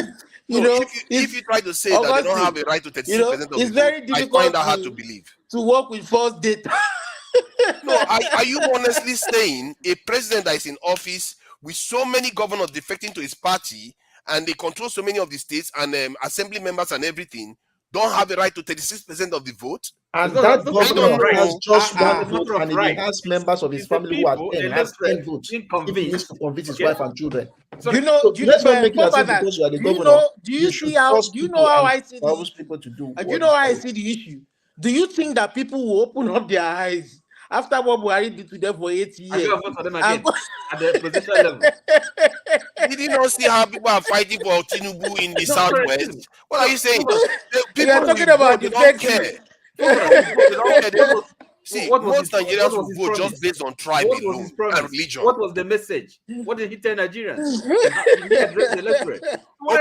Okay, Oti, let me ask you now. Yes. Nigerians are voting, let's say out of 100 of them, how many of them will vote based on tribe, religion, and political party affiliations? How many of them? 65% will vote based on competence. About 30% will vote based on tribe and religion. That's correct. The Well remaining said. 5%. Very well said. The I remaining think so. 5% will now say, okay, we know. Exactly. Well said, my brother. Where I go put them? Competence. You know, Nah, Lagos was a very, very good I example. think Nigerians What they about don't that? get too much Lagos about and Abuja. competence. Lagos and Abuja. Most Nigerians don't even understand the concept of competence in terms of how well you can perform when you get into office. They don't understand that How can competence. you decide for people? How can you decide for people? Nigerians you say that are not naive, that are not, you know, but it's, No, they are not naive in terms of when they take money to go and vote for somebody. But what are you talking about? they know that, but they don't look at it from the point of view of competence. They look at it, is this man my person? That's how they vote. The Nigerians don't know what I don't think what so. is good for them. I don't They don't Even know in what they America, want. they do the same. How do you think Trump gets votes? Trump that is talking about nuking a hurricane and all the rest, and yet he gets so many votes. People don't care You're talking about America now. competence from that point Hold of on. view. I I'm thought saying we were talking that. about, let's talk Nigeria, and then you went to America. So No, I'm No. just trying to say that people don't get too much about competence. He's right. People will vote based on different reason sentiments. You will find some people vote on religion. You will find some people vote on Tribal sentiments. But that is why in a sane society, you will never find extremists win a coming to power. majority. Coming to power. That's right. You will never find white supremacists take power. You won't find Nazis or Nazi people come to power because they are minority in this current world. And it will not be different for Nigeria. Nigerians wanted a country that will work for them all, regardless of tribe. You know what I'm happy about this election, eh? You know what I'm happy? This election had a lot of searchlight on the people. You don't see when thief something wrong. They know say na thief am. Instead they use the thing. They know still they happy. So that is what this election Where was the celebration after the elections? Where was the celebration? I think everybody go house, go they cry. I just remember something that will give some clarity to what Augustus said. You know how in America they said there is a rising population of independents. Those independents, you can argue that maybe half of them within that group votes incompetent. The others that are party affiliated, they don't care. They will vote for their party members. Okay. So yeah, you see, and they are the majority. Depending on the candidate. Okay. After all, so that is a revealing that would reveal to you that people don't care about competence. They vote. No. You have some people don't care about competence. So are you saying that Republicans didn't vote for Obama? We are talking about most Democrats people didn't vote vote based for on Reagan. It depends on the candidate. What are you talking about? People are tribal. I know, but they vote based on things that are associated with them. They vote for candidates. They weigh the candidates. They know what they can do. That's why America has always been getting almost 50-50 for the last many elections. Because they are weighing them. You know, somebody said something should be KJ. I don't know. You go see, you see person get evidence, say this guy na thief. He do something way na bad na thief.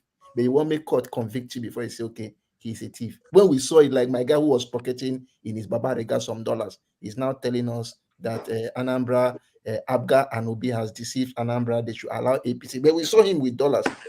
Now, to be honest with you, if Buhari and his APC could have allowed the election open without doing anything, the way they for loss, they will lose until they for be very even if they not, it would have been massive. The way they go take loss, it would have been massive.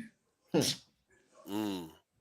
the point I was making to Olumide is that if you go deep into the data, you might find that Nigerians are quite culpable in some of the things you are talking about. So you can't bring yourself to accept that, I mean, the APC really had nothing to offer Nigerians. So that they don't have. See, that one I've concluded that a long time ago. You can just accept that. Look, they have nothing to offer Nigerians, and Nigerians could have voted them in after 8 years of Buhari. It's simple. See, I think I see it a little bit mixed. Like it's not. Mona allow KJ now. Talk about Republicans. I want to hear KJ talk about Republicans. KJ that doesn't. Wait, one thing that you guys haven't included is the turnout of the vote. The turnout of the vote was the lowest in Nigerian history. Yeah, very low. And for that in itself, it tells us that there's a lot of people who have given up on politics. They're not coming out to vote. They're already there. And it's made even worse. To get people excited for the next election to come out and vote. It's going to be a heave. Jago, do you But Jago, can I say why one some of thing? that? Can I ask you a question? Some of the reason why that was so Jago was not because necessarily correct. the institutions produced by it may be right, it may be One right, at a time, but please. some of those reasons they were deliberate. Please, not reliable. That turnout Please, figure as well. please. Over the years, we have seen the KK state come with 1 point something million. Now, when we started using the beef as a list to authenticate that, yes, I was physically present. Why did the KK states not come with 1 point something billion again? Which one is KK state now? The Kanu. So the point is that yes, where's the 10K? Just talk at KK. It's KKK state. Are you worried that you're going to call them Ku Klux Klan or something? So look, the thing is that for me, I felt that this 1 point something million we used to have in 2007, 2011, and 2015, we did not even exist. That's right. It did not even exist. And you know what? Many people were deliberately disenfranchised. They Yes. couldn't collect cards in some places. Some cards where we found them underneath drainages. You know, 3 million collected. 93 million collected. 93 but a lot of people were disenfranchised. Yes, but 93 million collected. And in spite of that, the ruling party, they could not have won. 3 million collected, but what was the I mean, if they were so sure of what they were, offering Nigeria, I mean, we wouldn't have voter suppression. We wouldn't have all these things. That's right. They were not supposed to win. They were not. I mean, they know that. So that's why they did what they did. Well, how do you know, though? The Labour Party has not given their own results. I don't know why people say that, though. Let's be objective here. They've not given you their own results. You just say they were not going to win. How do you expect that the party that you defeat cannot get 36% of the vote? After 8 years of Buhari? See, are you saying, has there been any party? In short, I'm not even sure there has been any opposition party in Nigeria. No. Hold on. Let me add this. Not for the party. The Blackstone. Has there been? Sorry, forefathers. I want to ask you now. Did the ruling party win in the president state? No, he didn't. So, okay. But let me ask you now. I want to ask you. Sorry, excuse me. Did the president win in his own state? No. So what are you talking about? But I want to ask you now. What argument are you making? Can you let me ask you then? See, the question I want to ask you is that has there been any party in this Nigerian democratic dispensation, a major opposition party that got 36% of the vote? No, I don't think so. All of them got over 36%. That's the one, like the one that lost to Obasanjo got more than 36%. The ones that lost to Buhari got more than 36%. Buhari got more than 36% each time he ran, and he lost. He got more than 36%. And yet, the current president won the election with 36% of the vote. One of the lowest of all of them. And what does that mean? What that tells you is that the party is very, very unpopular, but the other side mutilated themselves beyond recognition. So, but that's what that tells you. Excuse me. Again, you are talking about this figure of 36 as if it is a real figure, it's a genuine figure. So no, I'm taking it that based on Nigerian politics, allocation, okay, by INEC, that is the rigging. That is switching up the beavers. And he's talking about INEC says, okay, take the example of River State now. INEC says that you can see that if they make that argument to international observers, if they make that argument to international observers, it will have merit. If they take that argument and say, look at the election, how it happened. We got 36% of the votes. Yeah, we lost votes. We lost a lot, more than anybody that has ever won been in office. But see, if they go and say, we have two major parties in Nigeria, one of them split into 3 parts, and their votes are distributed, and we got 36% of the vote, and we came out on top. The people overseas are not going to say, it's very, very clear that he rigged it. They are not going to be that clear. No, so what has that got to do with people overseas? I mean, my point is that they can win and they can make a serious case. The reason why I'm saying is that because we in Nigeria are not very objective looking at the dynamics. Even if they make persuasive argument, does it belie the fact that they rigged the election, that the numbers were allocated? So they didn't give you any. You are going on making a credible argument to an outside body, a third party. Does it change anything? We are talking about the veracity. I mean, the credibility of the election. It was rigged. That's the point we're making. And the other things are saying does not agree against. It does not negative the arguments, and you just finding something, See, even if it was rigged, the election and if it result was may rigged, have it was gone the rigged, same and way. it's too bad. And that's no democracy, and that's you cannot rule a nation. Not true. No, but the thing I worry about is that we are basing our arguments. Legitimacy. You can No, not make it policy. Oti, we are basing our arguments on speculation because the Labour Party did not give us any number that they got from police it's and not, everything it's else. not speculation. Nobody has here. brought Labour Party. It's How not about okay, PDP? look, for example, Nobody said that I will use simple things we PDP normally do in your houses. came second. So it's not about Labour Party. We're talking about the legitimacy of the system. Are you with me? That's the point you have to get. So if they uploaded it to IREV, everything would have been perfect. Yes. Now, even if it's not perfect, after all, the other personally, IREV wouldn't have made it perfect because the cheating would have happened before IREV. House of the assembly. Not assembly. So forefathers, you are forgetting that what that machine does is that machine does is that how many cases were being submitted to the court about House of Assembly members? What that machine does, the beavers, is that it will register the number of people who came down to vote that day. The IRA will give us the number of people who voted. You now compare. You now compare both. Yeah, but why did they not give it to you, and why did you not ask Labour How for can the numbers? IRF give you the number of people? I don't understand why Labour. No, they upload the voting. Sorry.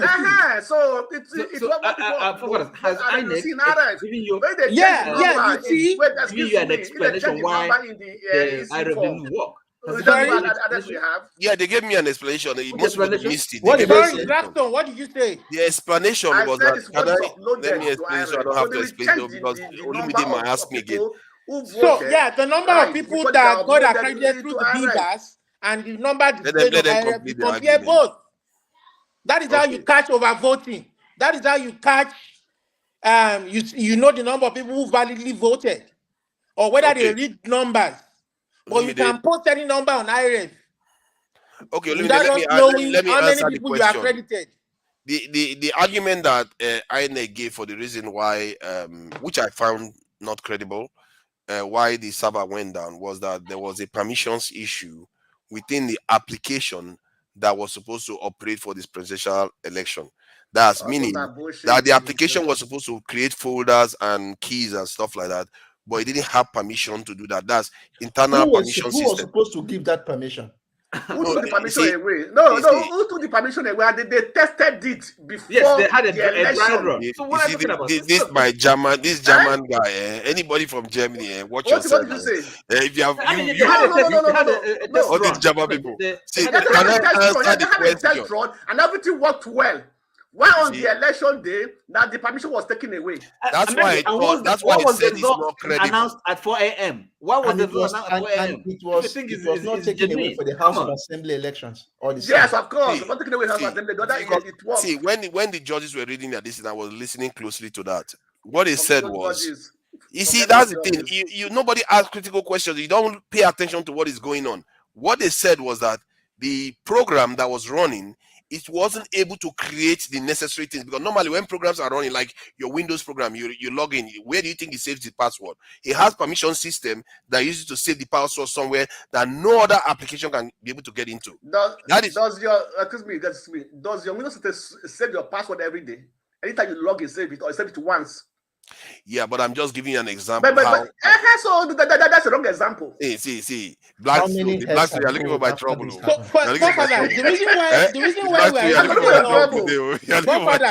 The reason why we are even saying all this is because if we want to get governance right, we need to get our elections right.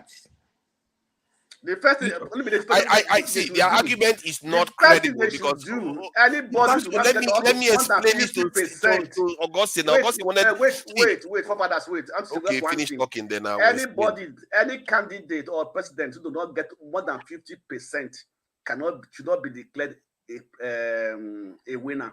That should be one of the things that will solve Nigeria. So if he doesn't get it, let them go back to Black. So you won't solve the problem. Then somebody will come out and say that they won 90% landslide. It will not be. Black, this is your fan, yeah. Somebody will come and say he won 99% landslide. Yeah. They will give you the numbers. With the beavers, and everything, it cannot be. And see, any candidate that actually imposes himself on the people, how do you expect that this person is coming to serve the people? See, one. Let me track back. It doesn't matter the intention. If you think you have a good program, you want to serve the people, you have to sell yourself. You have to sell your policies. People have to accept you. There's no way you can impose yourself, steal it, and then come around and do the right by the people. It doesn't work that way. It's not possible. Yeah, let me just track back and answer Augustine's question, because I know Augustine will remember this, and I need some other person to remember this. The permissions issue, you know, sometimes you're using your computer to ask you for permission to do certain things. You want to install programs. So programs have a way of writing files, folders into stuff. So they said the stuff broke down on the day of the election. How did that's what I find problematic. I don't even want to listen to all that's that. the problem. That's the problem. It's just like if people knew that you can go after them based on that, but nobody went after them based on that. Oh, Olumide, let me talk. This is the reason why somebody missed it. Oh, stop it, Jare. That's why people missed that fact and they didn't go after them for that thing. If there have been people knew, or the judges, the lawyers knew very well, this is their excuse, you would have told them that there is no way any application will go past the testing stage with that permission issues not resolved. Because you can't test it. If the permission issue is still there. Wait, what you are saying was the review, what the report and they gave after the election. So many months after the hearing. Yes, the report they gave, not before the not before the court case. This is their final report. This is the one the judges read out in court. No, no. I got that information from the judges. I didn't get it from anywhere else. There were 2 elections before the 2023 elections. I hope you know that. That IRF was tested in. Yes. Three elections, Anambra State. That's why I said it's not credible. You should go after them based on that. But they went after them based on outage. When it's not outage, they were arguing. They were arguing a totally different thing. Look, and they came back to something else. Excuse me. Do you realize that there was anything they could have done for the tribunal to come to a different conclusion? What are you talking about? No, maybe they were. No, maybe you're right. Maybe there was nothing they could have done. To be real. Look, a system that is rigged is rigged. Yeah, you don't know because Tinubu has overturned an election based on evidence before, so it may be possible. And I think this is you're saying would have made a difference. You don't know. He could have. You really don't know, because Tinubu himself and what's his name? They've gone to London to get forensic experts to help them overturn an election based on fingerprint analysis. They've done that, and they had to do the hard work to get it done. So they are experts. They know how to do a fight election. And when you're dealing with a determined criminal, Father, we agree with you, but the fact is that there was rigging. Of course, there was rigging, probably on both sides. There was rigging. Then you make mention of numbers. Father, you make mention of numbers. One thing I want to disagree with you with numbers. For the first time, we saw the proliferation, the level of that young youth that just turned 18 and 21. Vote massively. So that also helped tremendously. That's why you can see that type of numbers that somebody like Atiku and Obi got. You understand? More of like those type of people, young vote. Obi got more young voters, more. You understand? Obi got more young voters. So don't use those numbers and everything. And most of the old people also felt, to some extent, discouraged. Then also all the crisis that is going on in the north. So the North didn't really pull out those numbers that they used to pull because of the IDP camps and every other thing. People couldn't vote.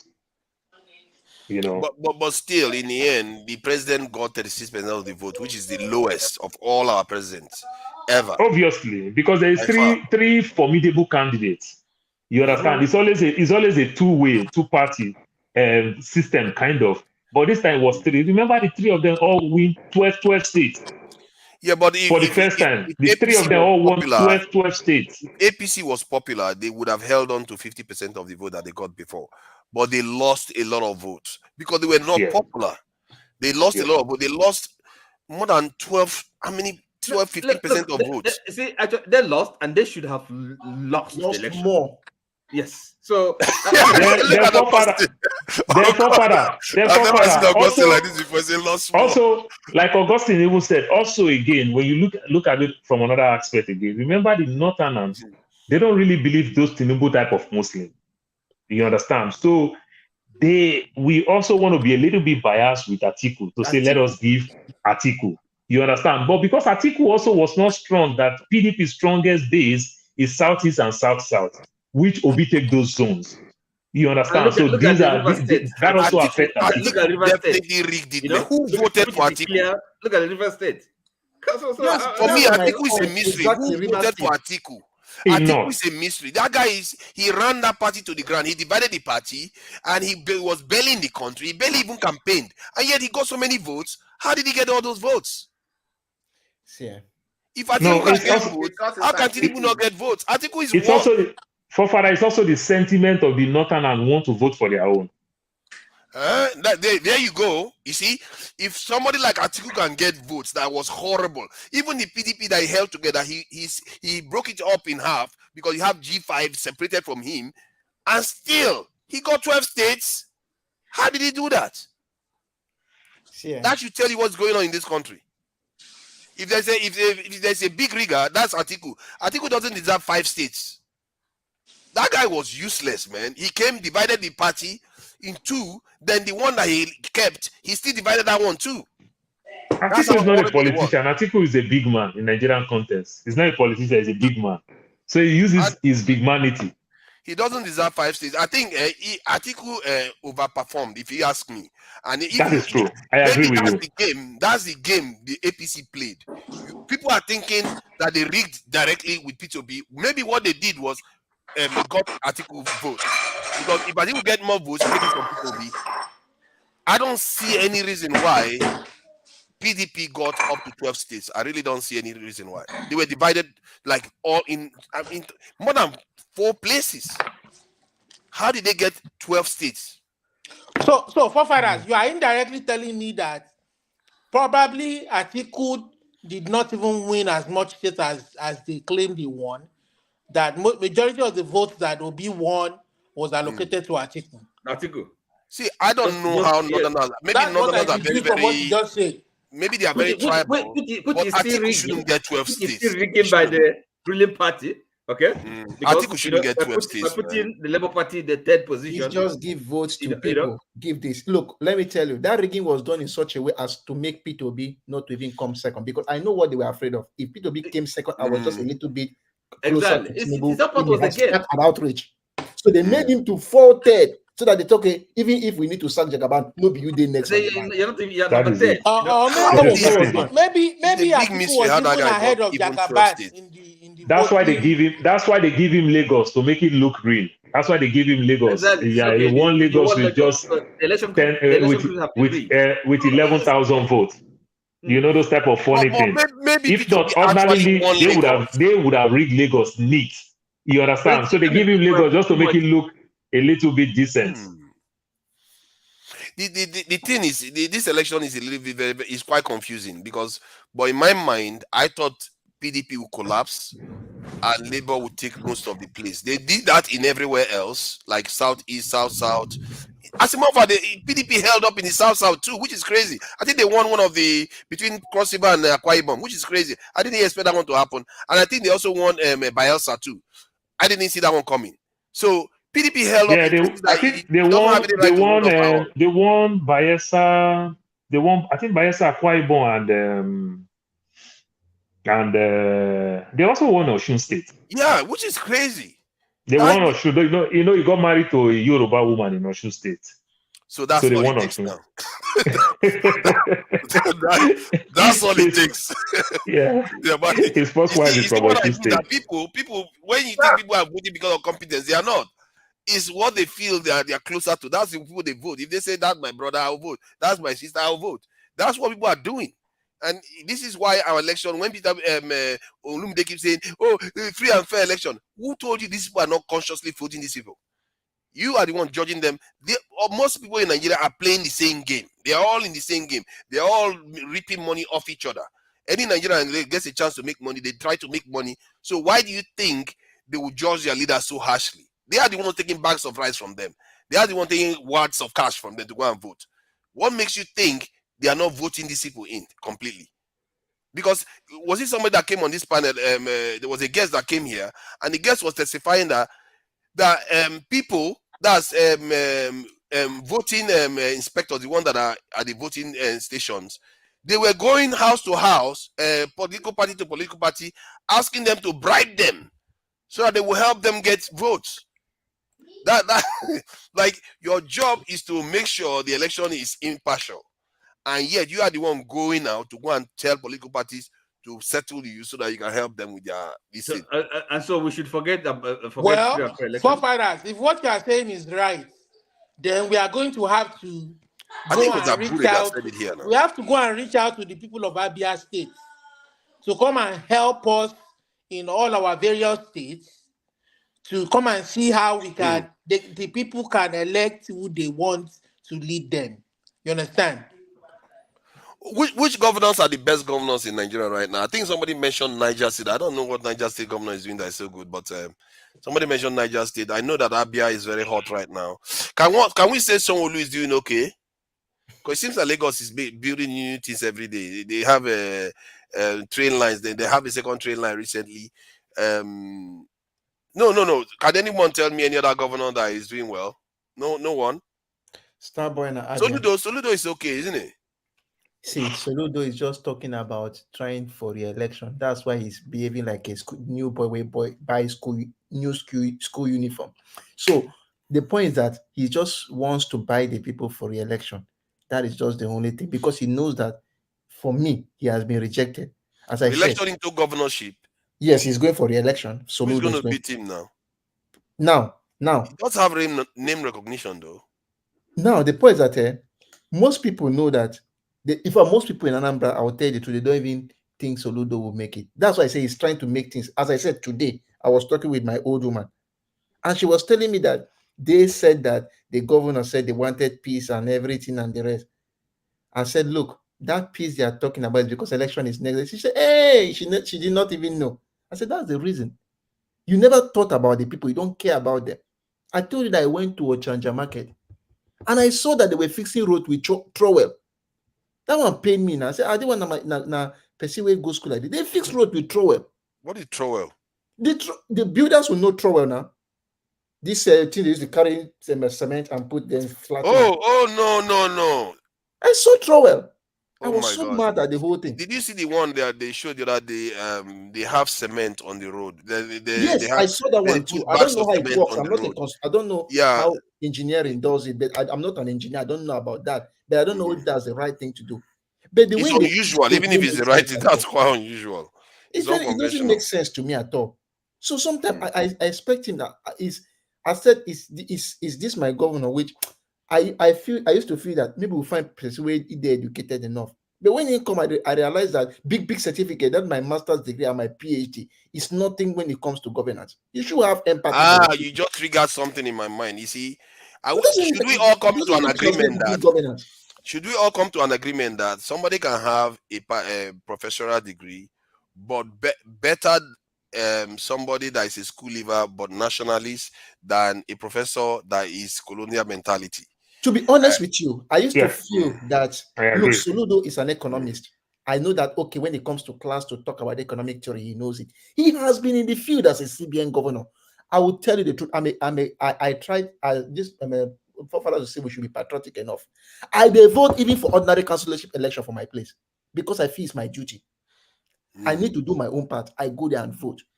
So even this first election that brought Soludo, I voted for Soludo. I remember I went there. I don't know whether Tony Nwoye was in PDP then. Tony Nwoye's boys held me and said that they will give me 2,000 naira to vote for them. I told them, keep your money to yourself. I don't need it. I went there, voted, and I came back. They told me, this boy. I said, don't even try to. I will vote the person. I voted for Soludo because I had hopes for him. But he didn't say he did anything wrong, though. It's not like he's corrupt or anything in office. Or my point is that he's not doing the job he was supposed to even do. The what was he supposed to do that he didn't do? The roads were not being done perfectly well. Things were rough. Now, when you don't enter the third year, He don't see Alex Oti they shine. They like when Achilles they fight for Troy. He don't they take the glory. Then the other people say, wait, let me come and join. No. He just come now because he's waiting for election. That is why. No, let CM come fight you. CM go come fight you. I'm village man. For the very first time, they're building a very good road. I mean, Anambra, Umamak, Urumba, Zira, so at least, that's one thing, Thank God for that one, no. Wait, so Augustine, wait. Paul, did you say Soludo is from CM's village? Yeah, him and CM, they're from the same place. No wonder. Forefathers. Does it make sense now? What happened? I'm not sure, though. I'm not sure. It's not true. Who said that?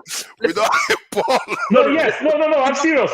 I'm not joking. They're from the same place. No, sorry, Paul. No, not the same village precisely. They are from the same local government. The same local government. Yes. CM was making a case for that cement that they were pouring on the road, and everybody found it strange, to be quite honest. CM is from a place called yes, a nearby, well, not Ezinifite, but it's within Agwata local government. Which is same local government. Anyway. I must say that I've heard CM talk about Soludo more than he has spoken about OT. But it could be that he just likes Soludo, so we can't necessarily say just because he's from there. That's why he's saying that, because it does make some cases. I thought, okay, even all the people that are like Augustine that are saying Soludo didn't do so well. But one, it's not corrupt. He's not running with your state money. That's not a bad thing for Nigerian leader. We will not know for now. We will not know for now. Exactly. Because, for example, look, I've also been skepticism. I've been lackadaisical in my attitude before, because before now, I don't used to look at the state allocations. I've never gone there to say, okay, waiting my state collect. Now, recently, where I don't they go now to shine, I say, but what is Soludo they collect? And I think I think the problem, I would say the people from Anambra is, have against him is it's just more like his attitude, his arrogance and kind of lack of empathy. So perhaps not. I mean, he said the other time has not collected salary. So perhaps it's not more the corruption of money thing may not be the issue. More like his personality, the arrogance, and all that. Especially so, which of course, Anambra people say that he didn't work on a road because somebody was in the opposition. That's so petty. Oh yeah, that's silly. It's so silly, Professor. It's the attitude. It's the attitude. In fact, I don't know what Mr. Oti is trying to say. What are you trying to say?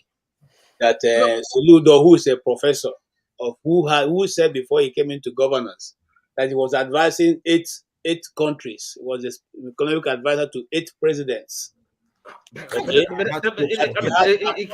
It does not make him to be a good leader. It does not make him to be. We're not asking for leadership now. We're asking for development. No leadership. We're not asking. What are you talking about? How can you govern? How can you without leader? In this case, he's just appropriating funds. That's what we're asking. We're not asking you to lead Anambra people. We're saying appropriate the funds to people who work very well. Just they tell people, oh, forefather, this is for road. Make sure that you do the road. And you audit them. This is for breed. Make sure you do. We're not asking you to organize Anambra people into You mean you should do it like Wike did? Just simply, yes, just appropriate money and see the progress being done. That's what we're asking for. Is Oti having town hall meeting with Igbo people in Abia State? Is he having town hall meetings? No, he's simply saying this is what to be done, and you are doing it. Nobody's asking you to come and lead us and give us moral lessons as he's going about and telling people you are incompetent in the marketplace. If you want to know his incompetence, when you get to the market, I will slap you. I will slap you. Those things don't make any sense. So you are not a Soludo supporter. No, sorry, KJ, you are not a Soludo supporter. Support him for what? No, the point is that KJ, who do you support in the southeast, really? See, you support anybody? No, if you do well, we'll support you. If you do well, we'll support you. No allegiance. As you see me, so I know. See, if Paul does well, I will support Paul. I don't get the person who does well support you. The only person KJ supports is Kano. Nobody else. He doesn't support anybody. KJ, so how come you attack Soludo and you still attack Udumeje, my pastor? I don't understand. No, I beg. I thought that we were going to get to that point. It was earlier on. But we never got to And that point. Ikola, I see you there. You know you can join in. This is these people. They are not going to give you time, but I'll watch them and I'll bring it to you. Their problem in the East now is that short man in the Abia State. Thank you. It's their problem now. They don't go to sleep. If they go to sleep, they are calling each other. What are we going to do to this man? Okay. And the good governor is also, I think, he's trying to pull his weight as well. I said here before, the Igbos have lacked leadership. On this platform, I've said many times, those people who go to the national TV and say we are the leaders of the Igbos, and whatever we will be here, what we say that Igbos will do. One of them is languishing in father's backyard, okay, in London. Okay, you see, when you come out and you make such categorical statement, I wonder whether you think you are a god. Are you a god? Are you a god for crying out loud? Because you have been in the Senate for 24 years, so you now tell yourself, "Is what I say that the Igbos will do." Who are you? Who are you? Yeah, but it's a little bit strange, doesn't it? Because if you look at like most Southeast or Igbo people, like when it comes to this in like Nnamdi Kanu stuff, they are very, very strong and supportive of that. But it's like every other politician, they are against them. It's like the only Peter B so far is the one they are doing well, not against them. Well, see, look, what we need is but it comes across like that. Like you guys are against almost everyone else. Let me tell you something. For one of the undoing of the Eastern people is the fact that the other let me not call a particular name, other regions try to influence who becomes governors in the East. If they left the governors to the people the Eastern has selected as governors for themselves, we will not ever come to the center to ask people who is your president, who is not your president. Because those people will have done what Alex Otti is doing. The market. If they don't do well, we're gonna remove them. We'll kick them out. We remove them. Don't look. So are you trying to tell me that all the people that are elected in the South none of them are elected by Southeasterners? Look, most of them are not elected. 99% of vote in some places. I will start with Hope Uzodinma. You and I know that Hope Uzodinma was not. That is the worst. Even Rochas, the worst of them all. Especially was not. It's not fair though. You see, it sounds bad because almost every politician you hear from the Southeast, they badmouth all of them. Hope Uzodinma. Okorocha was voted in his first term. In his first term, because they don't want the other guy to go for second term. Uzokalo, that's another one. No, that one hated too. Came in as a Abga. Remember, he didn't come in as APC. He that's came true. in That's true. And then he eventually flipped and went to APC and decided to say the state now belongs to APC. The East have never voted for APC. These people come in and they flip. And you said also that it's a bit unusual, though. It's a bit unusual that. How about former governor Peter Obi? Is he also hated by the East? He's the only one. Why do you think so? He's the only one. Obi. All the rest of them. Oti, I like that question that you asked. Obi is very, very starved. Maybe because of Odumegu, Ojuku, because. No. Hold on. See where I'm going. Actually, we know Obi won the election, but the election was given to Prince Igige, and Igige was doing well. You understand? But that time, the Southeast people were strong with Apuga very well. You understand? But when Obi took over his mandate, Obi did well with the mandate. So if not, the Anambra people also like Igige before Igige make mess of himself. If he didn't do well, he wouldn't be a favored. That's what I'm saying. So at a time, the Southeast people actually like Obi, and even though they would have also liked Igige, but I think Igige end up messed up. You understand? And every other thing. For me, Obi is statue ahead of Ngige. I guess where Ngige is right now, because last year when I saw him with the lecturers, I just wasn't Ngige messed up. I wasn't impressed by him at all. Job. Now, I wanted to say one thing. Look, which we did do for house, now we did bring for road. I served sometime like a secretary at the Omona.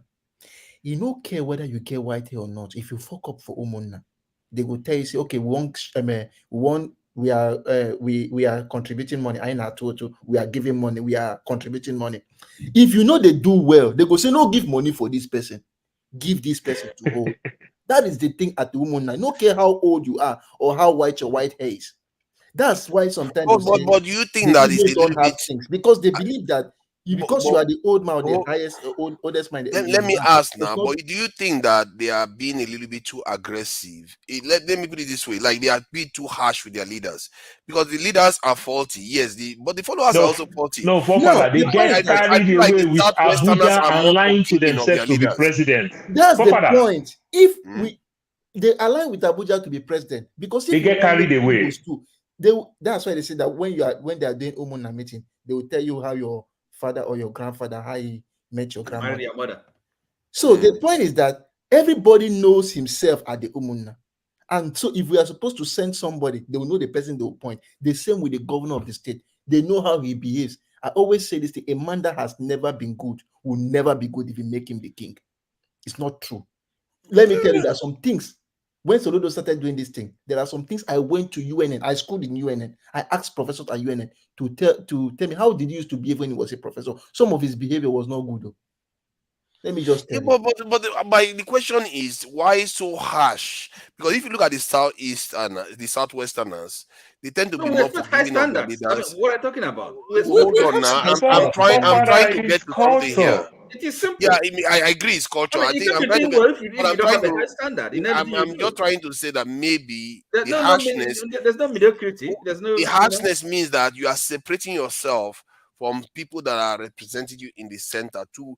Because if you separate yourself too far, you don't have that much influence over them as you would like to anymore. That's my concern. No. See, look, they are. You see, they are supposed to be doing what they are, what is required of them. They are servants. Okay. You see what I mean? So there's no other way you can explain it. And but it's not helping though. I feel like because every time I hear about any Southeastern politician, like you guys badmouth them. Let me explain one little bit. Let me explain one little thing for you. Obi was advising the government that it was not a party to them. You understand? Obi did not quickly cross party line immediately. When Obi was like economic advisor to the presidency when he was governor of Anambra State.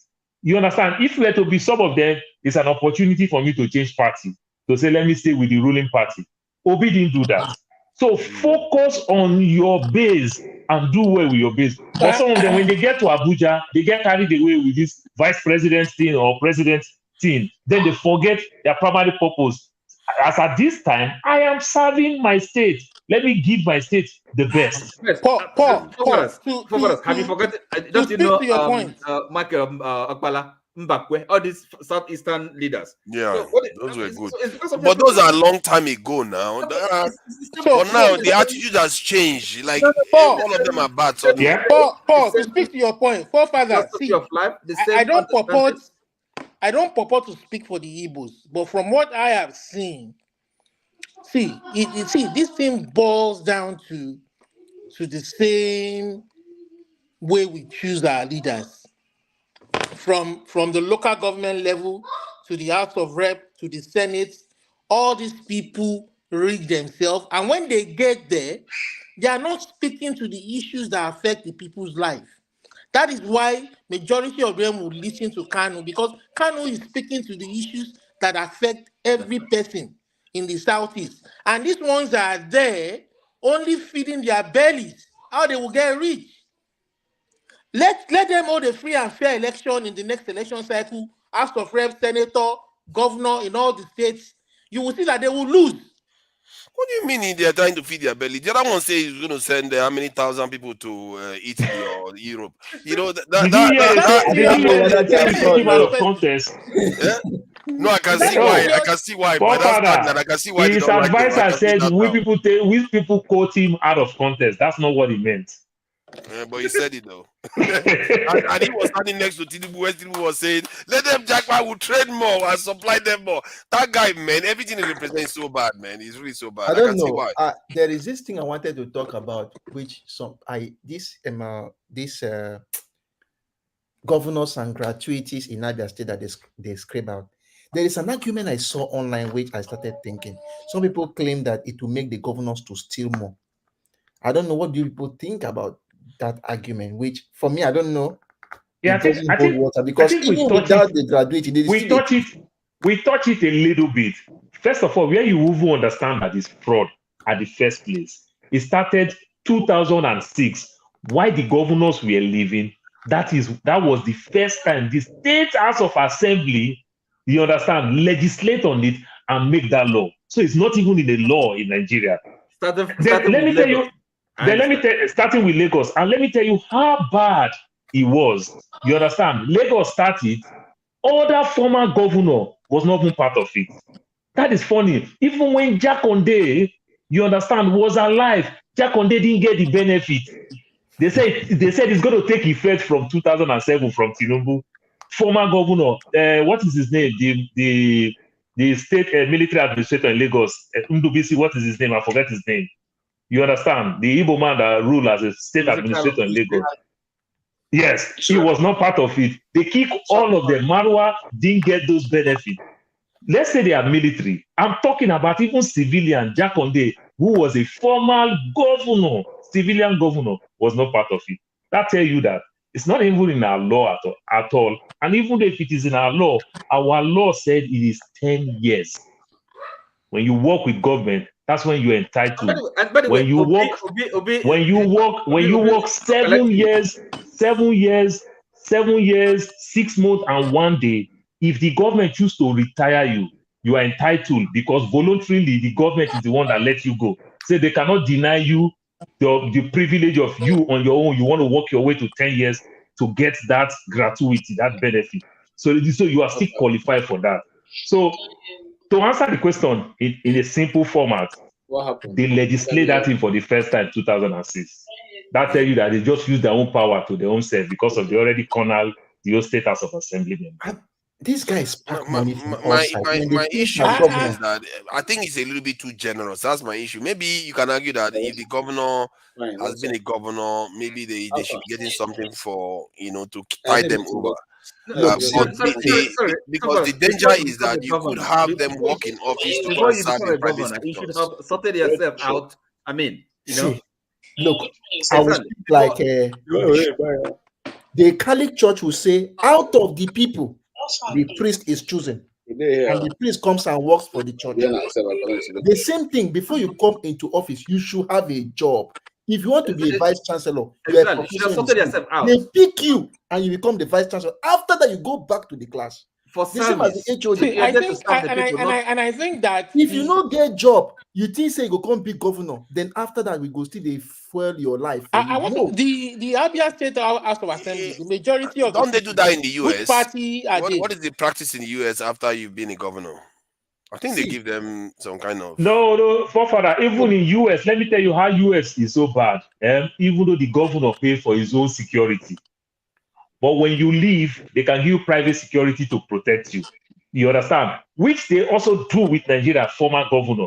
Even though just a military, a retired general, from a colonel level, they give you, but not monetary benefit. Now, come on. Don't they give governors monetary benefits? You give them one lump sum amount, what is called gratuity.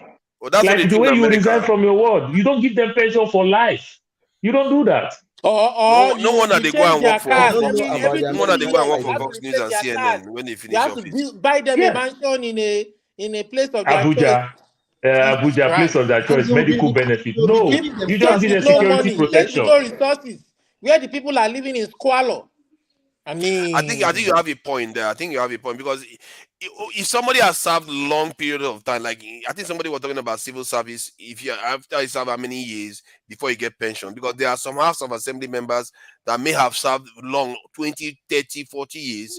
You don't want them to retire old age and don't have anything left. See, let me tell you one funny thing that is happening in America. Take for example now, if Trump were to go to jail now, they are thinking, because this kind of thing never happened before. Trump also have Secret Service that protect him 24/7. Is it that the Secret Service will follow him and stay inside jail? I'm telling you, when they deliberate it, it's so funny. Will the Secret Service say, I want to be inside jail to protect this man? No, they put him separate. They are not going to put him in general population. But the fact is that you're in jail. A Secret Service. That is going to be heavy. If that guy is going to prison, man, the whole world will be wrapped up watching that. Can you imagine if he wins the election from inside jail? Oh my goodness, it does. I think people's head will explode. They would not believe this was possible in history. And now they That's are, another because the point. truth is that in America, in short, in the all Western countries, most of them, even if the president the person is in jail, they can still be president. There's no law preventing them from being president. It's only in Nigeria. If you have a criminal record, you are not allowed to be president. All of And them, you're allowed. if the fear with it is that if Trump actually go to jail, that will make him win the election. Unnecessary sympathy plus empathy will come in. And to your point, Augustine, You understand? it's a good thing that the Abia people, the Abia state government they expand that thing from their laws, because even if they don't remove it, they don't remove it, it doesn't stop anybody who wants to steal from stealing. That's the That's point. true. It doesn't stop. It doesn't stop. Ikolala. It just means more money Let's bring Ikolala more and money for the people. Ikolala and Jonaba into the conversation. Not that they needed permission. You guys don't need permission to get into the conversation. You can just jump in. But I know it's all right. Jonaba just want to be patient to blast all of us and leave. That's So what we he's waiting wait for. not say no collect salary. Make una no mind that guy. Ikolala, please go ahead. What do you think about what you've had so far? As you can see, we went from one topic to another all over the place, really. You can start from anywhere you want. It's been a good. I woke up, so I decided to join you guys and listen to you. But what actually brought me in most was your assertion on the election and that it wasn't. It was okay the way it went. I don't know if that is what you are saying, but I mean, if you are playing a card game with anybody and you make a rule that this is how the card game would go, and at the middle of the card game, somebody the rules change. Then it's you're shifting the goalpost. It's fraudulent. I don't care what excuses you give at the end of it. So that was my view of the thing. But you guys are having a very good conversation, so I'm enjoying listening to it rather than we don't have to give opinion all the time. Yeah, sometimes it can be interesting. Listen, sometimes I do that too. But though, what if the rule change is inconsequential to the outcome of Because the don't forget one thing. Don't forget one thing. The rule was this: if immediately from the polling booth, upload the results, take a picture of it and upload it. It wasn't given, and the aim of that was to make sure there's no room for manipulation. The agents will be there. You upload it right there and then, such that even the voters will see it. Some people have their phone. Then that is why the IRF was also made to be publicly seen by everybody. So if you register, immediately they are uploading. You can hear if what is being pronounced by the INEC representative tallies with what you are seeing on your screen. You understand? So it was meant to give a double check, whereby the people are checking the officials at the same time. So if all that rules changes, forget what the court says. Forget the normal thing to do is to say, okay, we are scrapping it. And don't also forget one thing. When they make these budgets for elections, people will say, oh, it's going to cost money. When they make these budgets for elections, they also consider what if there's going to be a rerun. So, and what always happens to that money that was allocated for what if there will be a rerun? We never hear about it. I think what you said just now is a very good point, actually. I think I've made that point before, whereby I said that at the point where they finish counting and the pictures and everything are taken for it to be uploaded, that point you can make sure there's no what they call it, rigging, because what was counted is everybody's present taking the picture. But I think when the IRF didn't come on, then it means that don't forget one thing. Don't forget one thing. You see all this IREV and computer idea that was placed in wasn't INEC's idea. It was I think it's a part of the UN's designation for them to be acknowledged as a democratic state. So it wasn't only first used in Nigeria. Kenyans have used it. Some other African nations have used it. And it has gone as not perfect. No, they all had their problems. But they came to a resolution that is not as bad as ours, as somebody telling you there was a glitch and coming by 4 o'clock to Why must our own thing be always? Okay, but what if though? What if the upload still came up with all the pen changes and all the No, you rubbing can't. up You see. of numbers? This It is still where you're came up trying the to. same way. This is where you're trying to play the devil's advocate. There's no point playing the devil's advocate. Because those No, you people that are at cannot the police change. You station, cannot they were change. taking bribe. No. If me, UKG, John Abba, Augustine write 4, and I call out 4, and then I upload something in 2 minutes, and I am seeing 4. Well, what is the problem? We all agree. Okay, how many of you agree? 4 of you in the polling station. So everybody, people stay there till 2 a.m. now. Exactly. No, but the officials, they are the ones that have to agree. How many of them? Ikolala, Yeah. hold on, Ikolala. Somebody was telling me today. You see, that's what who was saying that we need to clear up our institution. Our institution is very corrupt. Someone was telling me today that someone called this person. The person works for INEC. I called this person and said, I've got business for you. So one of these agents' job and all that. I can register you. Send me your details, but you don't have to turn up. The money that they will pay you, I'll get 50%. I'll wire you 50%. And the person said, okay. And it was done. And that is real. You should thousands. expect something like that in Nigeria. Exactly. And do you know how many millions that will have been defrauded? And yet we'll say there's not enough polling agents. Yeah. It was but your point does not look. INEC is corrupt. That's what I'm trying to say. Yeah, but this is what I'm trying to say as well. Nigerians if a system is foolproof, it doesn't matter how corrupt you are. That's what I'm saying, but they know what to do. They know what to do to make it foolproof, but they will not implement it. That's the whole point. Exactly. Okay. They know what to do. You know how to make it foolproof? When the people who cast their this in paper vote, they too should also cast it in the device so that they have a correlation between them. Because if you allow the individuals, the moment you allow the workers to tamper with it, you are done for. And then they will go after the individuals that are voting too and bribe they are not enough. How about all those grabbers, all those people, those remote places that they will come with cutlasses and all that and threaten them? What do you do? How do you deal with that? How can they? You can't have armed security in polling stations. But you know how why that one will fail? If you have to vote with the device, because you have to vote with your fingerprint, they can't vote. Even if you come with your machete, except you want to cut all the voters' fingernails when you are doing that, while they are busy running away from you. So you see, if you have to make them vote on the device and vote this hard copies too. That way you ensure that's double redundancy, isn't it? To an extent.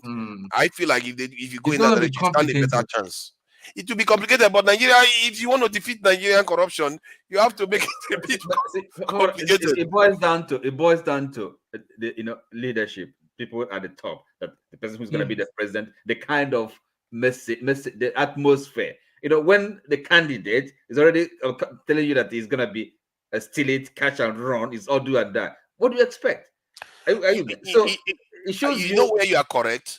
Know where you are correct. It shows you. Okay, tell me how you are correct on this. Tell me how you are correct. It's all about power, naked. Grab for power.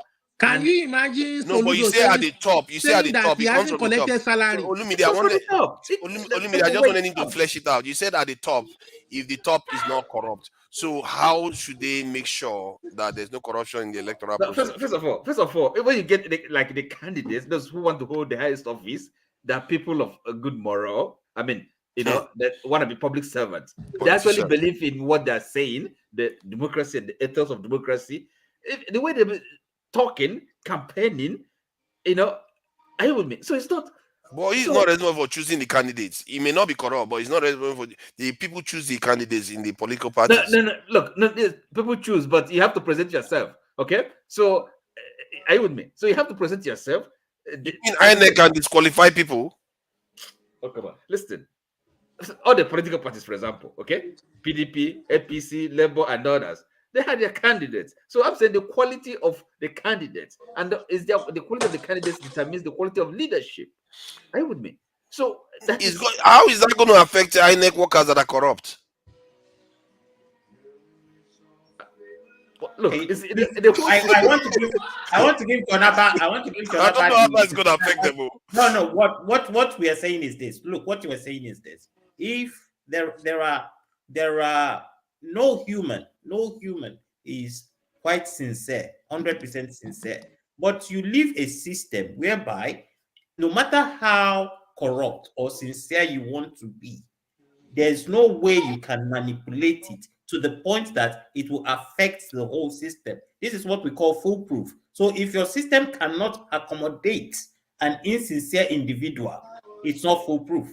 So this is why they said, upload what was called at the polling station, such that every person checks themselves, not when it gets to the general, then we are looking at, oh, where did the manipulation come from? If there's a manipulation in a particular polling unit, it does not affect the whole election. So, and secondly, look, everything, if we don't have good elections, we cannot have good governance. If we don't have good security, we cannot have good governance. So both of them, nothing is left out. So what we say that somebody took the ballot box and ran away, it's because we don't even, I mean, some of us cannot go to Nigeria now and open a shop without building a whole prison in front of it. You first get a blacksmith or whatever to build you iron gates. You can't put glasses on it. That shows you that you're working in an economy that is not safe. You build a house, you build a prison out of a house, you build big gates, it's telling you that you are working in a place that is insecure. And all these things affect our governance. So when we are talking about corruption, these things are fundamental. Even the West you live in, they are not very sincere, but it's because the system is foolproof to a level whereby it accommodates your insincerity. While you were talking, some evil thought came to my head. I don't know whether it's evil, but just hear me out. Whether this will work. You know, set an example with corrupt election workers. First, you want them capital punishment for anybody that messes with this stuff. They might think it's a joke, but if you catch somebody that does any nonsense in an election and you try that person and execute that person, don't you think election fraud is going to drop very quickly? I think I think actually most of the corruption we complain about can be taken care of if there is punishment. Who's gonna do it? What do you think all these soldiers are doing? What are they doing in OD and No, sorry, but you use the soldiers to actually is it the politician that rigged himself in? Okay, that came into a corrupt, rigged process is going to do that. See, there is a lot of cheating in Nigeria. See, one, they catch people sharing money to voters. They don't do anything about it. They catch people taking bribe to vote for specific candidates. They don't do anything about it. They even know the election workers themselves are taking money to rig the election. They don't do anything about it. My point is that if you are caught and they carry and you are warned and said, if you mess with the democratic system, because that is, if it's in a democracy, that's a sacred process. It's almost like in a church, you intervene when somebody is being baptized or something like that. Very, very important. You can't intervene if you want people, and this is a sacred process for the survival of our people. And if it's happening, if anybody tampers with it, capital punishment, and you punish somebody that tampers with it, I assure you, it's going to reduce seriously. And that's when you have. But that's when you have. Who's going to sign the death warrant? I will. No, wait. That's why I said it's evil. I will sign it so fast, and I'll make sure the conviction is carried out so quickly that the shivers will go down. All those people that want. See, in Nigeria, you have to be tough. If you want to stop these things, if you keep thinking you're going to do it and people are going to change, they're not going to change. The Electoral Commission is answerable to the president, and that was why Tinubu was able to bribe Mahmoud and all the people around him. Because if Mahmoud was like that professor that did not allow the charade in Abia State, I know that he was upstanding.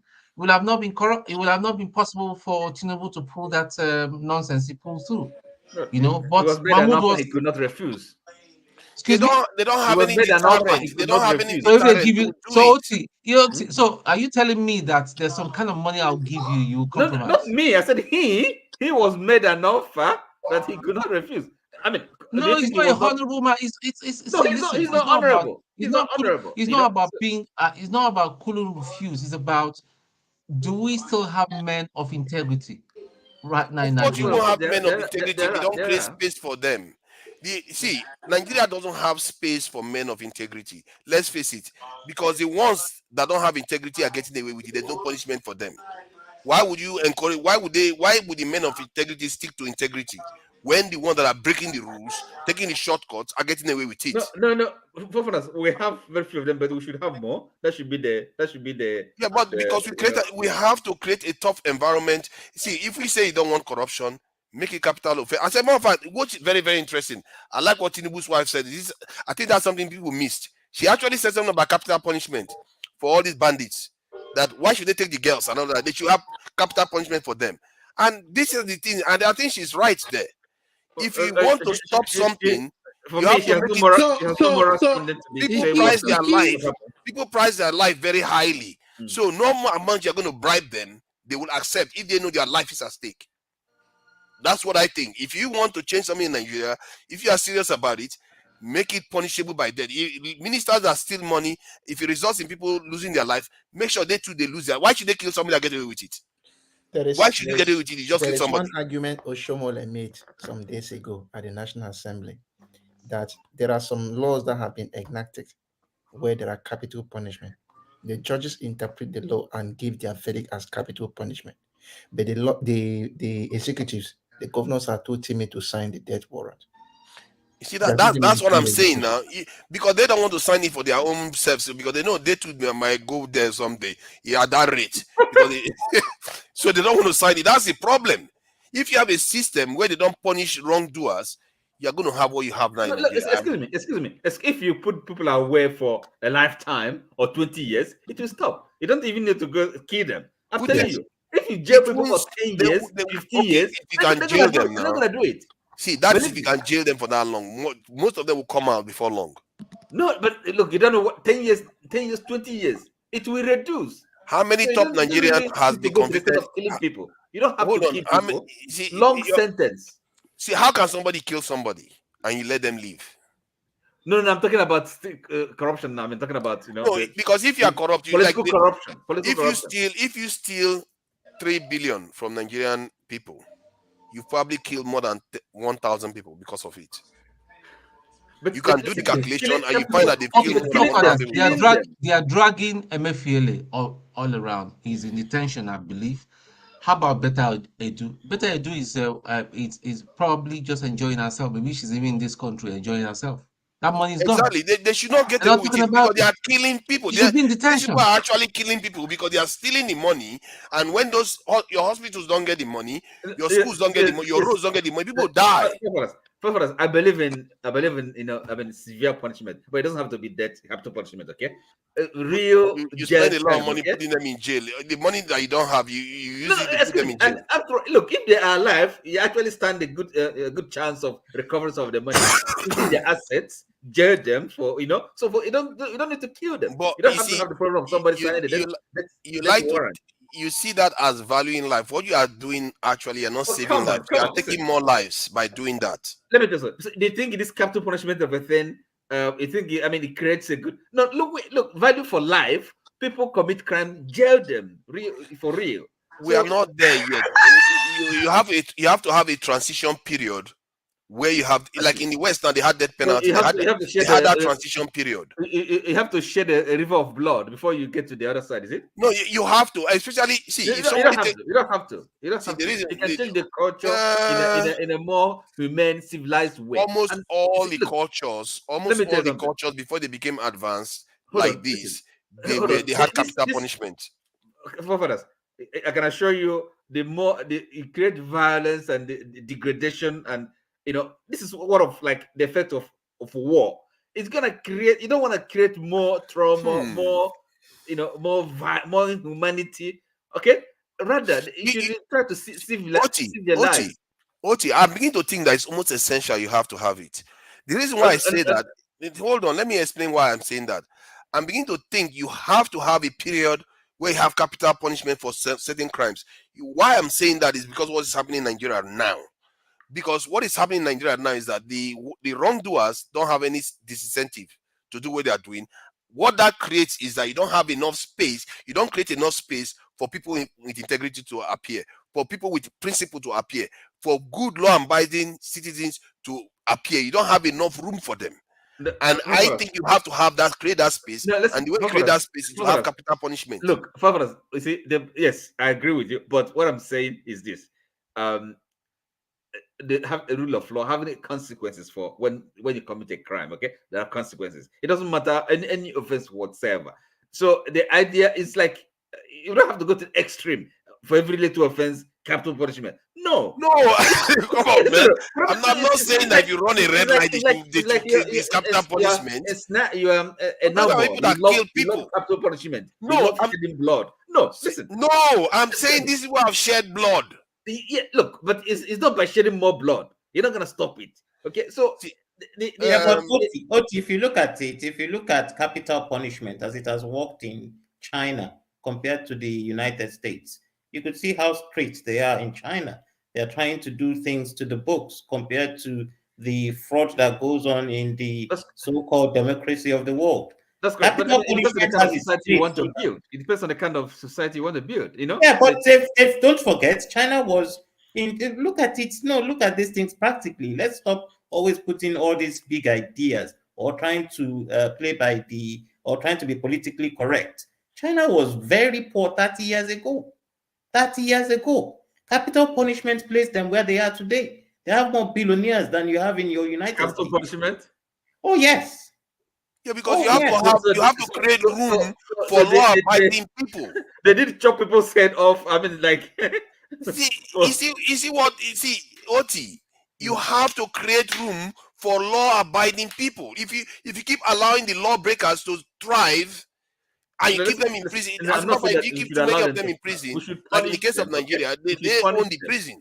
Okay, look, we should punish them, and people should also kind of from their punish them by just sending them to prison. No, when they've killed somebody. No, listen. I'm not talking about people more. I'm not talking about punishment for murder. We're talking about political corruption. Okay, and so first of all, they have to seize their assets. You know, I mean, you shouldn't allow them to profit from the crime, and also sentence them. You know, so that's good enough. I mean, killing people or for the sake of maybe I don't know, instilling fear or creating unnecessarily violent society. I mean, it's not really. I don't see how that helps. You know, you want a society that is humane. There's rule of law. There's respect for human life, for human dignity. Even people where people. So don't what you're arguing just now is also supporting capital punishment. You are respecting the life that has been lost. If somebody takes life, do you know the consequences of if somebody takes somebody's life within 10 generations? I'm not talking about punishment for murder, okay, or homicide, corruption, political corruption, right? If you deduce that corruption led to lots of life, which is real, because some women may not be able to have children, and the young children too may lose their life because of the behavior of some of all these people. I don't feel sorry for people that. Excuse me, for us, you cannot. I mean, there's a difference, you know, between different offenses. Okay, homicide, capital offenses, and other offenses, corruption. So we cannot, because maybe corruption is going to lead indirectly to somebody. The debt. You know, debts, and therefore you have to class all of them as capital offenses. But if not all of them, you can do your evaluation, mitigating and judge whether your crime deserves capital punishment or not. It is not for us to judge. If it exists, it is there. Then that is where you have the courts to judge what you have. It's for a society. It's for us. It's for a society. Exactly. No, he's not saying. I don't think he's saying that. Look. If you are corrupt, that you should face capital punishment straight off. It is left for the judges to say, okay, this is a part of the law that they could apply to what you have done. Because what you have done will deserve capital punishment. And if it does, why not? But first of all, as members of the society, we have to Remember, I mean, like we send representatives who make the I law. think you're just trying to look good anyway. But No. I appreciate that. No, excuse me. If you ask me, in principle, I mean, I'm against capital punishment, okay? In principle, right? So, so that's a different matter entirely. It's not about looking good. I'm looking at it, in the round, in all the merits and demerits of it. I believe adequate punishment for offenses, it will still correct people. And again, I mean, if it achieves the purpose, so why go to the extreme? Are you with me? Is it just for the sake of and again, No, the it's idea to of deter people, because bribe, no. when somebody wants to bribe you, let me explain this to you. When somebody wants to bribe you and you know your neck could be at stake, don't you No, think the listen, price will become priceless? You don't have to cut people's neck for them to know to be deterred. You want to deter people. No, excuse me, but you see, a long time in jail, 20 years, 25. So, for example, you are in your 50s, a politician, and then you know that you're gonna serve 20 to 25 years in prison. You think you're gonna be corrupt? You think that is not enough deterrence? Come on. No, it's not actually, because you know 25 why? years. So at You know 50, why? you go to jail. You go to jail. Yes, They come out not, 25 years. because The what they money are you've going to do looted. is that the money, What's the use of it? one, I mean, the you're money, not gonna be in public life they will be again. enjoying the money in prison. They will be come sending on. the money to their side chicks and everything. They will own the prison half of the time So, excuse with me. that money. Not only that, Let's hear from prison, Jonaba. they will Let's hear from Jonaba. not only that, from prison they will sponsor and kill anybody against. Exactly. So these people are not. I understand Okay. where the Catholic man is coming from, OT. Catholic man. Because they believe that is stuck with him, which is okay. But in Nigeria, we are not a healthy society whereby you let these corrupt people, when while they're in prison, they sponsor more of evil outside. In fact, prison is a break for them. So they do more, they can do anything. So if you really want to work on that, whatever you are calling, whether it's a cut of head or chop of head, is the best way to tame them. Because with fear, and that's why I say we are not ready for democracy where we even are right now. Because we are not a law-abiding citizen. So we need a rugged and a tough hand to put us in the right place like China, where China was before. But let me not jump into the bar. I have my reason of coming. So this is just a distraction for me. Thank you for fathers, and thank you, brothers, and the panelists. I'm hopeful when I hear people like Man of Prestige, Blessing, and so many of you talk that Nigeria one day will see a hope, because the toxic, the belief, the rhetoric, the message we send out that do us more, divide us more than uniting us, it's not going to help the next generation. And I think maybe because some of us, we cross the tribe, the religion, and everything on our daily life, that I don't believe that any man is my own problem. Rather to turn the mirror on myself and also have opportunity not to look at tribes as an issue. I don't know whether help me in my judgment and looking at the whole thing. And I hope, I like the fact that people like Blessing today stood her ground, even when some of the brother here was trying to tell her, this woman live day after day in Nigeria. She knows the consequences of her words. And if we can have people like her speak truth to the power, even facing living in the community where such thing is not popular. She is my hero for today. And let us not, what you think is not good for you, it's not good for somebody else. We're all going to have a different perspective regardless as a human being. I used to look as our body language, I'm not exempted. Sometimes things just get at you and you take it the other way. But in most cases, I used to caution myself, not because I'm trying to be manipulative, but because I'm trying to be sensitive to how the people see it.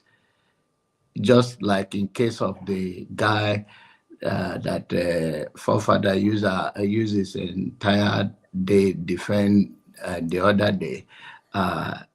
The guy that owned that food company that I said, I don't know the tomato paste or tomato sauce. The body language of that guy is not good. I don't care whether she's fighting for his life, but no life is much precious than the other. But we are people that we tell people that, who are you? Simply because you assume you are better than the other person. And we cannot survive or make a great impact for the next generation when we cannot tell people that it doesn't matter your status. It doesn't matter how much is in your account. What matters is humanity. And the fact that you have it today doesn't mean somebody will not have it tomorrow. So it shouldn't get into your head. I don't believe in to live long. I just believe in getting fulfilled. So why should I consider a fellow human being is not as important, or their word is not important like mine? So let us send a message of unity. We are in the society, we are saying Nigeria right now. To me, I don't believe that if it will work, there must be a rugged human being with a clear vision, and it has to come from a very direction that he will even refuse to travel outside Nigeria, because he knows that there's a consequences. And you say, no, I'm for the people. Let's sit down and face our country. Because I don't believe that Igbo man bothers so much who is the president of Nigeria, or Hausa man bother, or Yoruba borders, as far as we have system that is working for all of us. The problem when so give us a chance, give us a chance. The chance is for 4 years or 8 years at most. So, and so what after that? No matter how good you are, and you said even build a foundation for 8 years and you leave, the other person will come and do another thing. So let us send a message of healing, because we are all hot. I would like to die among my own people, but it's not what I want, and not what I want, but that's not what I can have because of insecurity, because of so many things.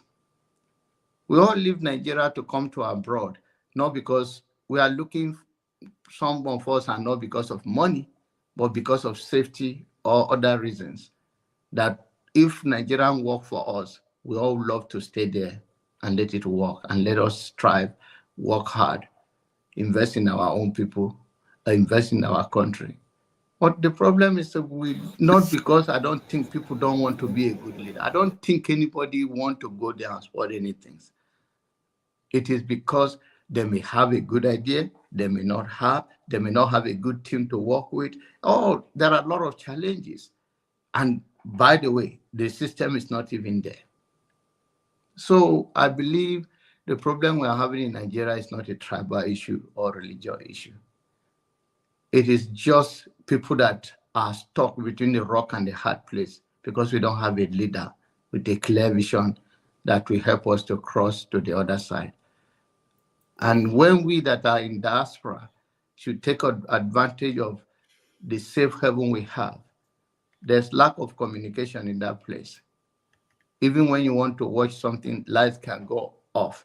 And right now that fuel is expensive, people are struggling, sweating.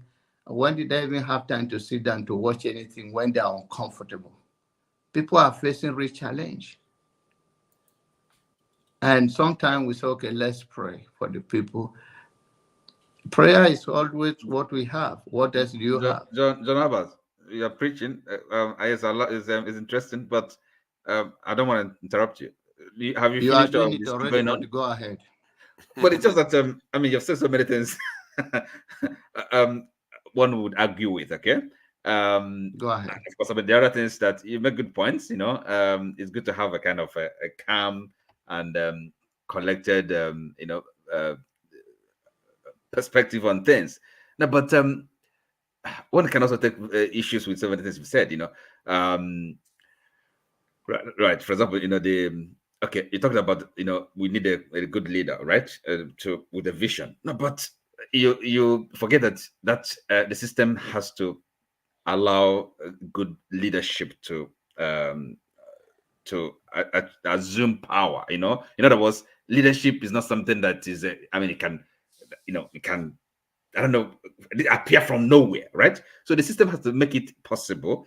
And when I talk about that system, what you should not overlook is the problem we have. It may not be tribalism. I never believe it's tribalism, but it's foundational in the sense that we have an entity, so there has to be a kind of a balance, that make it work.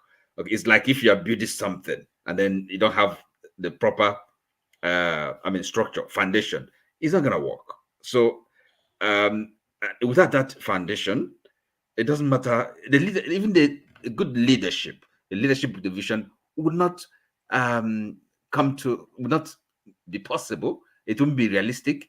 Okay, so it's not good. I mean, talking about these things, with good intention and goodwill, but it's never enough. Okay, good intentions is never enough. So that is I don't know. Again, you're talking about. I think if you have finished, Oti, since you said you don't know, this is what I want to add to. This is what I want to add to what John Abba is saying. You see, like I've always been saying, foolproof system. If I believe Nigerians are not the most corrupt people in the world, Nigerians are just humans. They are just acting like any human would do when you have a system that encourages you to do the wrong things. Imagine if we have a devolution of power. This is why I know that this system is not going to lead us anywhere. Imagine if your councillors had as much power on the economy of the area they are governing. Their constituency. Exactly. As their constituency, you would never care who the president is. It would never matter to you who the governor is, because you can hold your councillor liable. The only thing your councillor will tell you that will excuse him is that I have not gotten my allocation from the center, or I have not gotten my allocation from the governor. But as long as what do you mean by holding me? Oh, I caught you. You are not spending money for what you expect me to. You are supposed to spend money on them. What definitely. Next? I mean, let's no. I'm not saying what does not exist. If you look at the United Kingdom, every council gets its own allocation, such that if things are not working, you don't go say, oh, the prime minister is not doing this, is not doing that. You go to your borough, you go to your council, the minister. Exactly. Well, we are all waiting for that moral high ground president to come and fix. The only thing the president can fix is to make sure that and let's not forget one thing. Although we might say Buhari is very bad but he tried fixing that area of things to make sure that the councillors, there's a devolution of power but Nigerians don't follow. No, we actually saying the same thing, so that's why when I say foundational, okay, that's the problem. So what is the way? What do you? I have said there is right now no institution that support our way forward right now. What we have, because it's about oppressing and oppressing and oppressing. So what do you think? Since you say that even when a man with a good leadership skill cannot get there, right? Because even if he get there, the foundation is not right to work. So where do we start from? No. Sorry, let me correct. What I'm saying, I'm not saying that a leader is not going to make a difference. No, but it's hard, if not impossible, for a leader, a visionary leader, somebody with the right right purpose for the nation to become a leader in the first place. So it's not, like, okay, a leader would even make the change, the structural change, the devolution of power we're talking about possible. If a leader makes it possible, so invariably, I mean, No, I just think Nigerians are not looking at what matters. Because if Nigerians know what matters, they would forget all this. Oh, my tribe is the president, my tribe is the governor, and face that devolution of powers. If they have to go and sit at the Senate such that that law passes, rather than giving money to the governors, because the governors get all these allocations, rather than giving money to the governors, they give it straight to the councillors, so you can hold your councillors accountable. Please let me finish. Please let me finish. And one thing is this: the councillors have no powers over police. So if your councillor is not doing the right thing, he can easily be lynched. And this will make them see this is the capital punishment the other man is talking about. It could be street justice. He could be easily lynched, such that they would sit up and make sure that things that has to be done for the community is done. Yes, and that's the reason. What they really need to face. For example, today I've kind of brought up this issue of the discussion that has begun. It's not the first time; it's been ongoing, but at least there's a kind of a sense of urgency to it. This week at Lagos. So, and to me, that is really the most important thing. Because if you don't get it right, you see, nothing else is work. It's gonna work. Because what do you think? What are you when you say that? What you are referring to? Get it right. I mean, there was a conference in Lagos. Under the auspices of they call them the Patriots. Okay, so I think you're not aware of it. I mean, you had people like Oti, can I weigh in on what has been said earlier on? See, when I do not entirely agree with the assertion that Nigerians are not focusing on what they should be focusing on. But I mean, I get where that is coming from, but what I want to try and emphasize is the fact that, see, when we say, all this, the devolution, if you look at the Constitution, let us, for the sake of argument, say that the Constitution is okay, even though some of us are clamoring that it is not a perfect document and that it should be rewritten. Let us, for instance, say, for the sake of argument, say, the Constitution is right. We are saying that the minimum requirement that a democratic process should satisfy is not being satisfied in Nigeria. There's really no need for any devolution. It is there in the Constitution that the local government money and the state money are in one account, escrow account. You understand? It is not the governor then does not have the power to spend what belongs to the local government. But because things have been abused in Nigeria, we have allowed criminals to take over governance in Nigeria. Things are being done backwards. For instance, let me give you an example. If you, in Ogun State, for instance, is an APC state, a certain councillor of one local government, Jebu, somewhere local government in Ogun State, one of the local government, the chairman, the man cried out and said, in the last 2-3 years, we have not been giving our local government allocation. The governor has been pocketing, the state government has been pocketing everything. You understand? This man cried out. And what happened? The same party, APC chairman, the APC governor, the guy, the governor called DSS on him to say that he was asking questions, he was harassing him, he was doing that. You understand? And they got the councillors of the local government, that same local, to impeach the guy.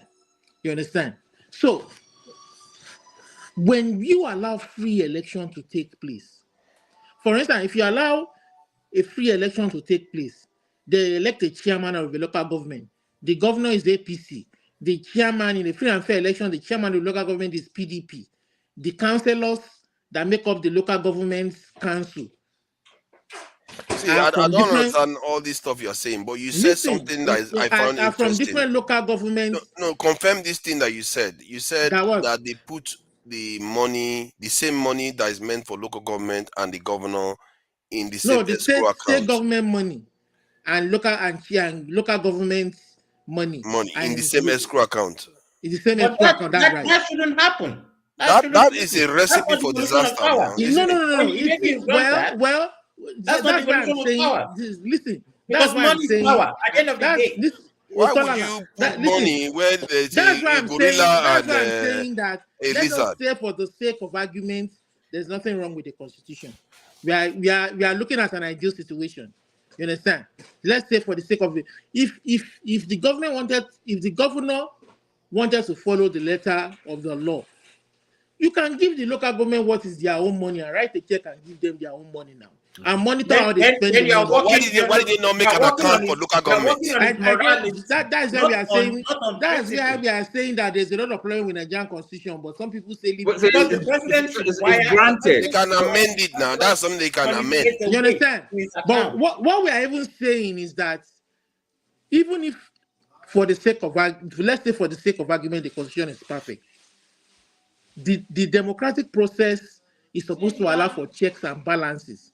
But when one party governor, because they want to steal and rob the people blind, they conduct elections, and the only people that they put that occupy all the posts are from their political party, whether PDP, APC, or I'm here to see Labour Party. I'm still waiting for Governor to set the standard in that direction.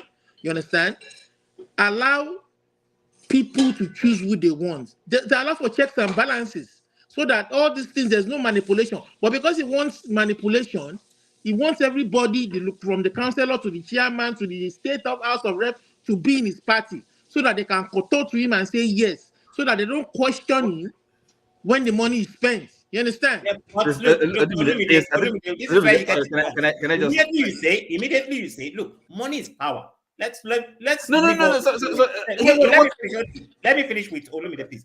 I agree with you that it should be separate. He wasn't supporting that. He wasn't proposing that. Okay. Hold on. Let's slow down. There's a new comma here, and at the same time, he's of the opposite gender. We give preference to her whenever she wants to speak, because she's underrepresented. We don't want to marginalize. I'll definitely do that. But you never do the same thing to me. I'm on Imagine you put money of his father and his son in the same place. Then you are depending on the goodwill of the father. Hello, everybody. Welcome. Father and the rest of the panelists. Who tell you, sir, be underrepresented, sir? There's no women here now, so you are the first lady to join us here. So I appreciate all that, but you are there for me. I mean, you are there and you represent me. We represent each other.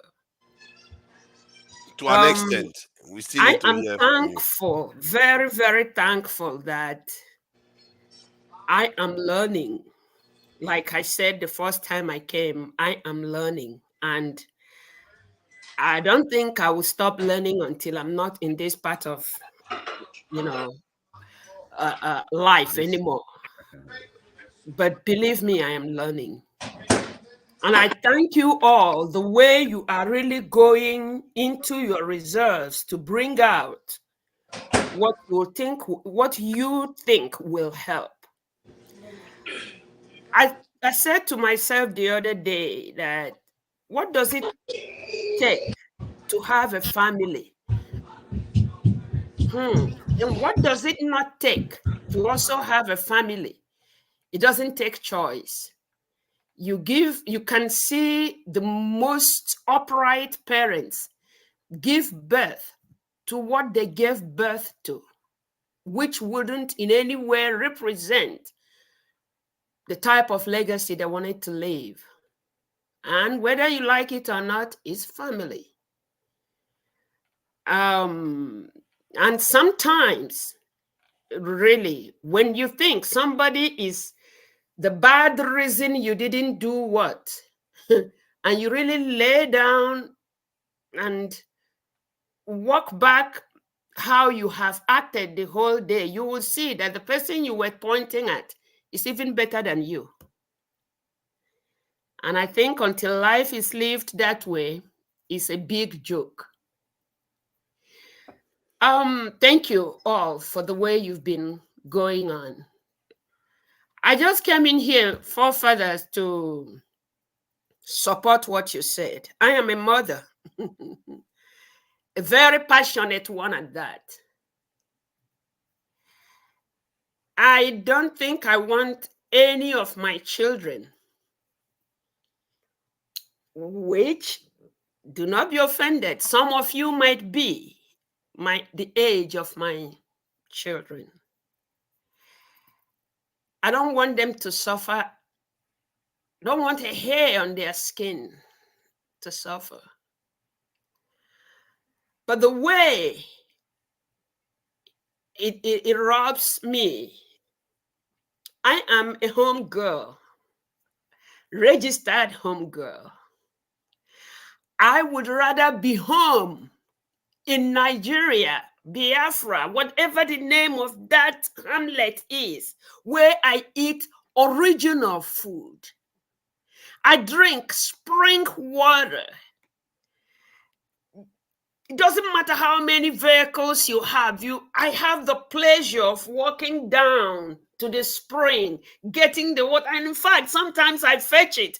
And the women go, I want to carry. I said, no, I'll carry it. You do not know the blessing it gives me to be able to put it still on my head and carry it. It recreates you. It makes, you feel so healthy that for over 3 to 4 months, you'll be bitten by mosquito and everything, but because you just went and partook in where you were born, the elements there, you interacted with them. So to see the level of criminality from that grassroots, the extent to which children are corrupt. Now, earlier on with Dr. Damages, there is a clip they played where the young man from Okuoma, where that massacre took place, came and said all that he said. In many instances, the gentleman that came and that featured in that clip, from what I learned at home when I went home, might be paid for by a politician to come and say what he said, that you don't know which one is the truth anymore. So if what will fix Nigeria is understanding that we are one family, the best of us and the worst of us, we are one family. And with that understanding, we carry together, sacrosanct, the well-being of each other. Whatever they call the Bible says, instead of one of your fingers to put you in where they call hell, cut the damn thing and throw it away. Now, if the way things are in the villages, nobody knows anymore what is what. And what will fix it is people knowing that, because among everything that could not work for them, when I made a display for them to see the laptops and everything I brought, so that whoever, 30 of them for 4 story pupils to come and, you know, learn how to. They were planning on how to. Somebody wanted to come get the vehicles, sell them, and that is the level of understanding they are at.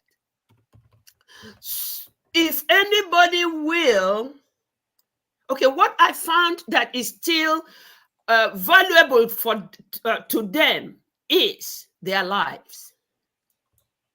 So if they come to the understanding, both the top of tops to the list of them, that if you misbehave, your life, you might lose your life. If that doesn't do anything for them, at least it will scare them away from trying whatever that is. If it worked for China, I don't know, forefathers, did you say it was China? It worked for China, India, Saudi Arabia, almost all the Middle Eastern countries, North African countries are all at it. So, yeah, even these Western countries, they were practicing it until recently.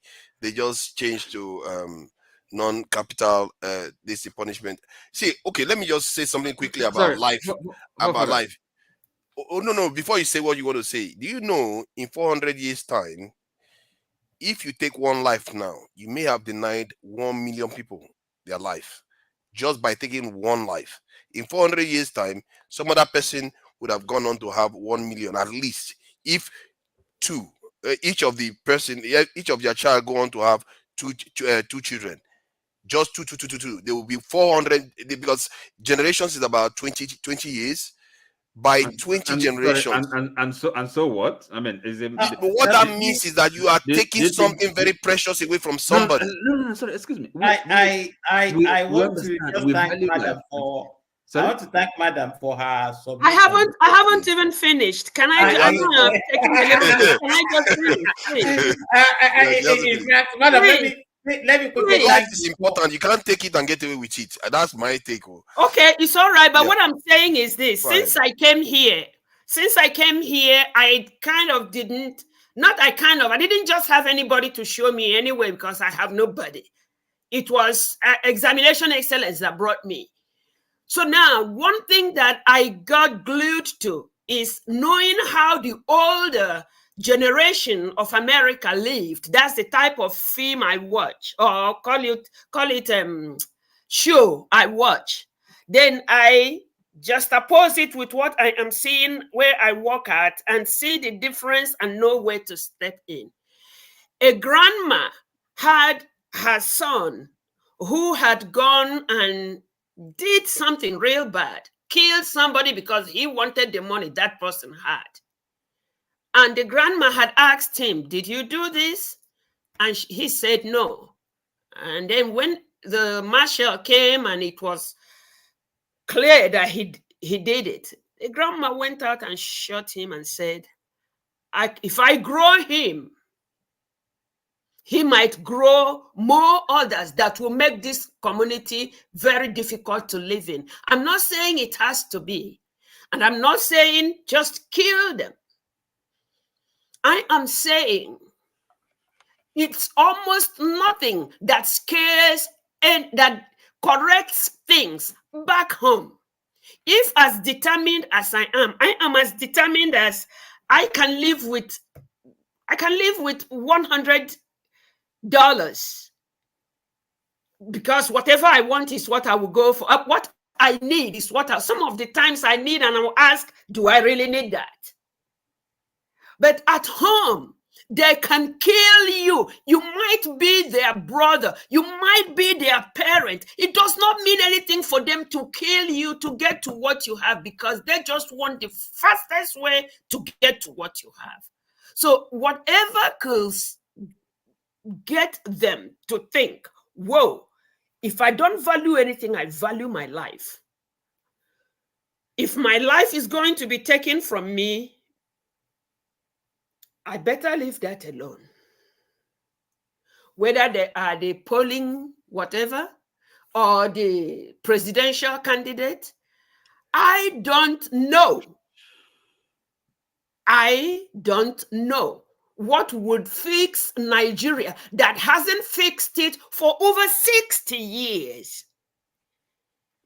I mean, I am here against my wish. I am in paradise here in America, but I don't belong here.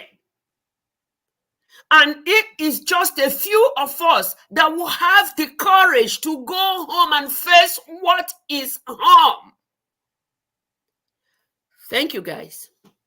Thank you very much, madam. Yeah, let me finish thanking her for her submission, such that I can use it against you, Oti. Oti, look, she said two things. So where your good looks or political correctness or Christianity comes in, I don't know. It says in the holy books, if it is your eye that is making you sin, pluck it out. That is one. And secondly, it says this. Look, if you are found to be a politician who has supported one way or the other in your corrupt attitude, terrorism, you have not killed anybody, but your actions has resulted in many deaths. Are you telling me that, we should follow Oti's way and wait, I'm going to finish. We should follow Oti's way, paint him good, put him in prison so that we don't look bad ourselves. It doesn't work like that. But I'm going to listen to you. I want to just what woke me up. Let me answer the question. So I'm going to listen to Oti and thank you all before I leave. But I'll listen to you. When I talk and I try to I mean what I'm saying, and really I take this conversation we have here seriously. I'm not playing games. Look, and first of all, we have to kind of first things first, okay? Sometimes we just kind of mix up things. Now, because first of all, we accept, I believe, in principle that when people commit crime, I mean, there got to be consequences. That's the starting point. In other words, the rule of law. So it's not for us to, I mean, having a debate about what the nature of the punishment for any particular offense. It's a kind of a second order thing. That's important, but it's not for us to determine whether, for example, if a polling agent, corrupt the process of election, what punishment is going to be meted out to him. I mean, that's kind of going to the detail. Okay, that is unimportant at this on this forum.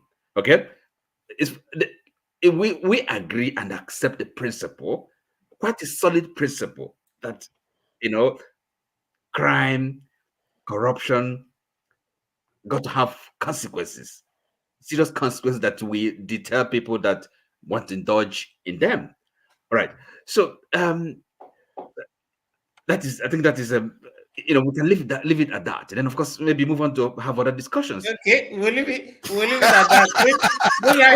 He said move on to have other discussions. What of course, I'm doing about. You see, it's like you don't want a response. No. The thing is this. I think having the argument where the merits and demerits of capital punishment, we can have that argument, but it's not.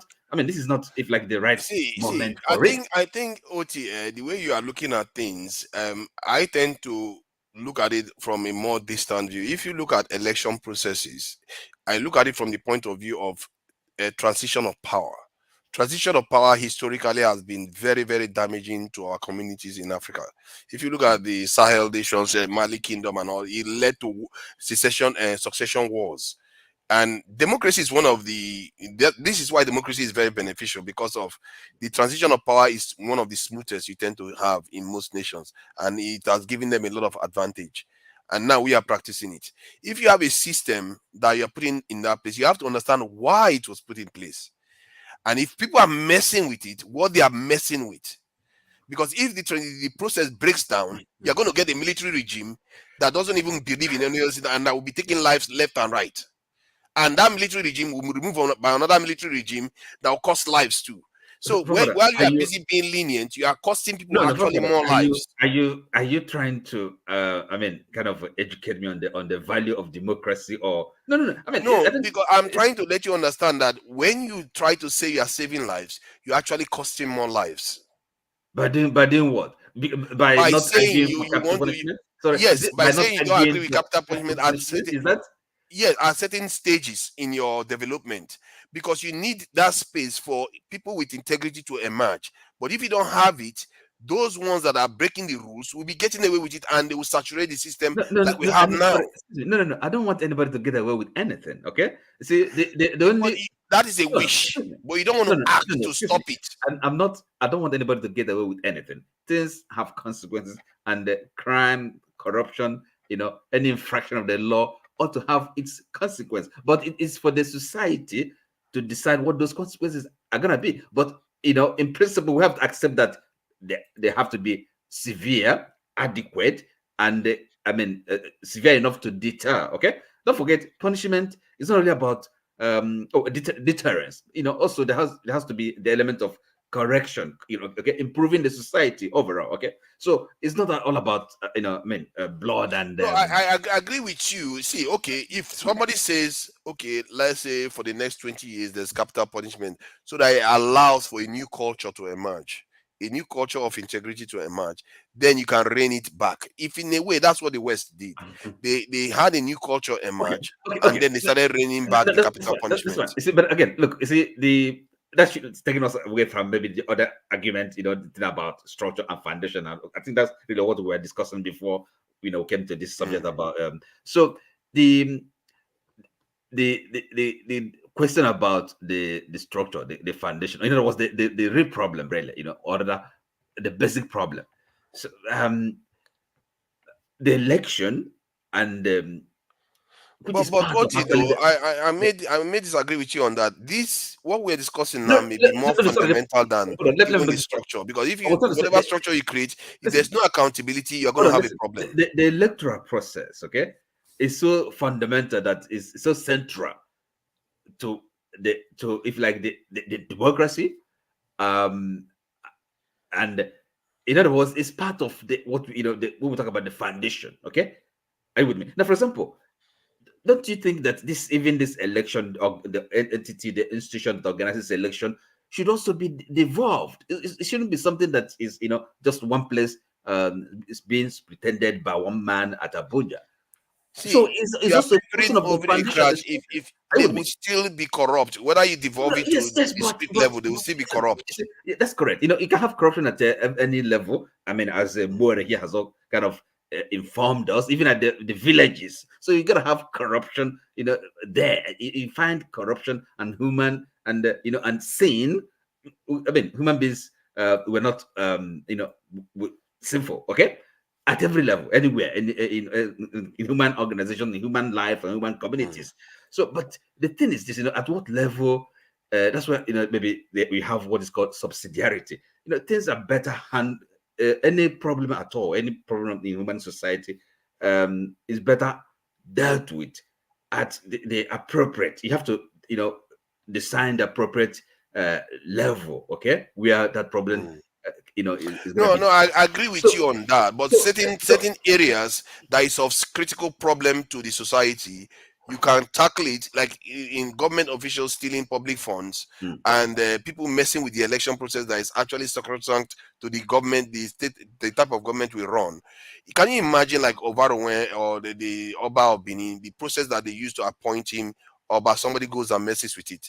That person, they will take you and quarter you all over the place. Yes, but you see, we're talking now, the devolution, okay, dealing with or touching the structure or foundation. This question of the election, organizing of elections, can also be something that is devolved, and the merit or the benefit of that is it becomes a lot more manageable. Are you with me? So the system you're gonna create becomes easier, okay, less complex. Are you with me? As against maybe having one one institution, a central institution that is being managed by one man, so that is all part of what we are on YouTube that billions of people are on. Why are we complexity? Nigerian complexity is not the problem, is it? What do you mean YouTube? And I'm talking about, say, for example, the INEC. Look, INEC, okay, INEC is one, okay, even though you have maybe branches, regional, whatever, electoral, whatever, okay, but is one body, and then you have one chairman, okay, whose word, I mean, so if you have, it can be decentralized, just like maybe even the Supreme Court, okay, the highest court in the land. Okay, let's say it's decentralized. How does that solve our problem? Because it's decentralized. It's part of the structure. It's part of the structure, the foundation. Yeah, but how does that make us better society? How does that stop that person that wants to be corrupt becoming corrupt? How does that make your local government officials do their job? It makes accountability. It makes accountability easier. Okay. But it's easier now. It's already easy now. We know what the state governors get every month, and nobody's holding them accountable. We literally know what they get every month, and nobody's holding them accountable. So you might as well say, what do we need to look state governments? I mean, if that is the argument. My argument is that it appears you are saying just breaking it down is going to solve the problem when there is a bigger fundamental problem of corruption. The division of power for one right thing, there. so that one man or a few individuals are not going to have all the power, and then can you imagine Wiki having devolved government? Wiki. No, excuse me. Don't you see, for example, how our state governors, how the amount of deference they show the president, and then as if he's the almighty emperor. I would make Mr. President. This is Mr. President. So yes, it's part of the problem. Are you with me? So in the same way, the governors, and then when they're there, then you have maybe also a very powerful, local or government chairmen and chairwomen that have power, okay, and control their, So that way you have less corruption, you have more accountability. All these things you're talking about, you're proposing, it's cute on paper, but Nigeria have not evolved to that level. Okay, so what is the solution? How do you make Nigeria evolve? I agree entirely with forefathers. You get to a place where you wipe out all these, and then you start to ease it out a bit. See, Nigeria wait. Imagine someone that's stolen, say, like $300 million, and you put him in prison. You see that the chief warder will be his part. It will be, in fact, will almost be greeting him good morning every morning. Trust me. No, listen. Look, okay? As I said, I may be against capital punishment in principle, but if it is proven, I mean, if, for example, in our case, in a situation that's the only solution, that's what's gonna set the match. I don't love capital punishment, but it's the only solution just like to some save kids, lives. though. There's some kids when they are growing up. There's some kids you don't need to smack them, and there's some kids that you need to apply the cane. In fact, the good book says Some people are just spare the rod and spoil the child.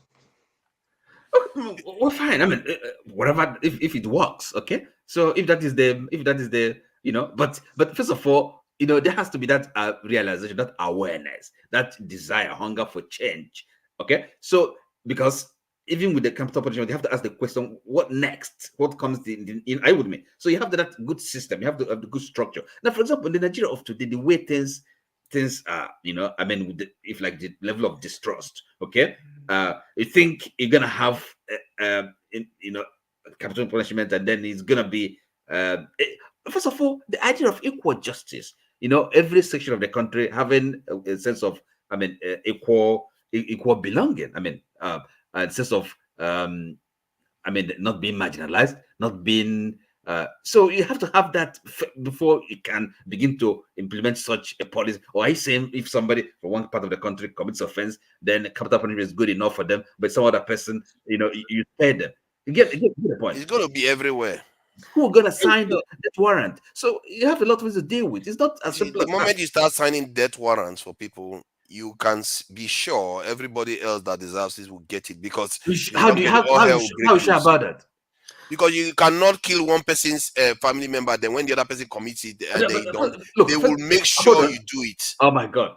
Look at what they're saying. You make such blunt statements. Even with the justice, our system, the judicial system now, it has to be seen to be transparent, fair, equitable. Okay, before you even talk about killing people, come on, it's not that simple. No, I think you are bringing an argument that appears fair, that if it's not applied equally, to be fair, the truth is most of all these things are never applied equally. The rich people are not, they It's not generally about don't rich get people now. executed. Where you No, come no, from. I'm trying to give you a complexion of how these things tend to play out in many countries. But it still doesn't mean you cannot apply it universally when people commit some heavy crimes. And so that you can deter people. Okay, I think it comes down to this fundamental. Like, let me ask you, I think I've asked you this question before. If somebody told you now that you can fix all the problem in Nigeria, insecurity, electricity, healthcare, education, no more strikes, our universities are going to be very, very well equipped, and our economy is going to be a $3 trillion economy within 2 years. But the action you need to take will cost 50,000 lives. Would you do it? Is it a hypothetical question? Yes, it's a hypothetical question. It's a pure thought experiment. No, It's not real. but it's, I mean, I don't. What is meaningless? Well, would you do it? First of all, I don't. There's no situation where you have to kill. I mean, the killing of 50 people will resolve. Not 50 people, 50,000. Oh, sorry. Okay. Look, even if it is 100,000, I mean, there's no. If I've not. I mean, there's no that's a equivalence. I mean, would killing you do it? Listen, killing 150 or 100,000 people. I'm giving you the hypothetical of 50. Sure about that? So that is no. I'm saying if you are sure, they told you that this is going to solve all these problems. Would you do it for 50,000 lives? The reason why I'm not going to answer that question is because it's so. No, seriously. Why are you running away from the answer? My brother Oti, I want to say, I just thought you must be from Mututu or Arochukwu, but if you're not from either of those places, thank you for saying my name according to its meaning. I respected you for all that, but I didn't know you're a mind reader too. Because what you just said is exactly what I wanted to, factor into a little bit, because that is one other thing that has Nigeria by the jugular, where A is given the punishment and B is spared by the same. And it would even be that, okay, now, there is a joke, big time joke, as I say it, and that is that a child went to whatever market, whether it was in Lagos or Kaduna, wherever, and stole few cups of gari, and a tire was put on his neck, and he was burnt, because Sharia law says to do that. But Sharia lawyers are seeing how consistently Nigeria is being stolen blind by our leaders. Say Baba. That is a big joke as far as I'm concerned. Yes, I am for whatever will bring Nigeria. Okay, if they pay me $2,000 a month for my as a retirement, benefit, and I pay $1,500 for my accommodation, believe me, at home in the village, impacting the lives of the underprivileged, like I know I can do, both their basic health and otherwise, I won't even eat into that 500, halfway of it every month. But here I am in America. I cook the best soup, food, everything. And Tony remind me to give you the recipe for plantain and broccoli. It's a very good food, very good. As a youth, yes, at whatever, even children, you grind it. Like all the while with my children, I didn't give them any food from any shelf. I cook what I feed my kids, and I get good results of it. So when I am at home, even just that water, that spring water from the rock, there's a big fall that I just go. The joy of collecting it. And as my granddaughter asked me, 2016, she calls me, Mom, where did you say this water came from? Do they have to freeze it before they sell it to you? I said, no, it wasn't frozen and it wasn't sold. You just go, you get as much as you want.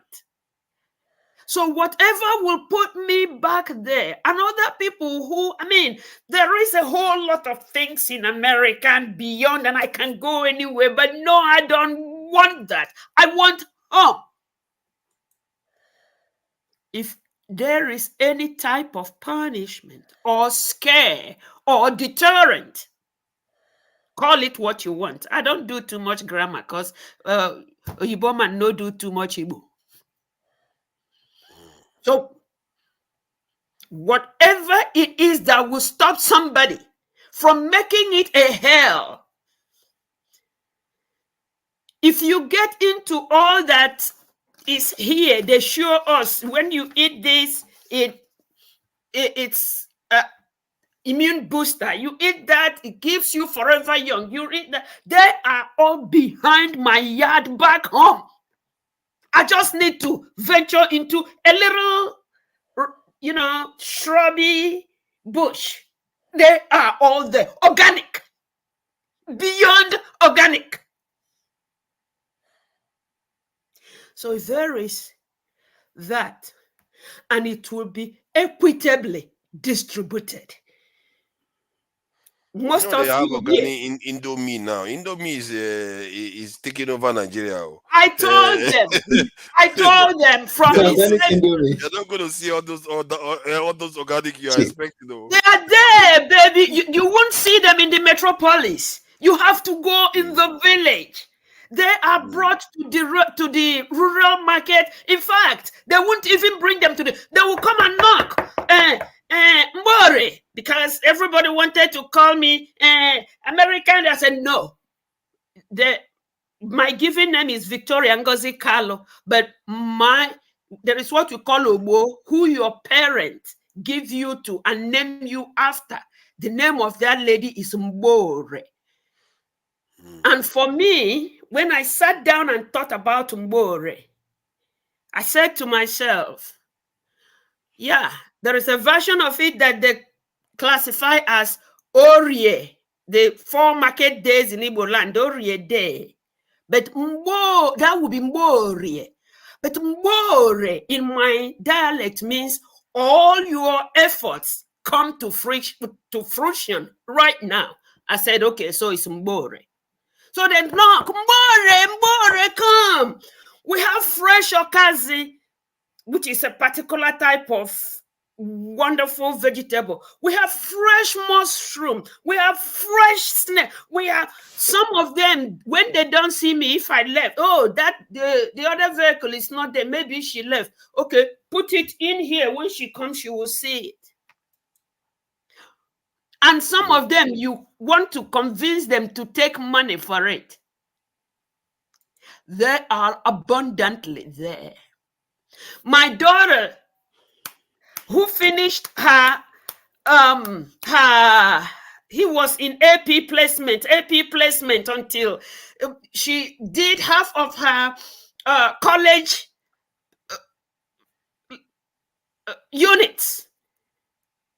By the time she was last high school thing, she said, Mom, can we just exchange places? I will be in the village and you go read medicine. Just read and practice medicine. The first time she went home, she said, do you see how original life is? So if there is anything that could be done that will be followed. Like you all know me, my other name in this platform is where every child will have the same opportunity. Whether it does not matter who was the parents. Equal opportunity.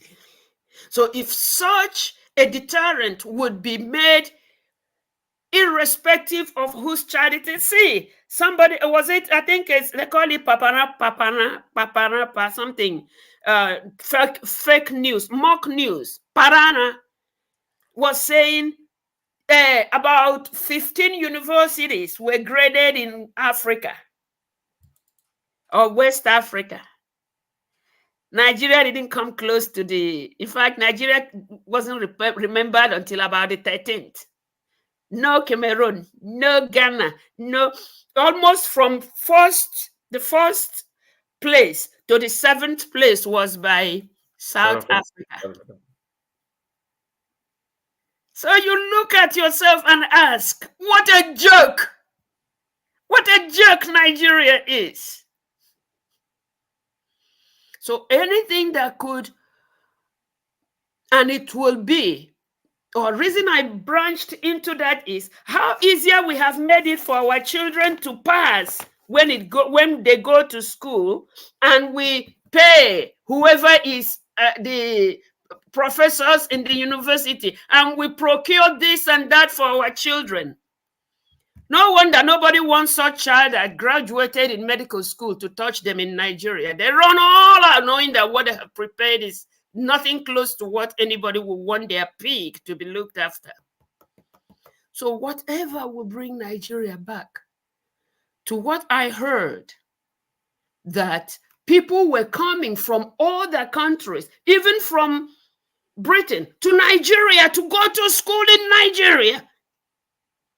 If that only will be done so that whoever wants to be productive is aligned with productivity, and whoever doesn't want to be is either eliminated or kept somewhere where non-productiveness, rules. Thank you for reading my mind, Oti. Can I say one thing? I came because I talked to the question whether if we can kill 50,000 people. Please. Hitler is here now. Hitler is here. That was why I came here. Look, go ahead now. What is your answer? I don't know, but the point is this. Look, I was talking with a Reverend Father in 2009, 2010. Then I was just a newborn in town. And I was very patriotic. Nigeria will be this, Nigeria will be that. And the Reverend Father told me something, that I give you 6 years, you lose your patriotism. The only one thing that I was happy is that I lost my patriotism on the 7th year. So I beat his prediction by 1 year. The truth is that out of that time in 2010, if you tell me, if we kill you now, Nigeria will be better, I could have done it. Me too. But to be honest with you, as I'm looking at you now, forefathers, you tell me to die for Nigeria, I will not. I not hit my stage, I will not do it. Because immediately you die to Nigeria, Nigeria gets worse. I have some 3 things to, you talk about killing 50,000 people. I will tell you the truth. If you kill those 50,000 people, things no go better. No, I'm talking about it hypothetical. See, even with that hypothetical question, the criteria now was the criteria for selection. Let us opt. People come out say we'll die and everything get better. But trust me, immediately that 50,000 people go, the remaining 51,000. No. We're not talking about there is evidence. Hold on. Come on, this is a thought experiment. It's not a serious question. You have to engage in a thought experiment based on the criteria drawn. You can't just start changing it. Say that it's impossible. It's possible. Yes. So what if you did that? Nigeria will be restored. Education, security, investment, development, everything. Power supply, healthcare, 100% will be restored. No child death from malaria. And I'll tell you the truth. There are people who can volunteer among the 50,000 people, and to be honest with you, We can have people in Nigeria now who can still volunteer and do it. No, I'm saying they don't have to volunteer. You decide by your action, whatever you're going to do is going to result in those deaths. If I have a way of selecting the 50,000 bad X, which I know somehow, which I know that, okay, these ones are bad X, and yes, I'll just send those ones. Then the second thing I wanted to talk are you willing to make that sacrifice? No, the point is that people not for yourself. Die in Nigeria. This German during the German unification, this general von Ron and Morke. Von Ron said that unification of Germany can never be achieved by speeches and votes, but by blood and iron. That was what he said. So even the unification of Italy, they will tell you that Manzini and the rest will tell you that it was not the unification of Italy was not achieved on the platter of gold, but by blood and iron. So the point is that anything you want, some people will pay some sacrifices. That's just the truth. Even this Nigeria you want to see like that, if you want it to be straight today, to be honest with you, men will fall. Okay, so let's be straight now. Would you do it? Okay, for me, being among the 50K people. No. I'm not saying you. No, I'm saying you are in charge, and your action will result in. Let's say you are the president. Your action will result in the death of 50,000 people, to solve all the problems of Nigeria. Hold on, now let him answer. Now, I will come to you now if you want to answer. Look, if there is one good man among the 50,000, I will not do it. Okay, good. You're giving your answer. Oti, you are not going to do it, eh? No, listen. No, because like I said, unless you don't want to have a serious conversation, there's no point. Oti is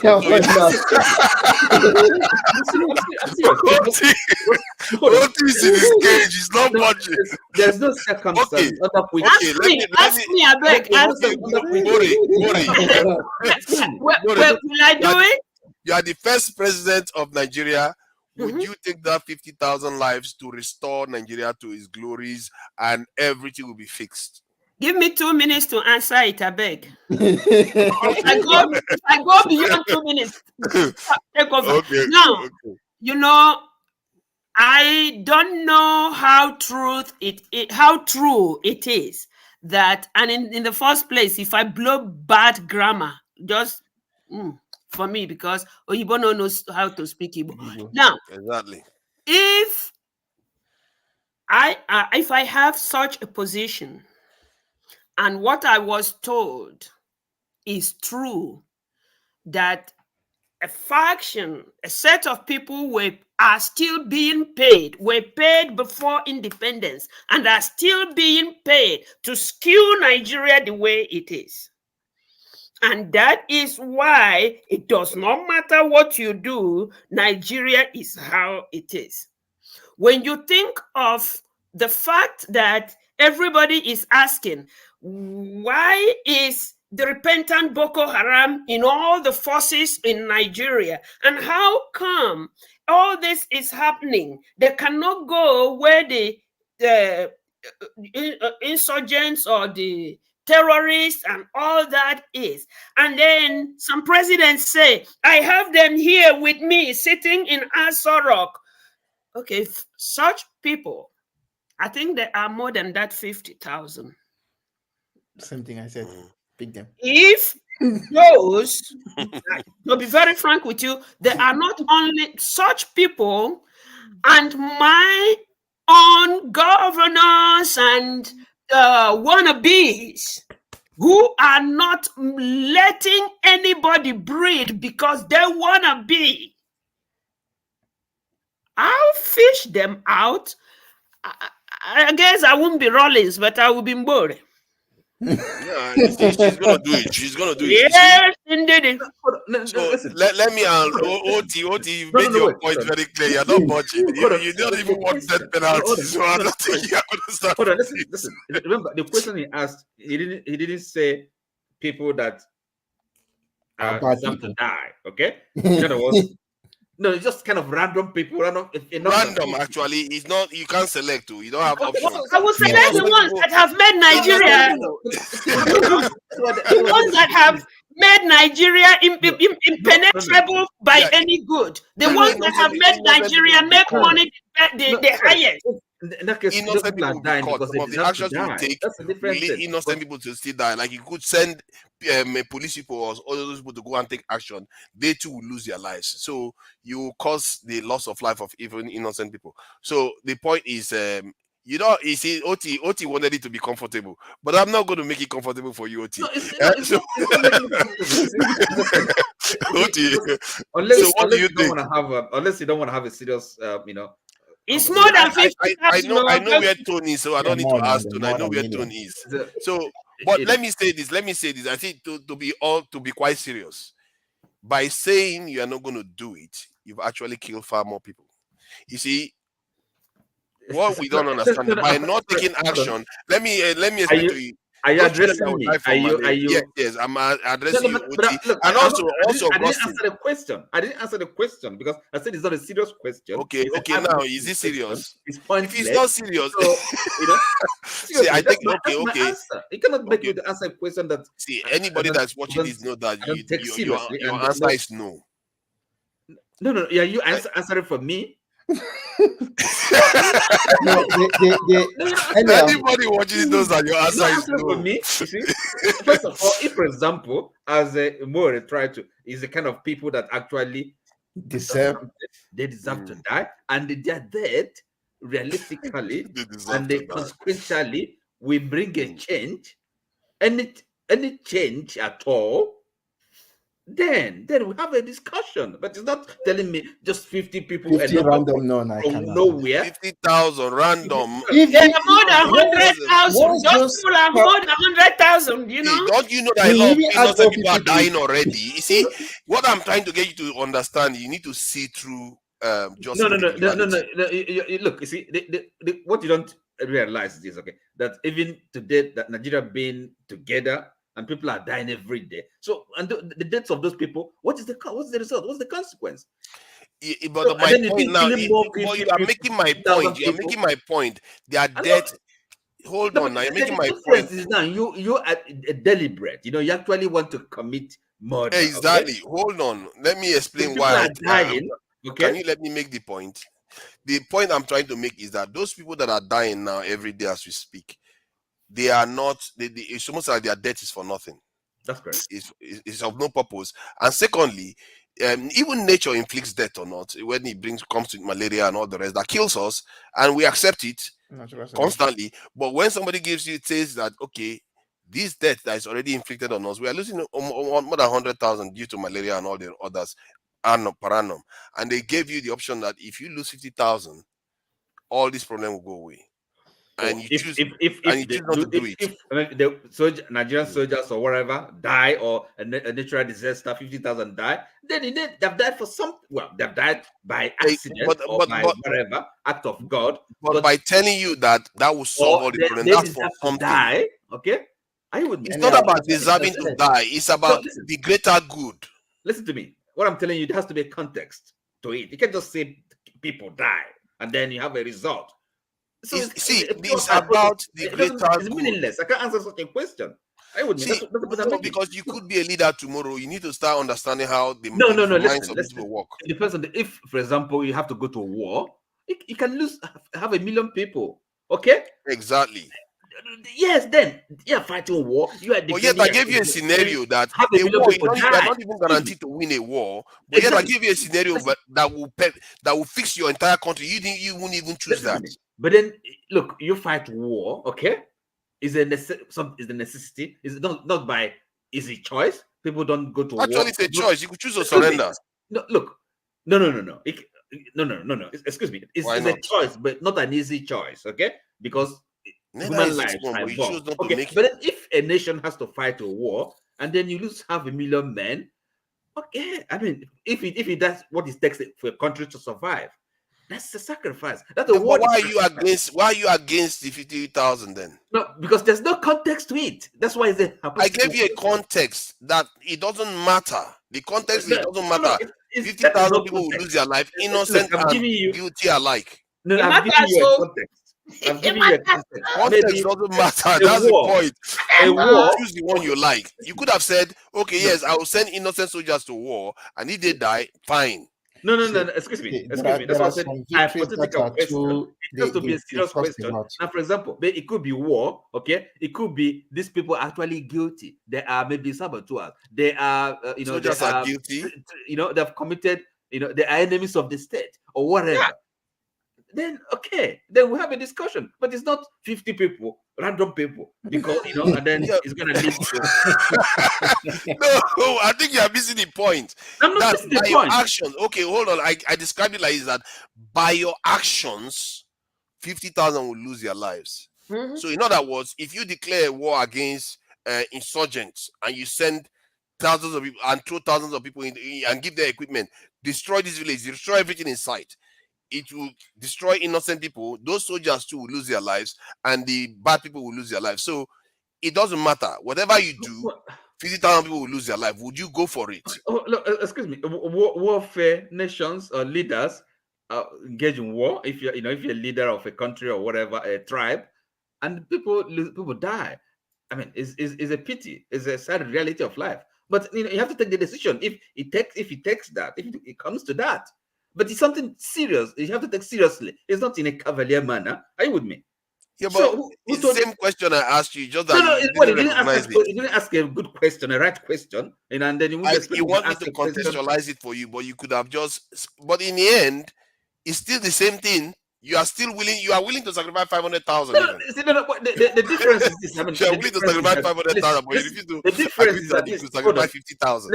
The difference is, at least, people have to understand. I mean, that we have value for human life, okay, and it's not something we take no, but talk about dying or whatever. No. You see, the point. There's no. I think we are looking at it as if by stating that if you lose 50,000 life, we don't value human life. The premise of my question. That's how it sounds. Of course, that's how it sounds. But and as I said, is the opposite. That I value human life so much that you shouldn't, by not taking decision. That's the point I'm trying to get to.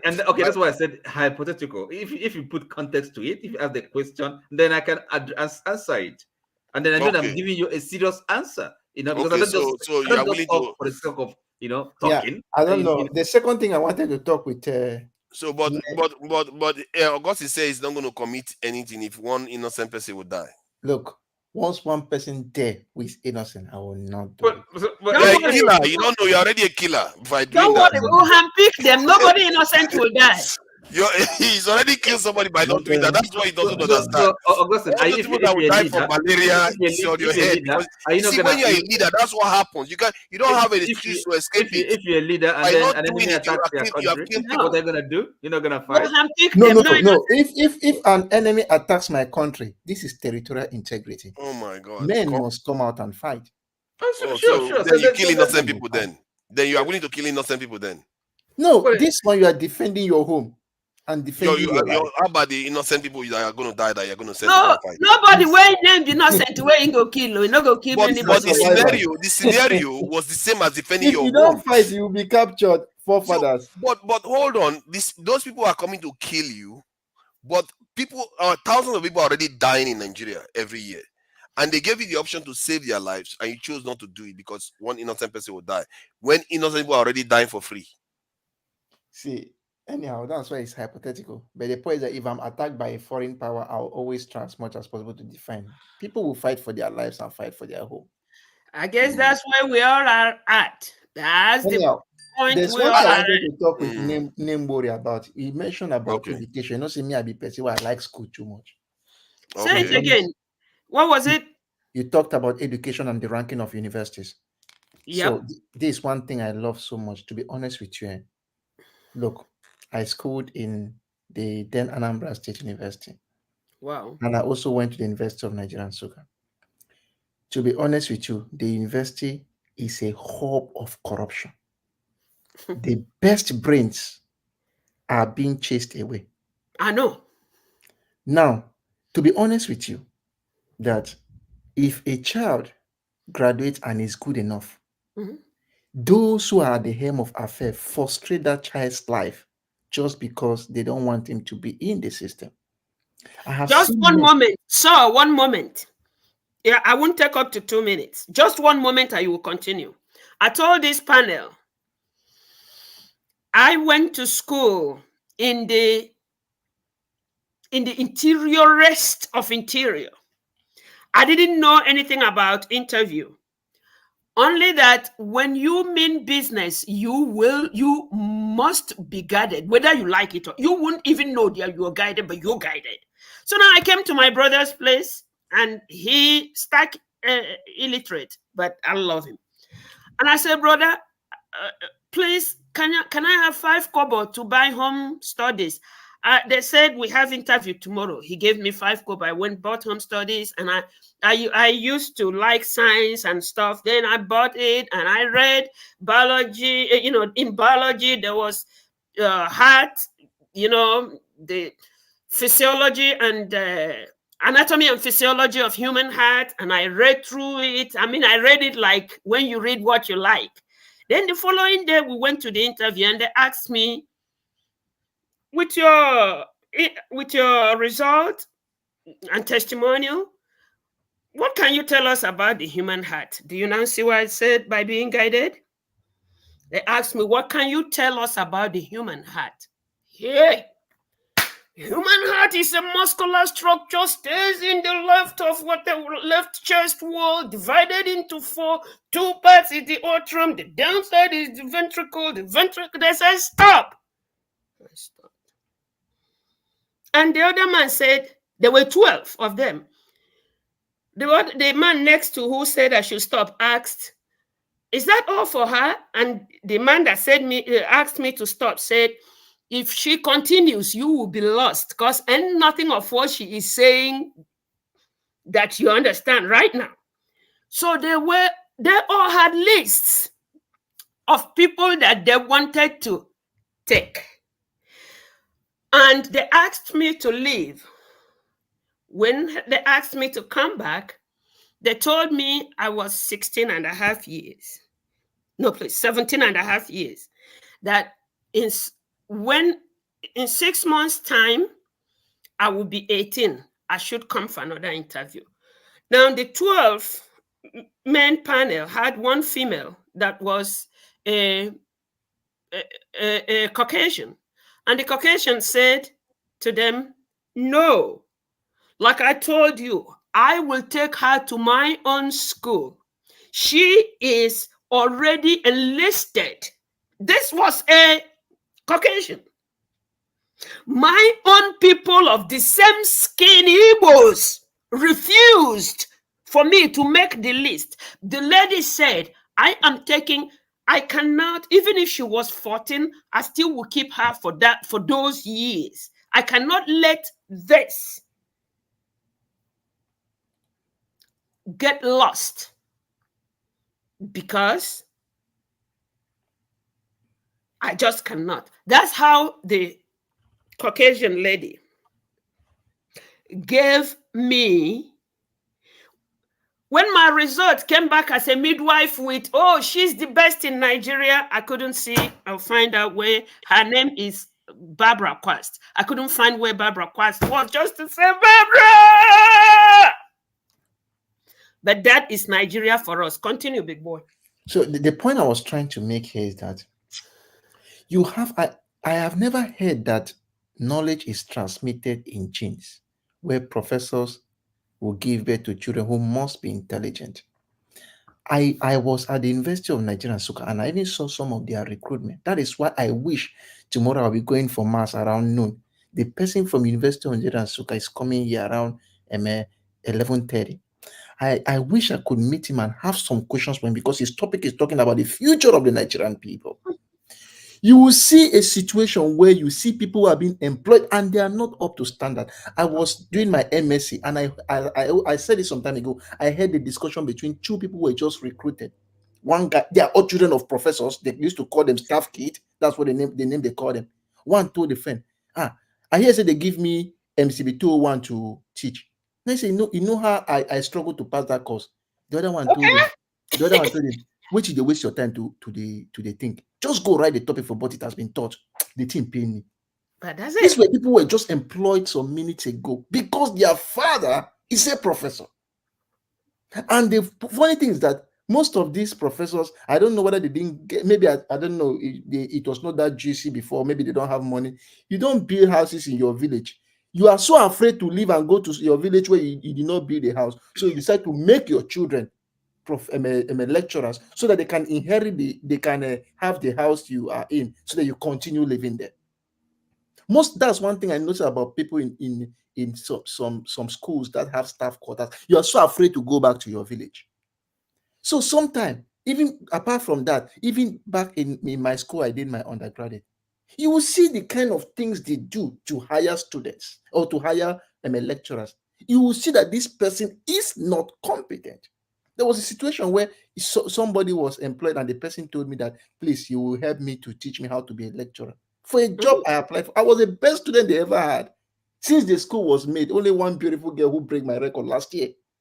But whenever you apply, your application disappears when it goes to the vice chancellor's office. It happened 4 times until I told him that I am no longer applying. I applied once to the US embassy and I left.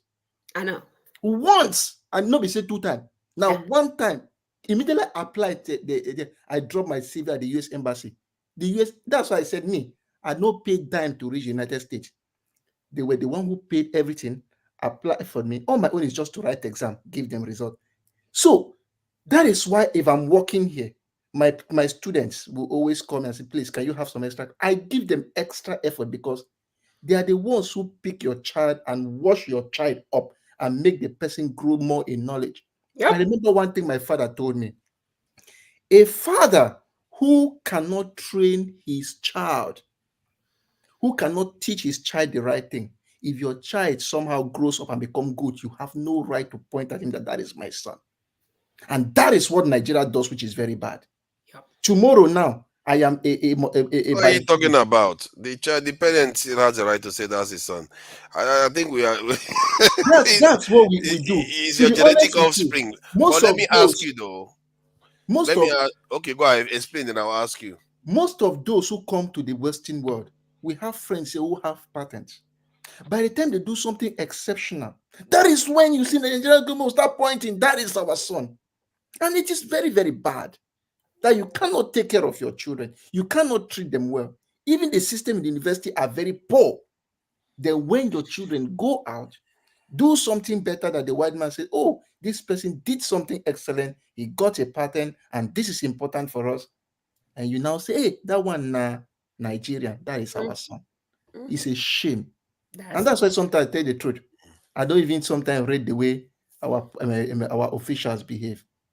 I don't read all of them because they don't know how to take care of their own thing. Beginning from the school council itself, right up to the political powers we have in Nigeria, they have messed up big time. I think they were. I think you are correct in everything you've said. I think what I find is that there are various truths in this life. Like everything you said is properly said and true. But it's the conclusions that you are reaching is what I'm a little bit worried about. Like just because the Europeans are the ones that gave you the opportunity doesn't mean they care much more about you than your own people. That is true. And just because they did those things for you doesn't mean they did it just out of kindness of their heart, because you are benefiting them. That's why they did it. So from that point of view, you are going to look at it like, okay, yeah, I'm from a home that is dysfunctional, but now you are grown. Whose job is it to fix that home?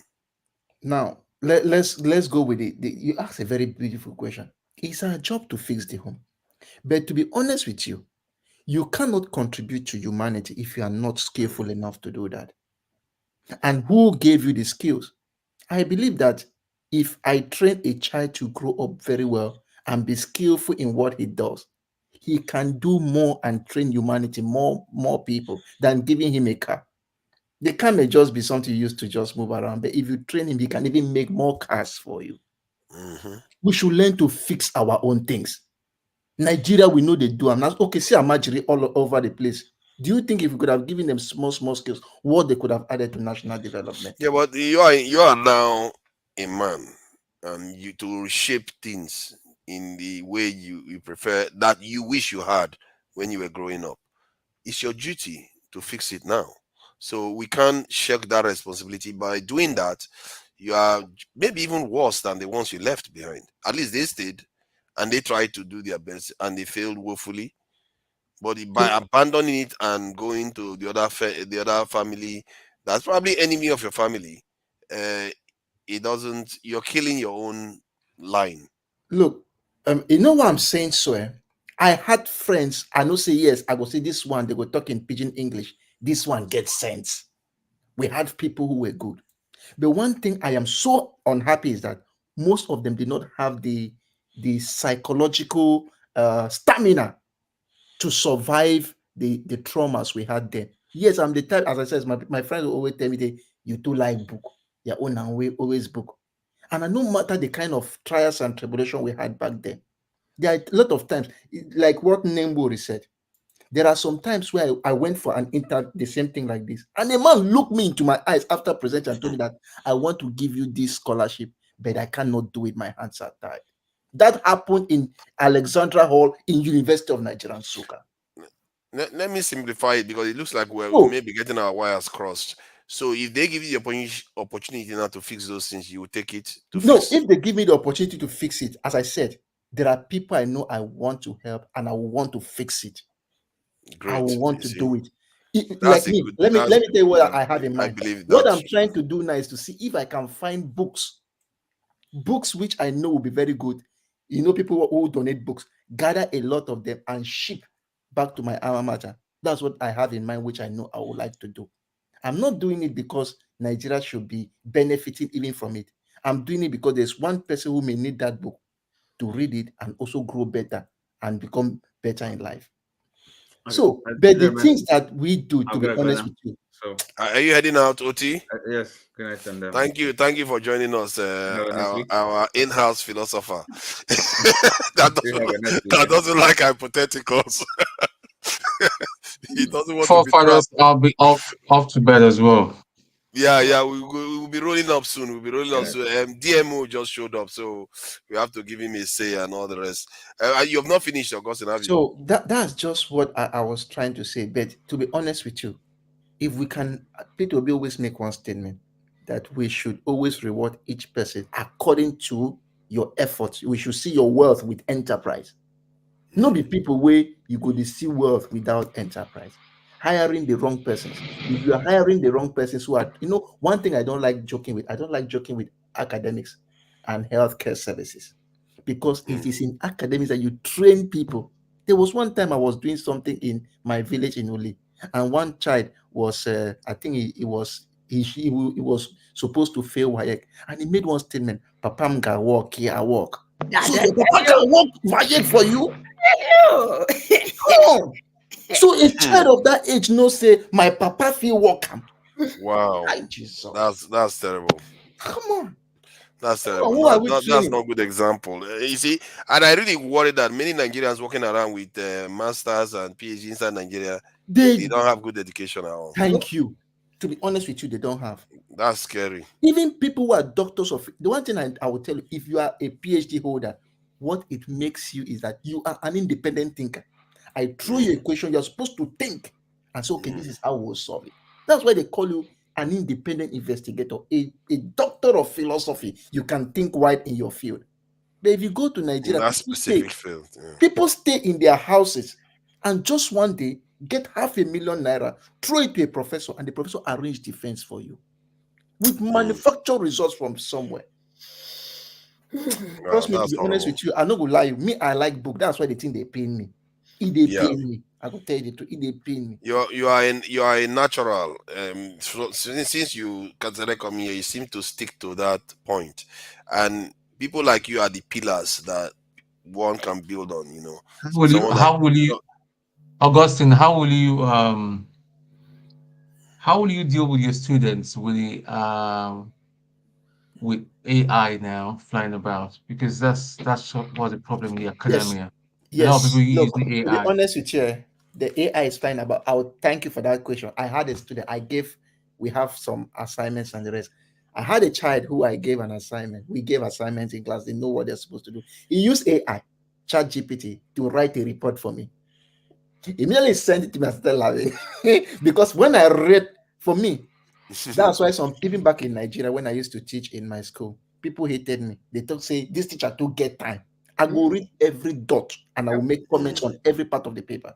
What you when I give you a paper, if you get 10 over 20, you will know why you scored 10. You cannot even come and ask me. You go no, because I will be putting comments that this is where half a mark went, half a mark.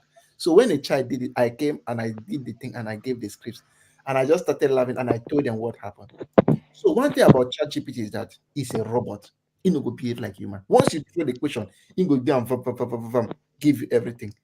If you think that you are intelligent enough, you will read it the second time and edit it so that it becomes human inflicted.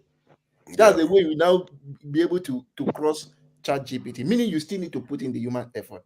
But if you just expect ChatGPT to give you everything from the question, it will give you based on its own robot nature, and a good teacher will recognize We'll it. detect it, yeah. I'll be able to I'll detect detect it.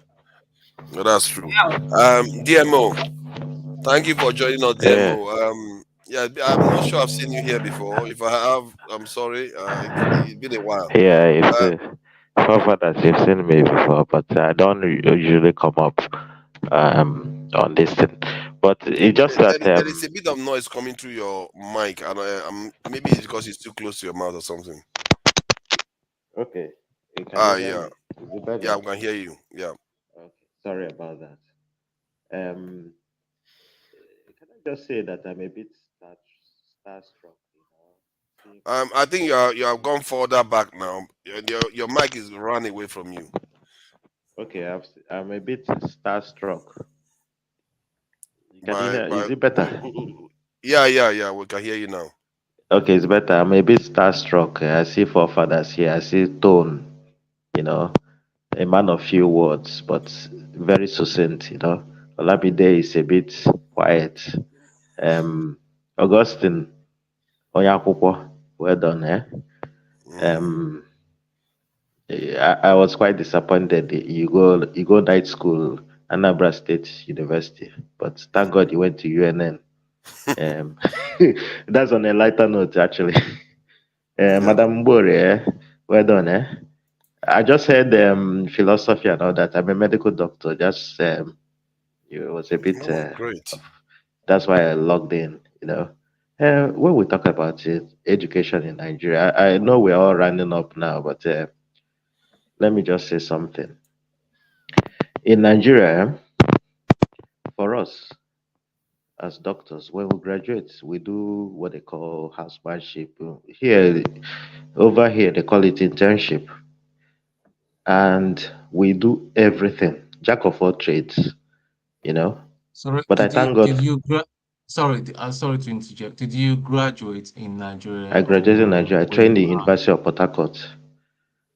Oh, that's cool. Yeah, so we do everything, and I did my internship in University of Nigeria Teaching Hospital. Enugu. So Enugu, yeah. So we do everything, and when I came here, that's when I realized that you just choose where you want to do your internship. With specialty, you do your internship. I called it lazy until I became a lecturer here. And I realized that what they do is that if you specialize in nail is all you know. In Nigeria, if you know about nail or hand, you will know my even ear, no hair, no other things, Nigeria is trying in a bit, but there is a lot of emotional attachment to it. A lecturer will see in the club is enough to fail you. You see that? So, but a lecturer might know your mom or your dad, and that's it. You're gone from medical school. But again, another thing again, I realized that when I came over to Europe, I realized that we learned about bedside manner here. How to talk to a patient, how do you just break bad news, how to just talk to a patient. Nigeria will be like, a patient will ask you what's wrong with you, just write nonsense and give them. They say it's a doctor's handwriting. That's nonsense, really. Your writing is meant to be legible Yep. You understand? So legible and very understand. Like you write a medication, make a prescription, and you have to explain to the patient what you prescribe to the patient. Nigeria will write there say, "Oh, the doctor writing this. What did you give this person? I don't understand. I don't know. You know. No, what did the doctor write to you? I don't know. You know." And you will find out that doctors in diaspora at Nigeria, there's this adversarial relationship. Your relative is in the hospital. You're telling the doctor, I beg, what's wrong? Let's talk like colleagues. Is this what is wrong? Is this mitral valve? This, what type of stroke? This. The next thing they want to discharge your relative. What I came to understand is that the lecturers in Nigeria, majority of lecturers in Nigeria or our educators want us to believe that they are gods. Yeah. Over here, if my students fail, it's my own failure. Nigeria, you're the best lecturer if you have so much failures. Some of us who are lecturers in Nigeria know this thing now. So, what are we going to do? I'm sorry, OT, have left. Solutions, if I want to be honest with you, majority of you might not agree with me. If I want to be honest, the solution is a bit theoretical, you know. But I just wish it can be realistic. I just pray or hope that it's realistic. The example is that I was invited to as an a lecturer in Nigeria. I tried to do what I can do and did an exam, and I tried to do what I can do. The head of the department, who is actually my classmate, kind of like, this one no be a brother. You understand where we're coming from now? So what can we really do? The rot is quite deep. It's deep. If you notice now, the So generation is getting dumber. the question you ask is, what can we really do? Do you have like a solution? the solution, the solution is kabash now. The solution is really to cook, to be really, as opposed to keep forcing it and hope for the best. Keep, okay, I'll give you an example now. Europe now, you have to do what they call their competence test, just to update yourself. Yeah. What we learned when I was in medical school, HIV was one of the rare diseases. Yeah. You see? Well, here we are. You understand the thing? Nigerian doctors can only treat malaria and typhoid and everything you come with. I've not done a proper research, but I would say confidently that about 60 or 70% of diseases in Nigeria is diagnosed as Malaria typhoid, and malaria. typhoid. If you're diagnosing malaria, it's a bit criminal because everybody in Nigeria has malaria parasites. Start. Like standard. Because there is mosquito there. Treat it. Find out what the problem is. Now, people die for just little things. UNTH Enugu, a lot of people have died because there's no oxygen. In Europe, people carry oxygen at home, carry it in a wheelchair. So what can we really do? There's a political solution to this. So, what is the budgetary allocation for health? What is the budgetary allocation for education? Now, if you look at what is the United Nations recommendation for education and health, I don't have it on my head in terms of your percentage of your budget. What Nigeria is allocating is criminal. I will invite you to go and research it and see. What Nigeria is actually allocating is criminal. Again, if you allocate what is really recommended as the minimum for United Nations, Give it to me as now this is actually kind of a sample. Give it to me as a clinical medical chief medical director. I'll pocket it. Yeah. You understand? And disperse 2%. So what is the mindset? These people really know that this thing can affect your relative, extended family? The But reason they are a not lot of treating the my people in the healthcare a lot of my system. Most of lecturers DMO, then in DMO, Nigeria used to say, DMO. Most of the people that use the system, they don't have their family members in the system. That's why they can afford to spend rubbish on it, and because they treat themselves in private healthcare or overseas. well, Mm.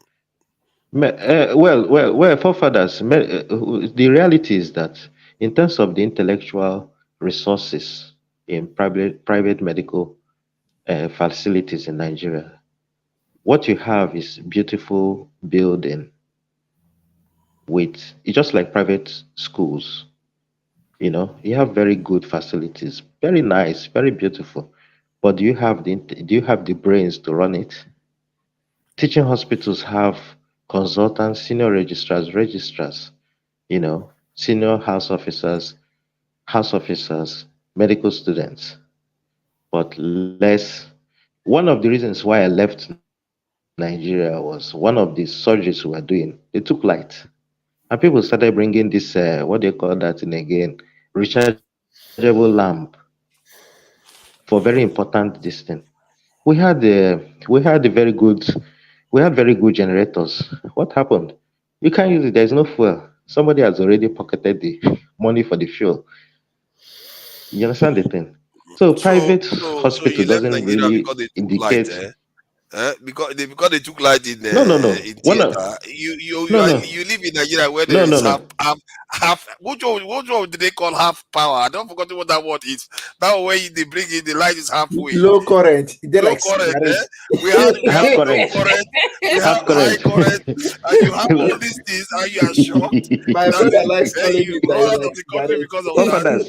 Forefathers, forefathers. Yes. Did you? I mentioned earlier.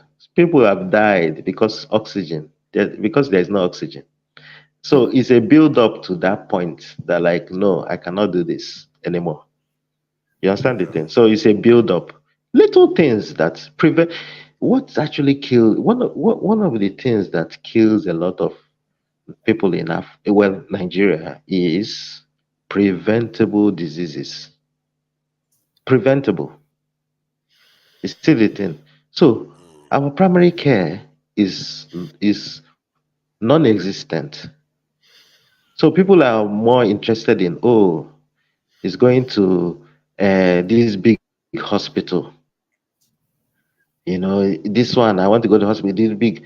But look at, I suppose the six of us here are in the diaspora. A lot of things, you want to go to your general practitioner. This is primary care. In Nigeria, But what is the general if I'm practitioner? to ask you though, Where if is the I'm to general ask you, practitioner? Where is primary healthcare? let me ask you because I've been quite curious about this. What it would take? What would it take for you now as a Mhm. health practitioner in the West to be able to feel comfortable to return to Mhm. Lagos or Abuja or Anambra to go and practice your profession? Like, what would be the incentives that will bring you back? The incentive will take my liver, my kidney, everything, because we are very Oh far. That is God! the reality. That's true. That's not me being Oh my pessimistic. goodness! Oh It my is true. goodness! No, This is that's not awful. me being pessimistic. No, No, it's that's not me being pessimistic. No, how That's many heavy. of us in Nigeria has seen our case files? No, how many of us, when you go to hospital, has seen our case file or our relative? How many of us have seen our case file? In the Western world, it's Well, who is called going to this create that case file patients. if you don't come This back now? your case file is your own. No, Who no, is going to that's the create it if thing. you don't come I'm back? telling you, the rot is so deep that the doctors in Nigeria are gods. You understand? Yeah, but those But are on the the other AI hand, ones I now. still praise my colleagues. No, I still praise my colleagues who are back home. They are performing magic because they are not, they are working within the little that they have. A doctor is on 8 months salary, 2 years salary. What do you want the person to do? With family expectation, you're a doctor, you're expected to be rich. You're expected Talking to have about money. talking about salary. There's another debate in that salary business, but Yeah, let's but allow talking about salary, about how much Ngore is wanted to say something. expectation. Sorry, Tone. Ngore wanted to Okay. say something. Yeah, please go ahead. Thank you, guys. What the question you asked, forefathers, about what will get our doctor back to Nigeria is a very it's a doable thing. It's just that there is nobody else who is willing to do a thing except him. And when he goes back and he does not work in accordance with the team norms there. there, just like Aguna Augustine. That's what you are. Ago Odom. Just like Ago Augustine in English, Ago in Igbo is Augustine in English, thank you, was laying out what his experience was. Who is left back in Nigeria, both in health and education, are those misguided, the leftover of the misguided, privileged ones that have no clue. The only thing they know what to do is looking for what they will get from every situation. You take somebody to the hospital. I went and I told a story here how I took my mom to Federal FMC, Federal Medical Center in Umuahia. And this man came and, of course, was fiddling with the oxygen cylinder and then and I said, "Excuse me, sir, may I know who you are? What is that? Oh, if you won't let me do this, I'll leave." I said, "Okay. It's either I know who you are and what you're planning to do, or go on ahead and leave." Now, what he was trying to put on my mom, I was supposed to believe is oxygen. But there was no oxygen coming out of it because oxygen has a characteristic smell. And he had no clue. The gauge and everything was out there, and he hooked that thing on top of the sprout of the oxygen, supposed oxygen cylinder, and had it on my mother. Eventually, I found out that, no, I don't want to go there, but what I'm saying is, for this gentleman to go home, to the hospitals back home, or for Augustine Aguna to go to teach, the method that they are used to, where everybody is looking for what they will get from every situation, will not let them survive, period. Okay. So no, I mean, he can try it. I went. It's no joke, because of where I was in my life from the day, maybe when I was 5. I made sure that everything if I was paid $2, I will put aside $1 until the 27 years I stayed in America. And I went home in such a way that, because by then I knew what was obtainable in Nigeria, I went into the village as I gave out the laptops and was teaching them the basic computer skills I had, that is how I started going from one hamlet to the other to get basic vital signs, know what anybody had, reach their family out of the village in time so that whatever can be prevented will be prevented. Ordinary dehydration and electrolyte imbalance kill people like fast. And they will tell you, you have typhoid. Nobody tested nothing. They will it's so Mama Bore, yeah. And after that typhoid kills you, then they'll say it's a village witch. Oh, somebody now, somebody. A family member. Who did you have? Mama Bore, Who did you have? I don't know that Nigeria could be helped, but maybe it will be. Yeah, thank you very much. I suppose, forefathers, you asked me, what will it take me to go back? Nothing. I'm not going back. But that is me being realistic. Okay. How dare you? One tree can one tree. No. That is maybe truth hurts. Truth hurts. Okay. One tree cannot make a forest. Let me give you some instances. Let me give you some instances. I'll give it. I want to paint a scenario. No, I'm not, because I tried to go back. Hold on now. Let's say Nigeria has started doing very well. Our Naira started going back to it will not. It will not. Now, hypothetical. Let's do hypothetical. Again, okay, hypothetical. Okay, good. Where the barrier is, I want to know your tolerance limit before you start saying I'm going back home. So, point is the Nigerian Naira started improving. Those security issues, healthcare started improving.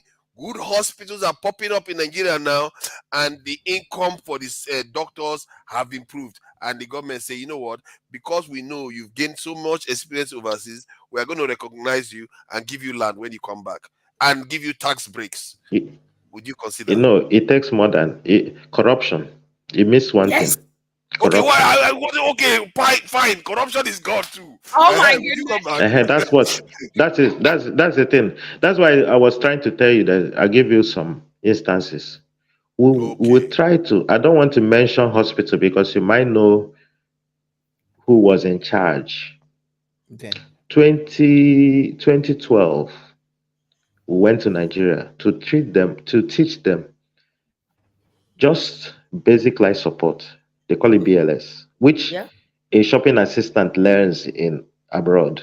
And Nigeria will just teach you theoretical things that they even use ambo bag. Nobody uses ambo bag for BLS. There is this bag they put in your nose and be pressing. People have died from that nonsense.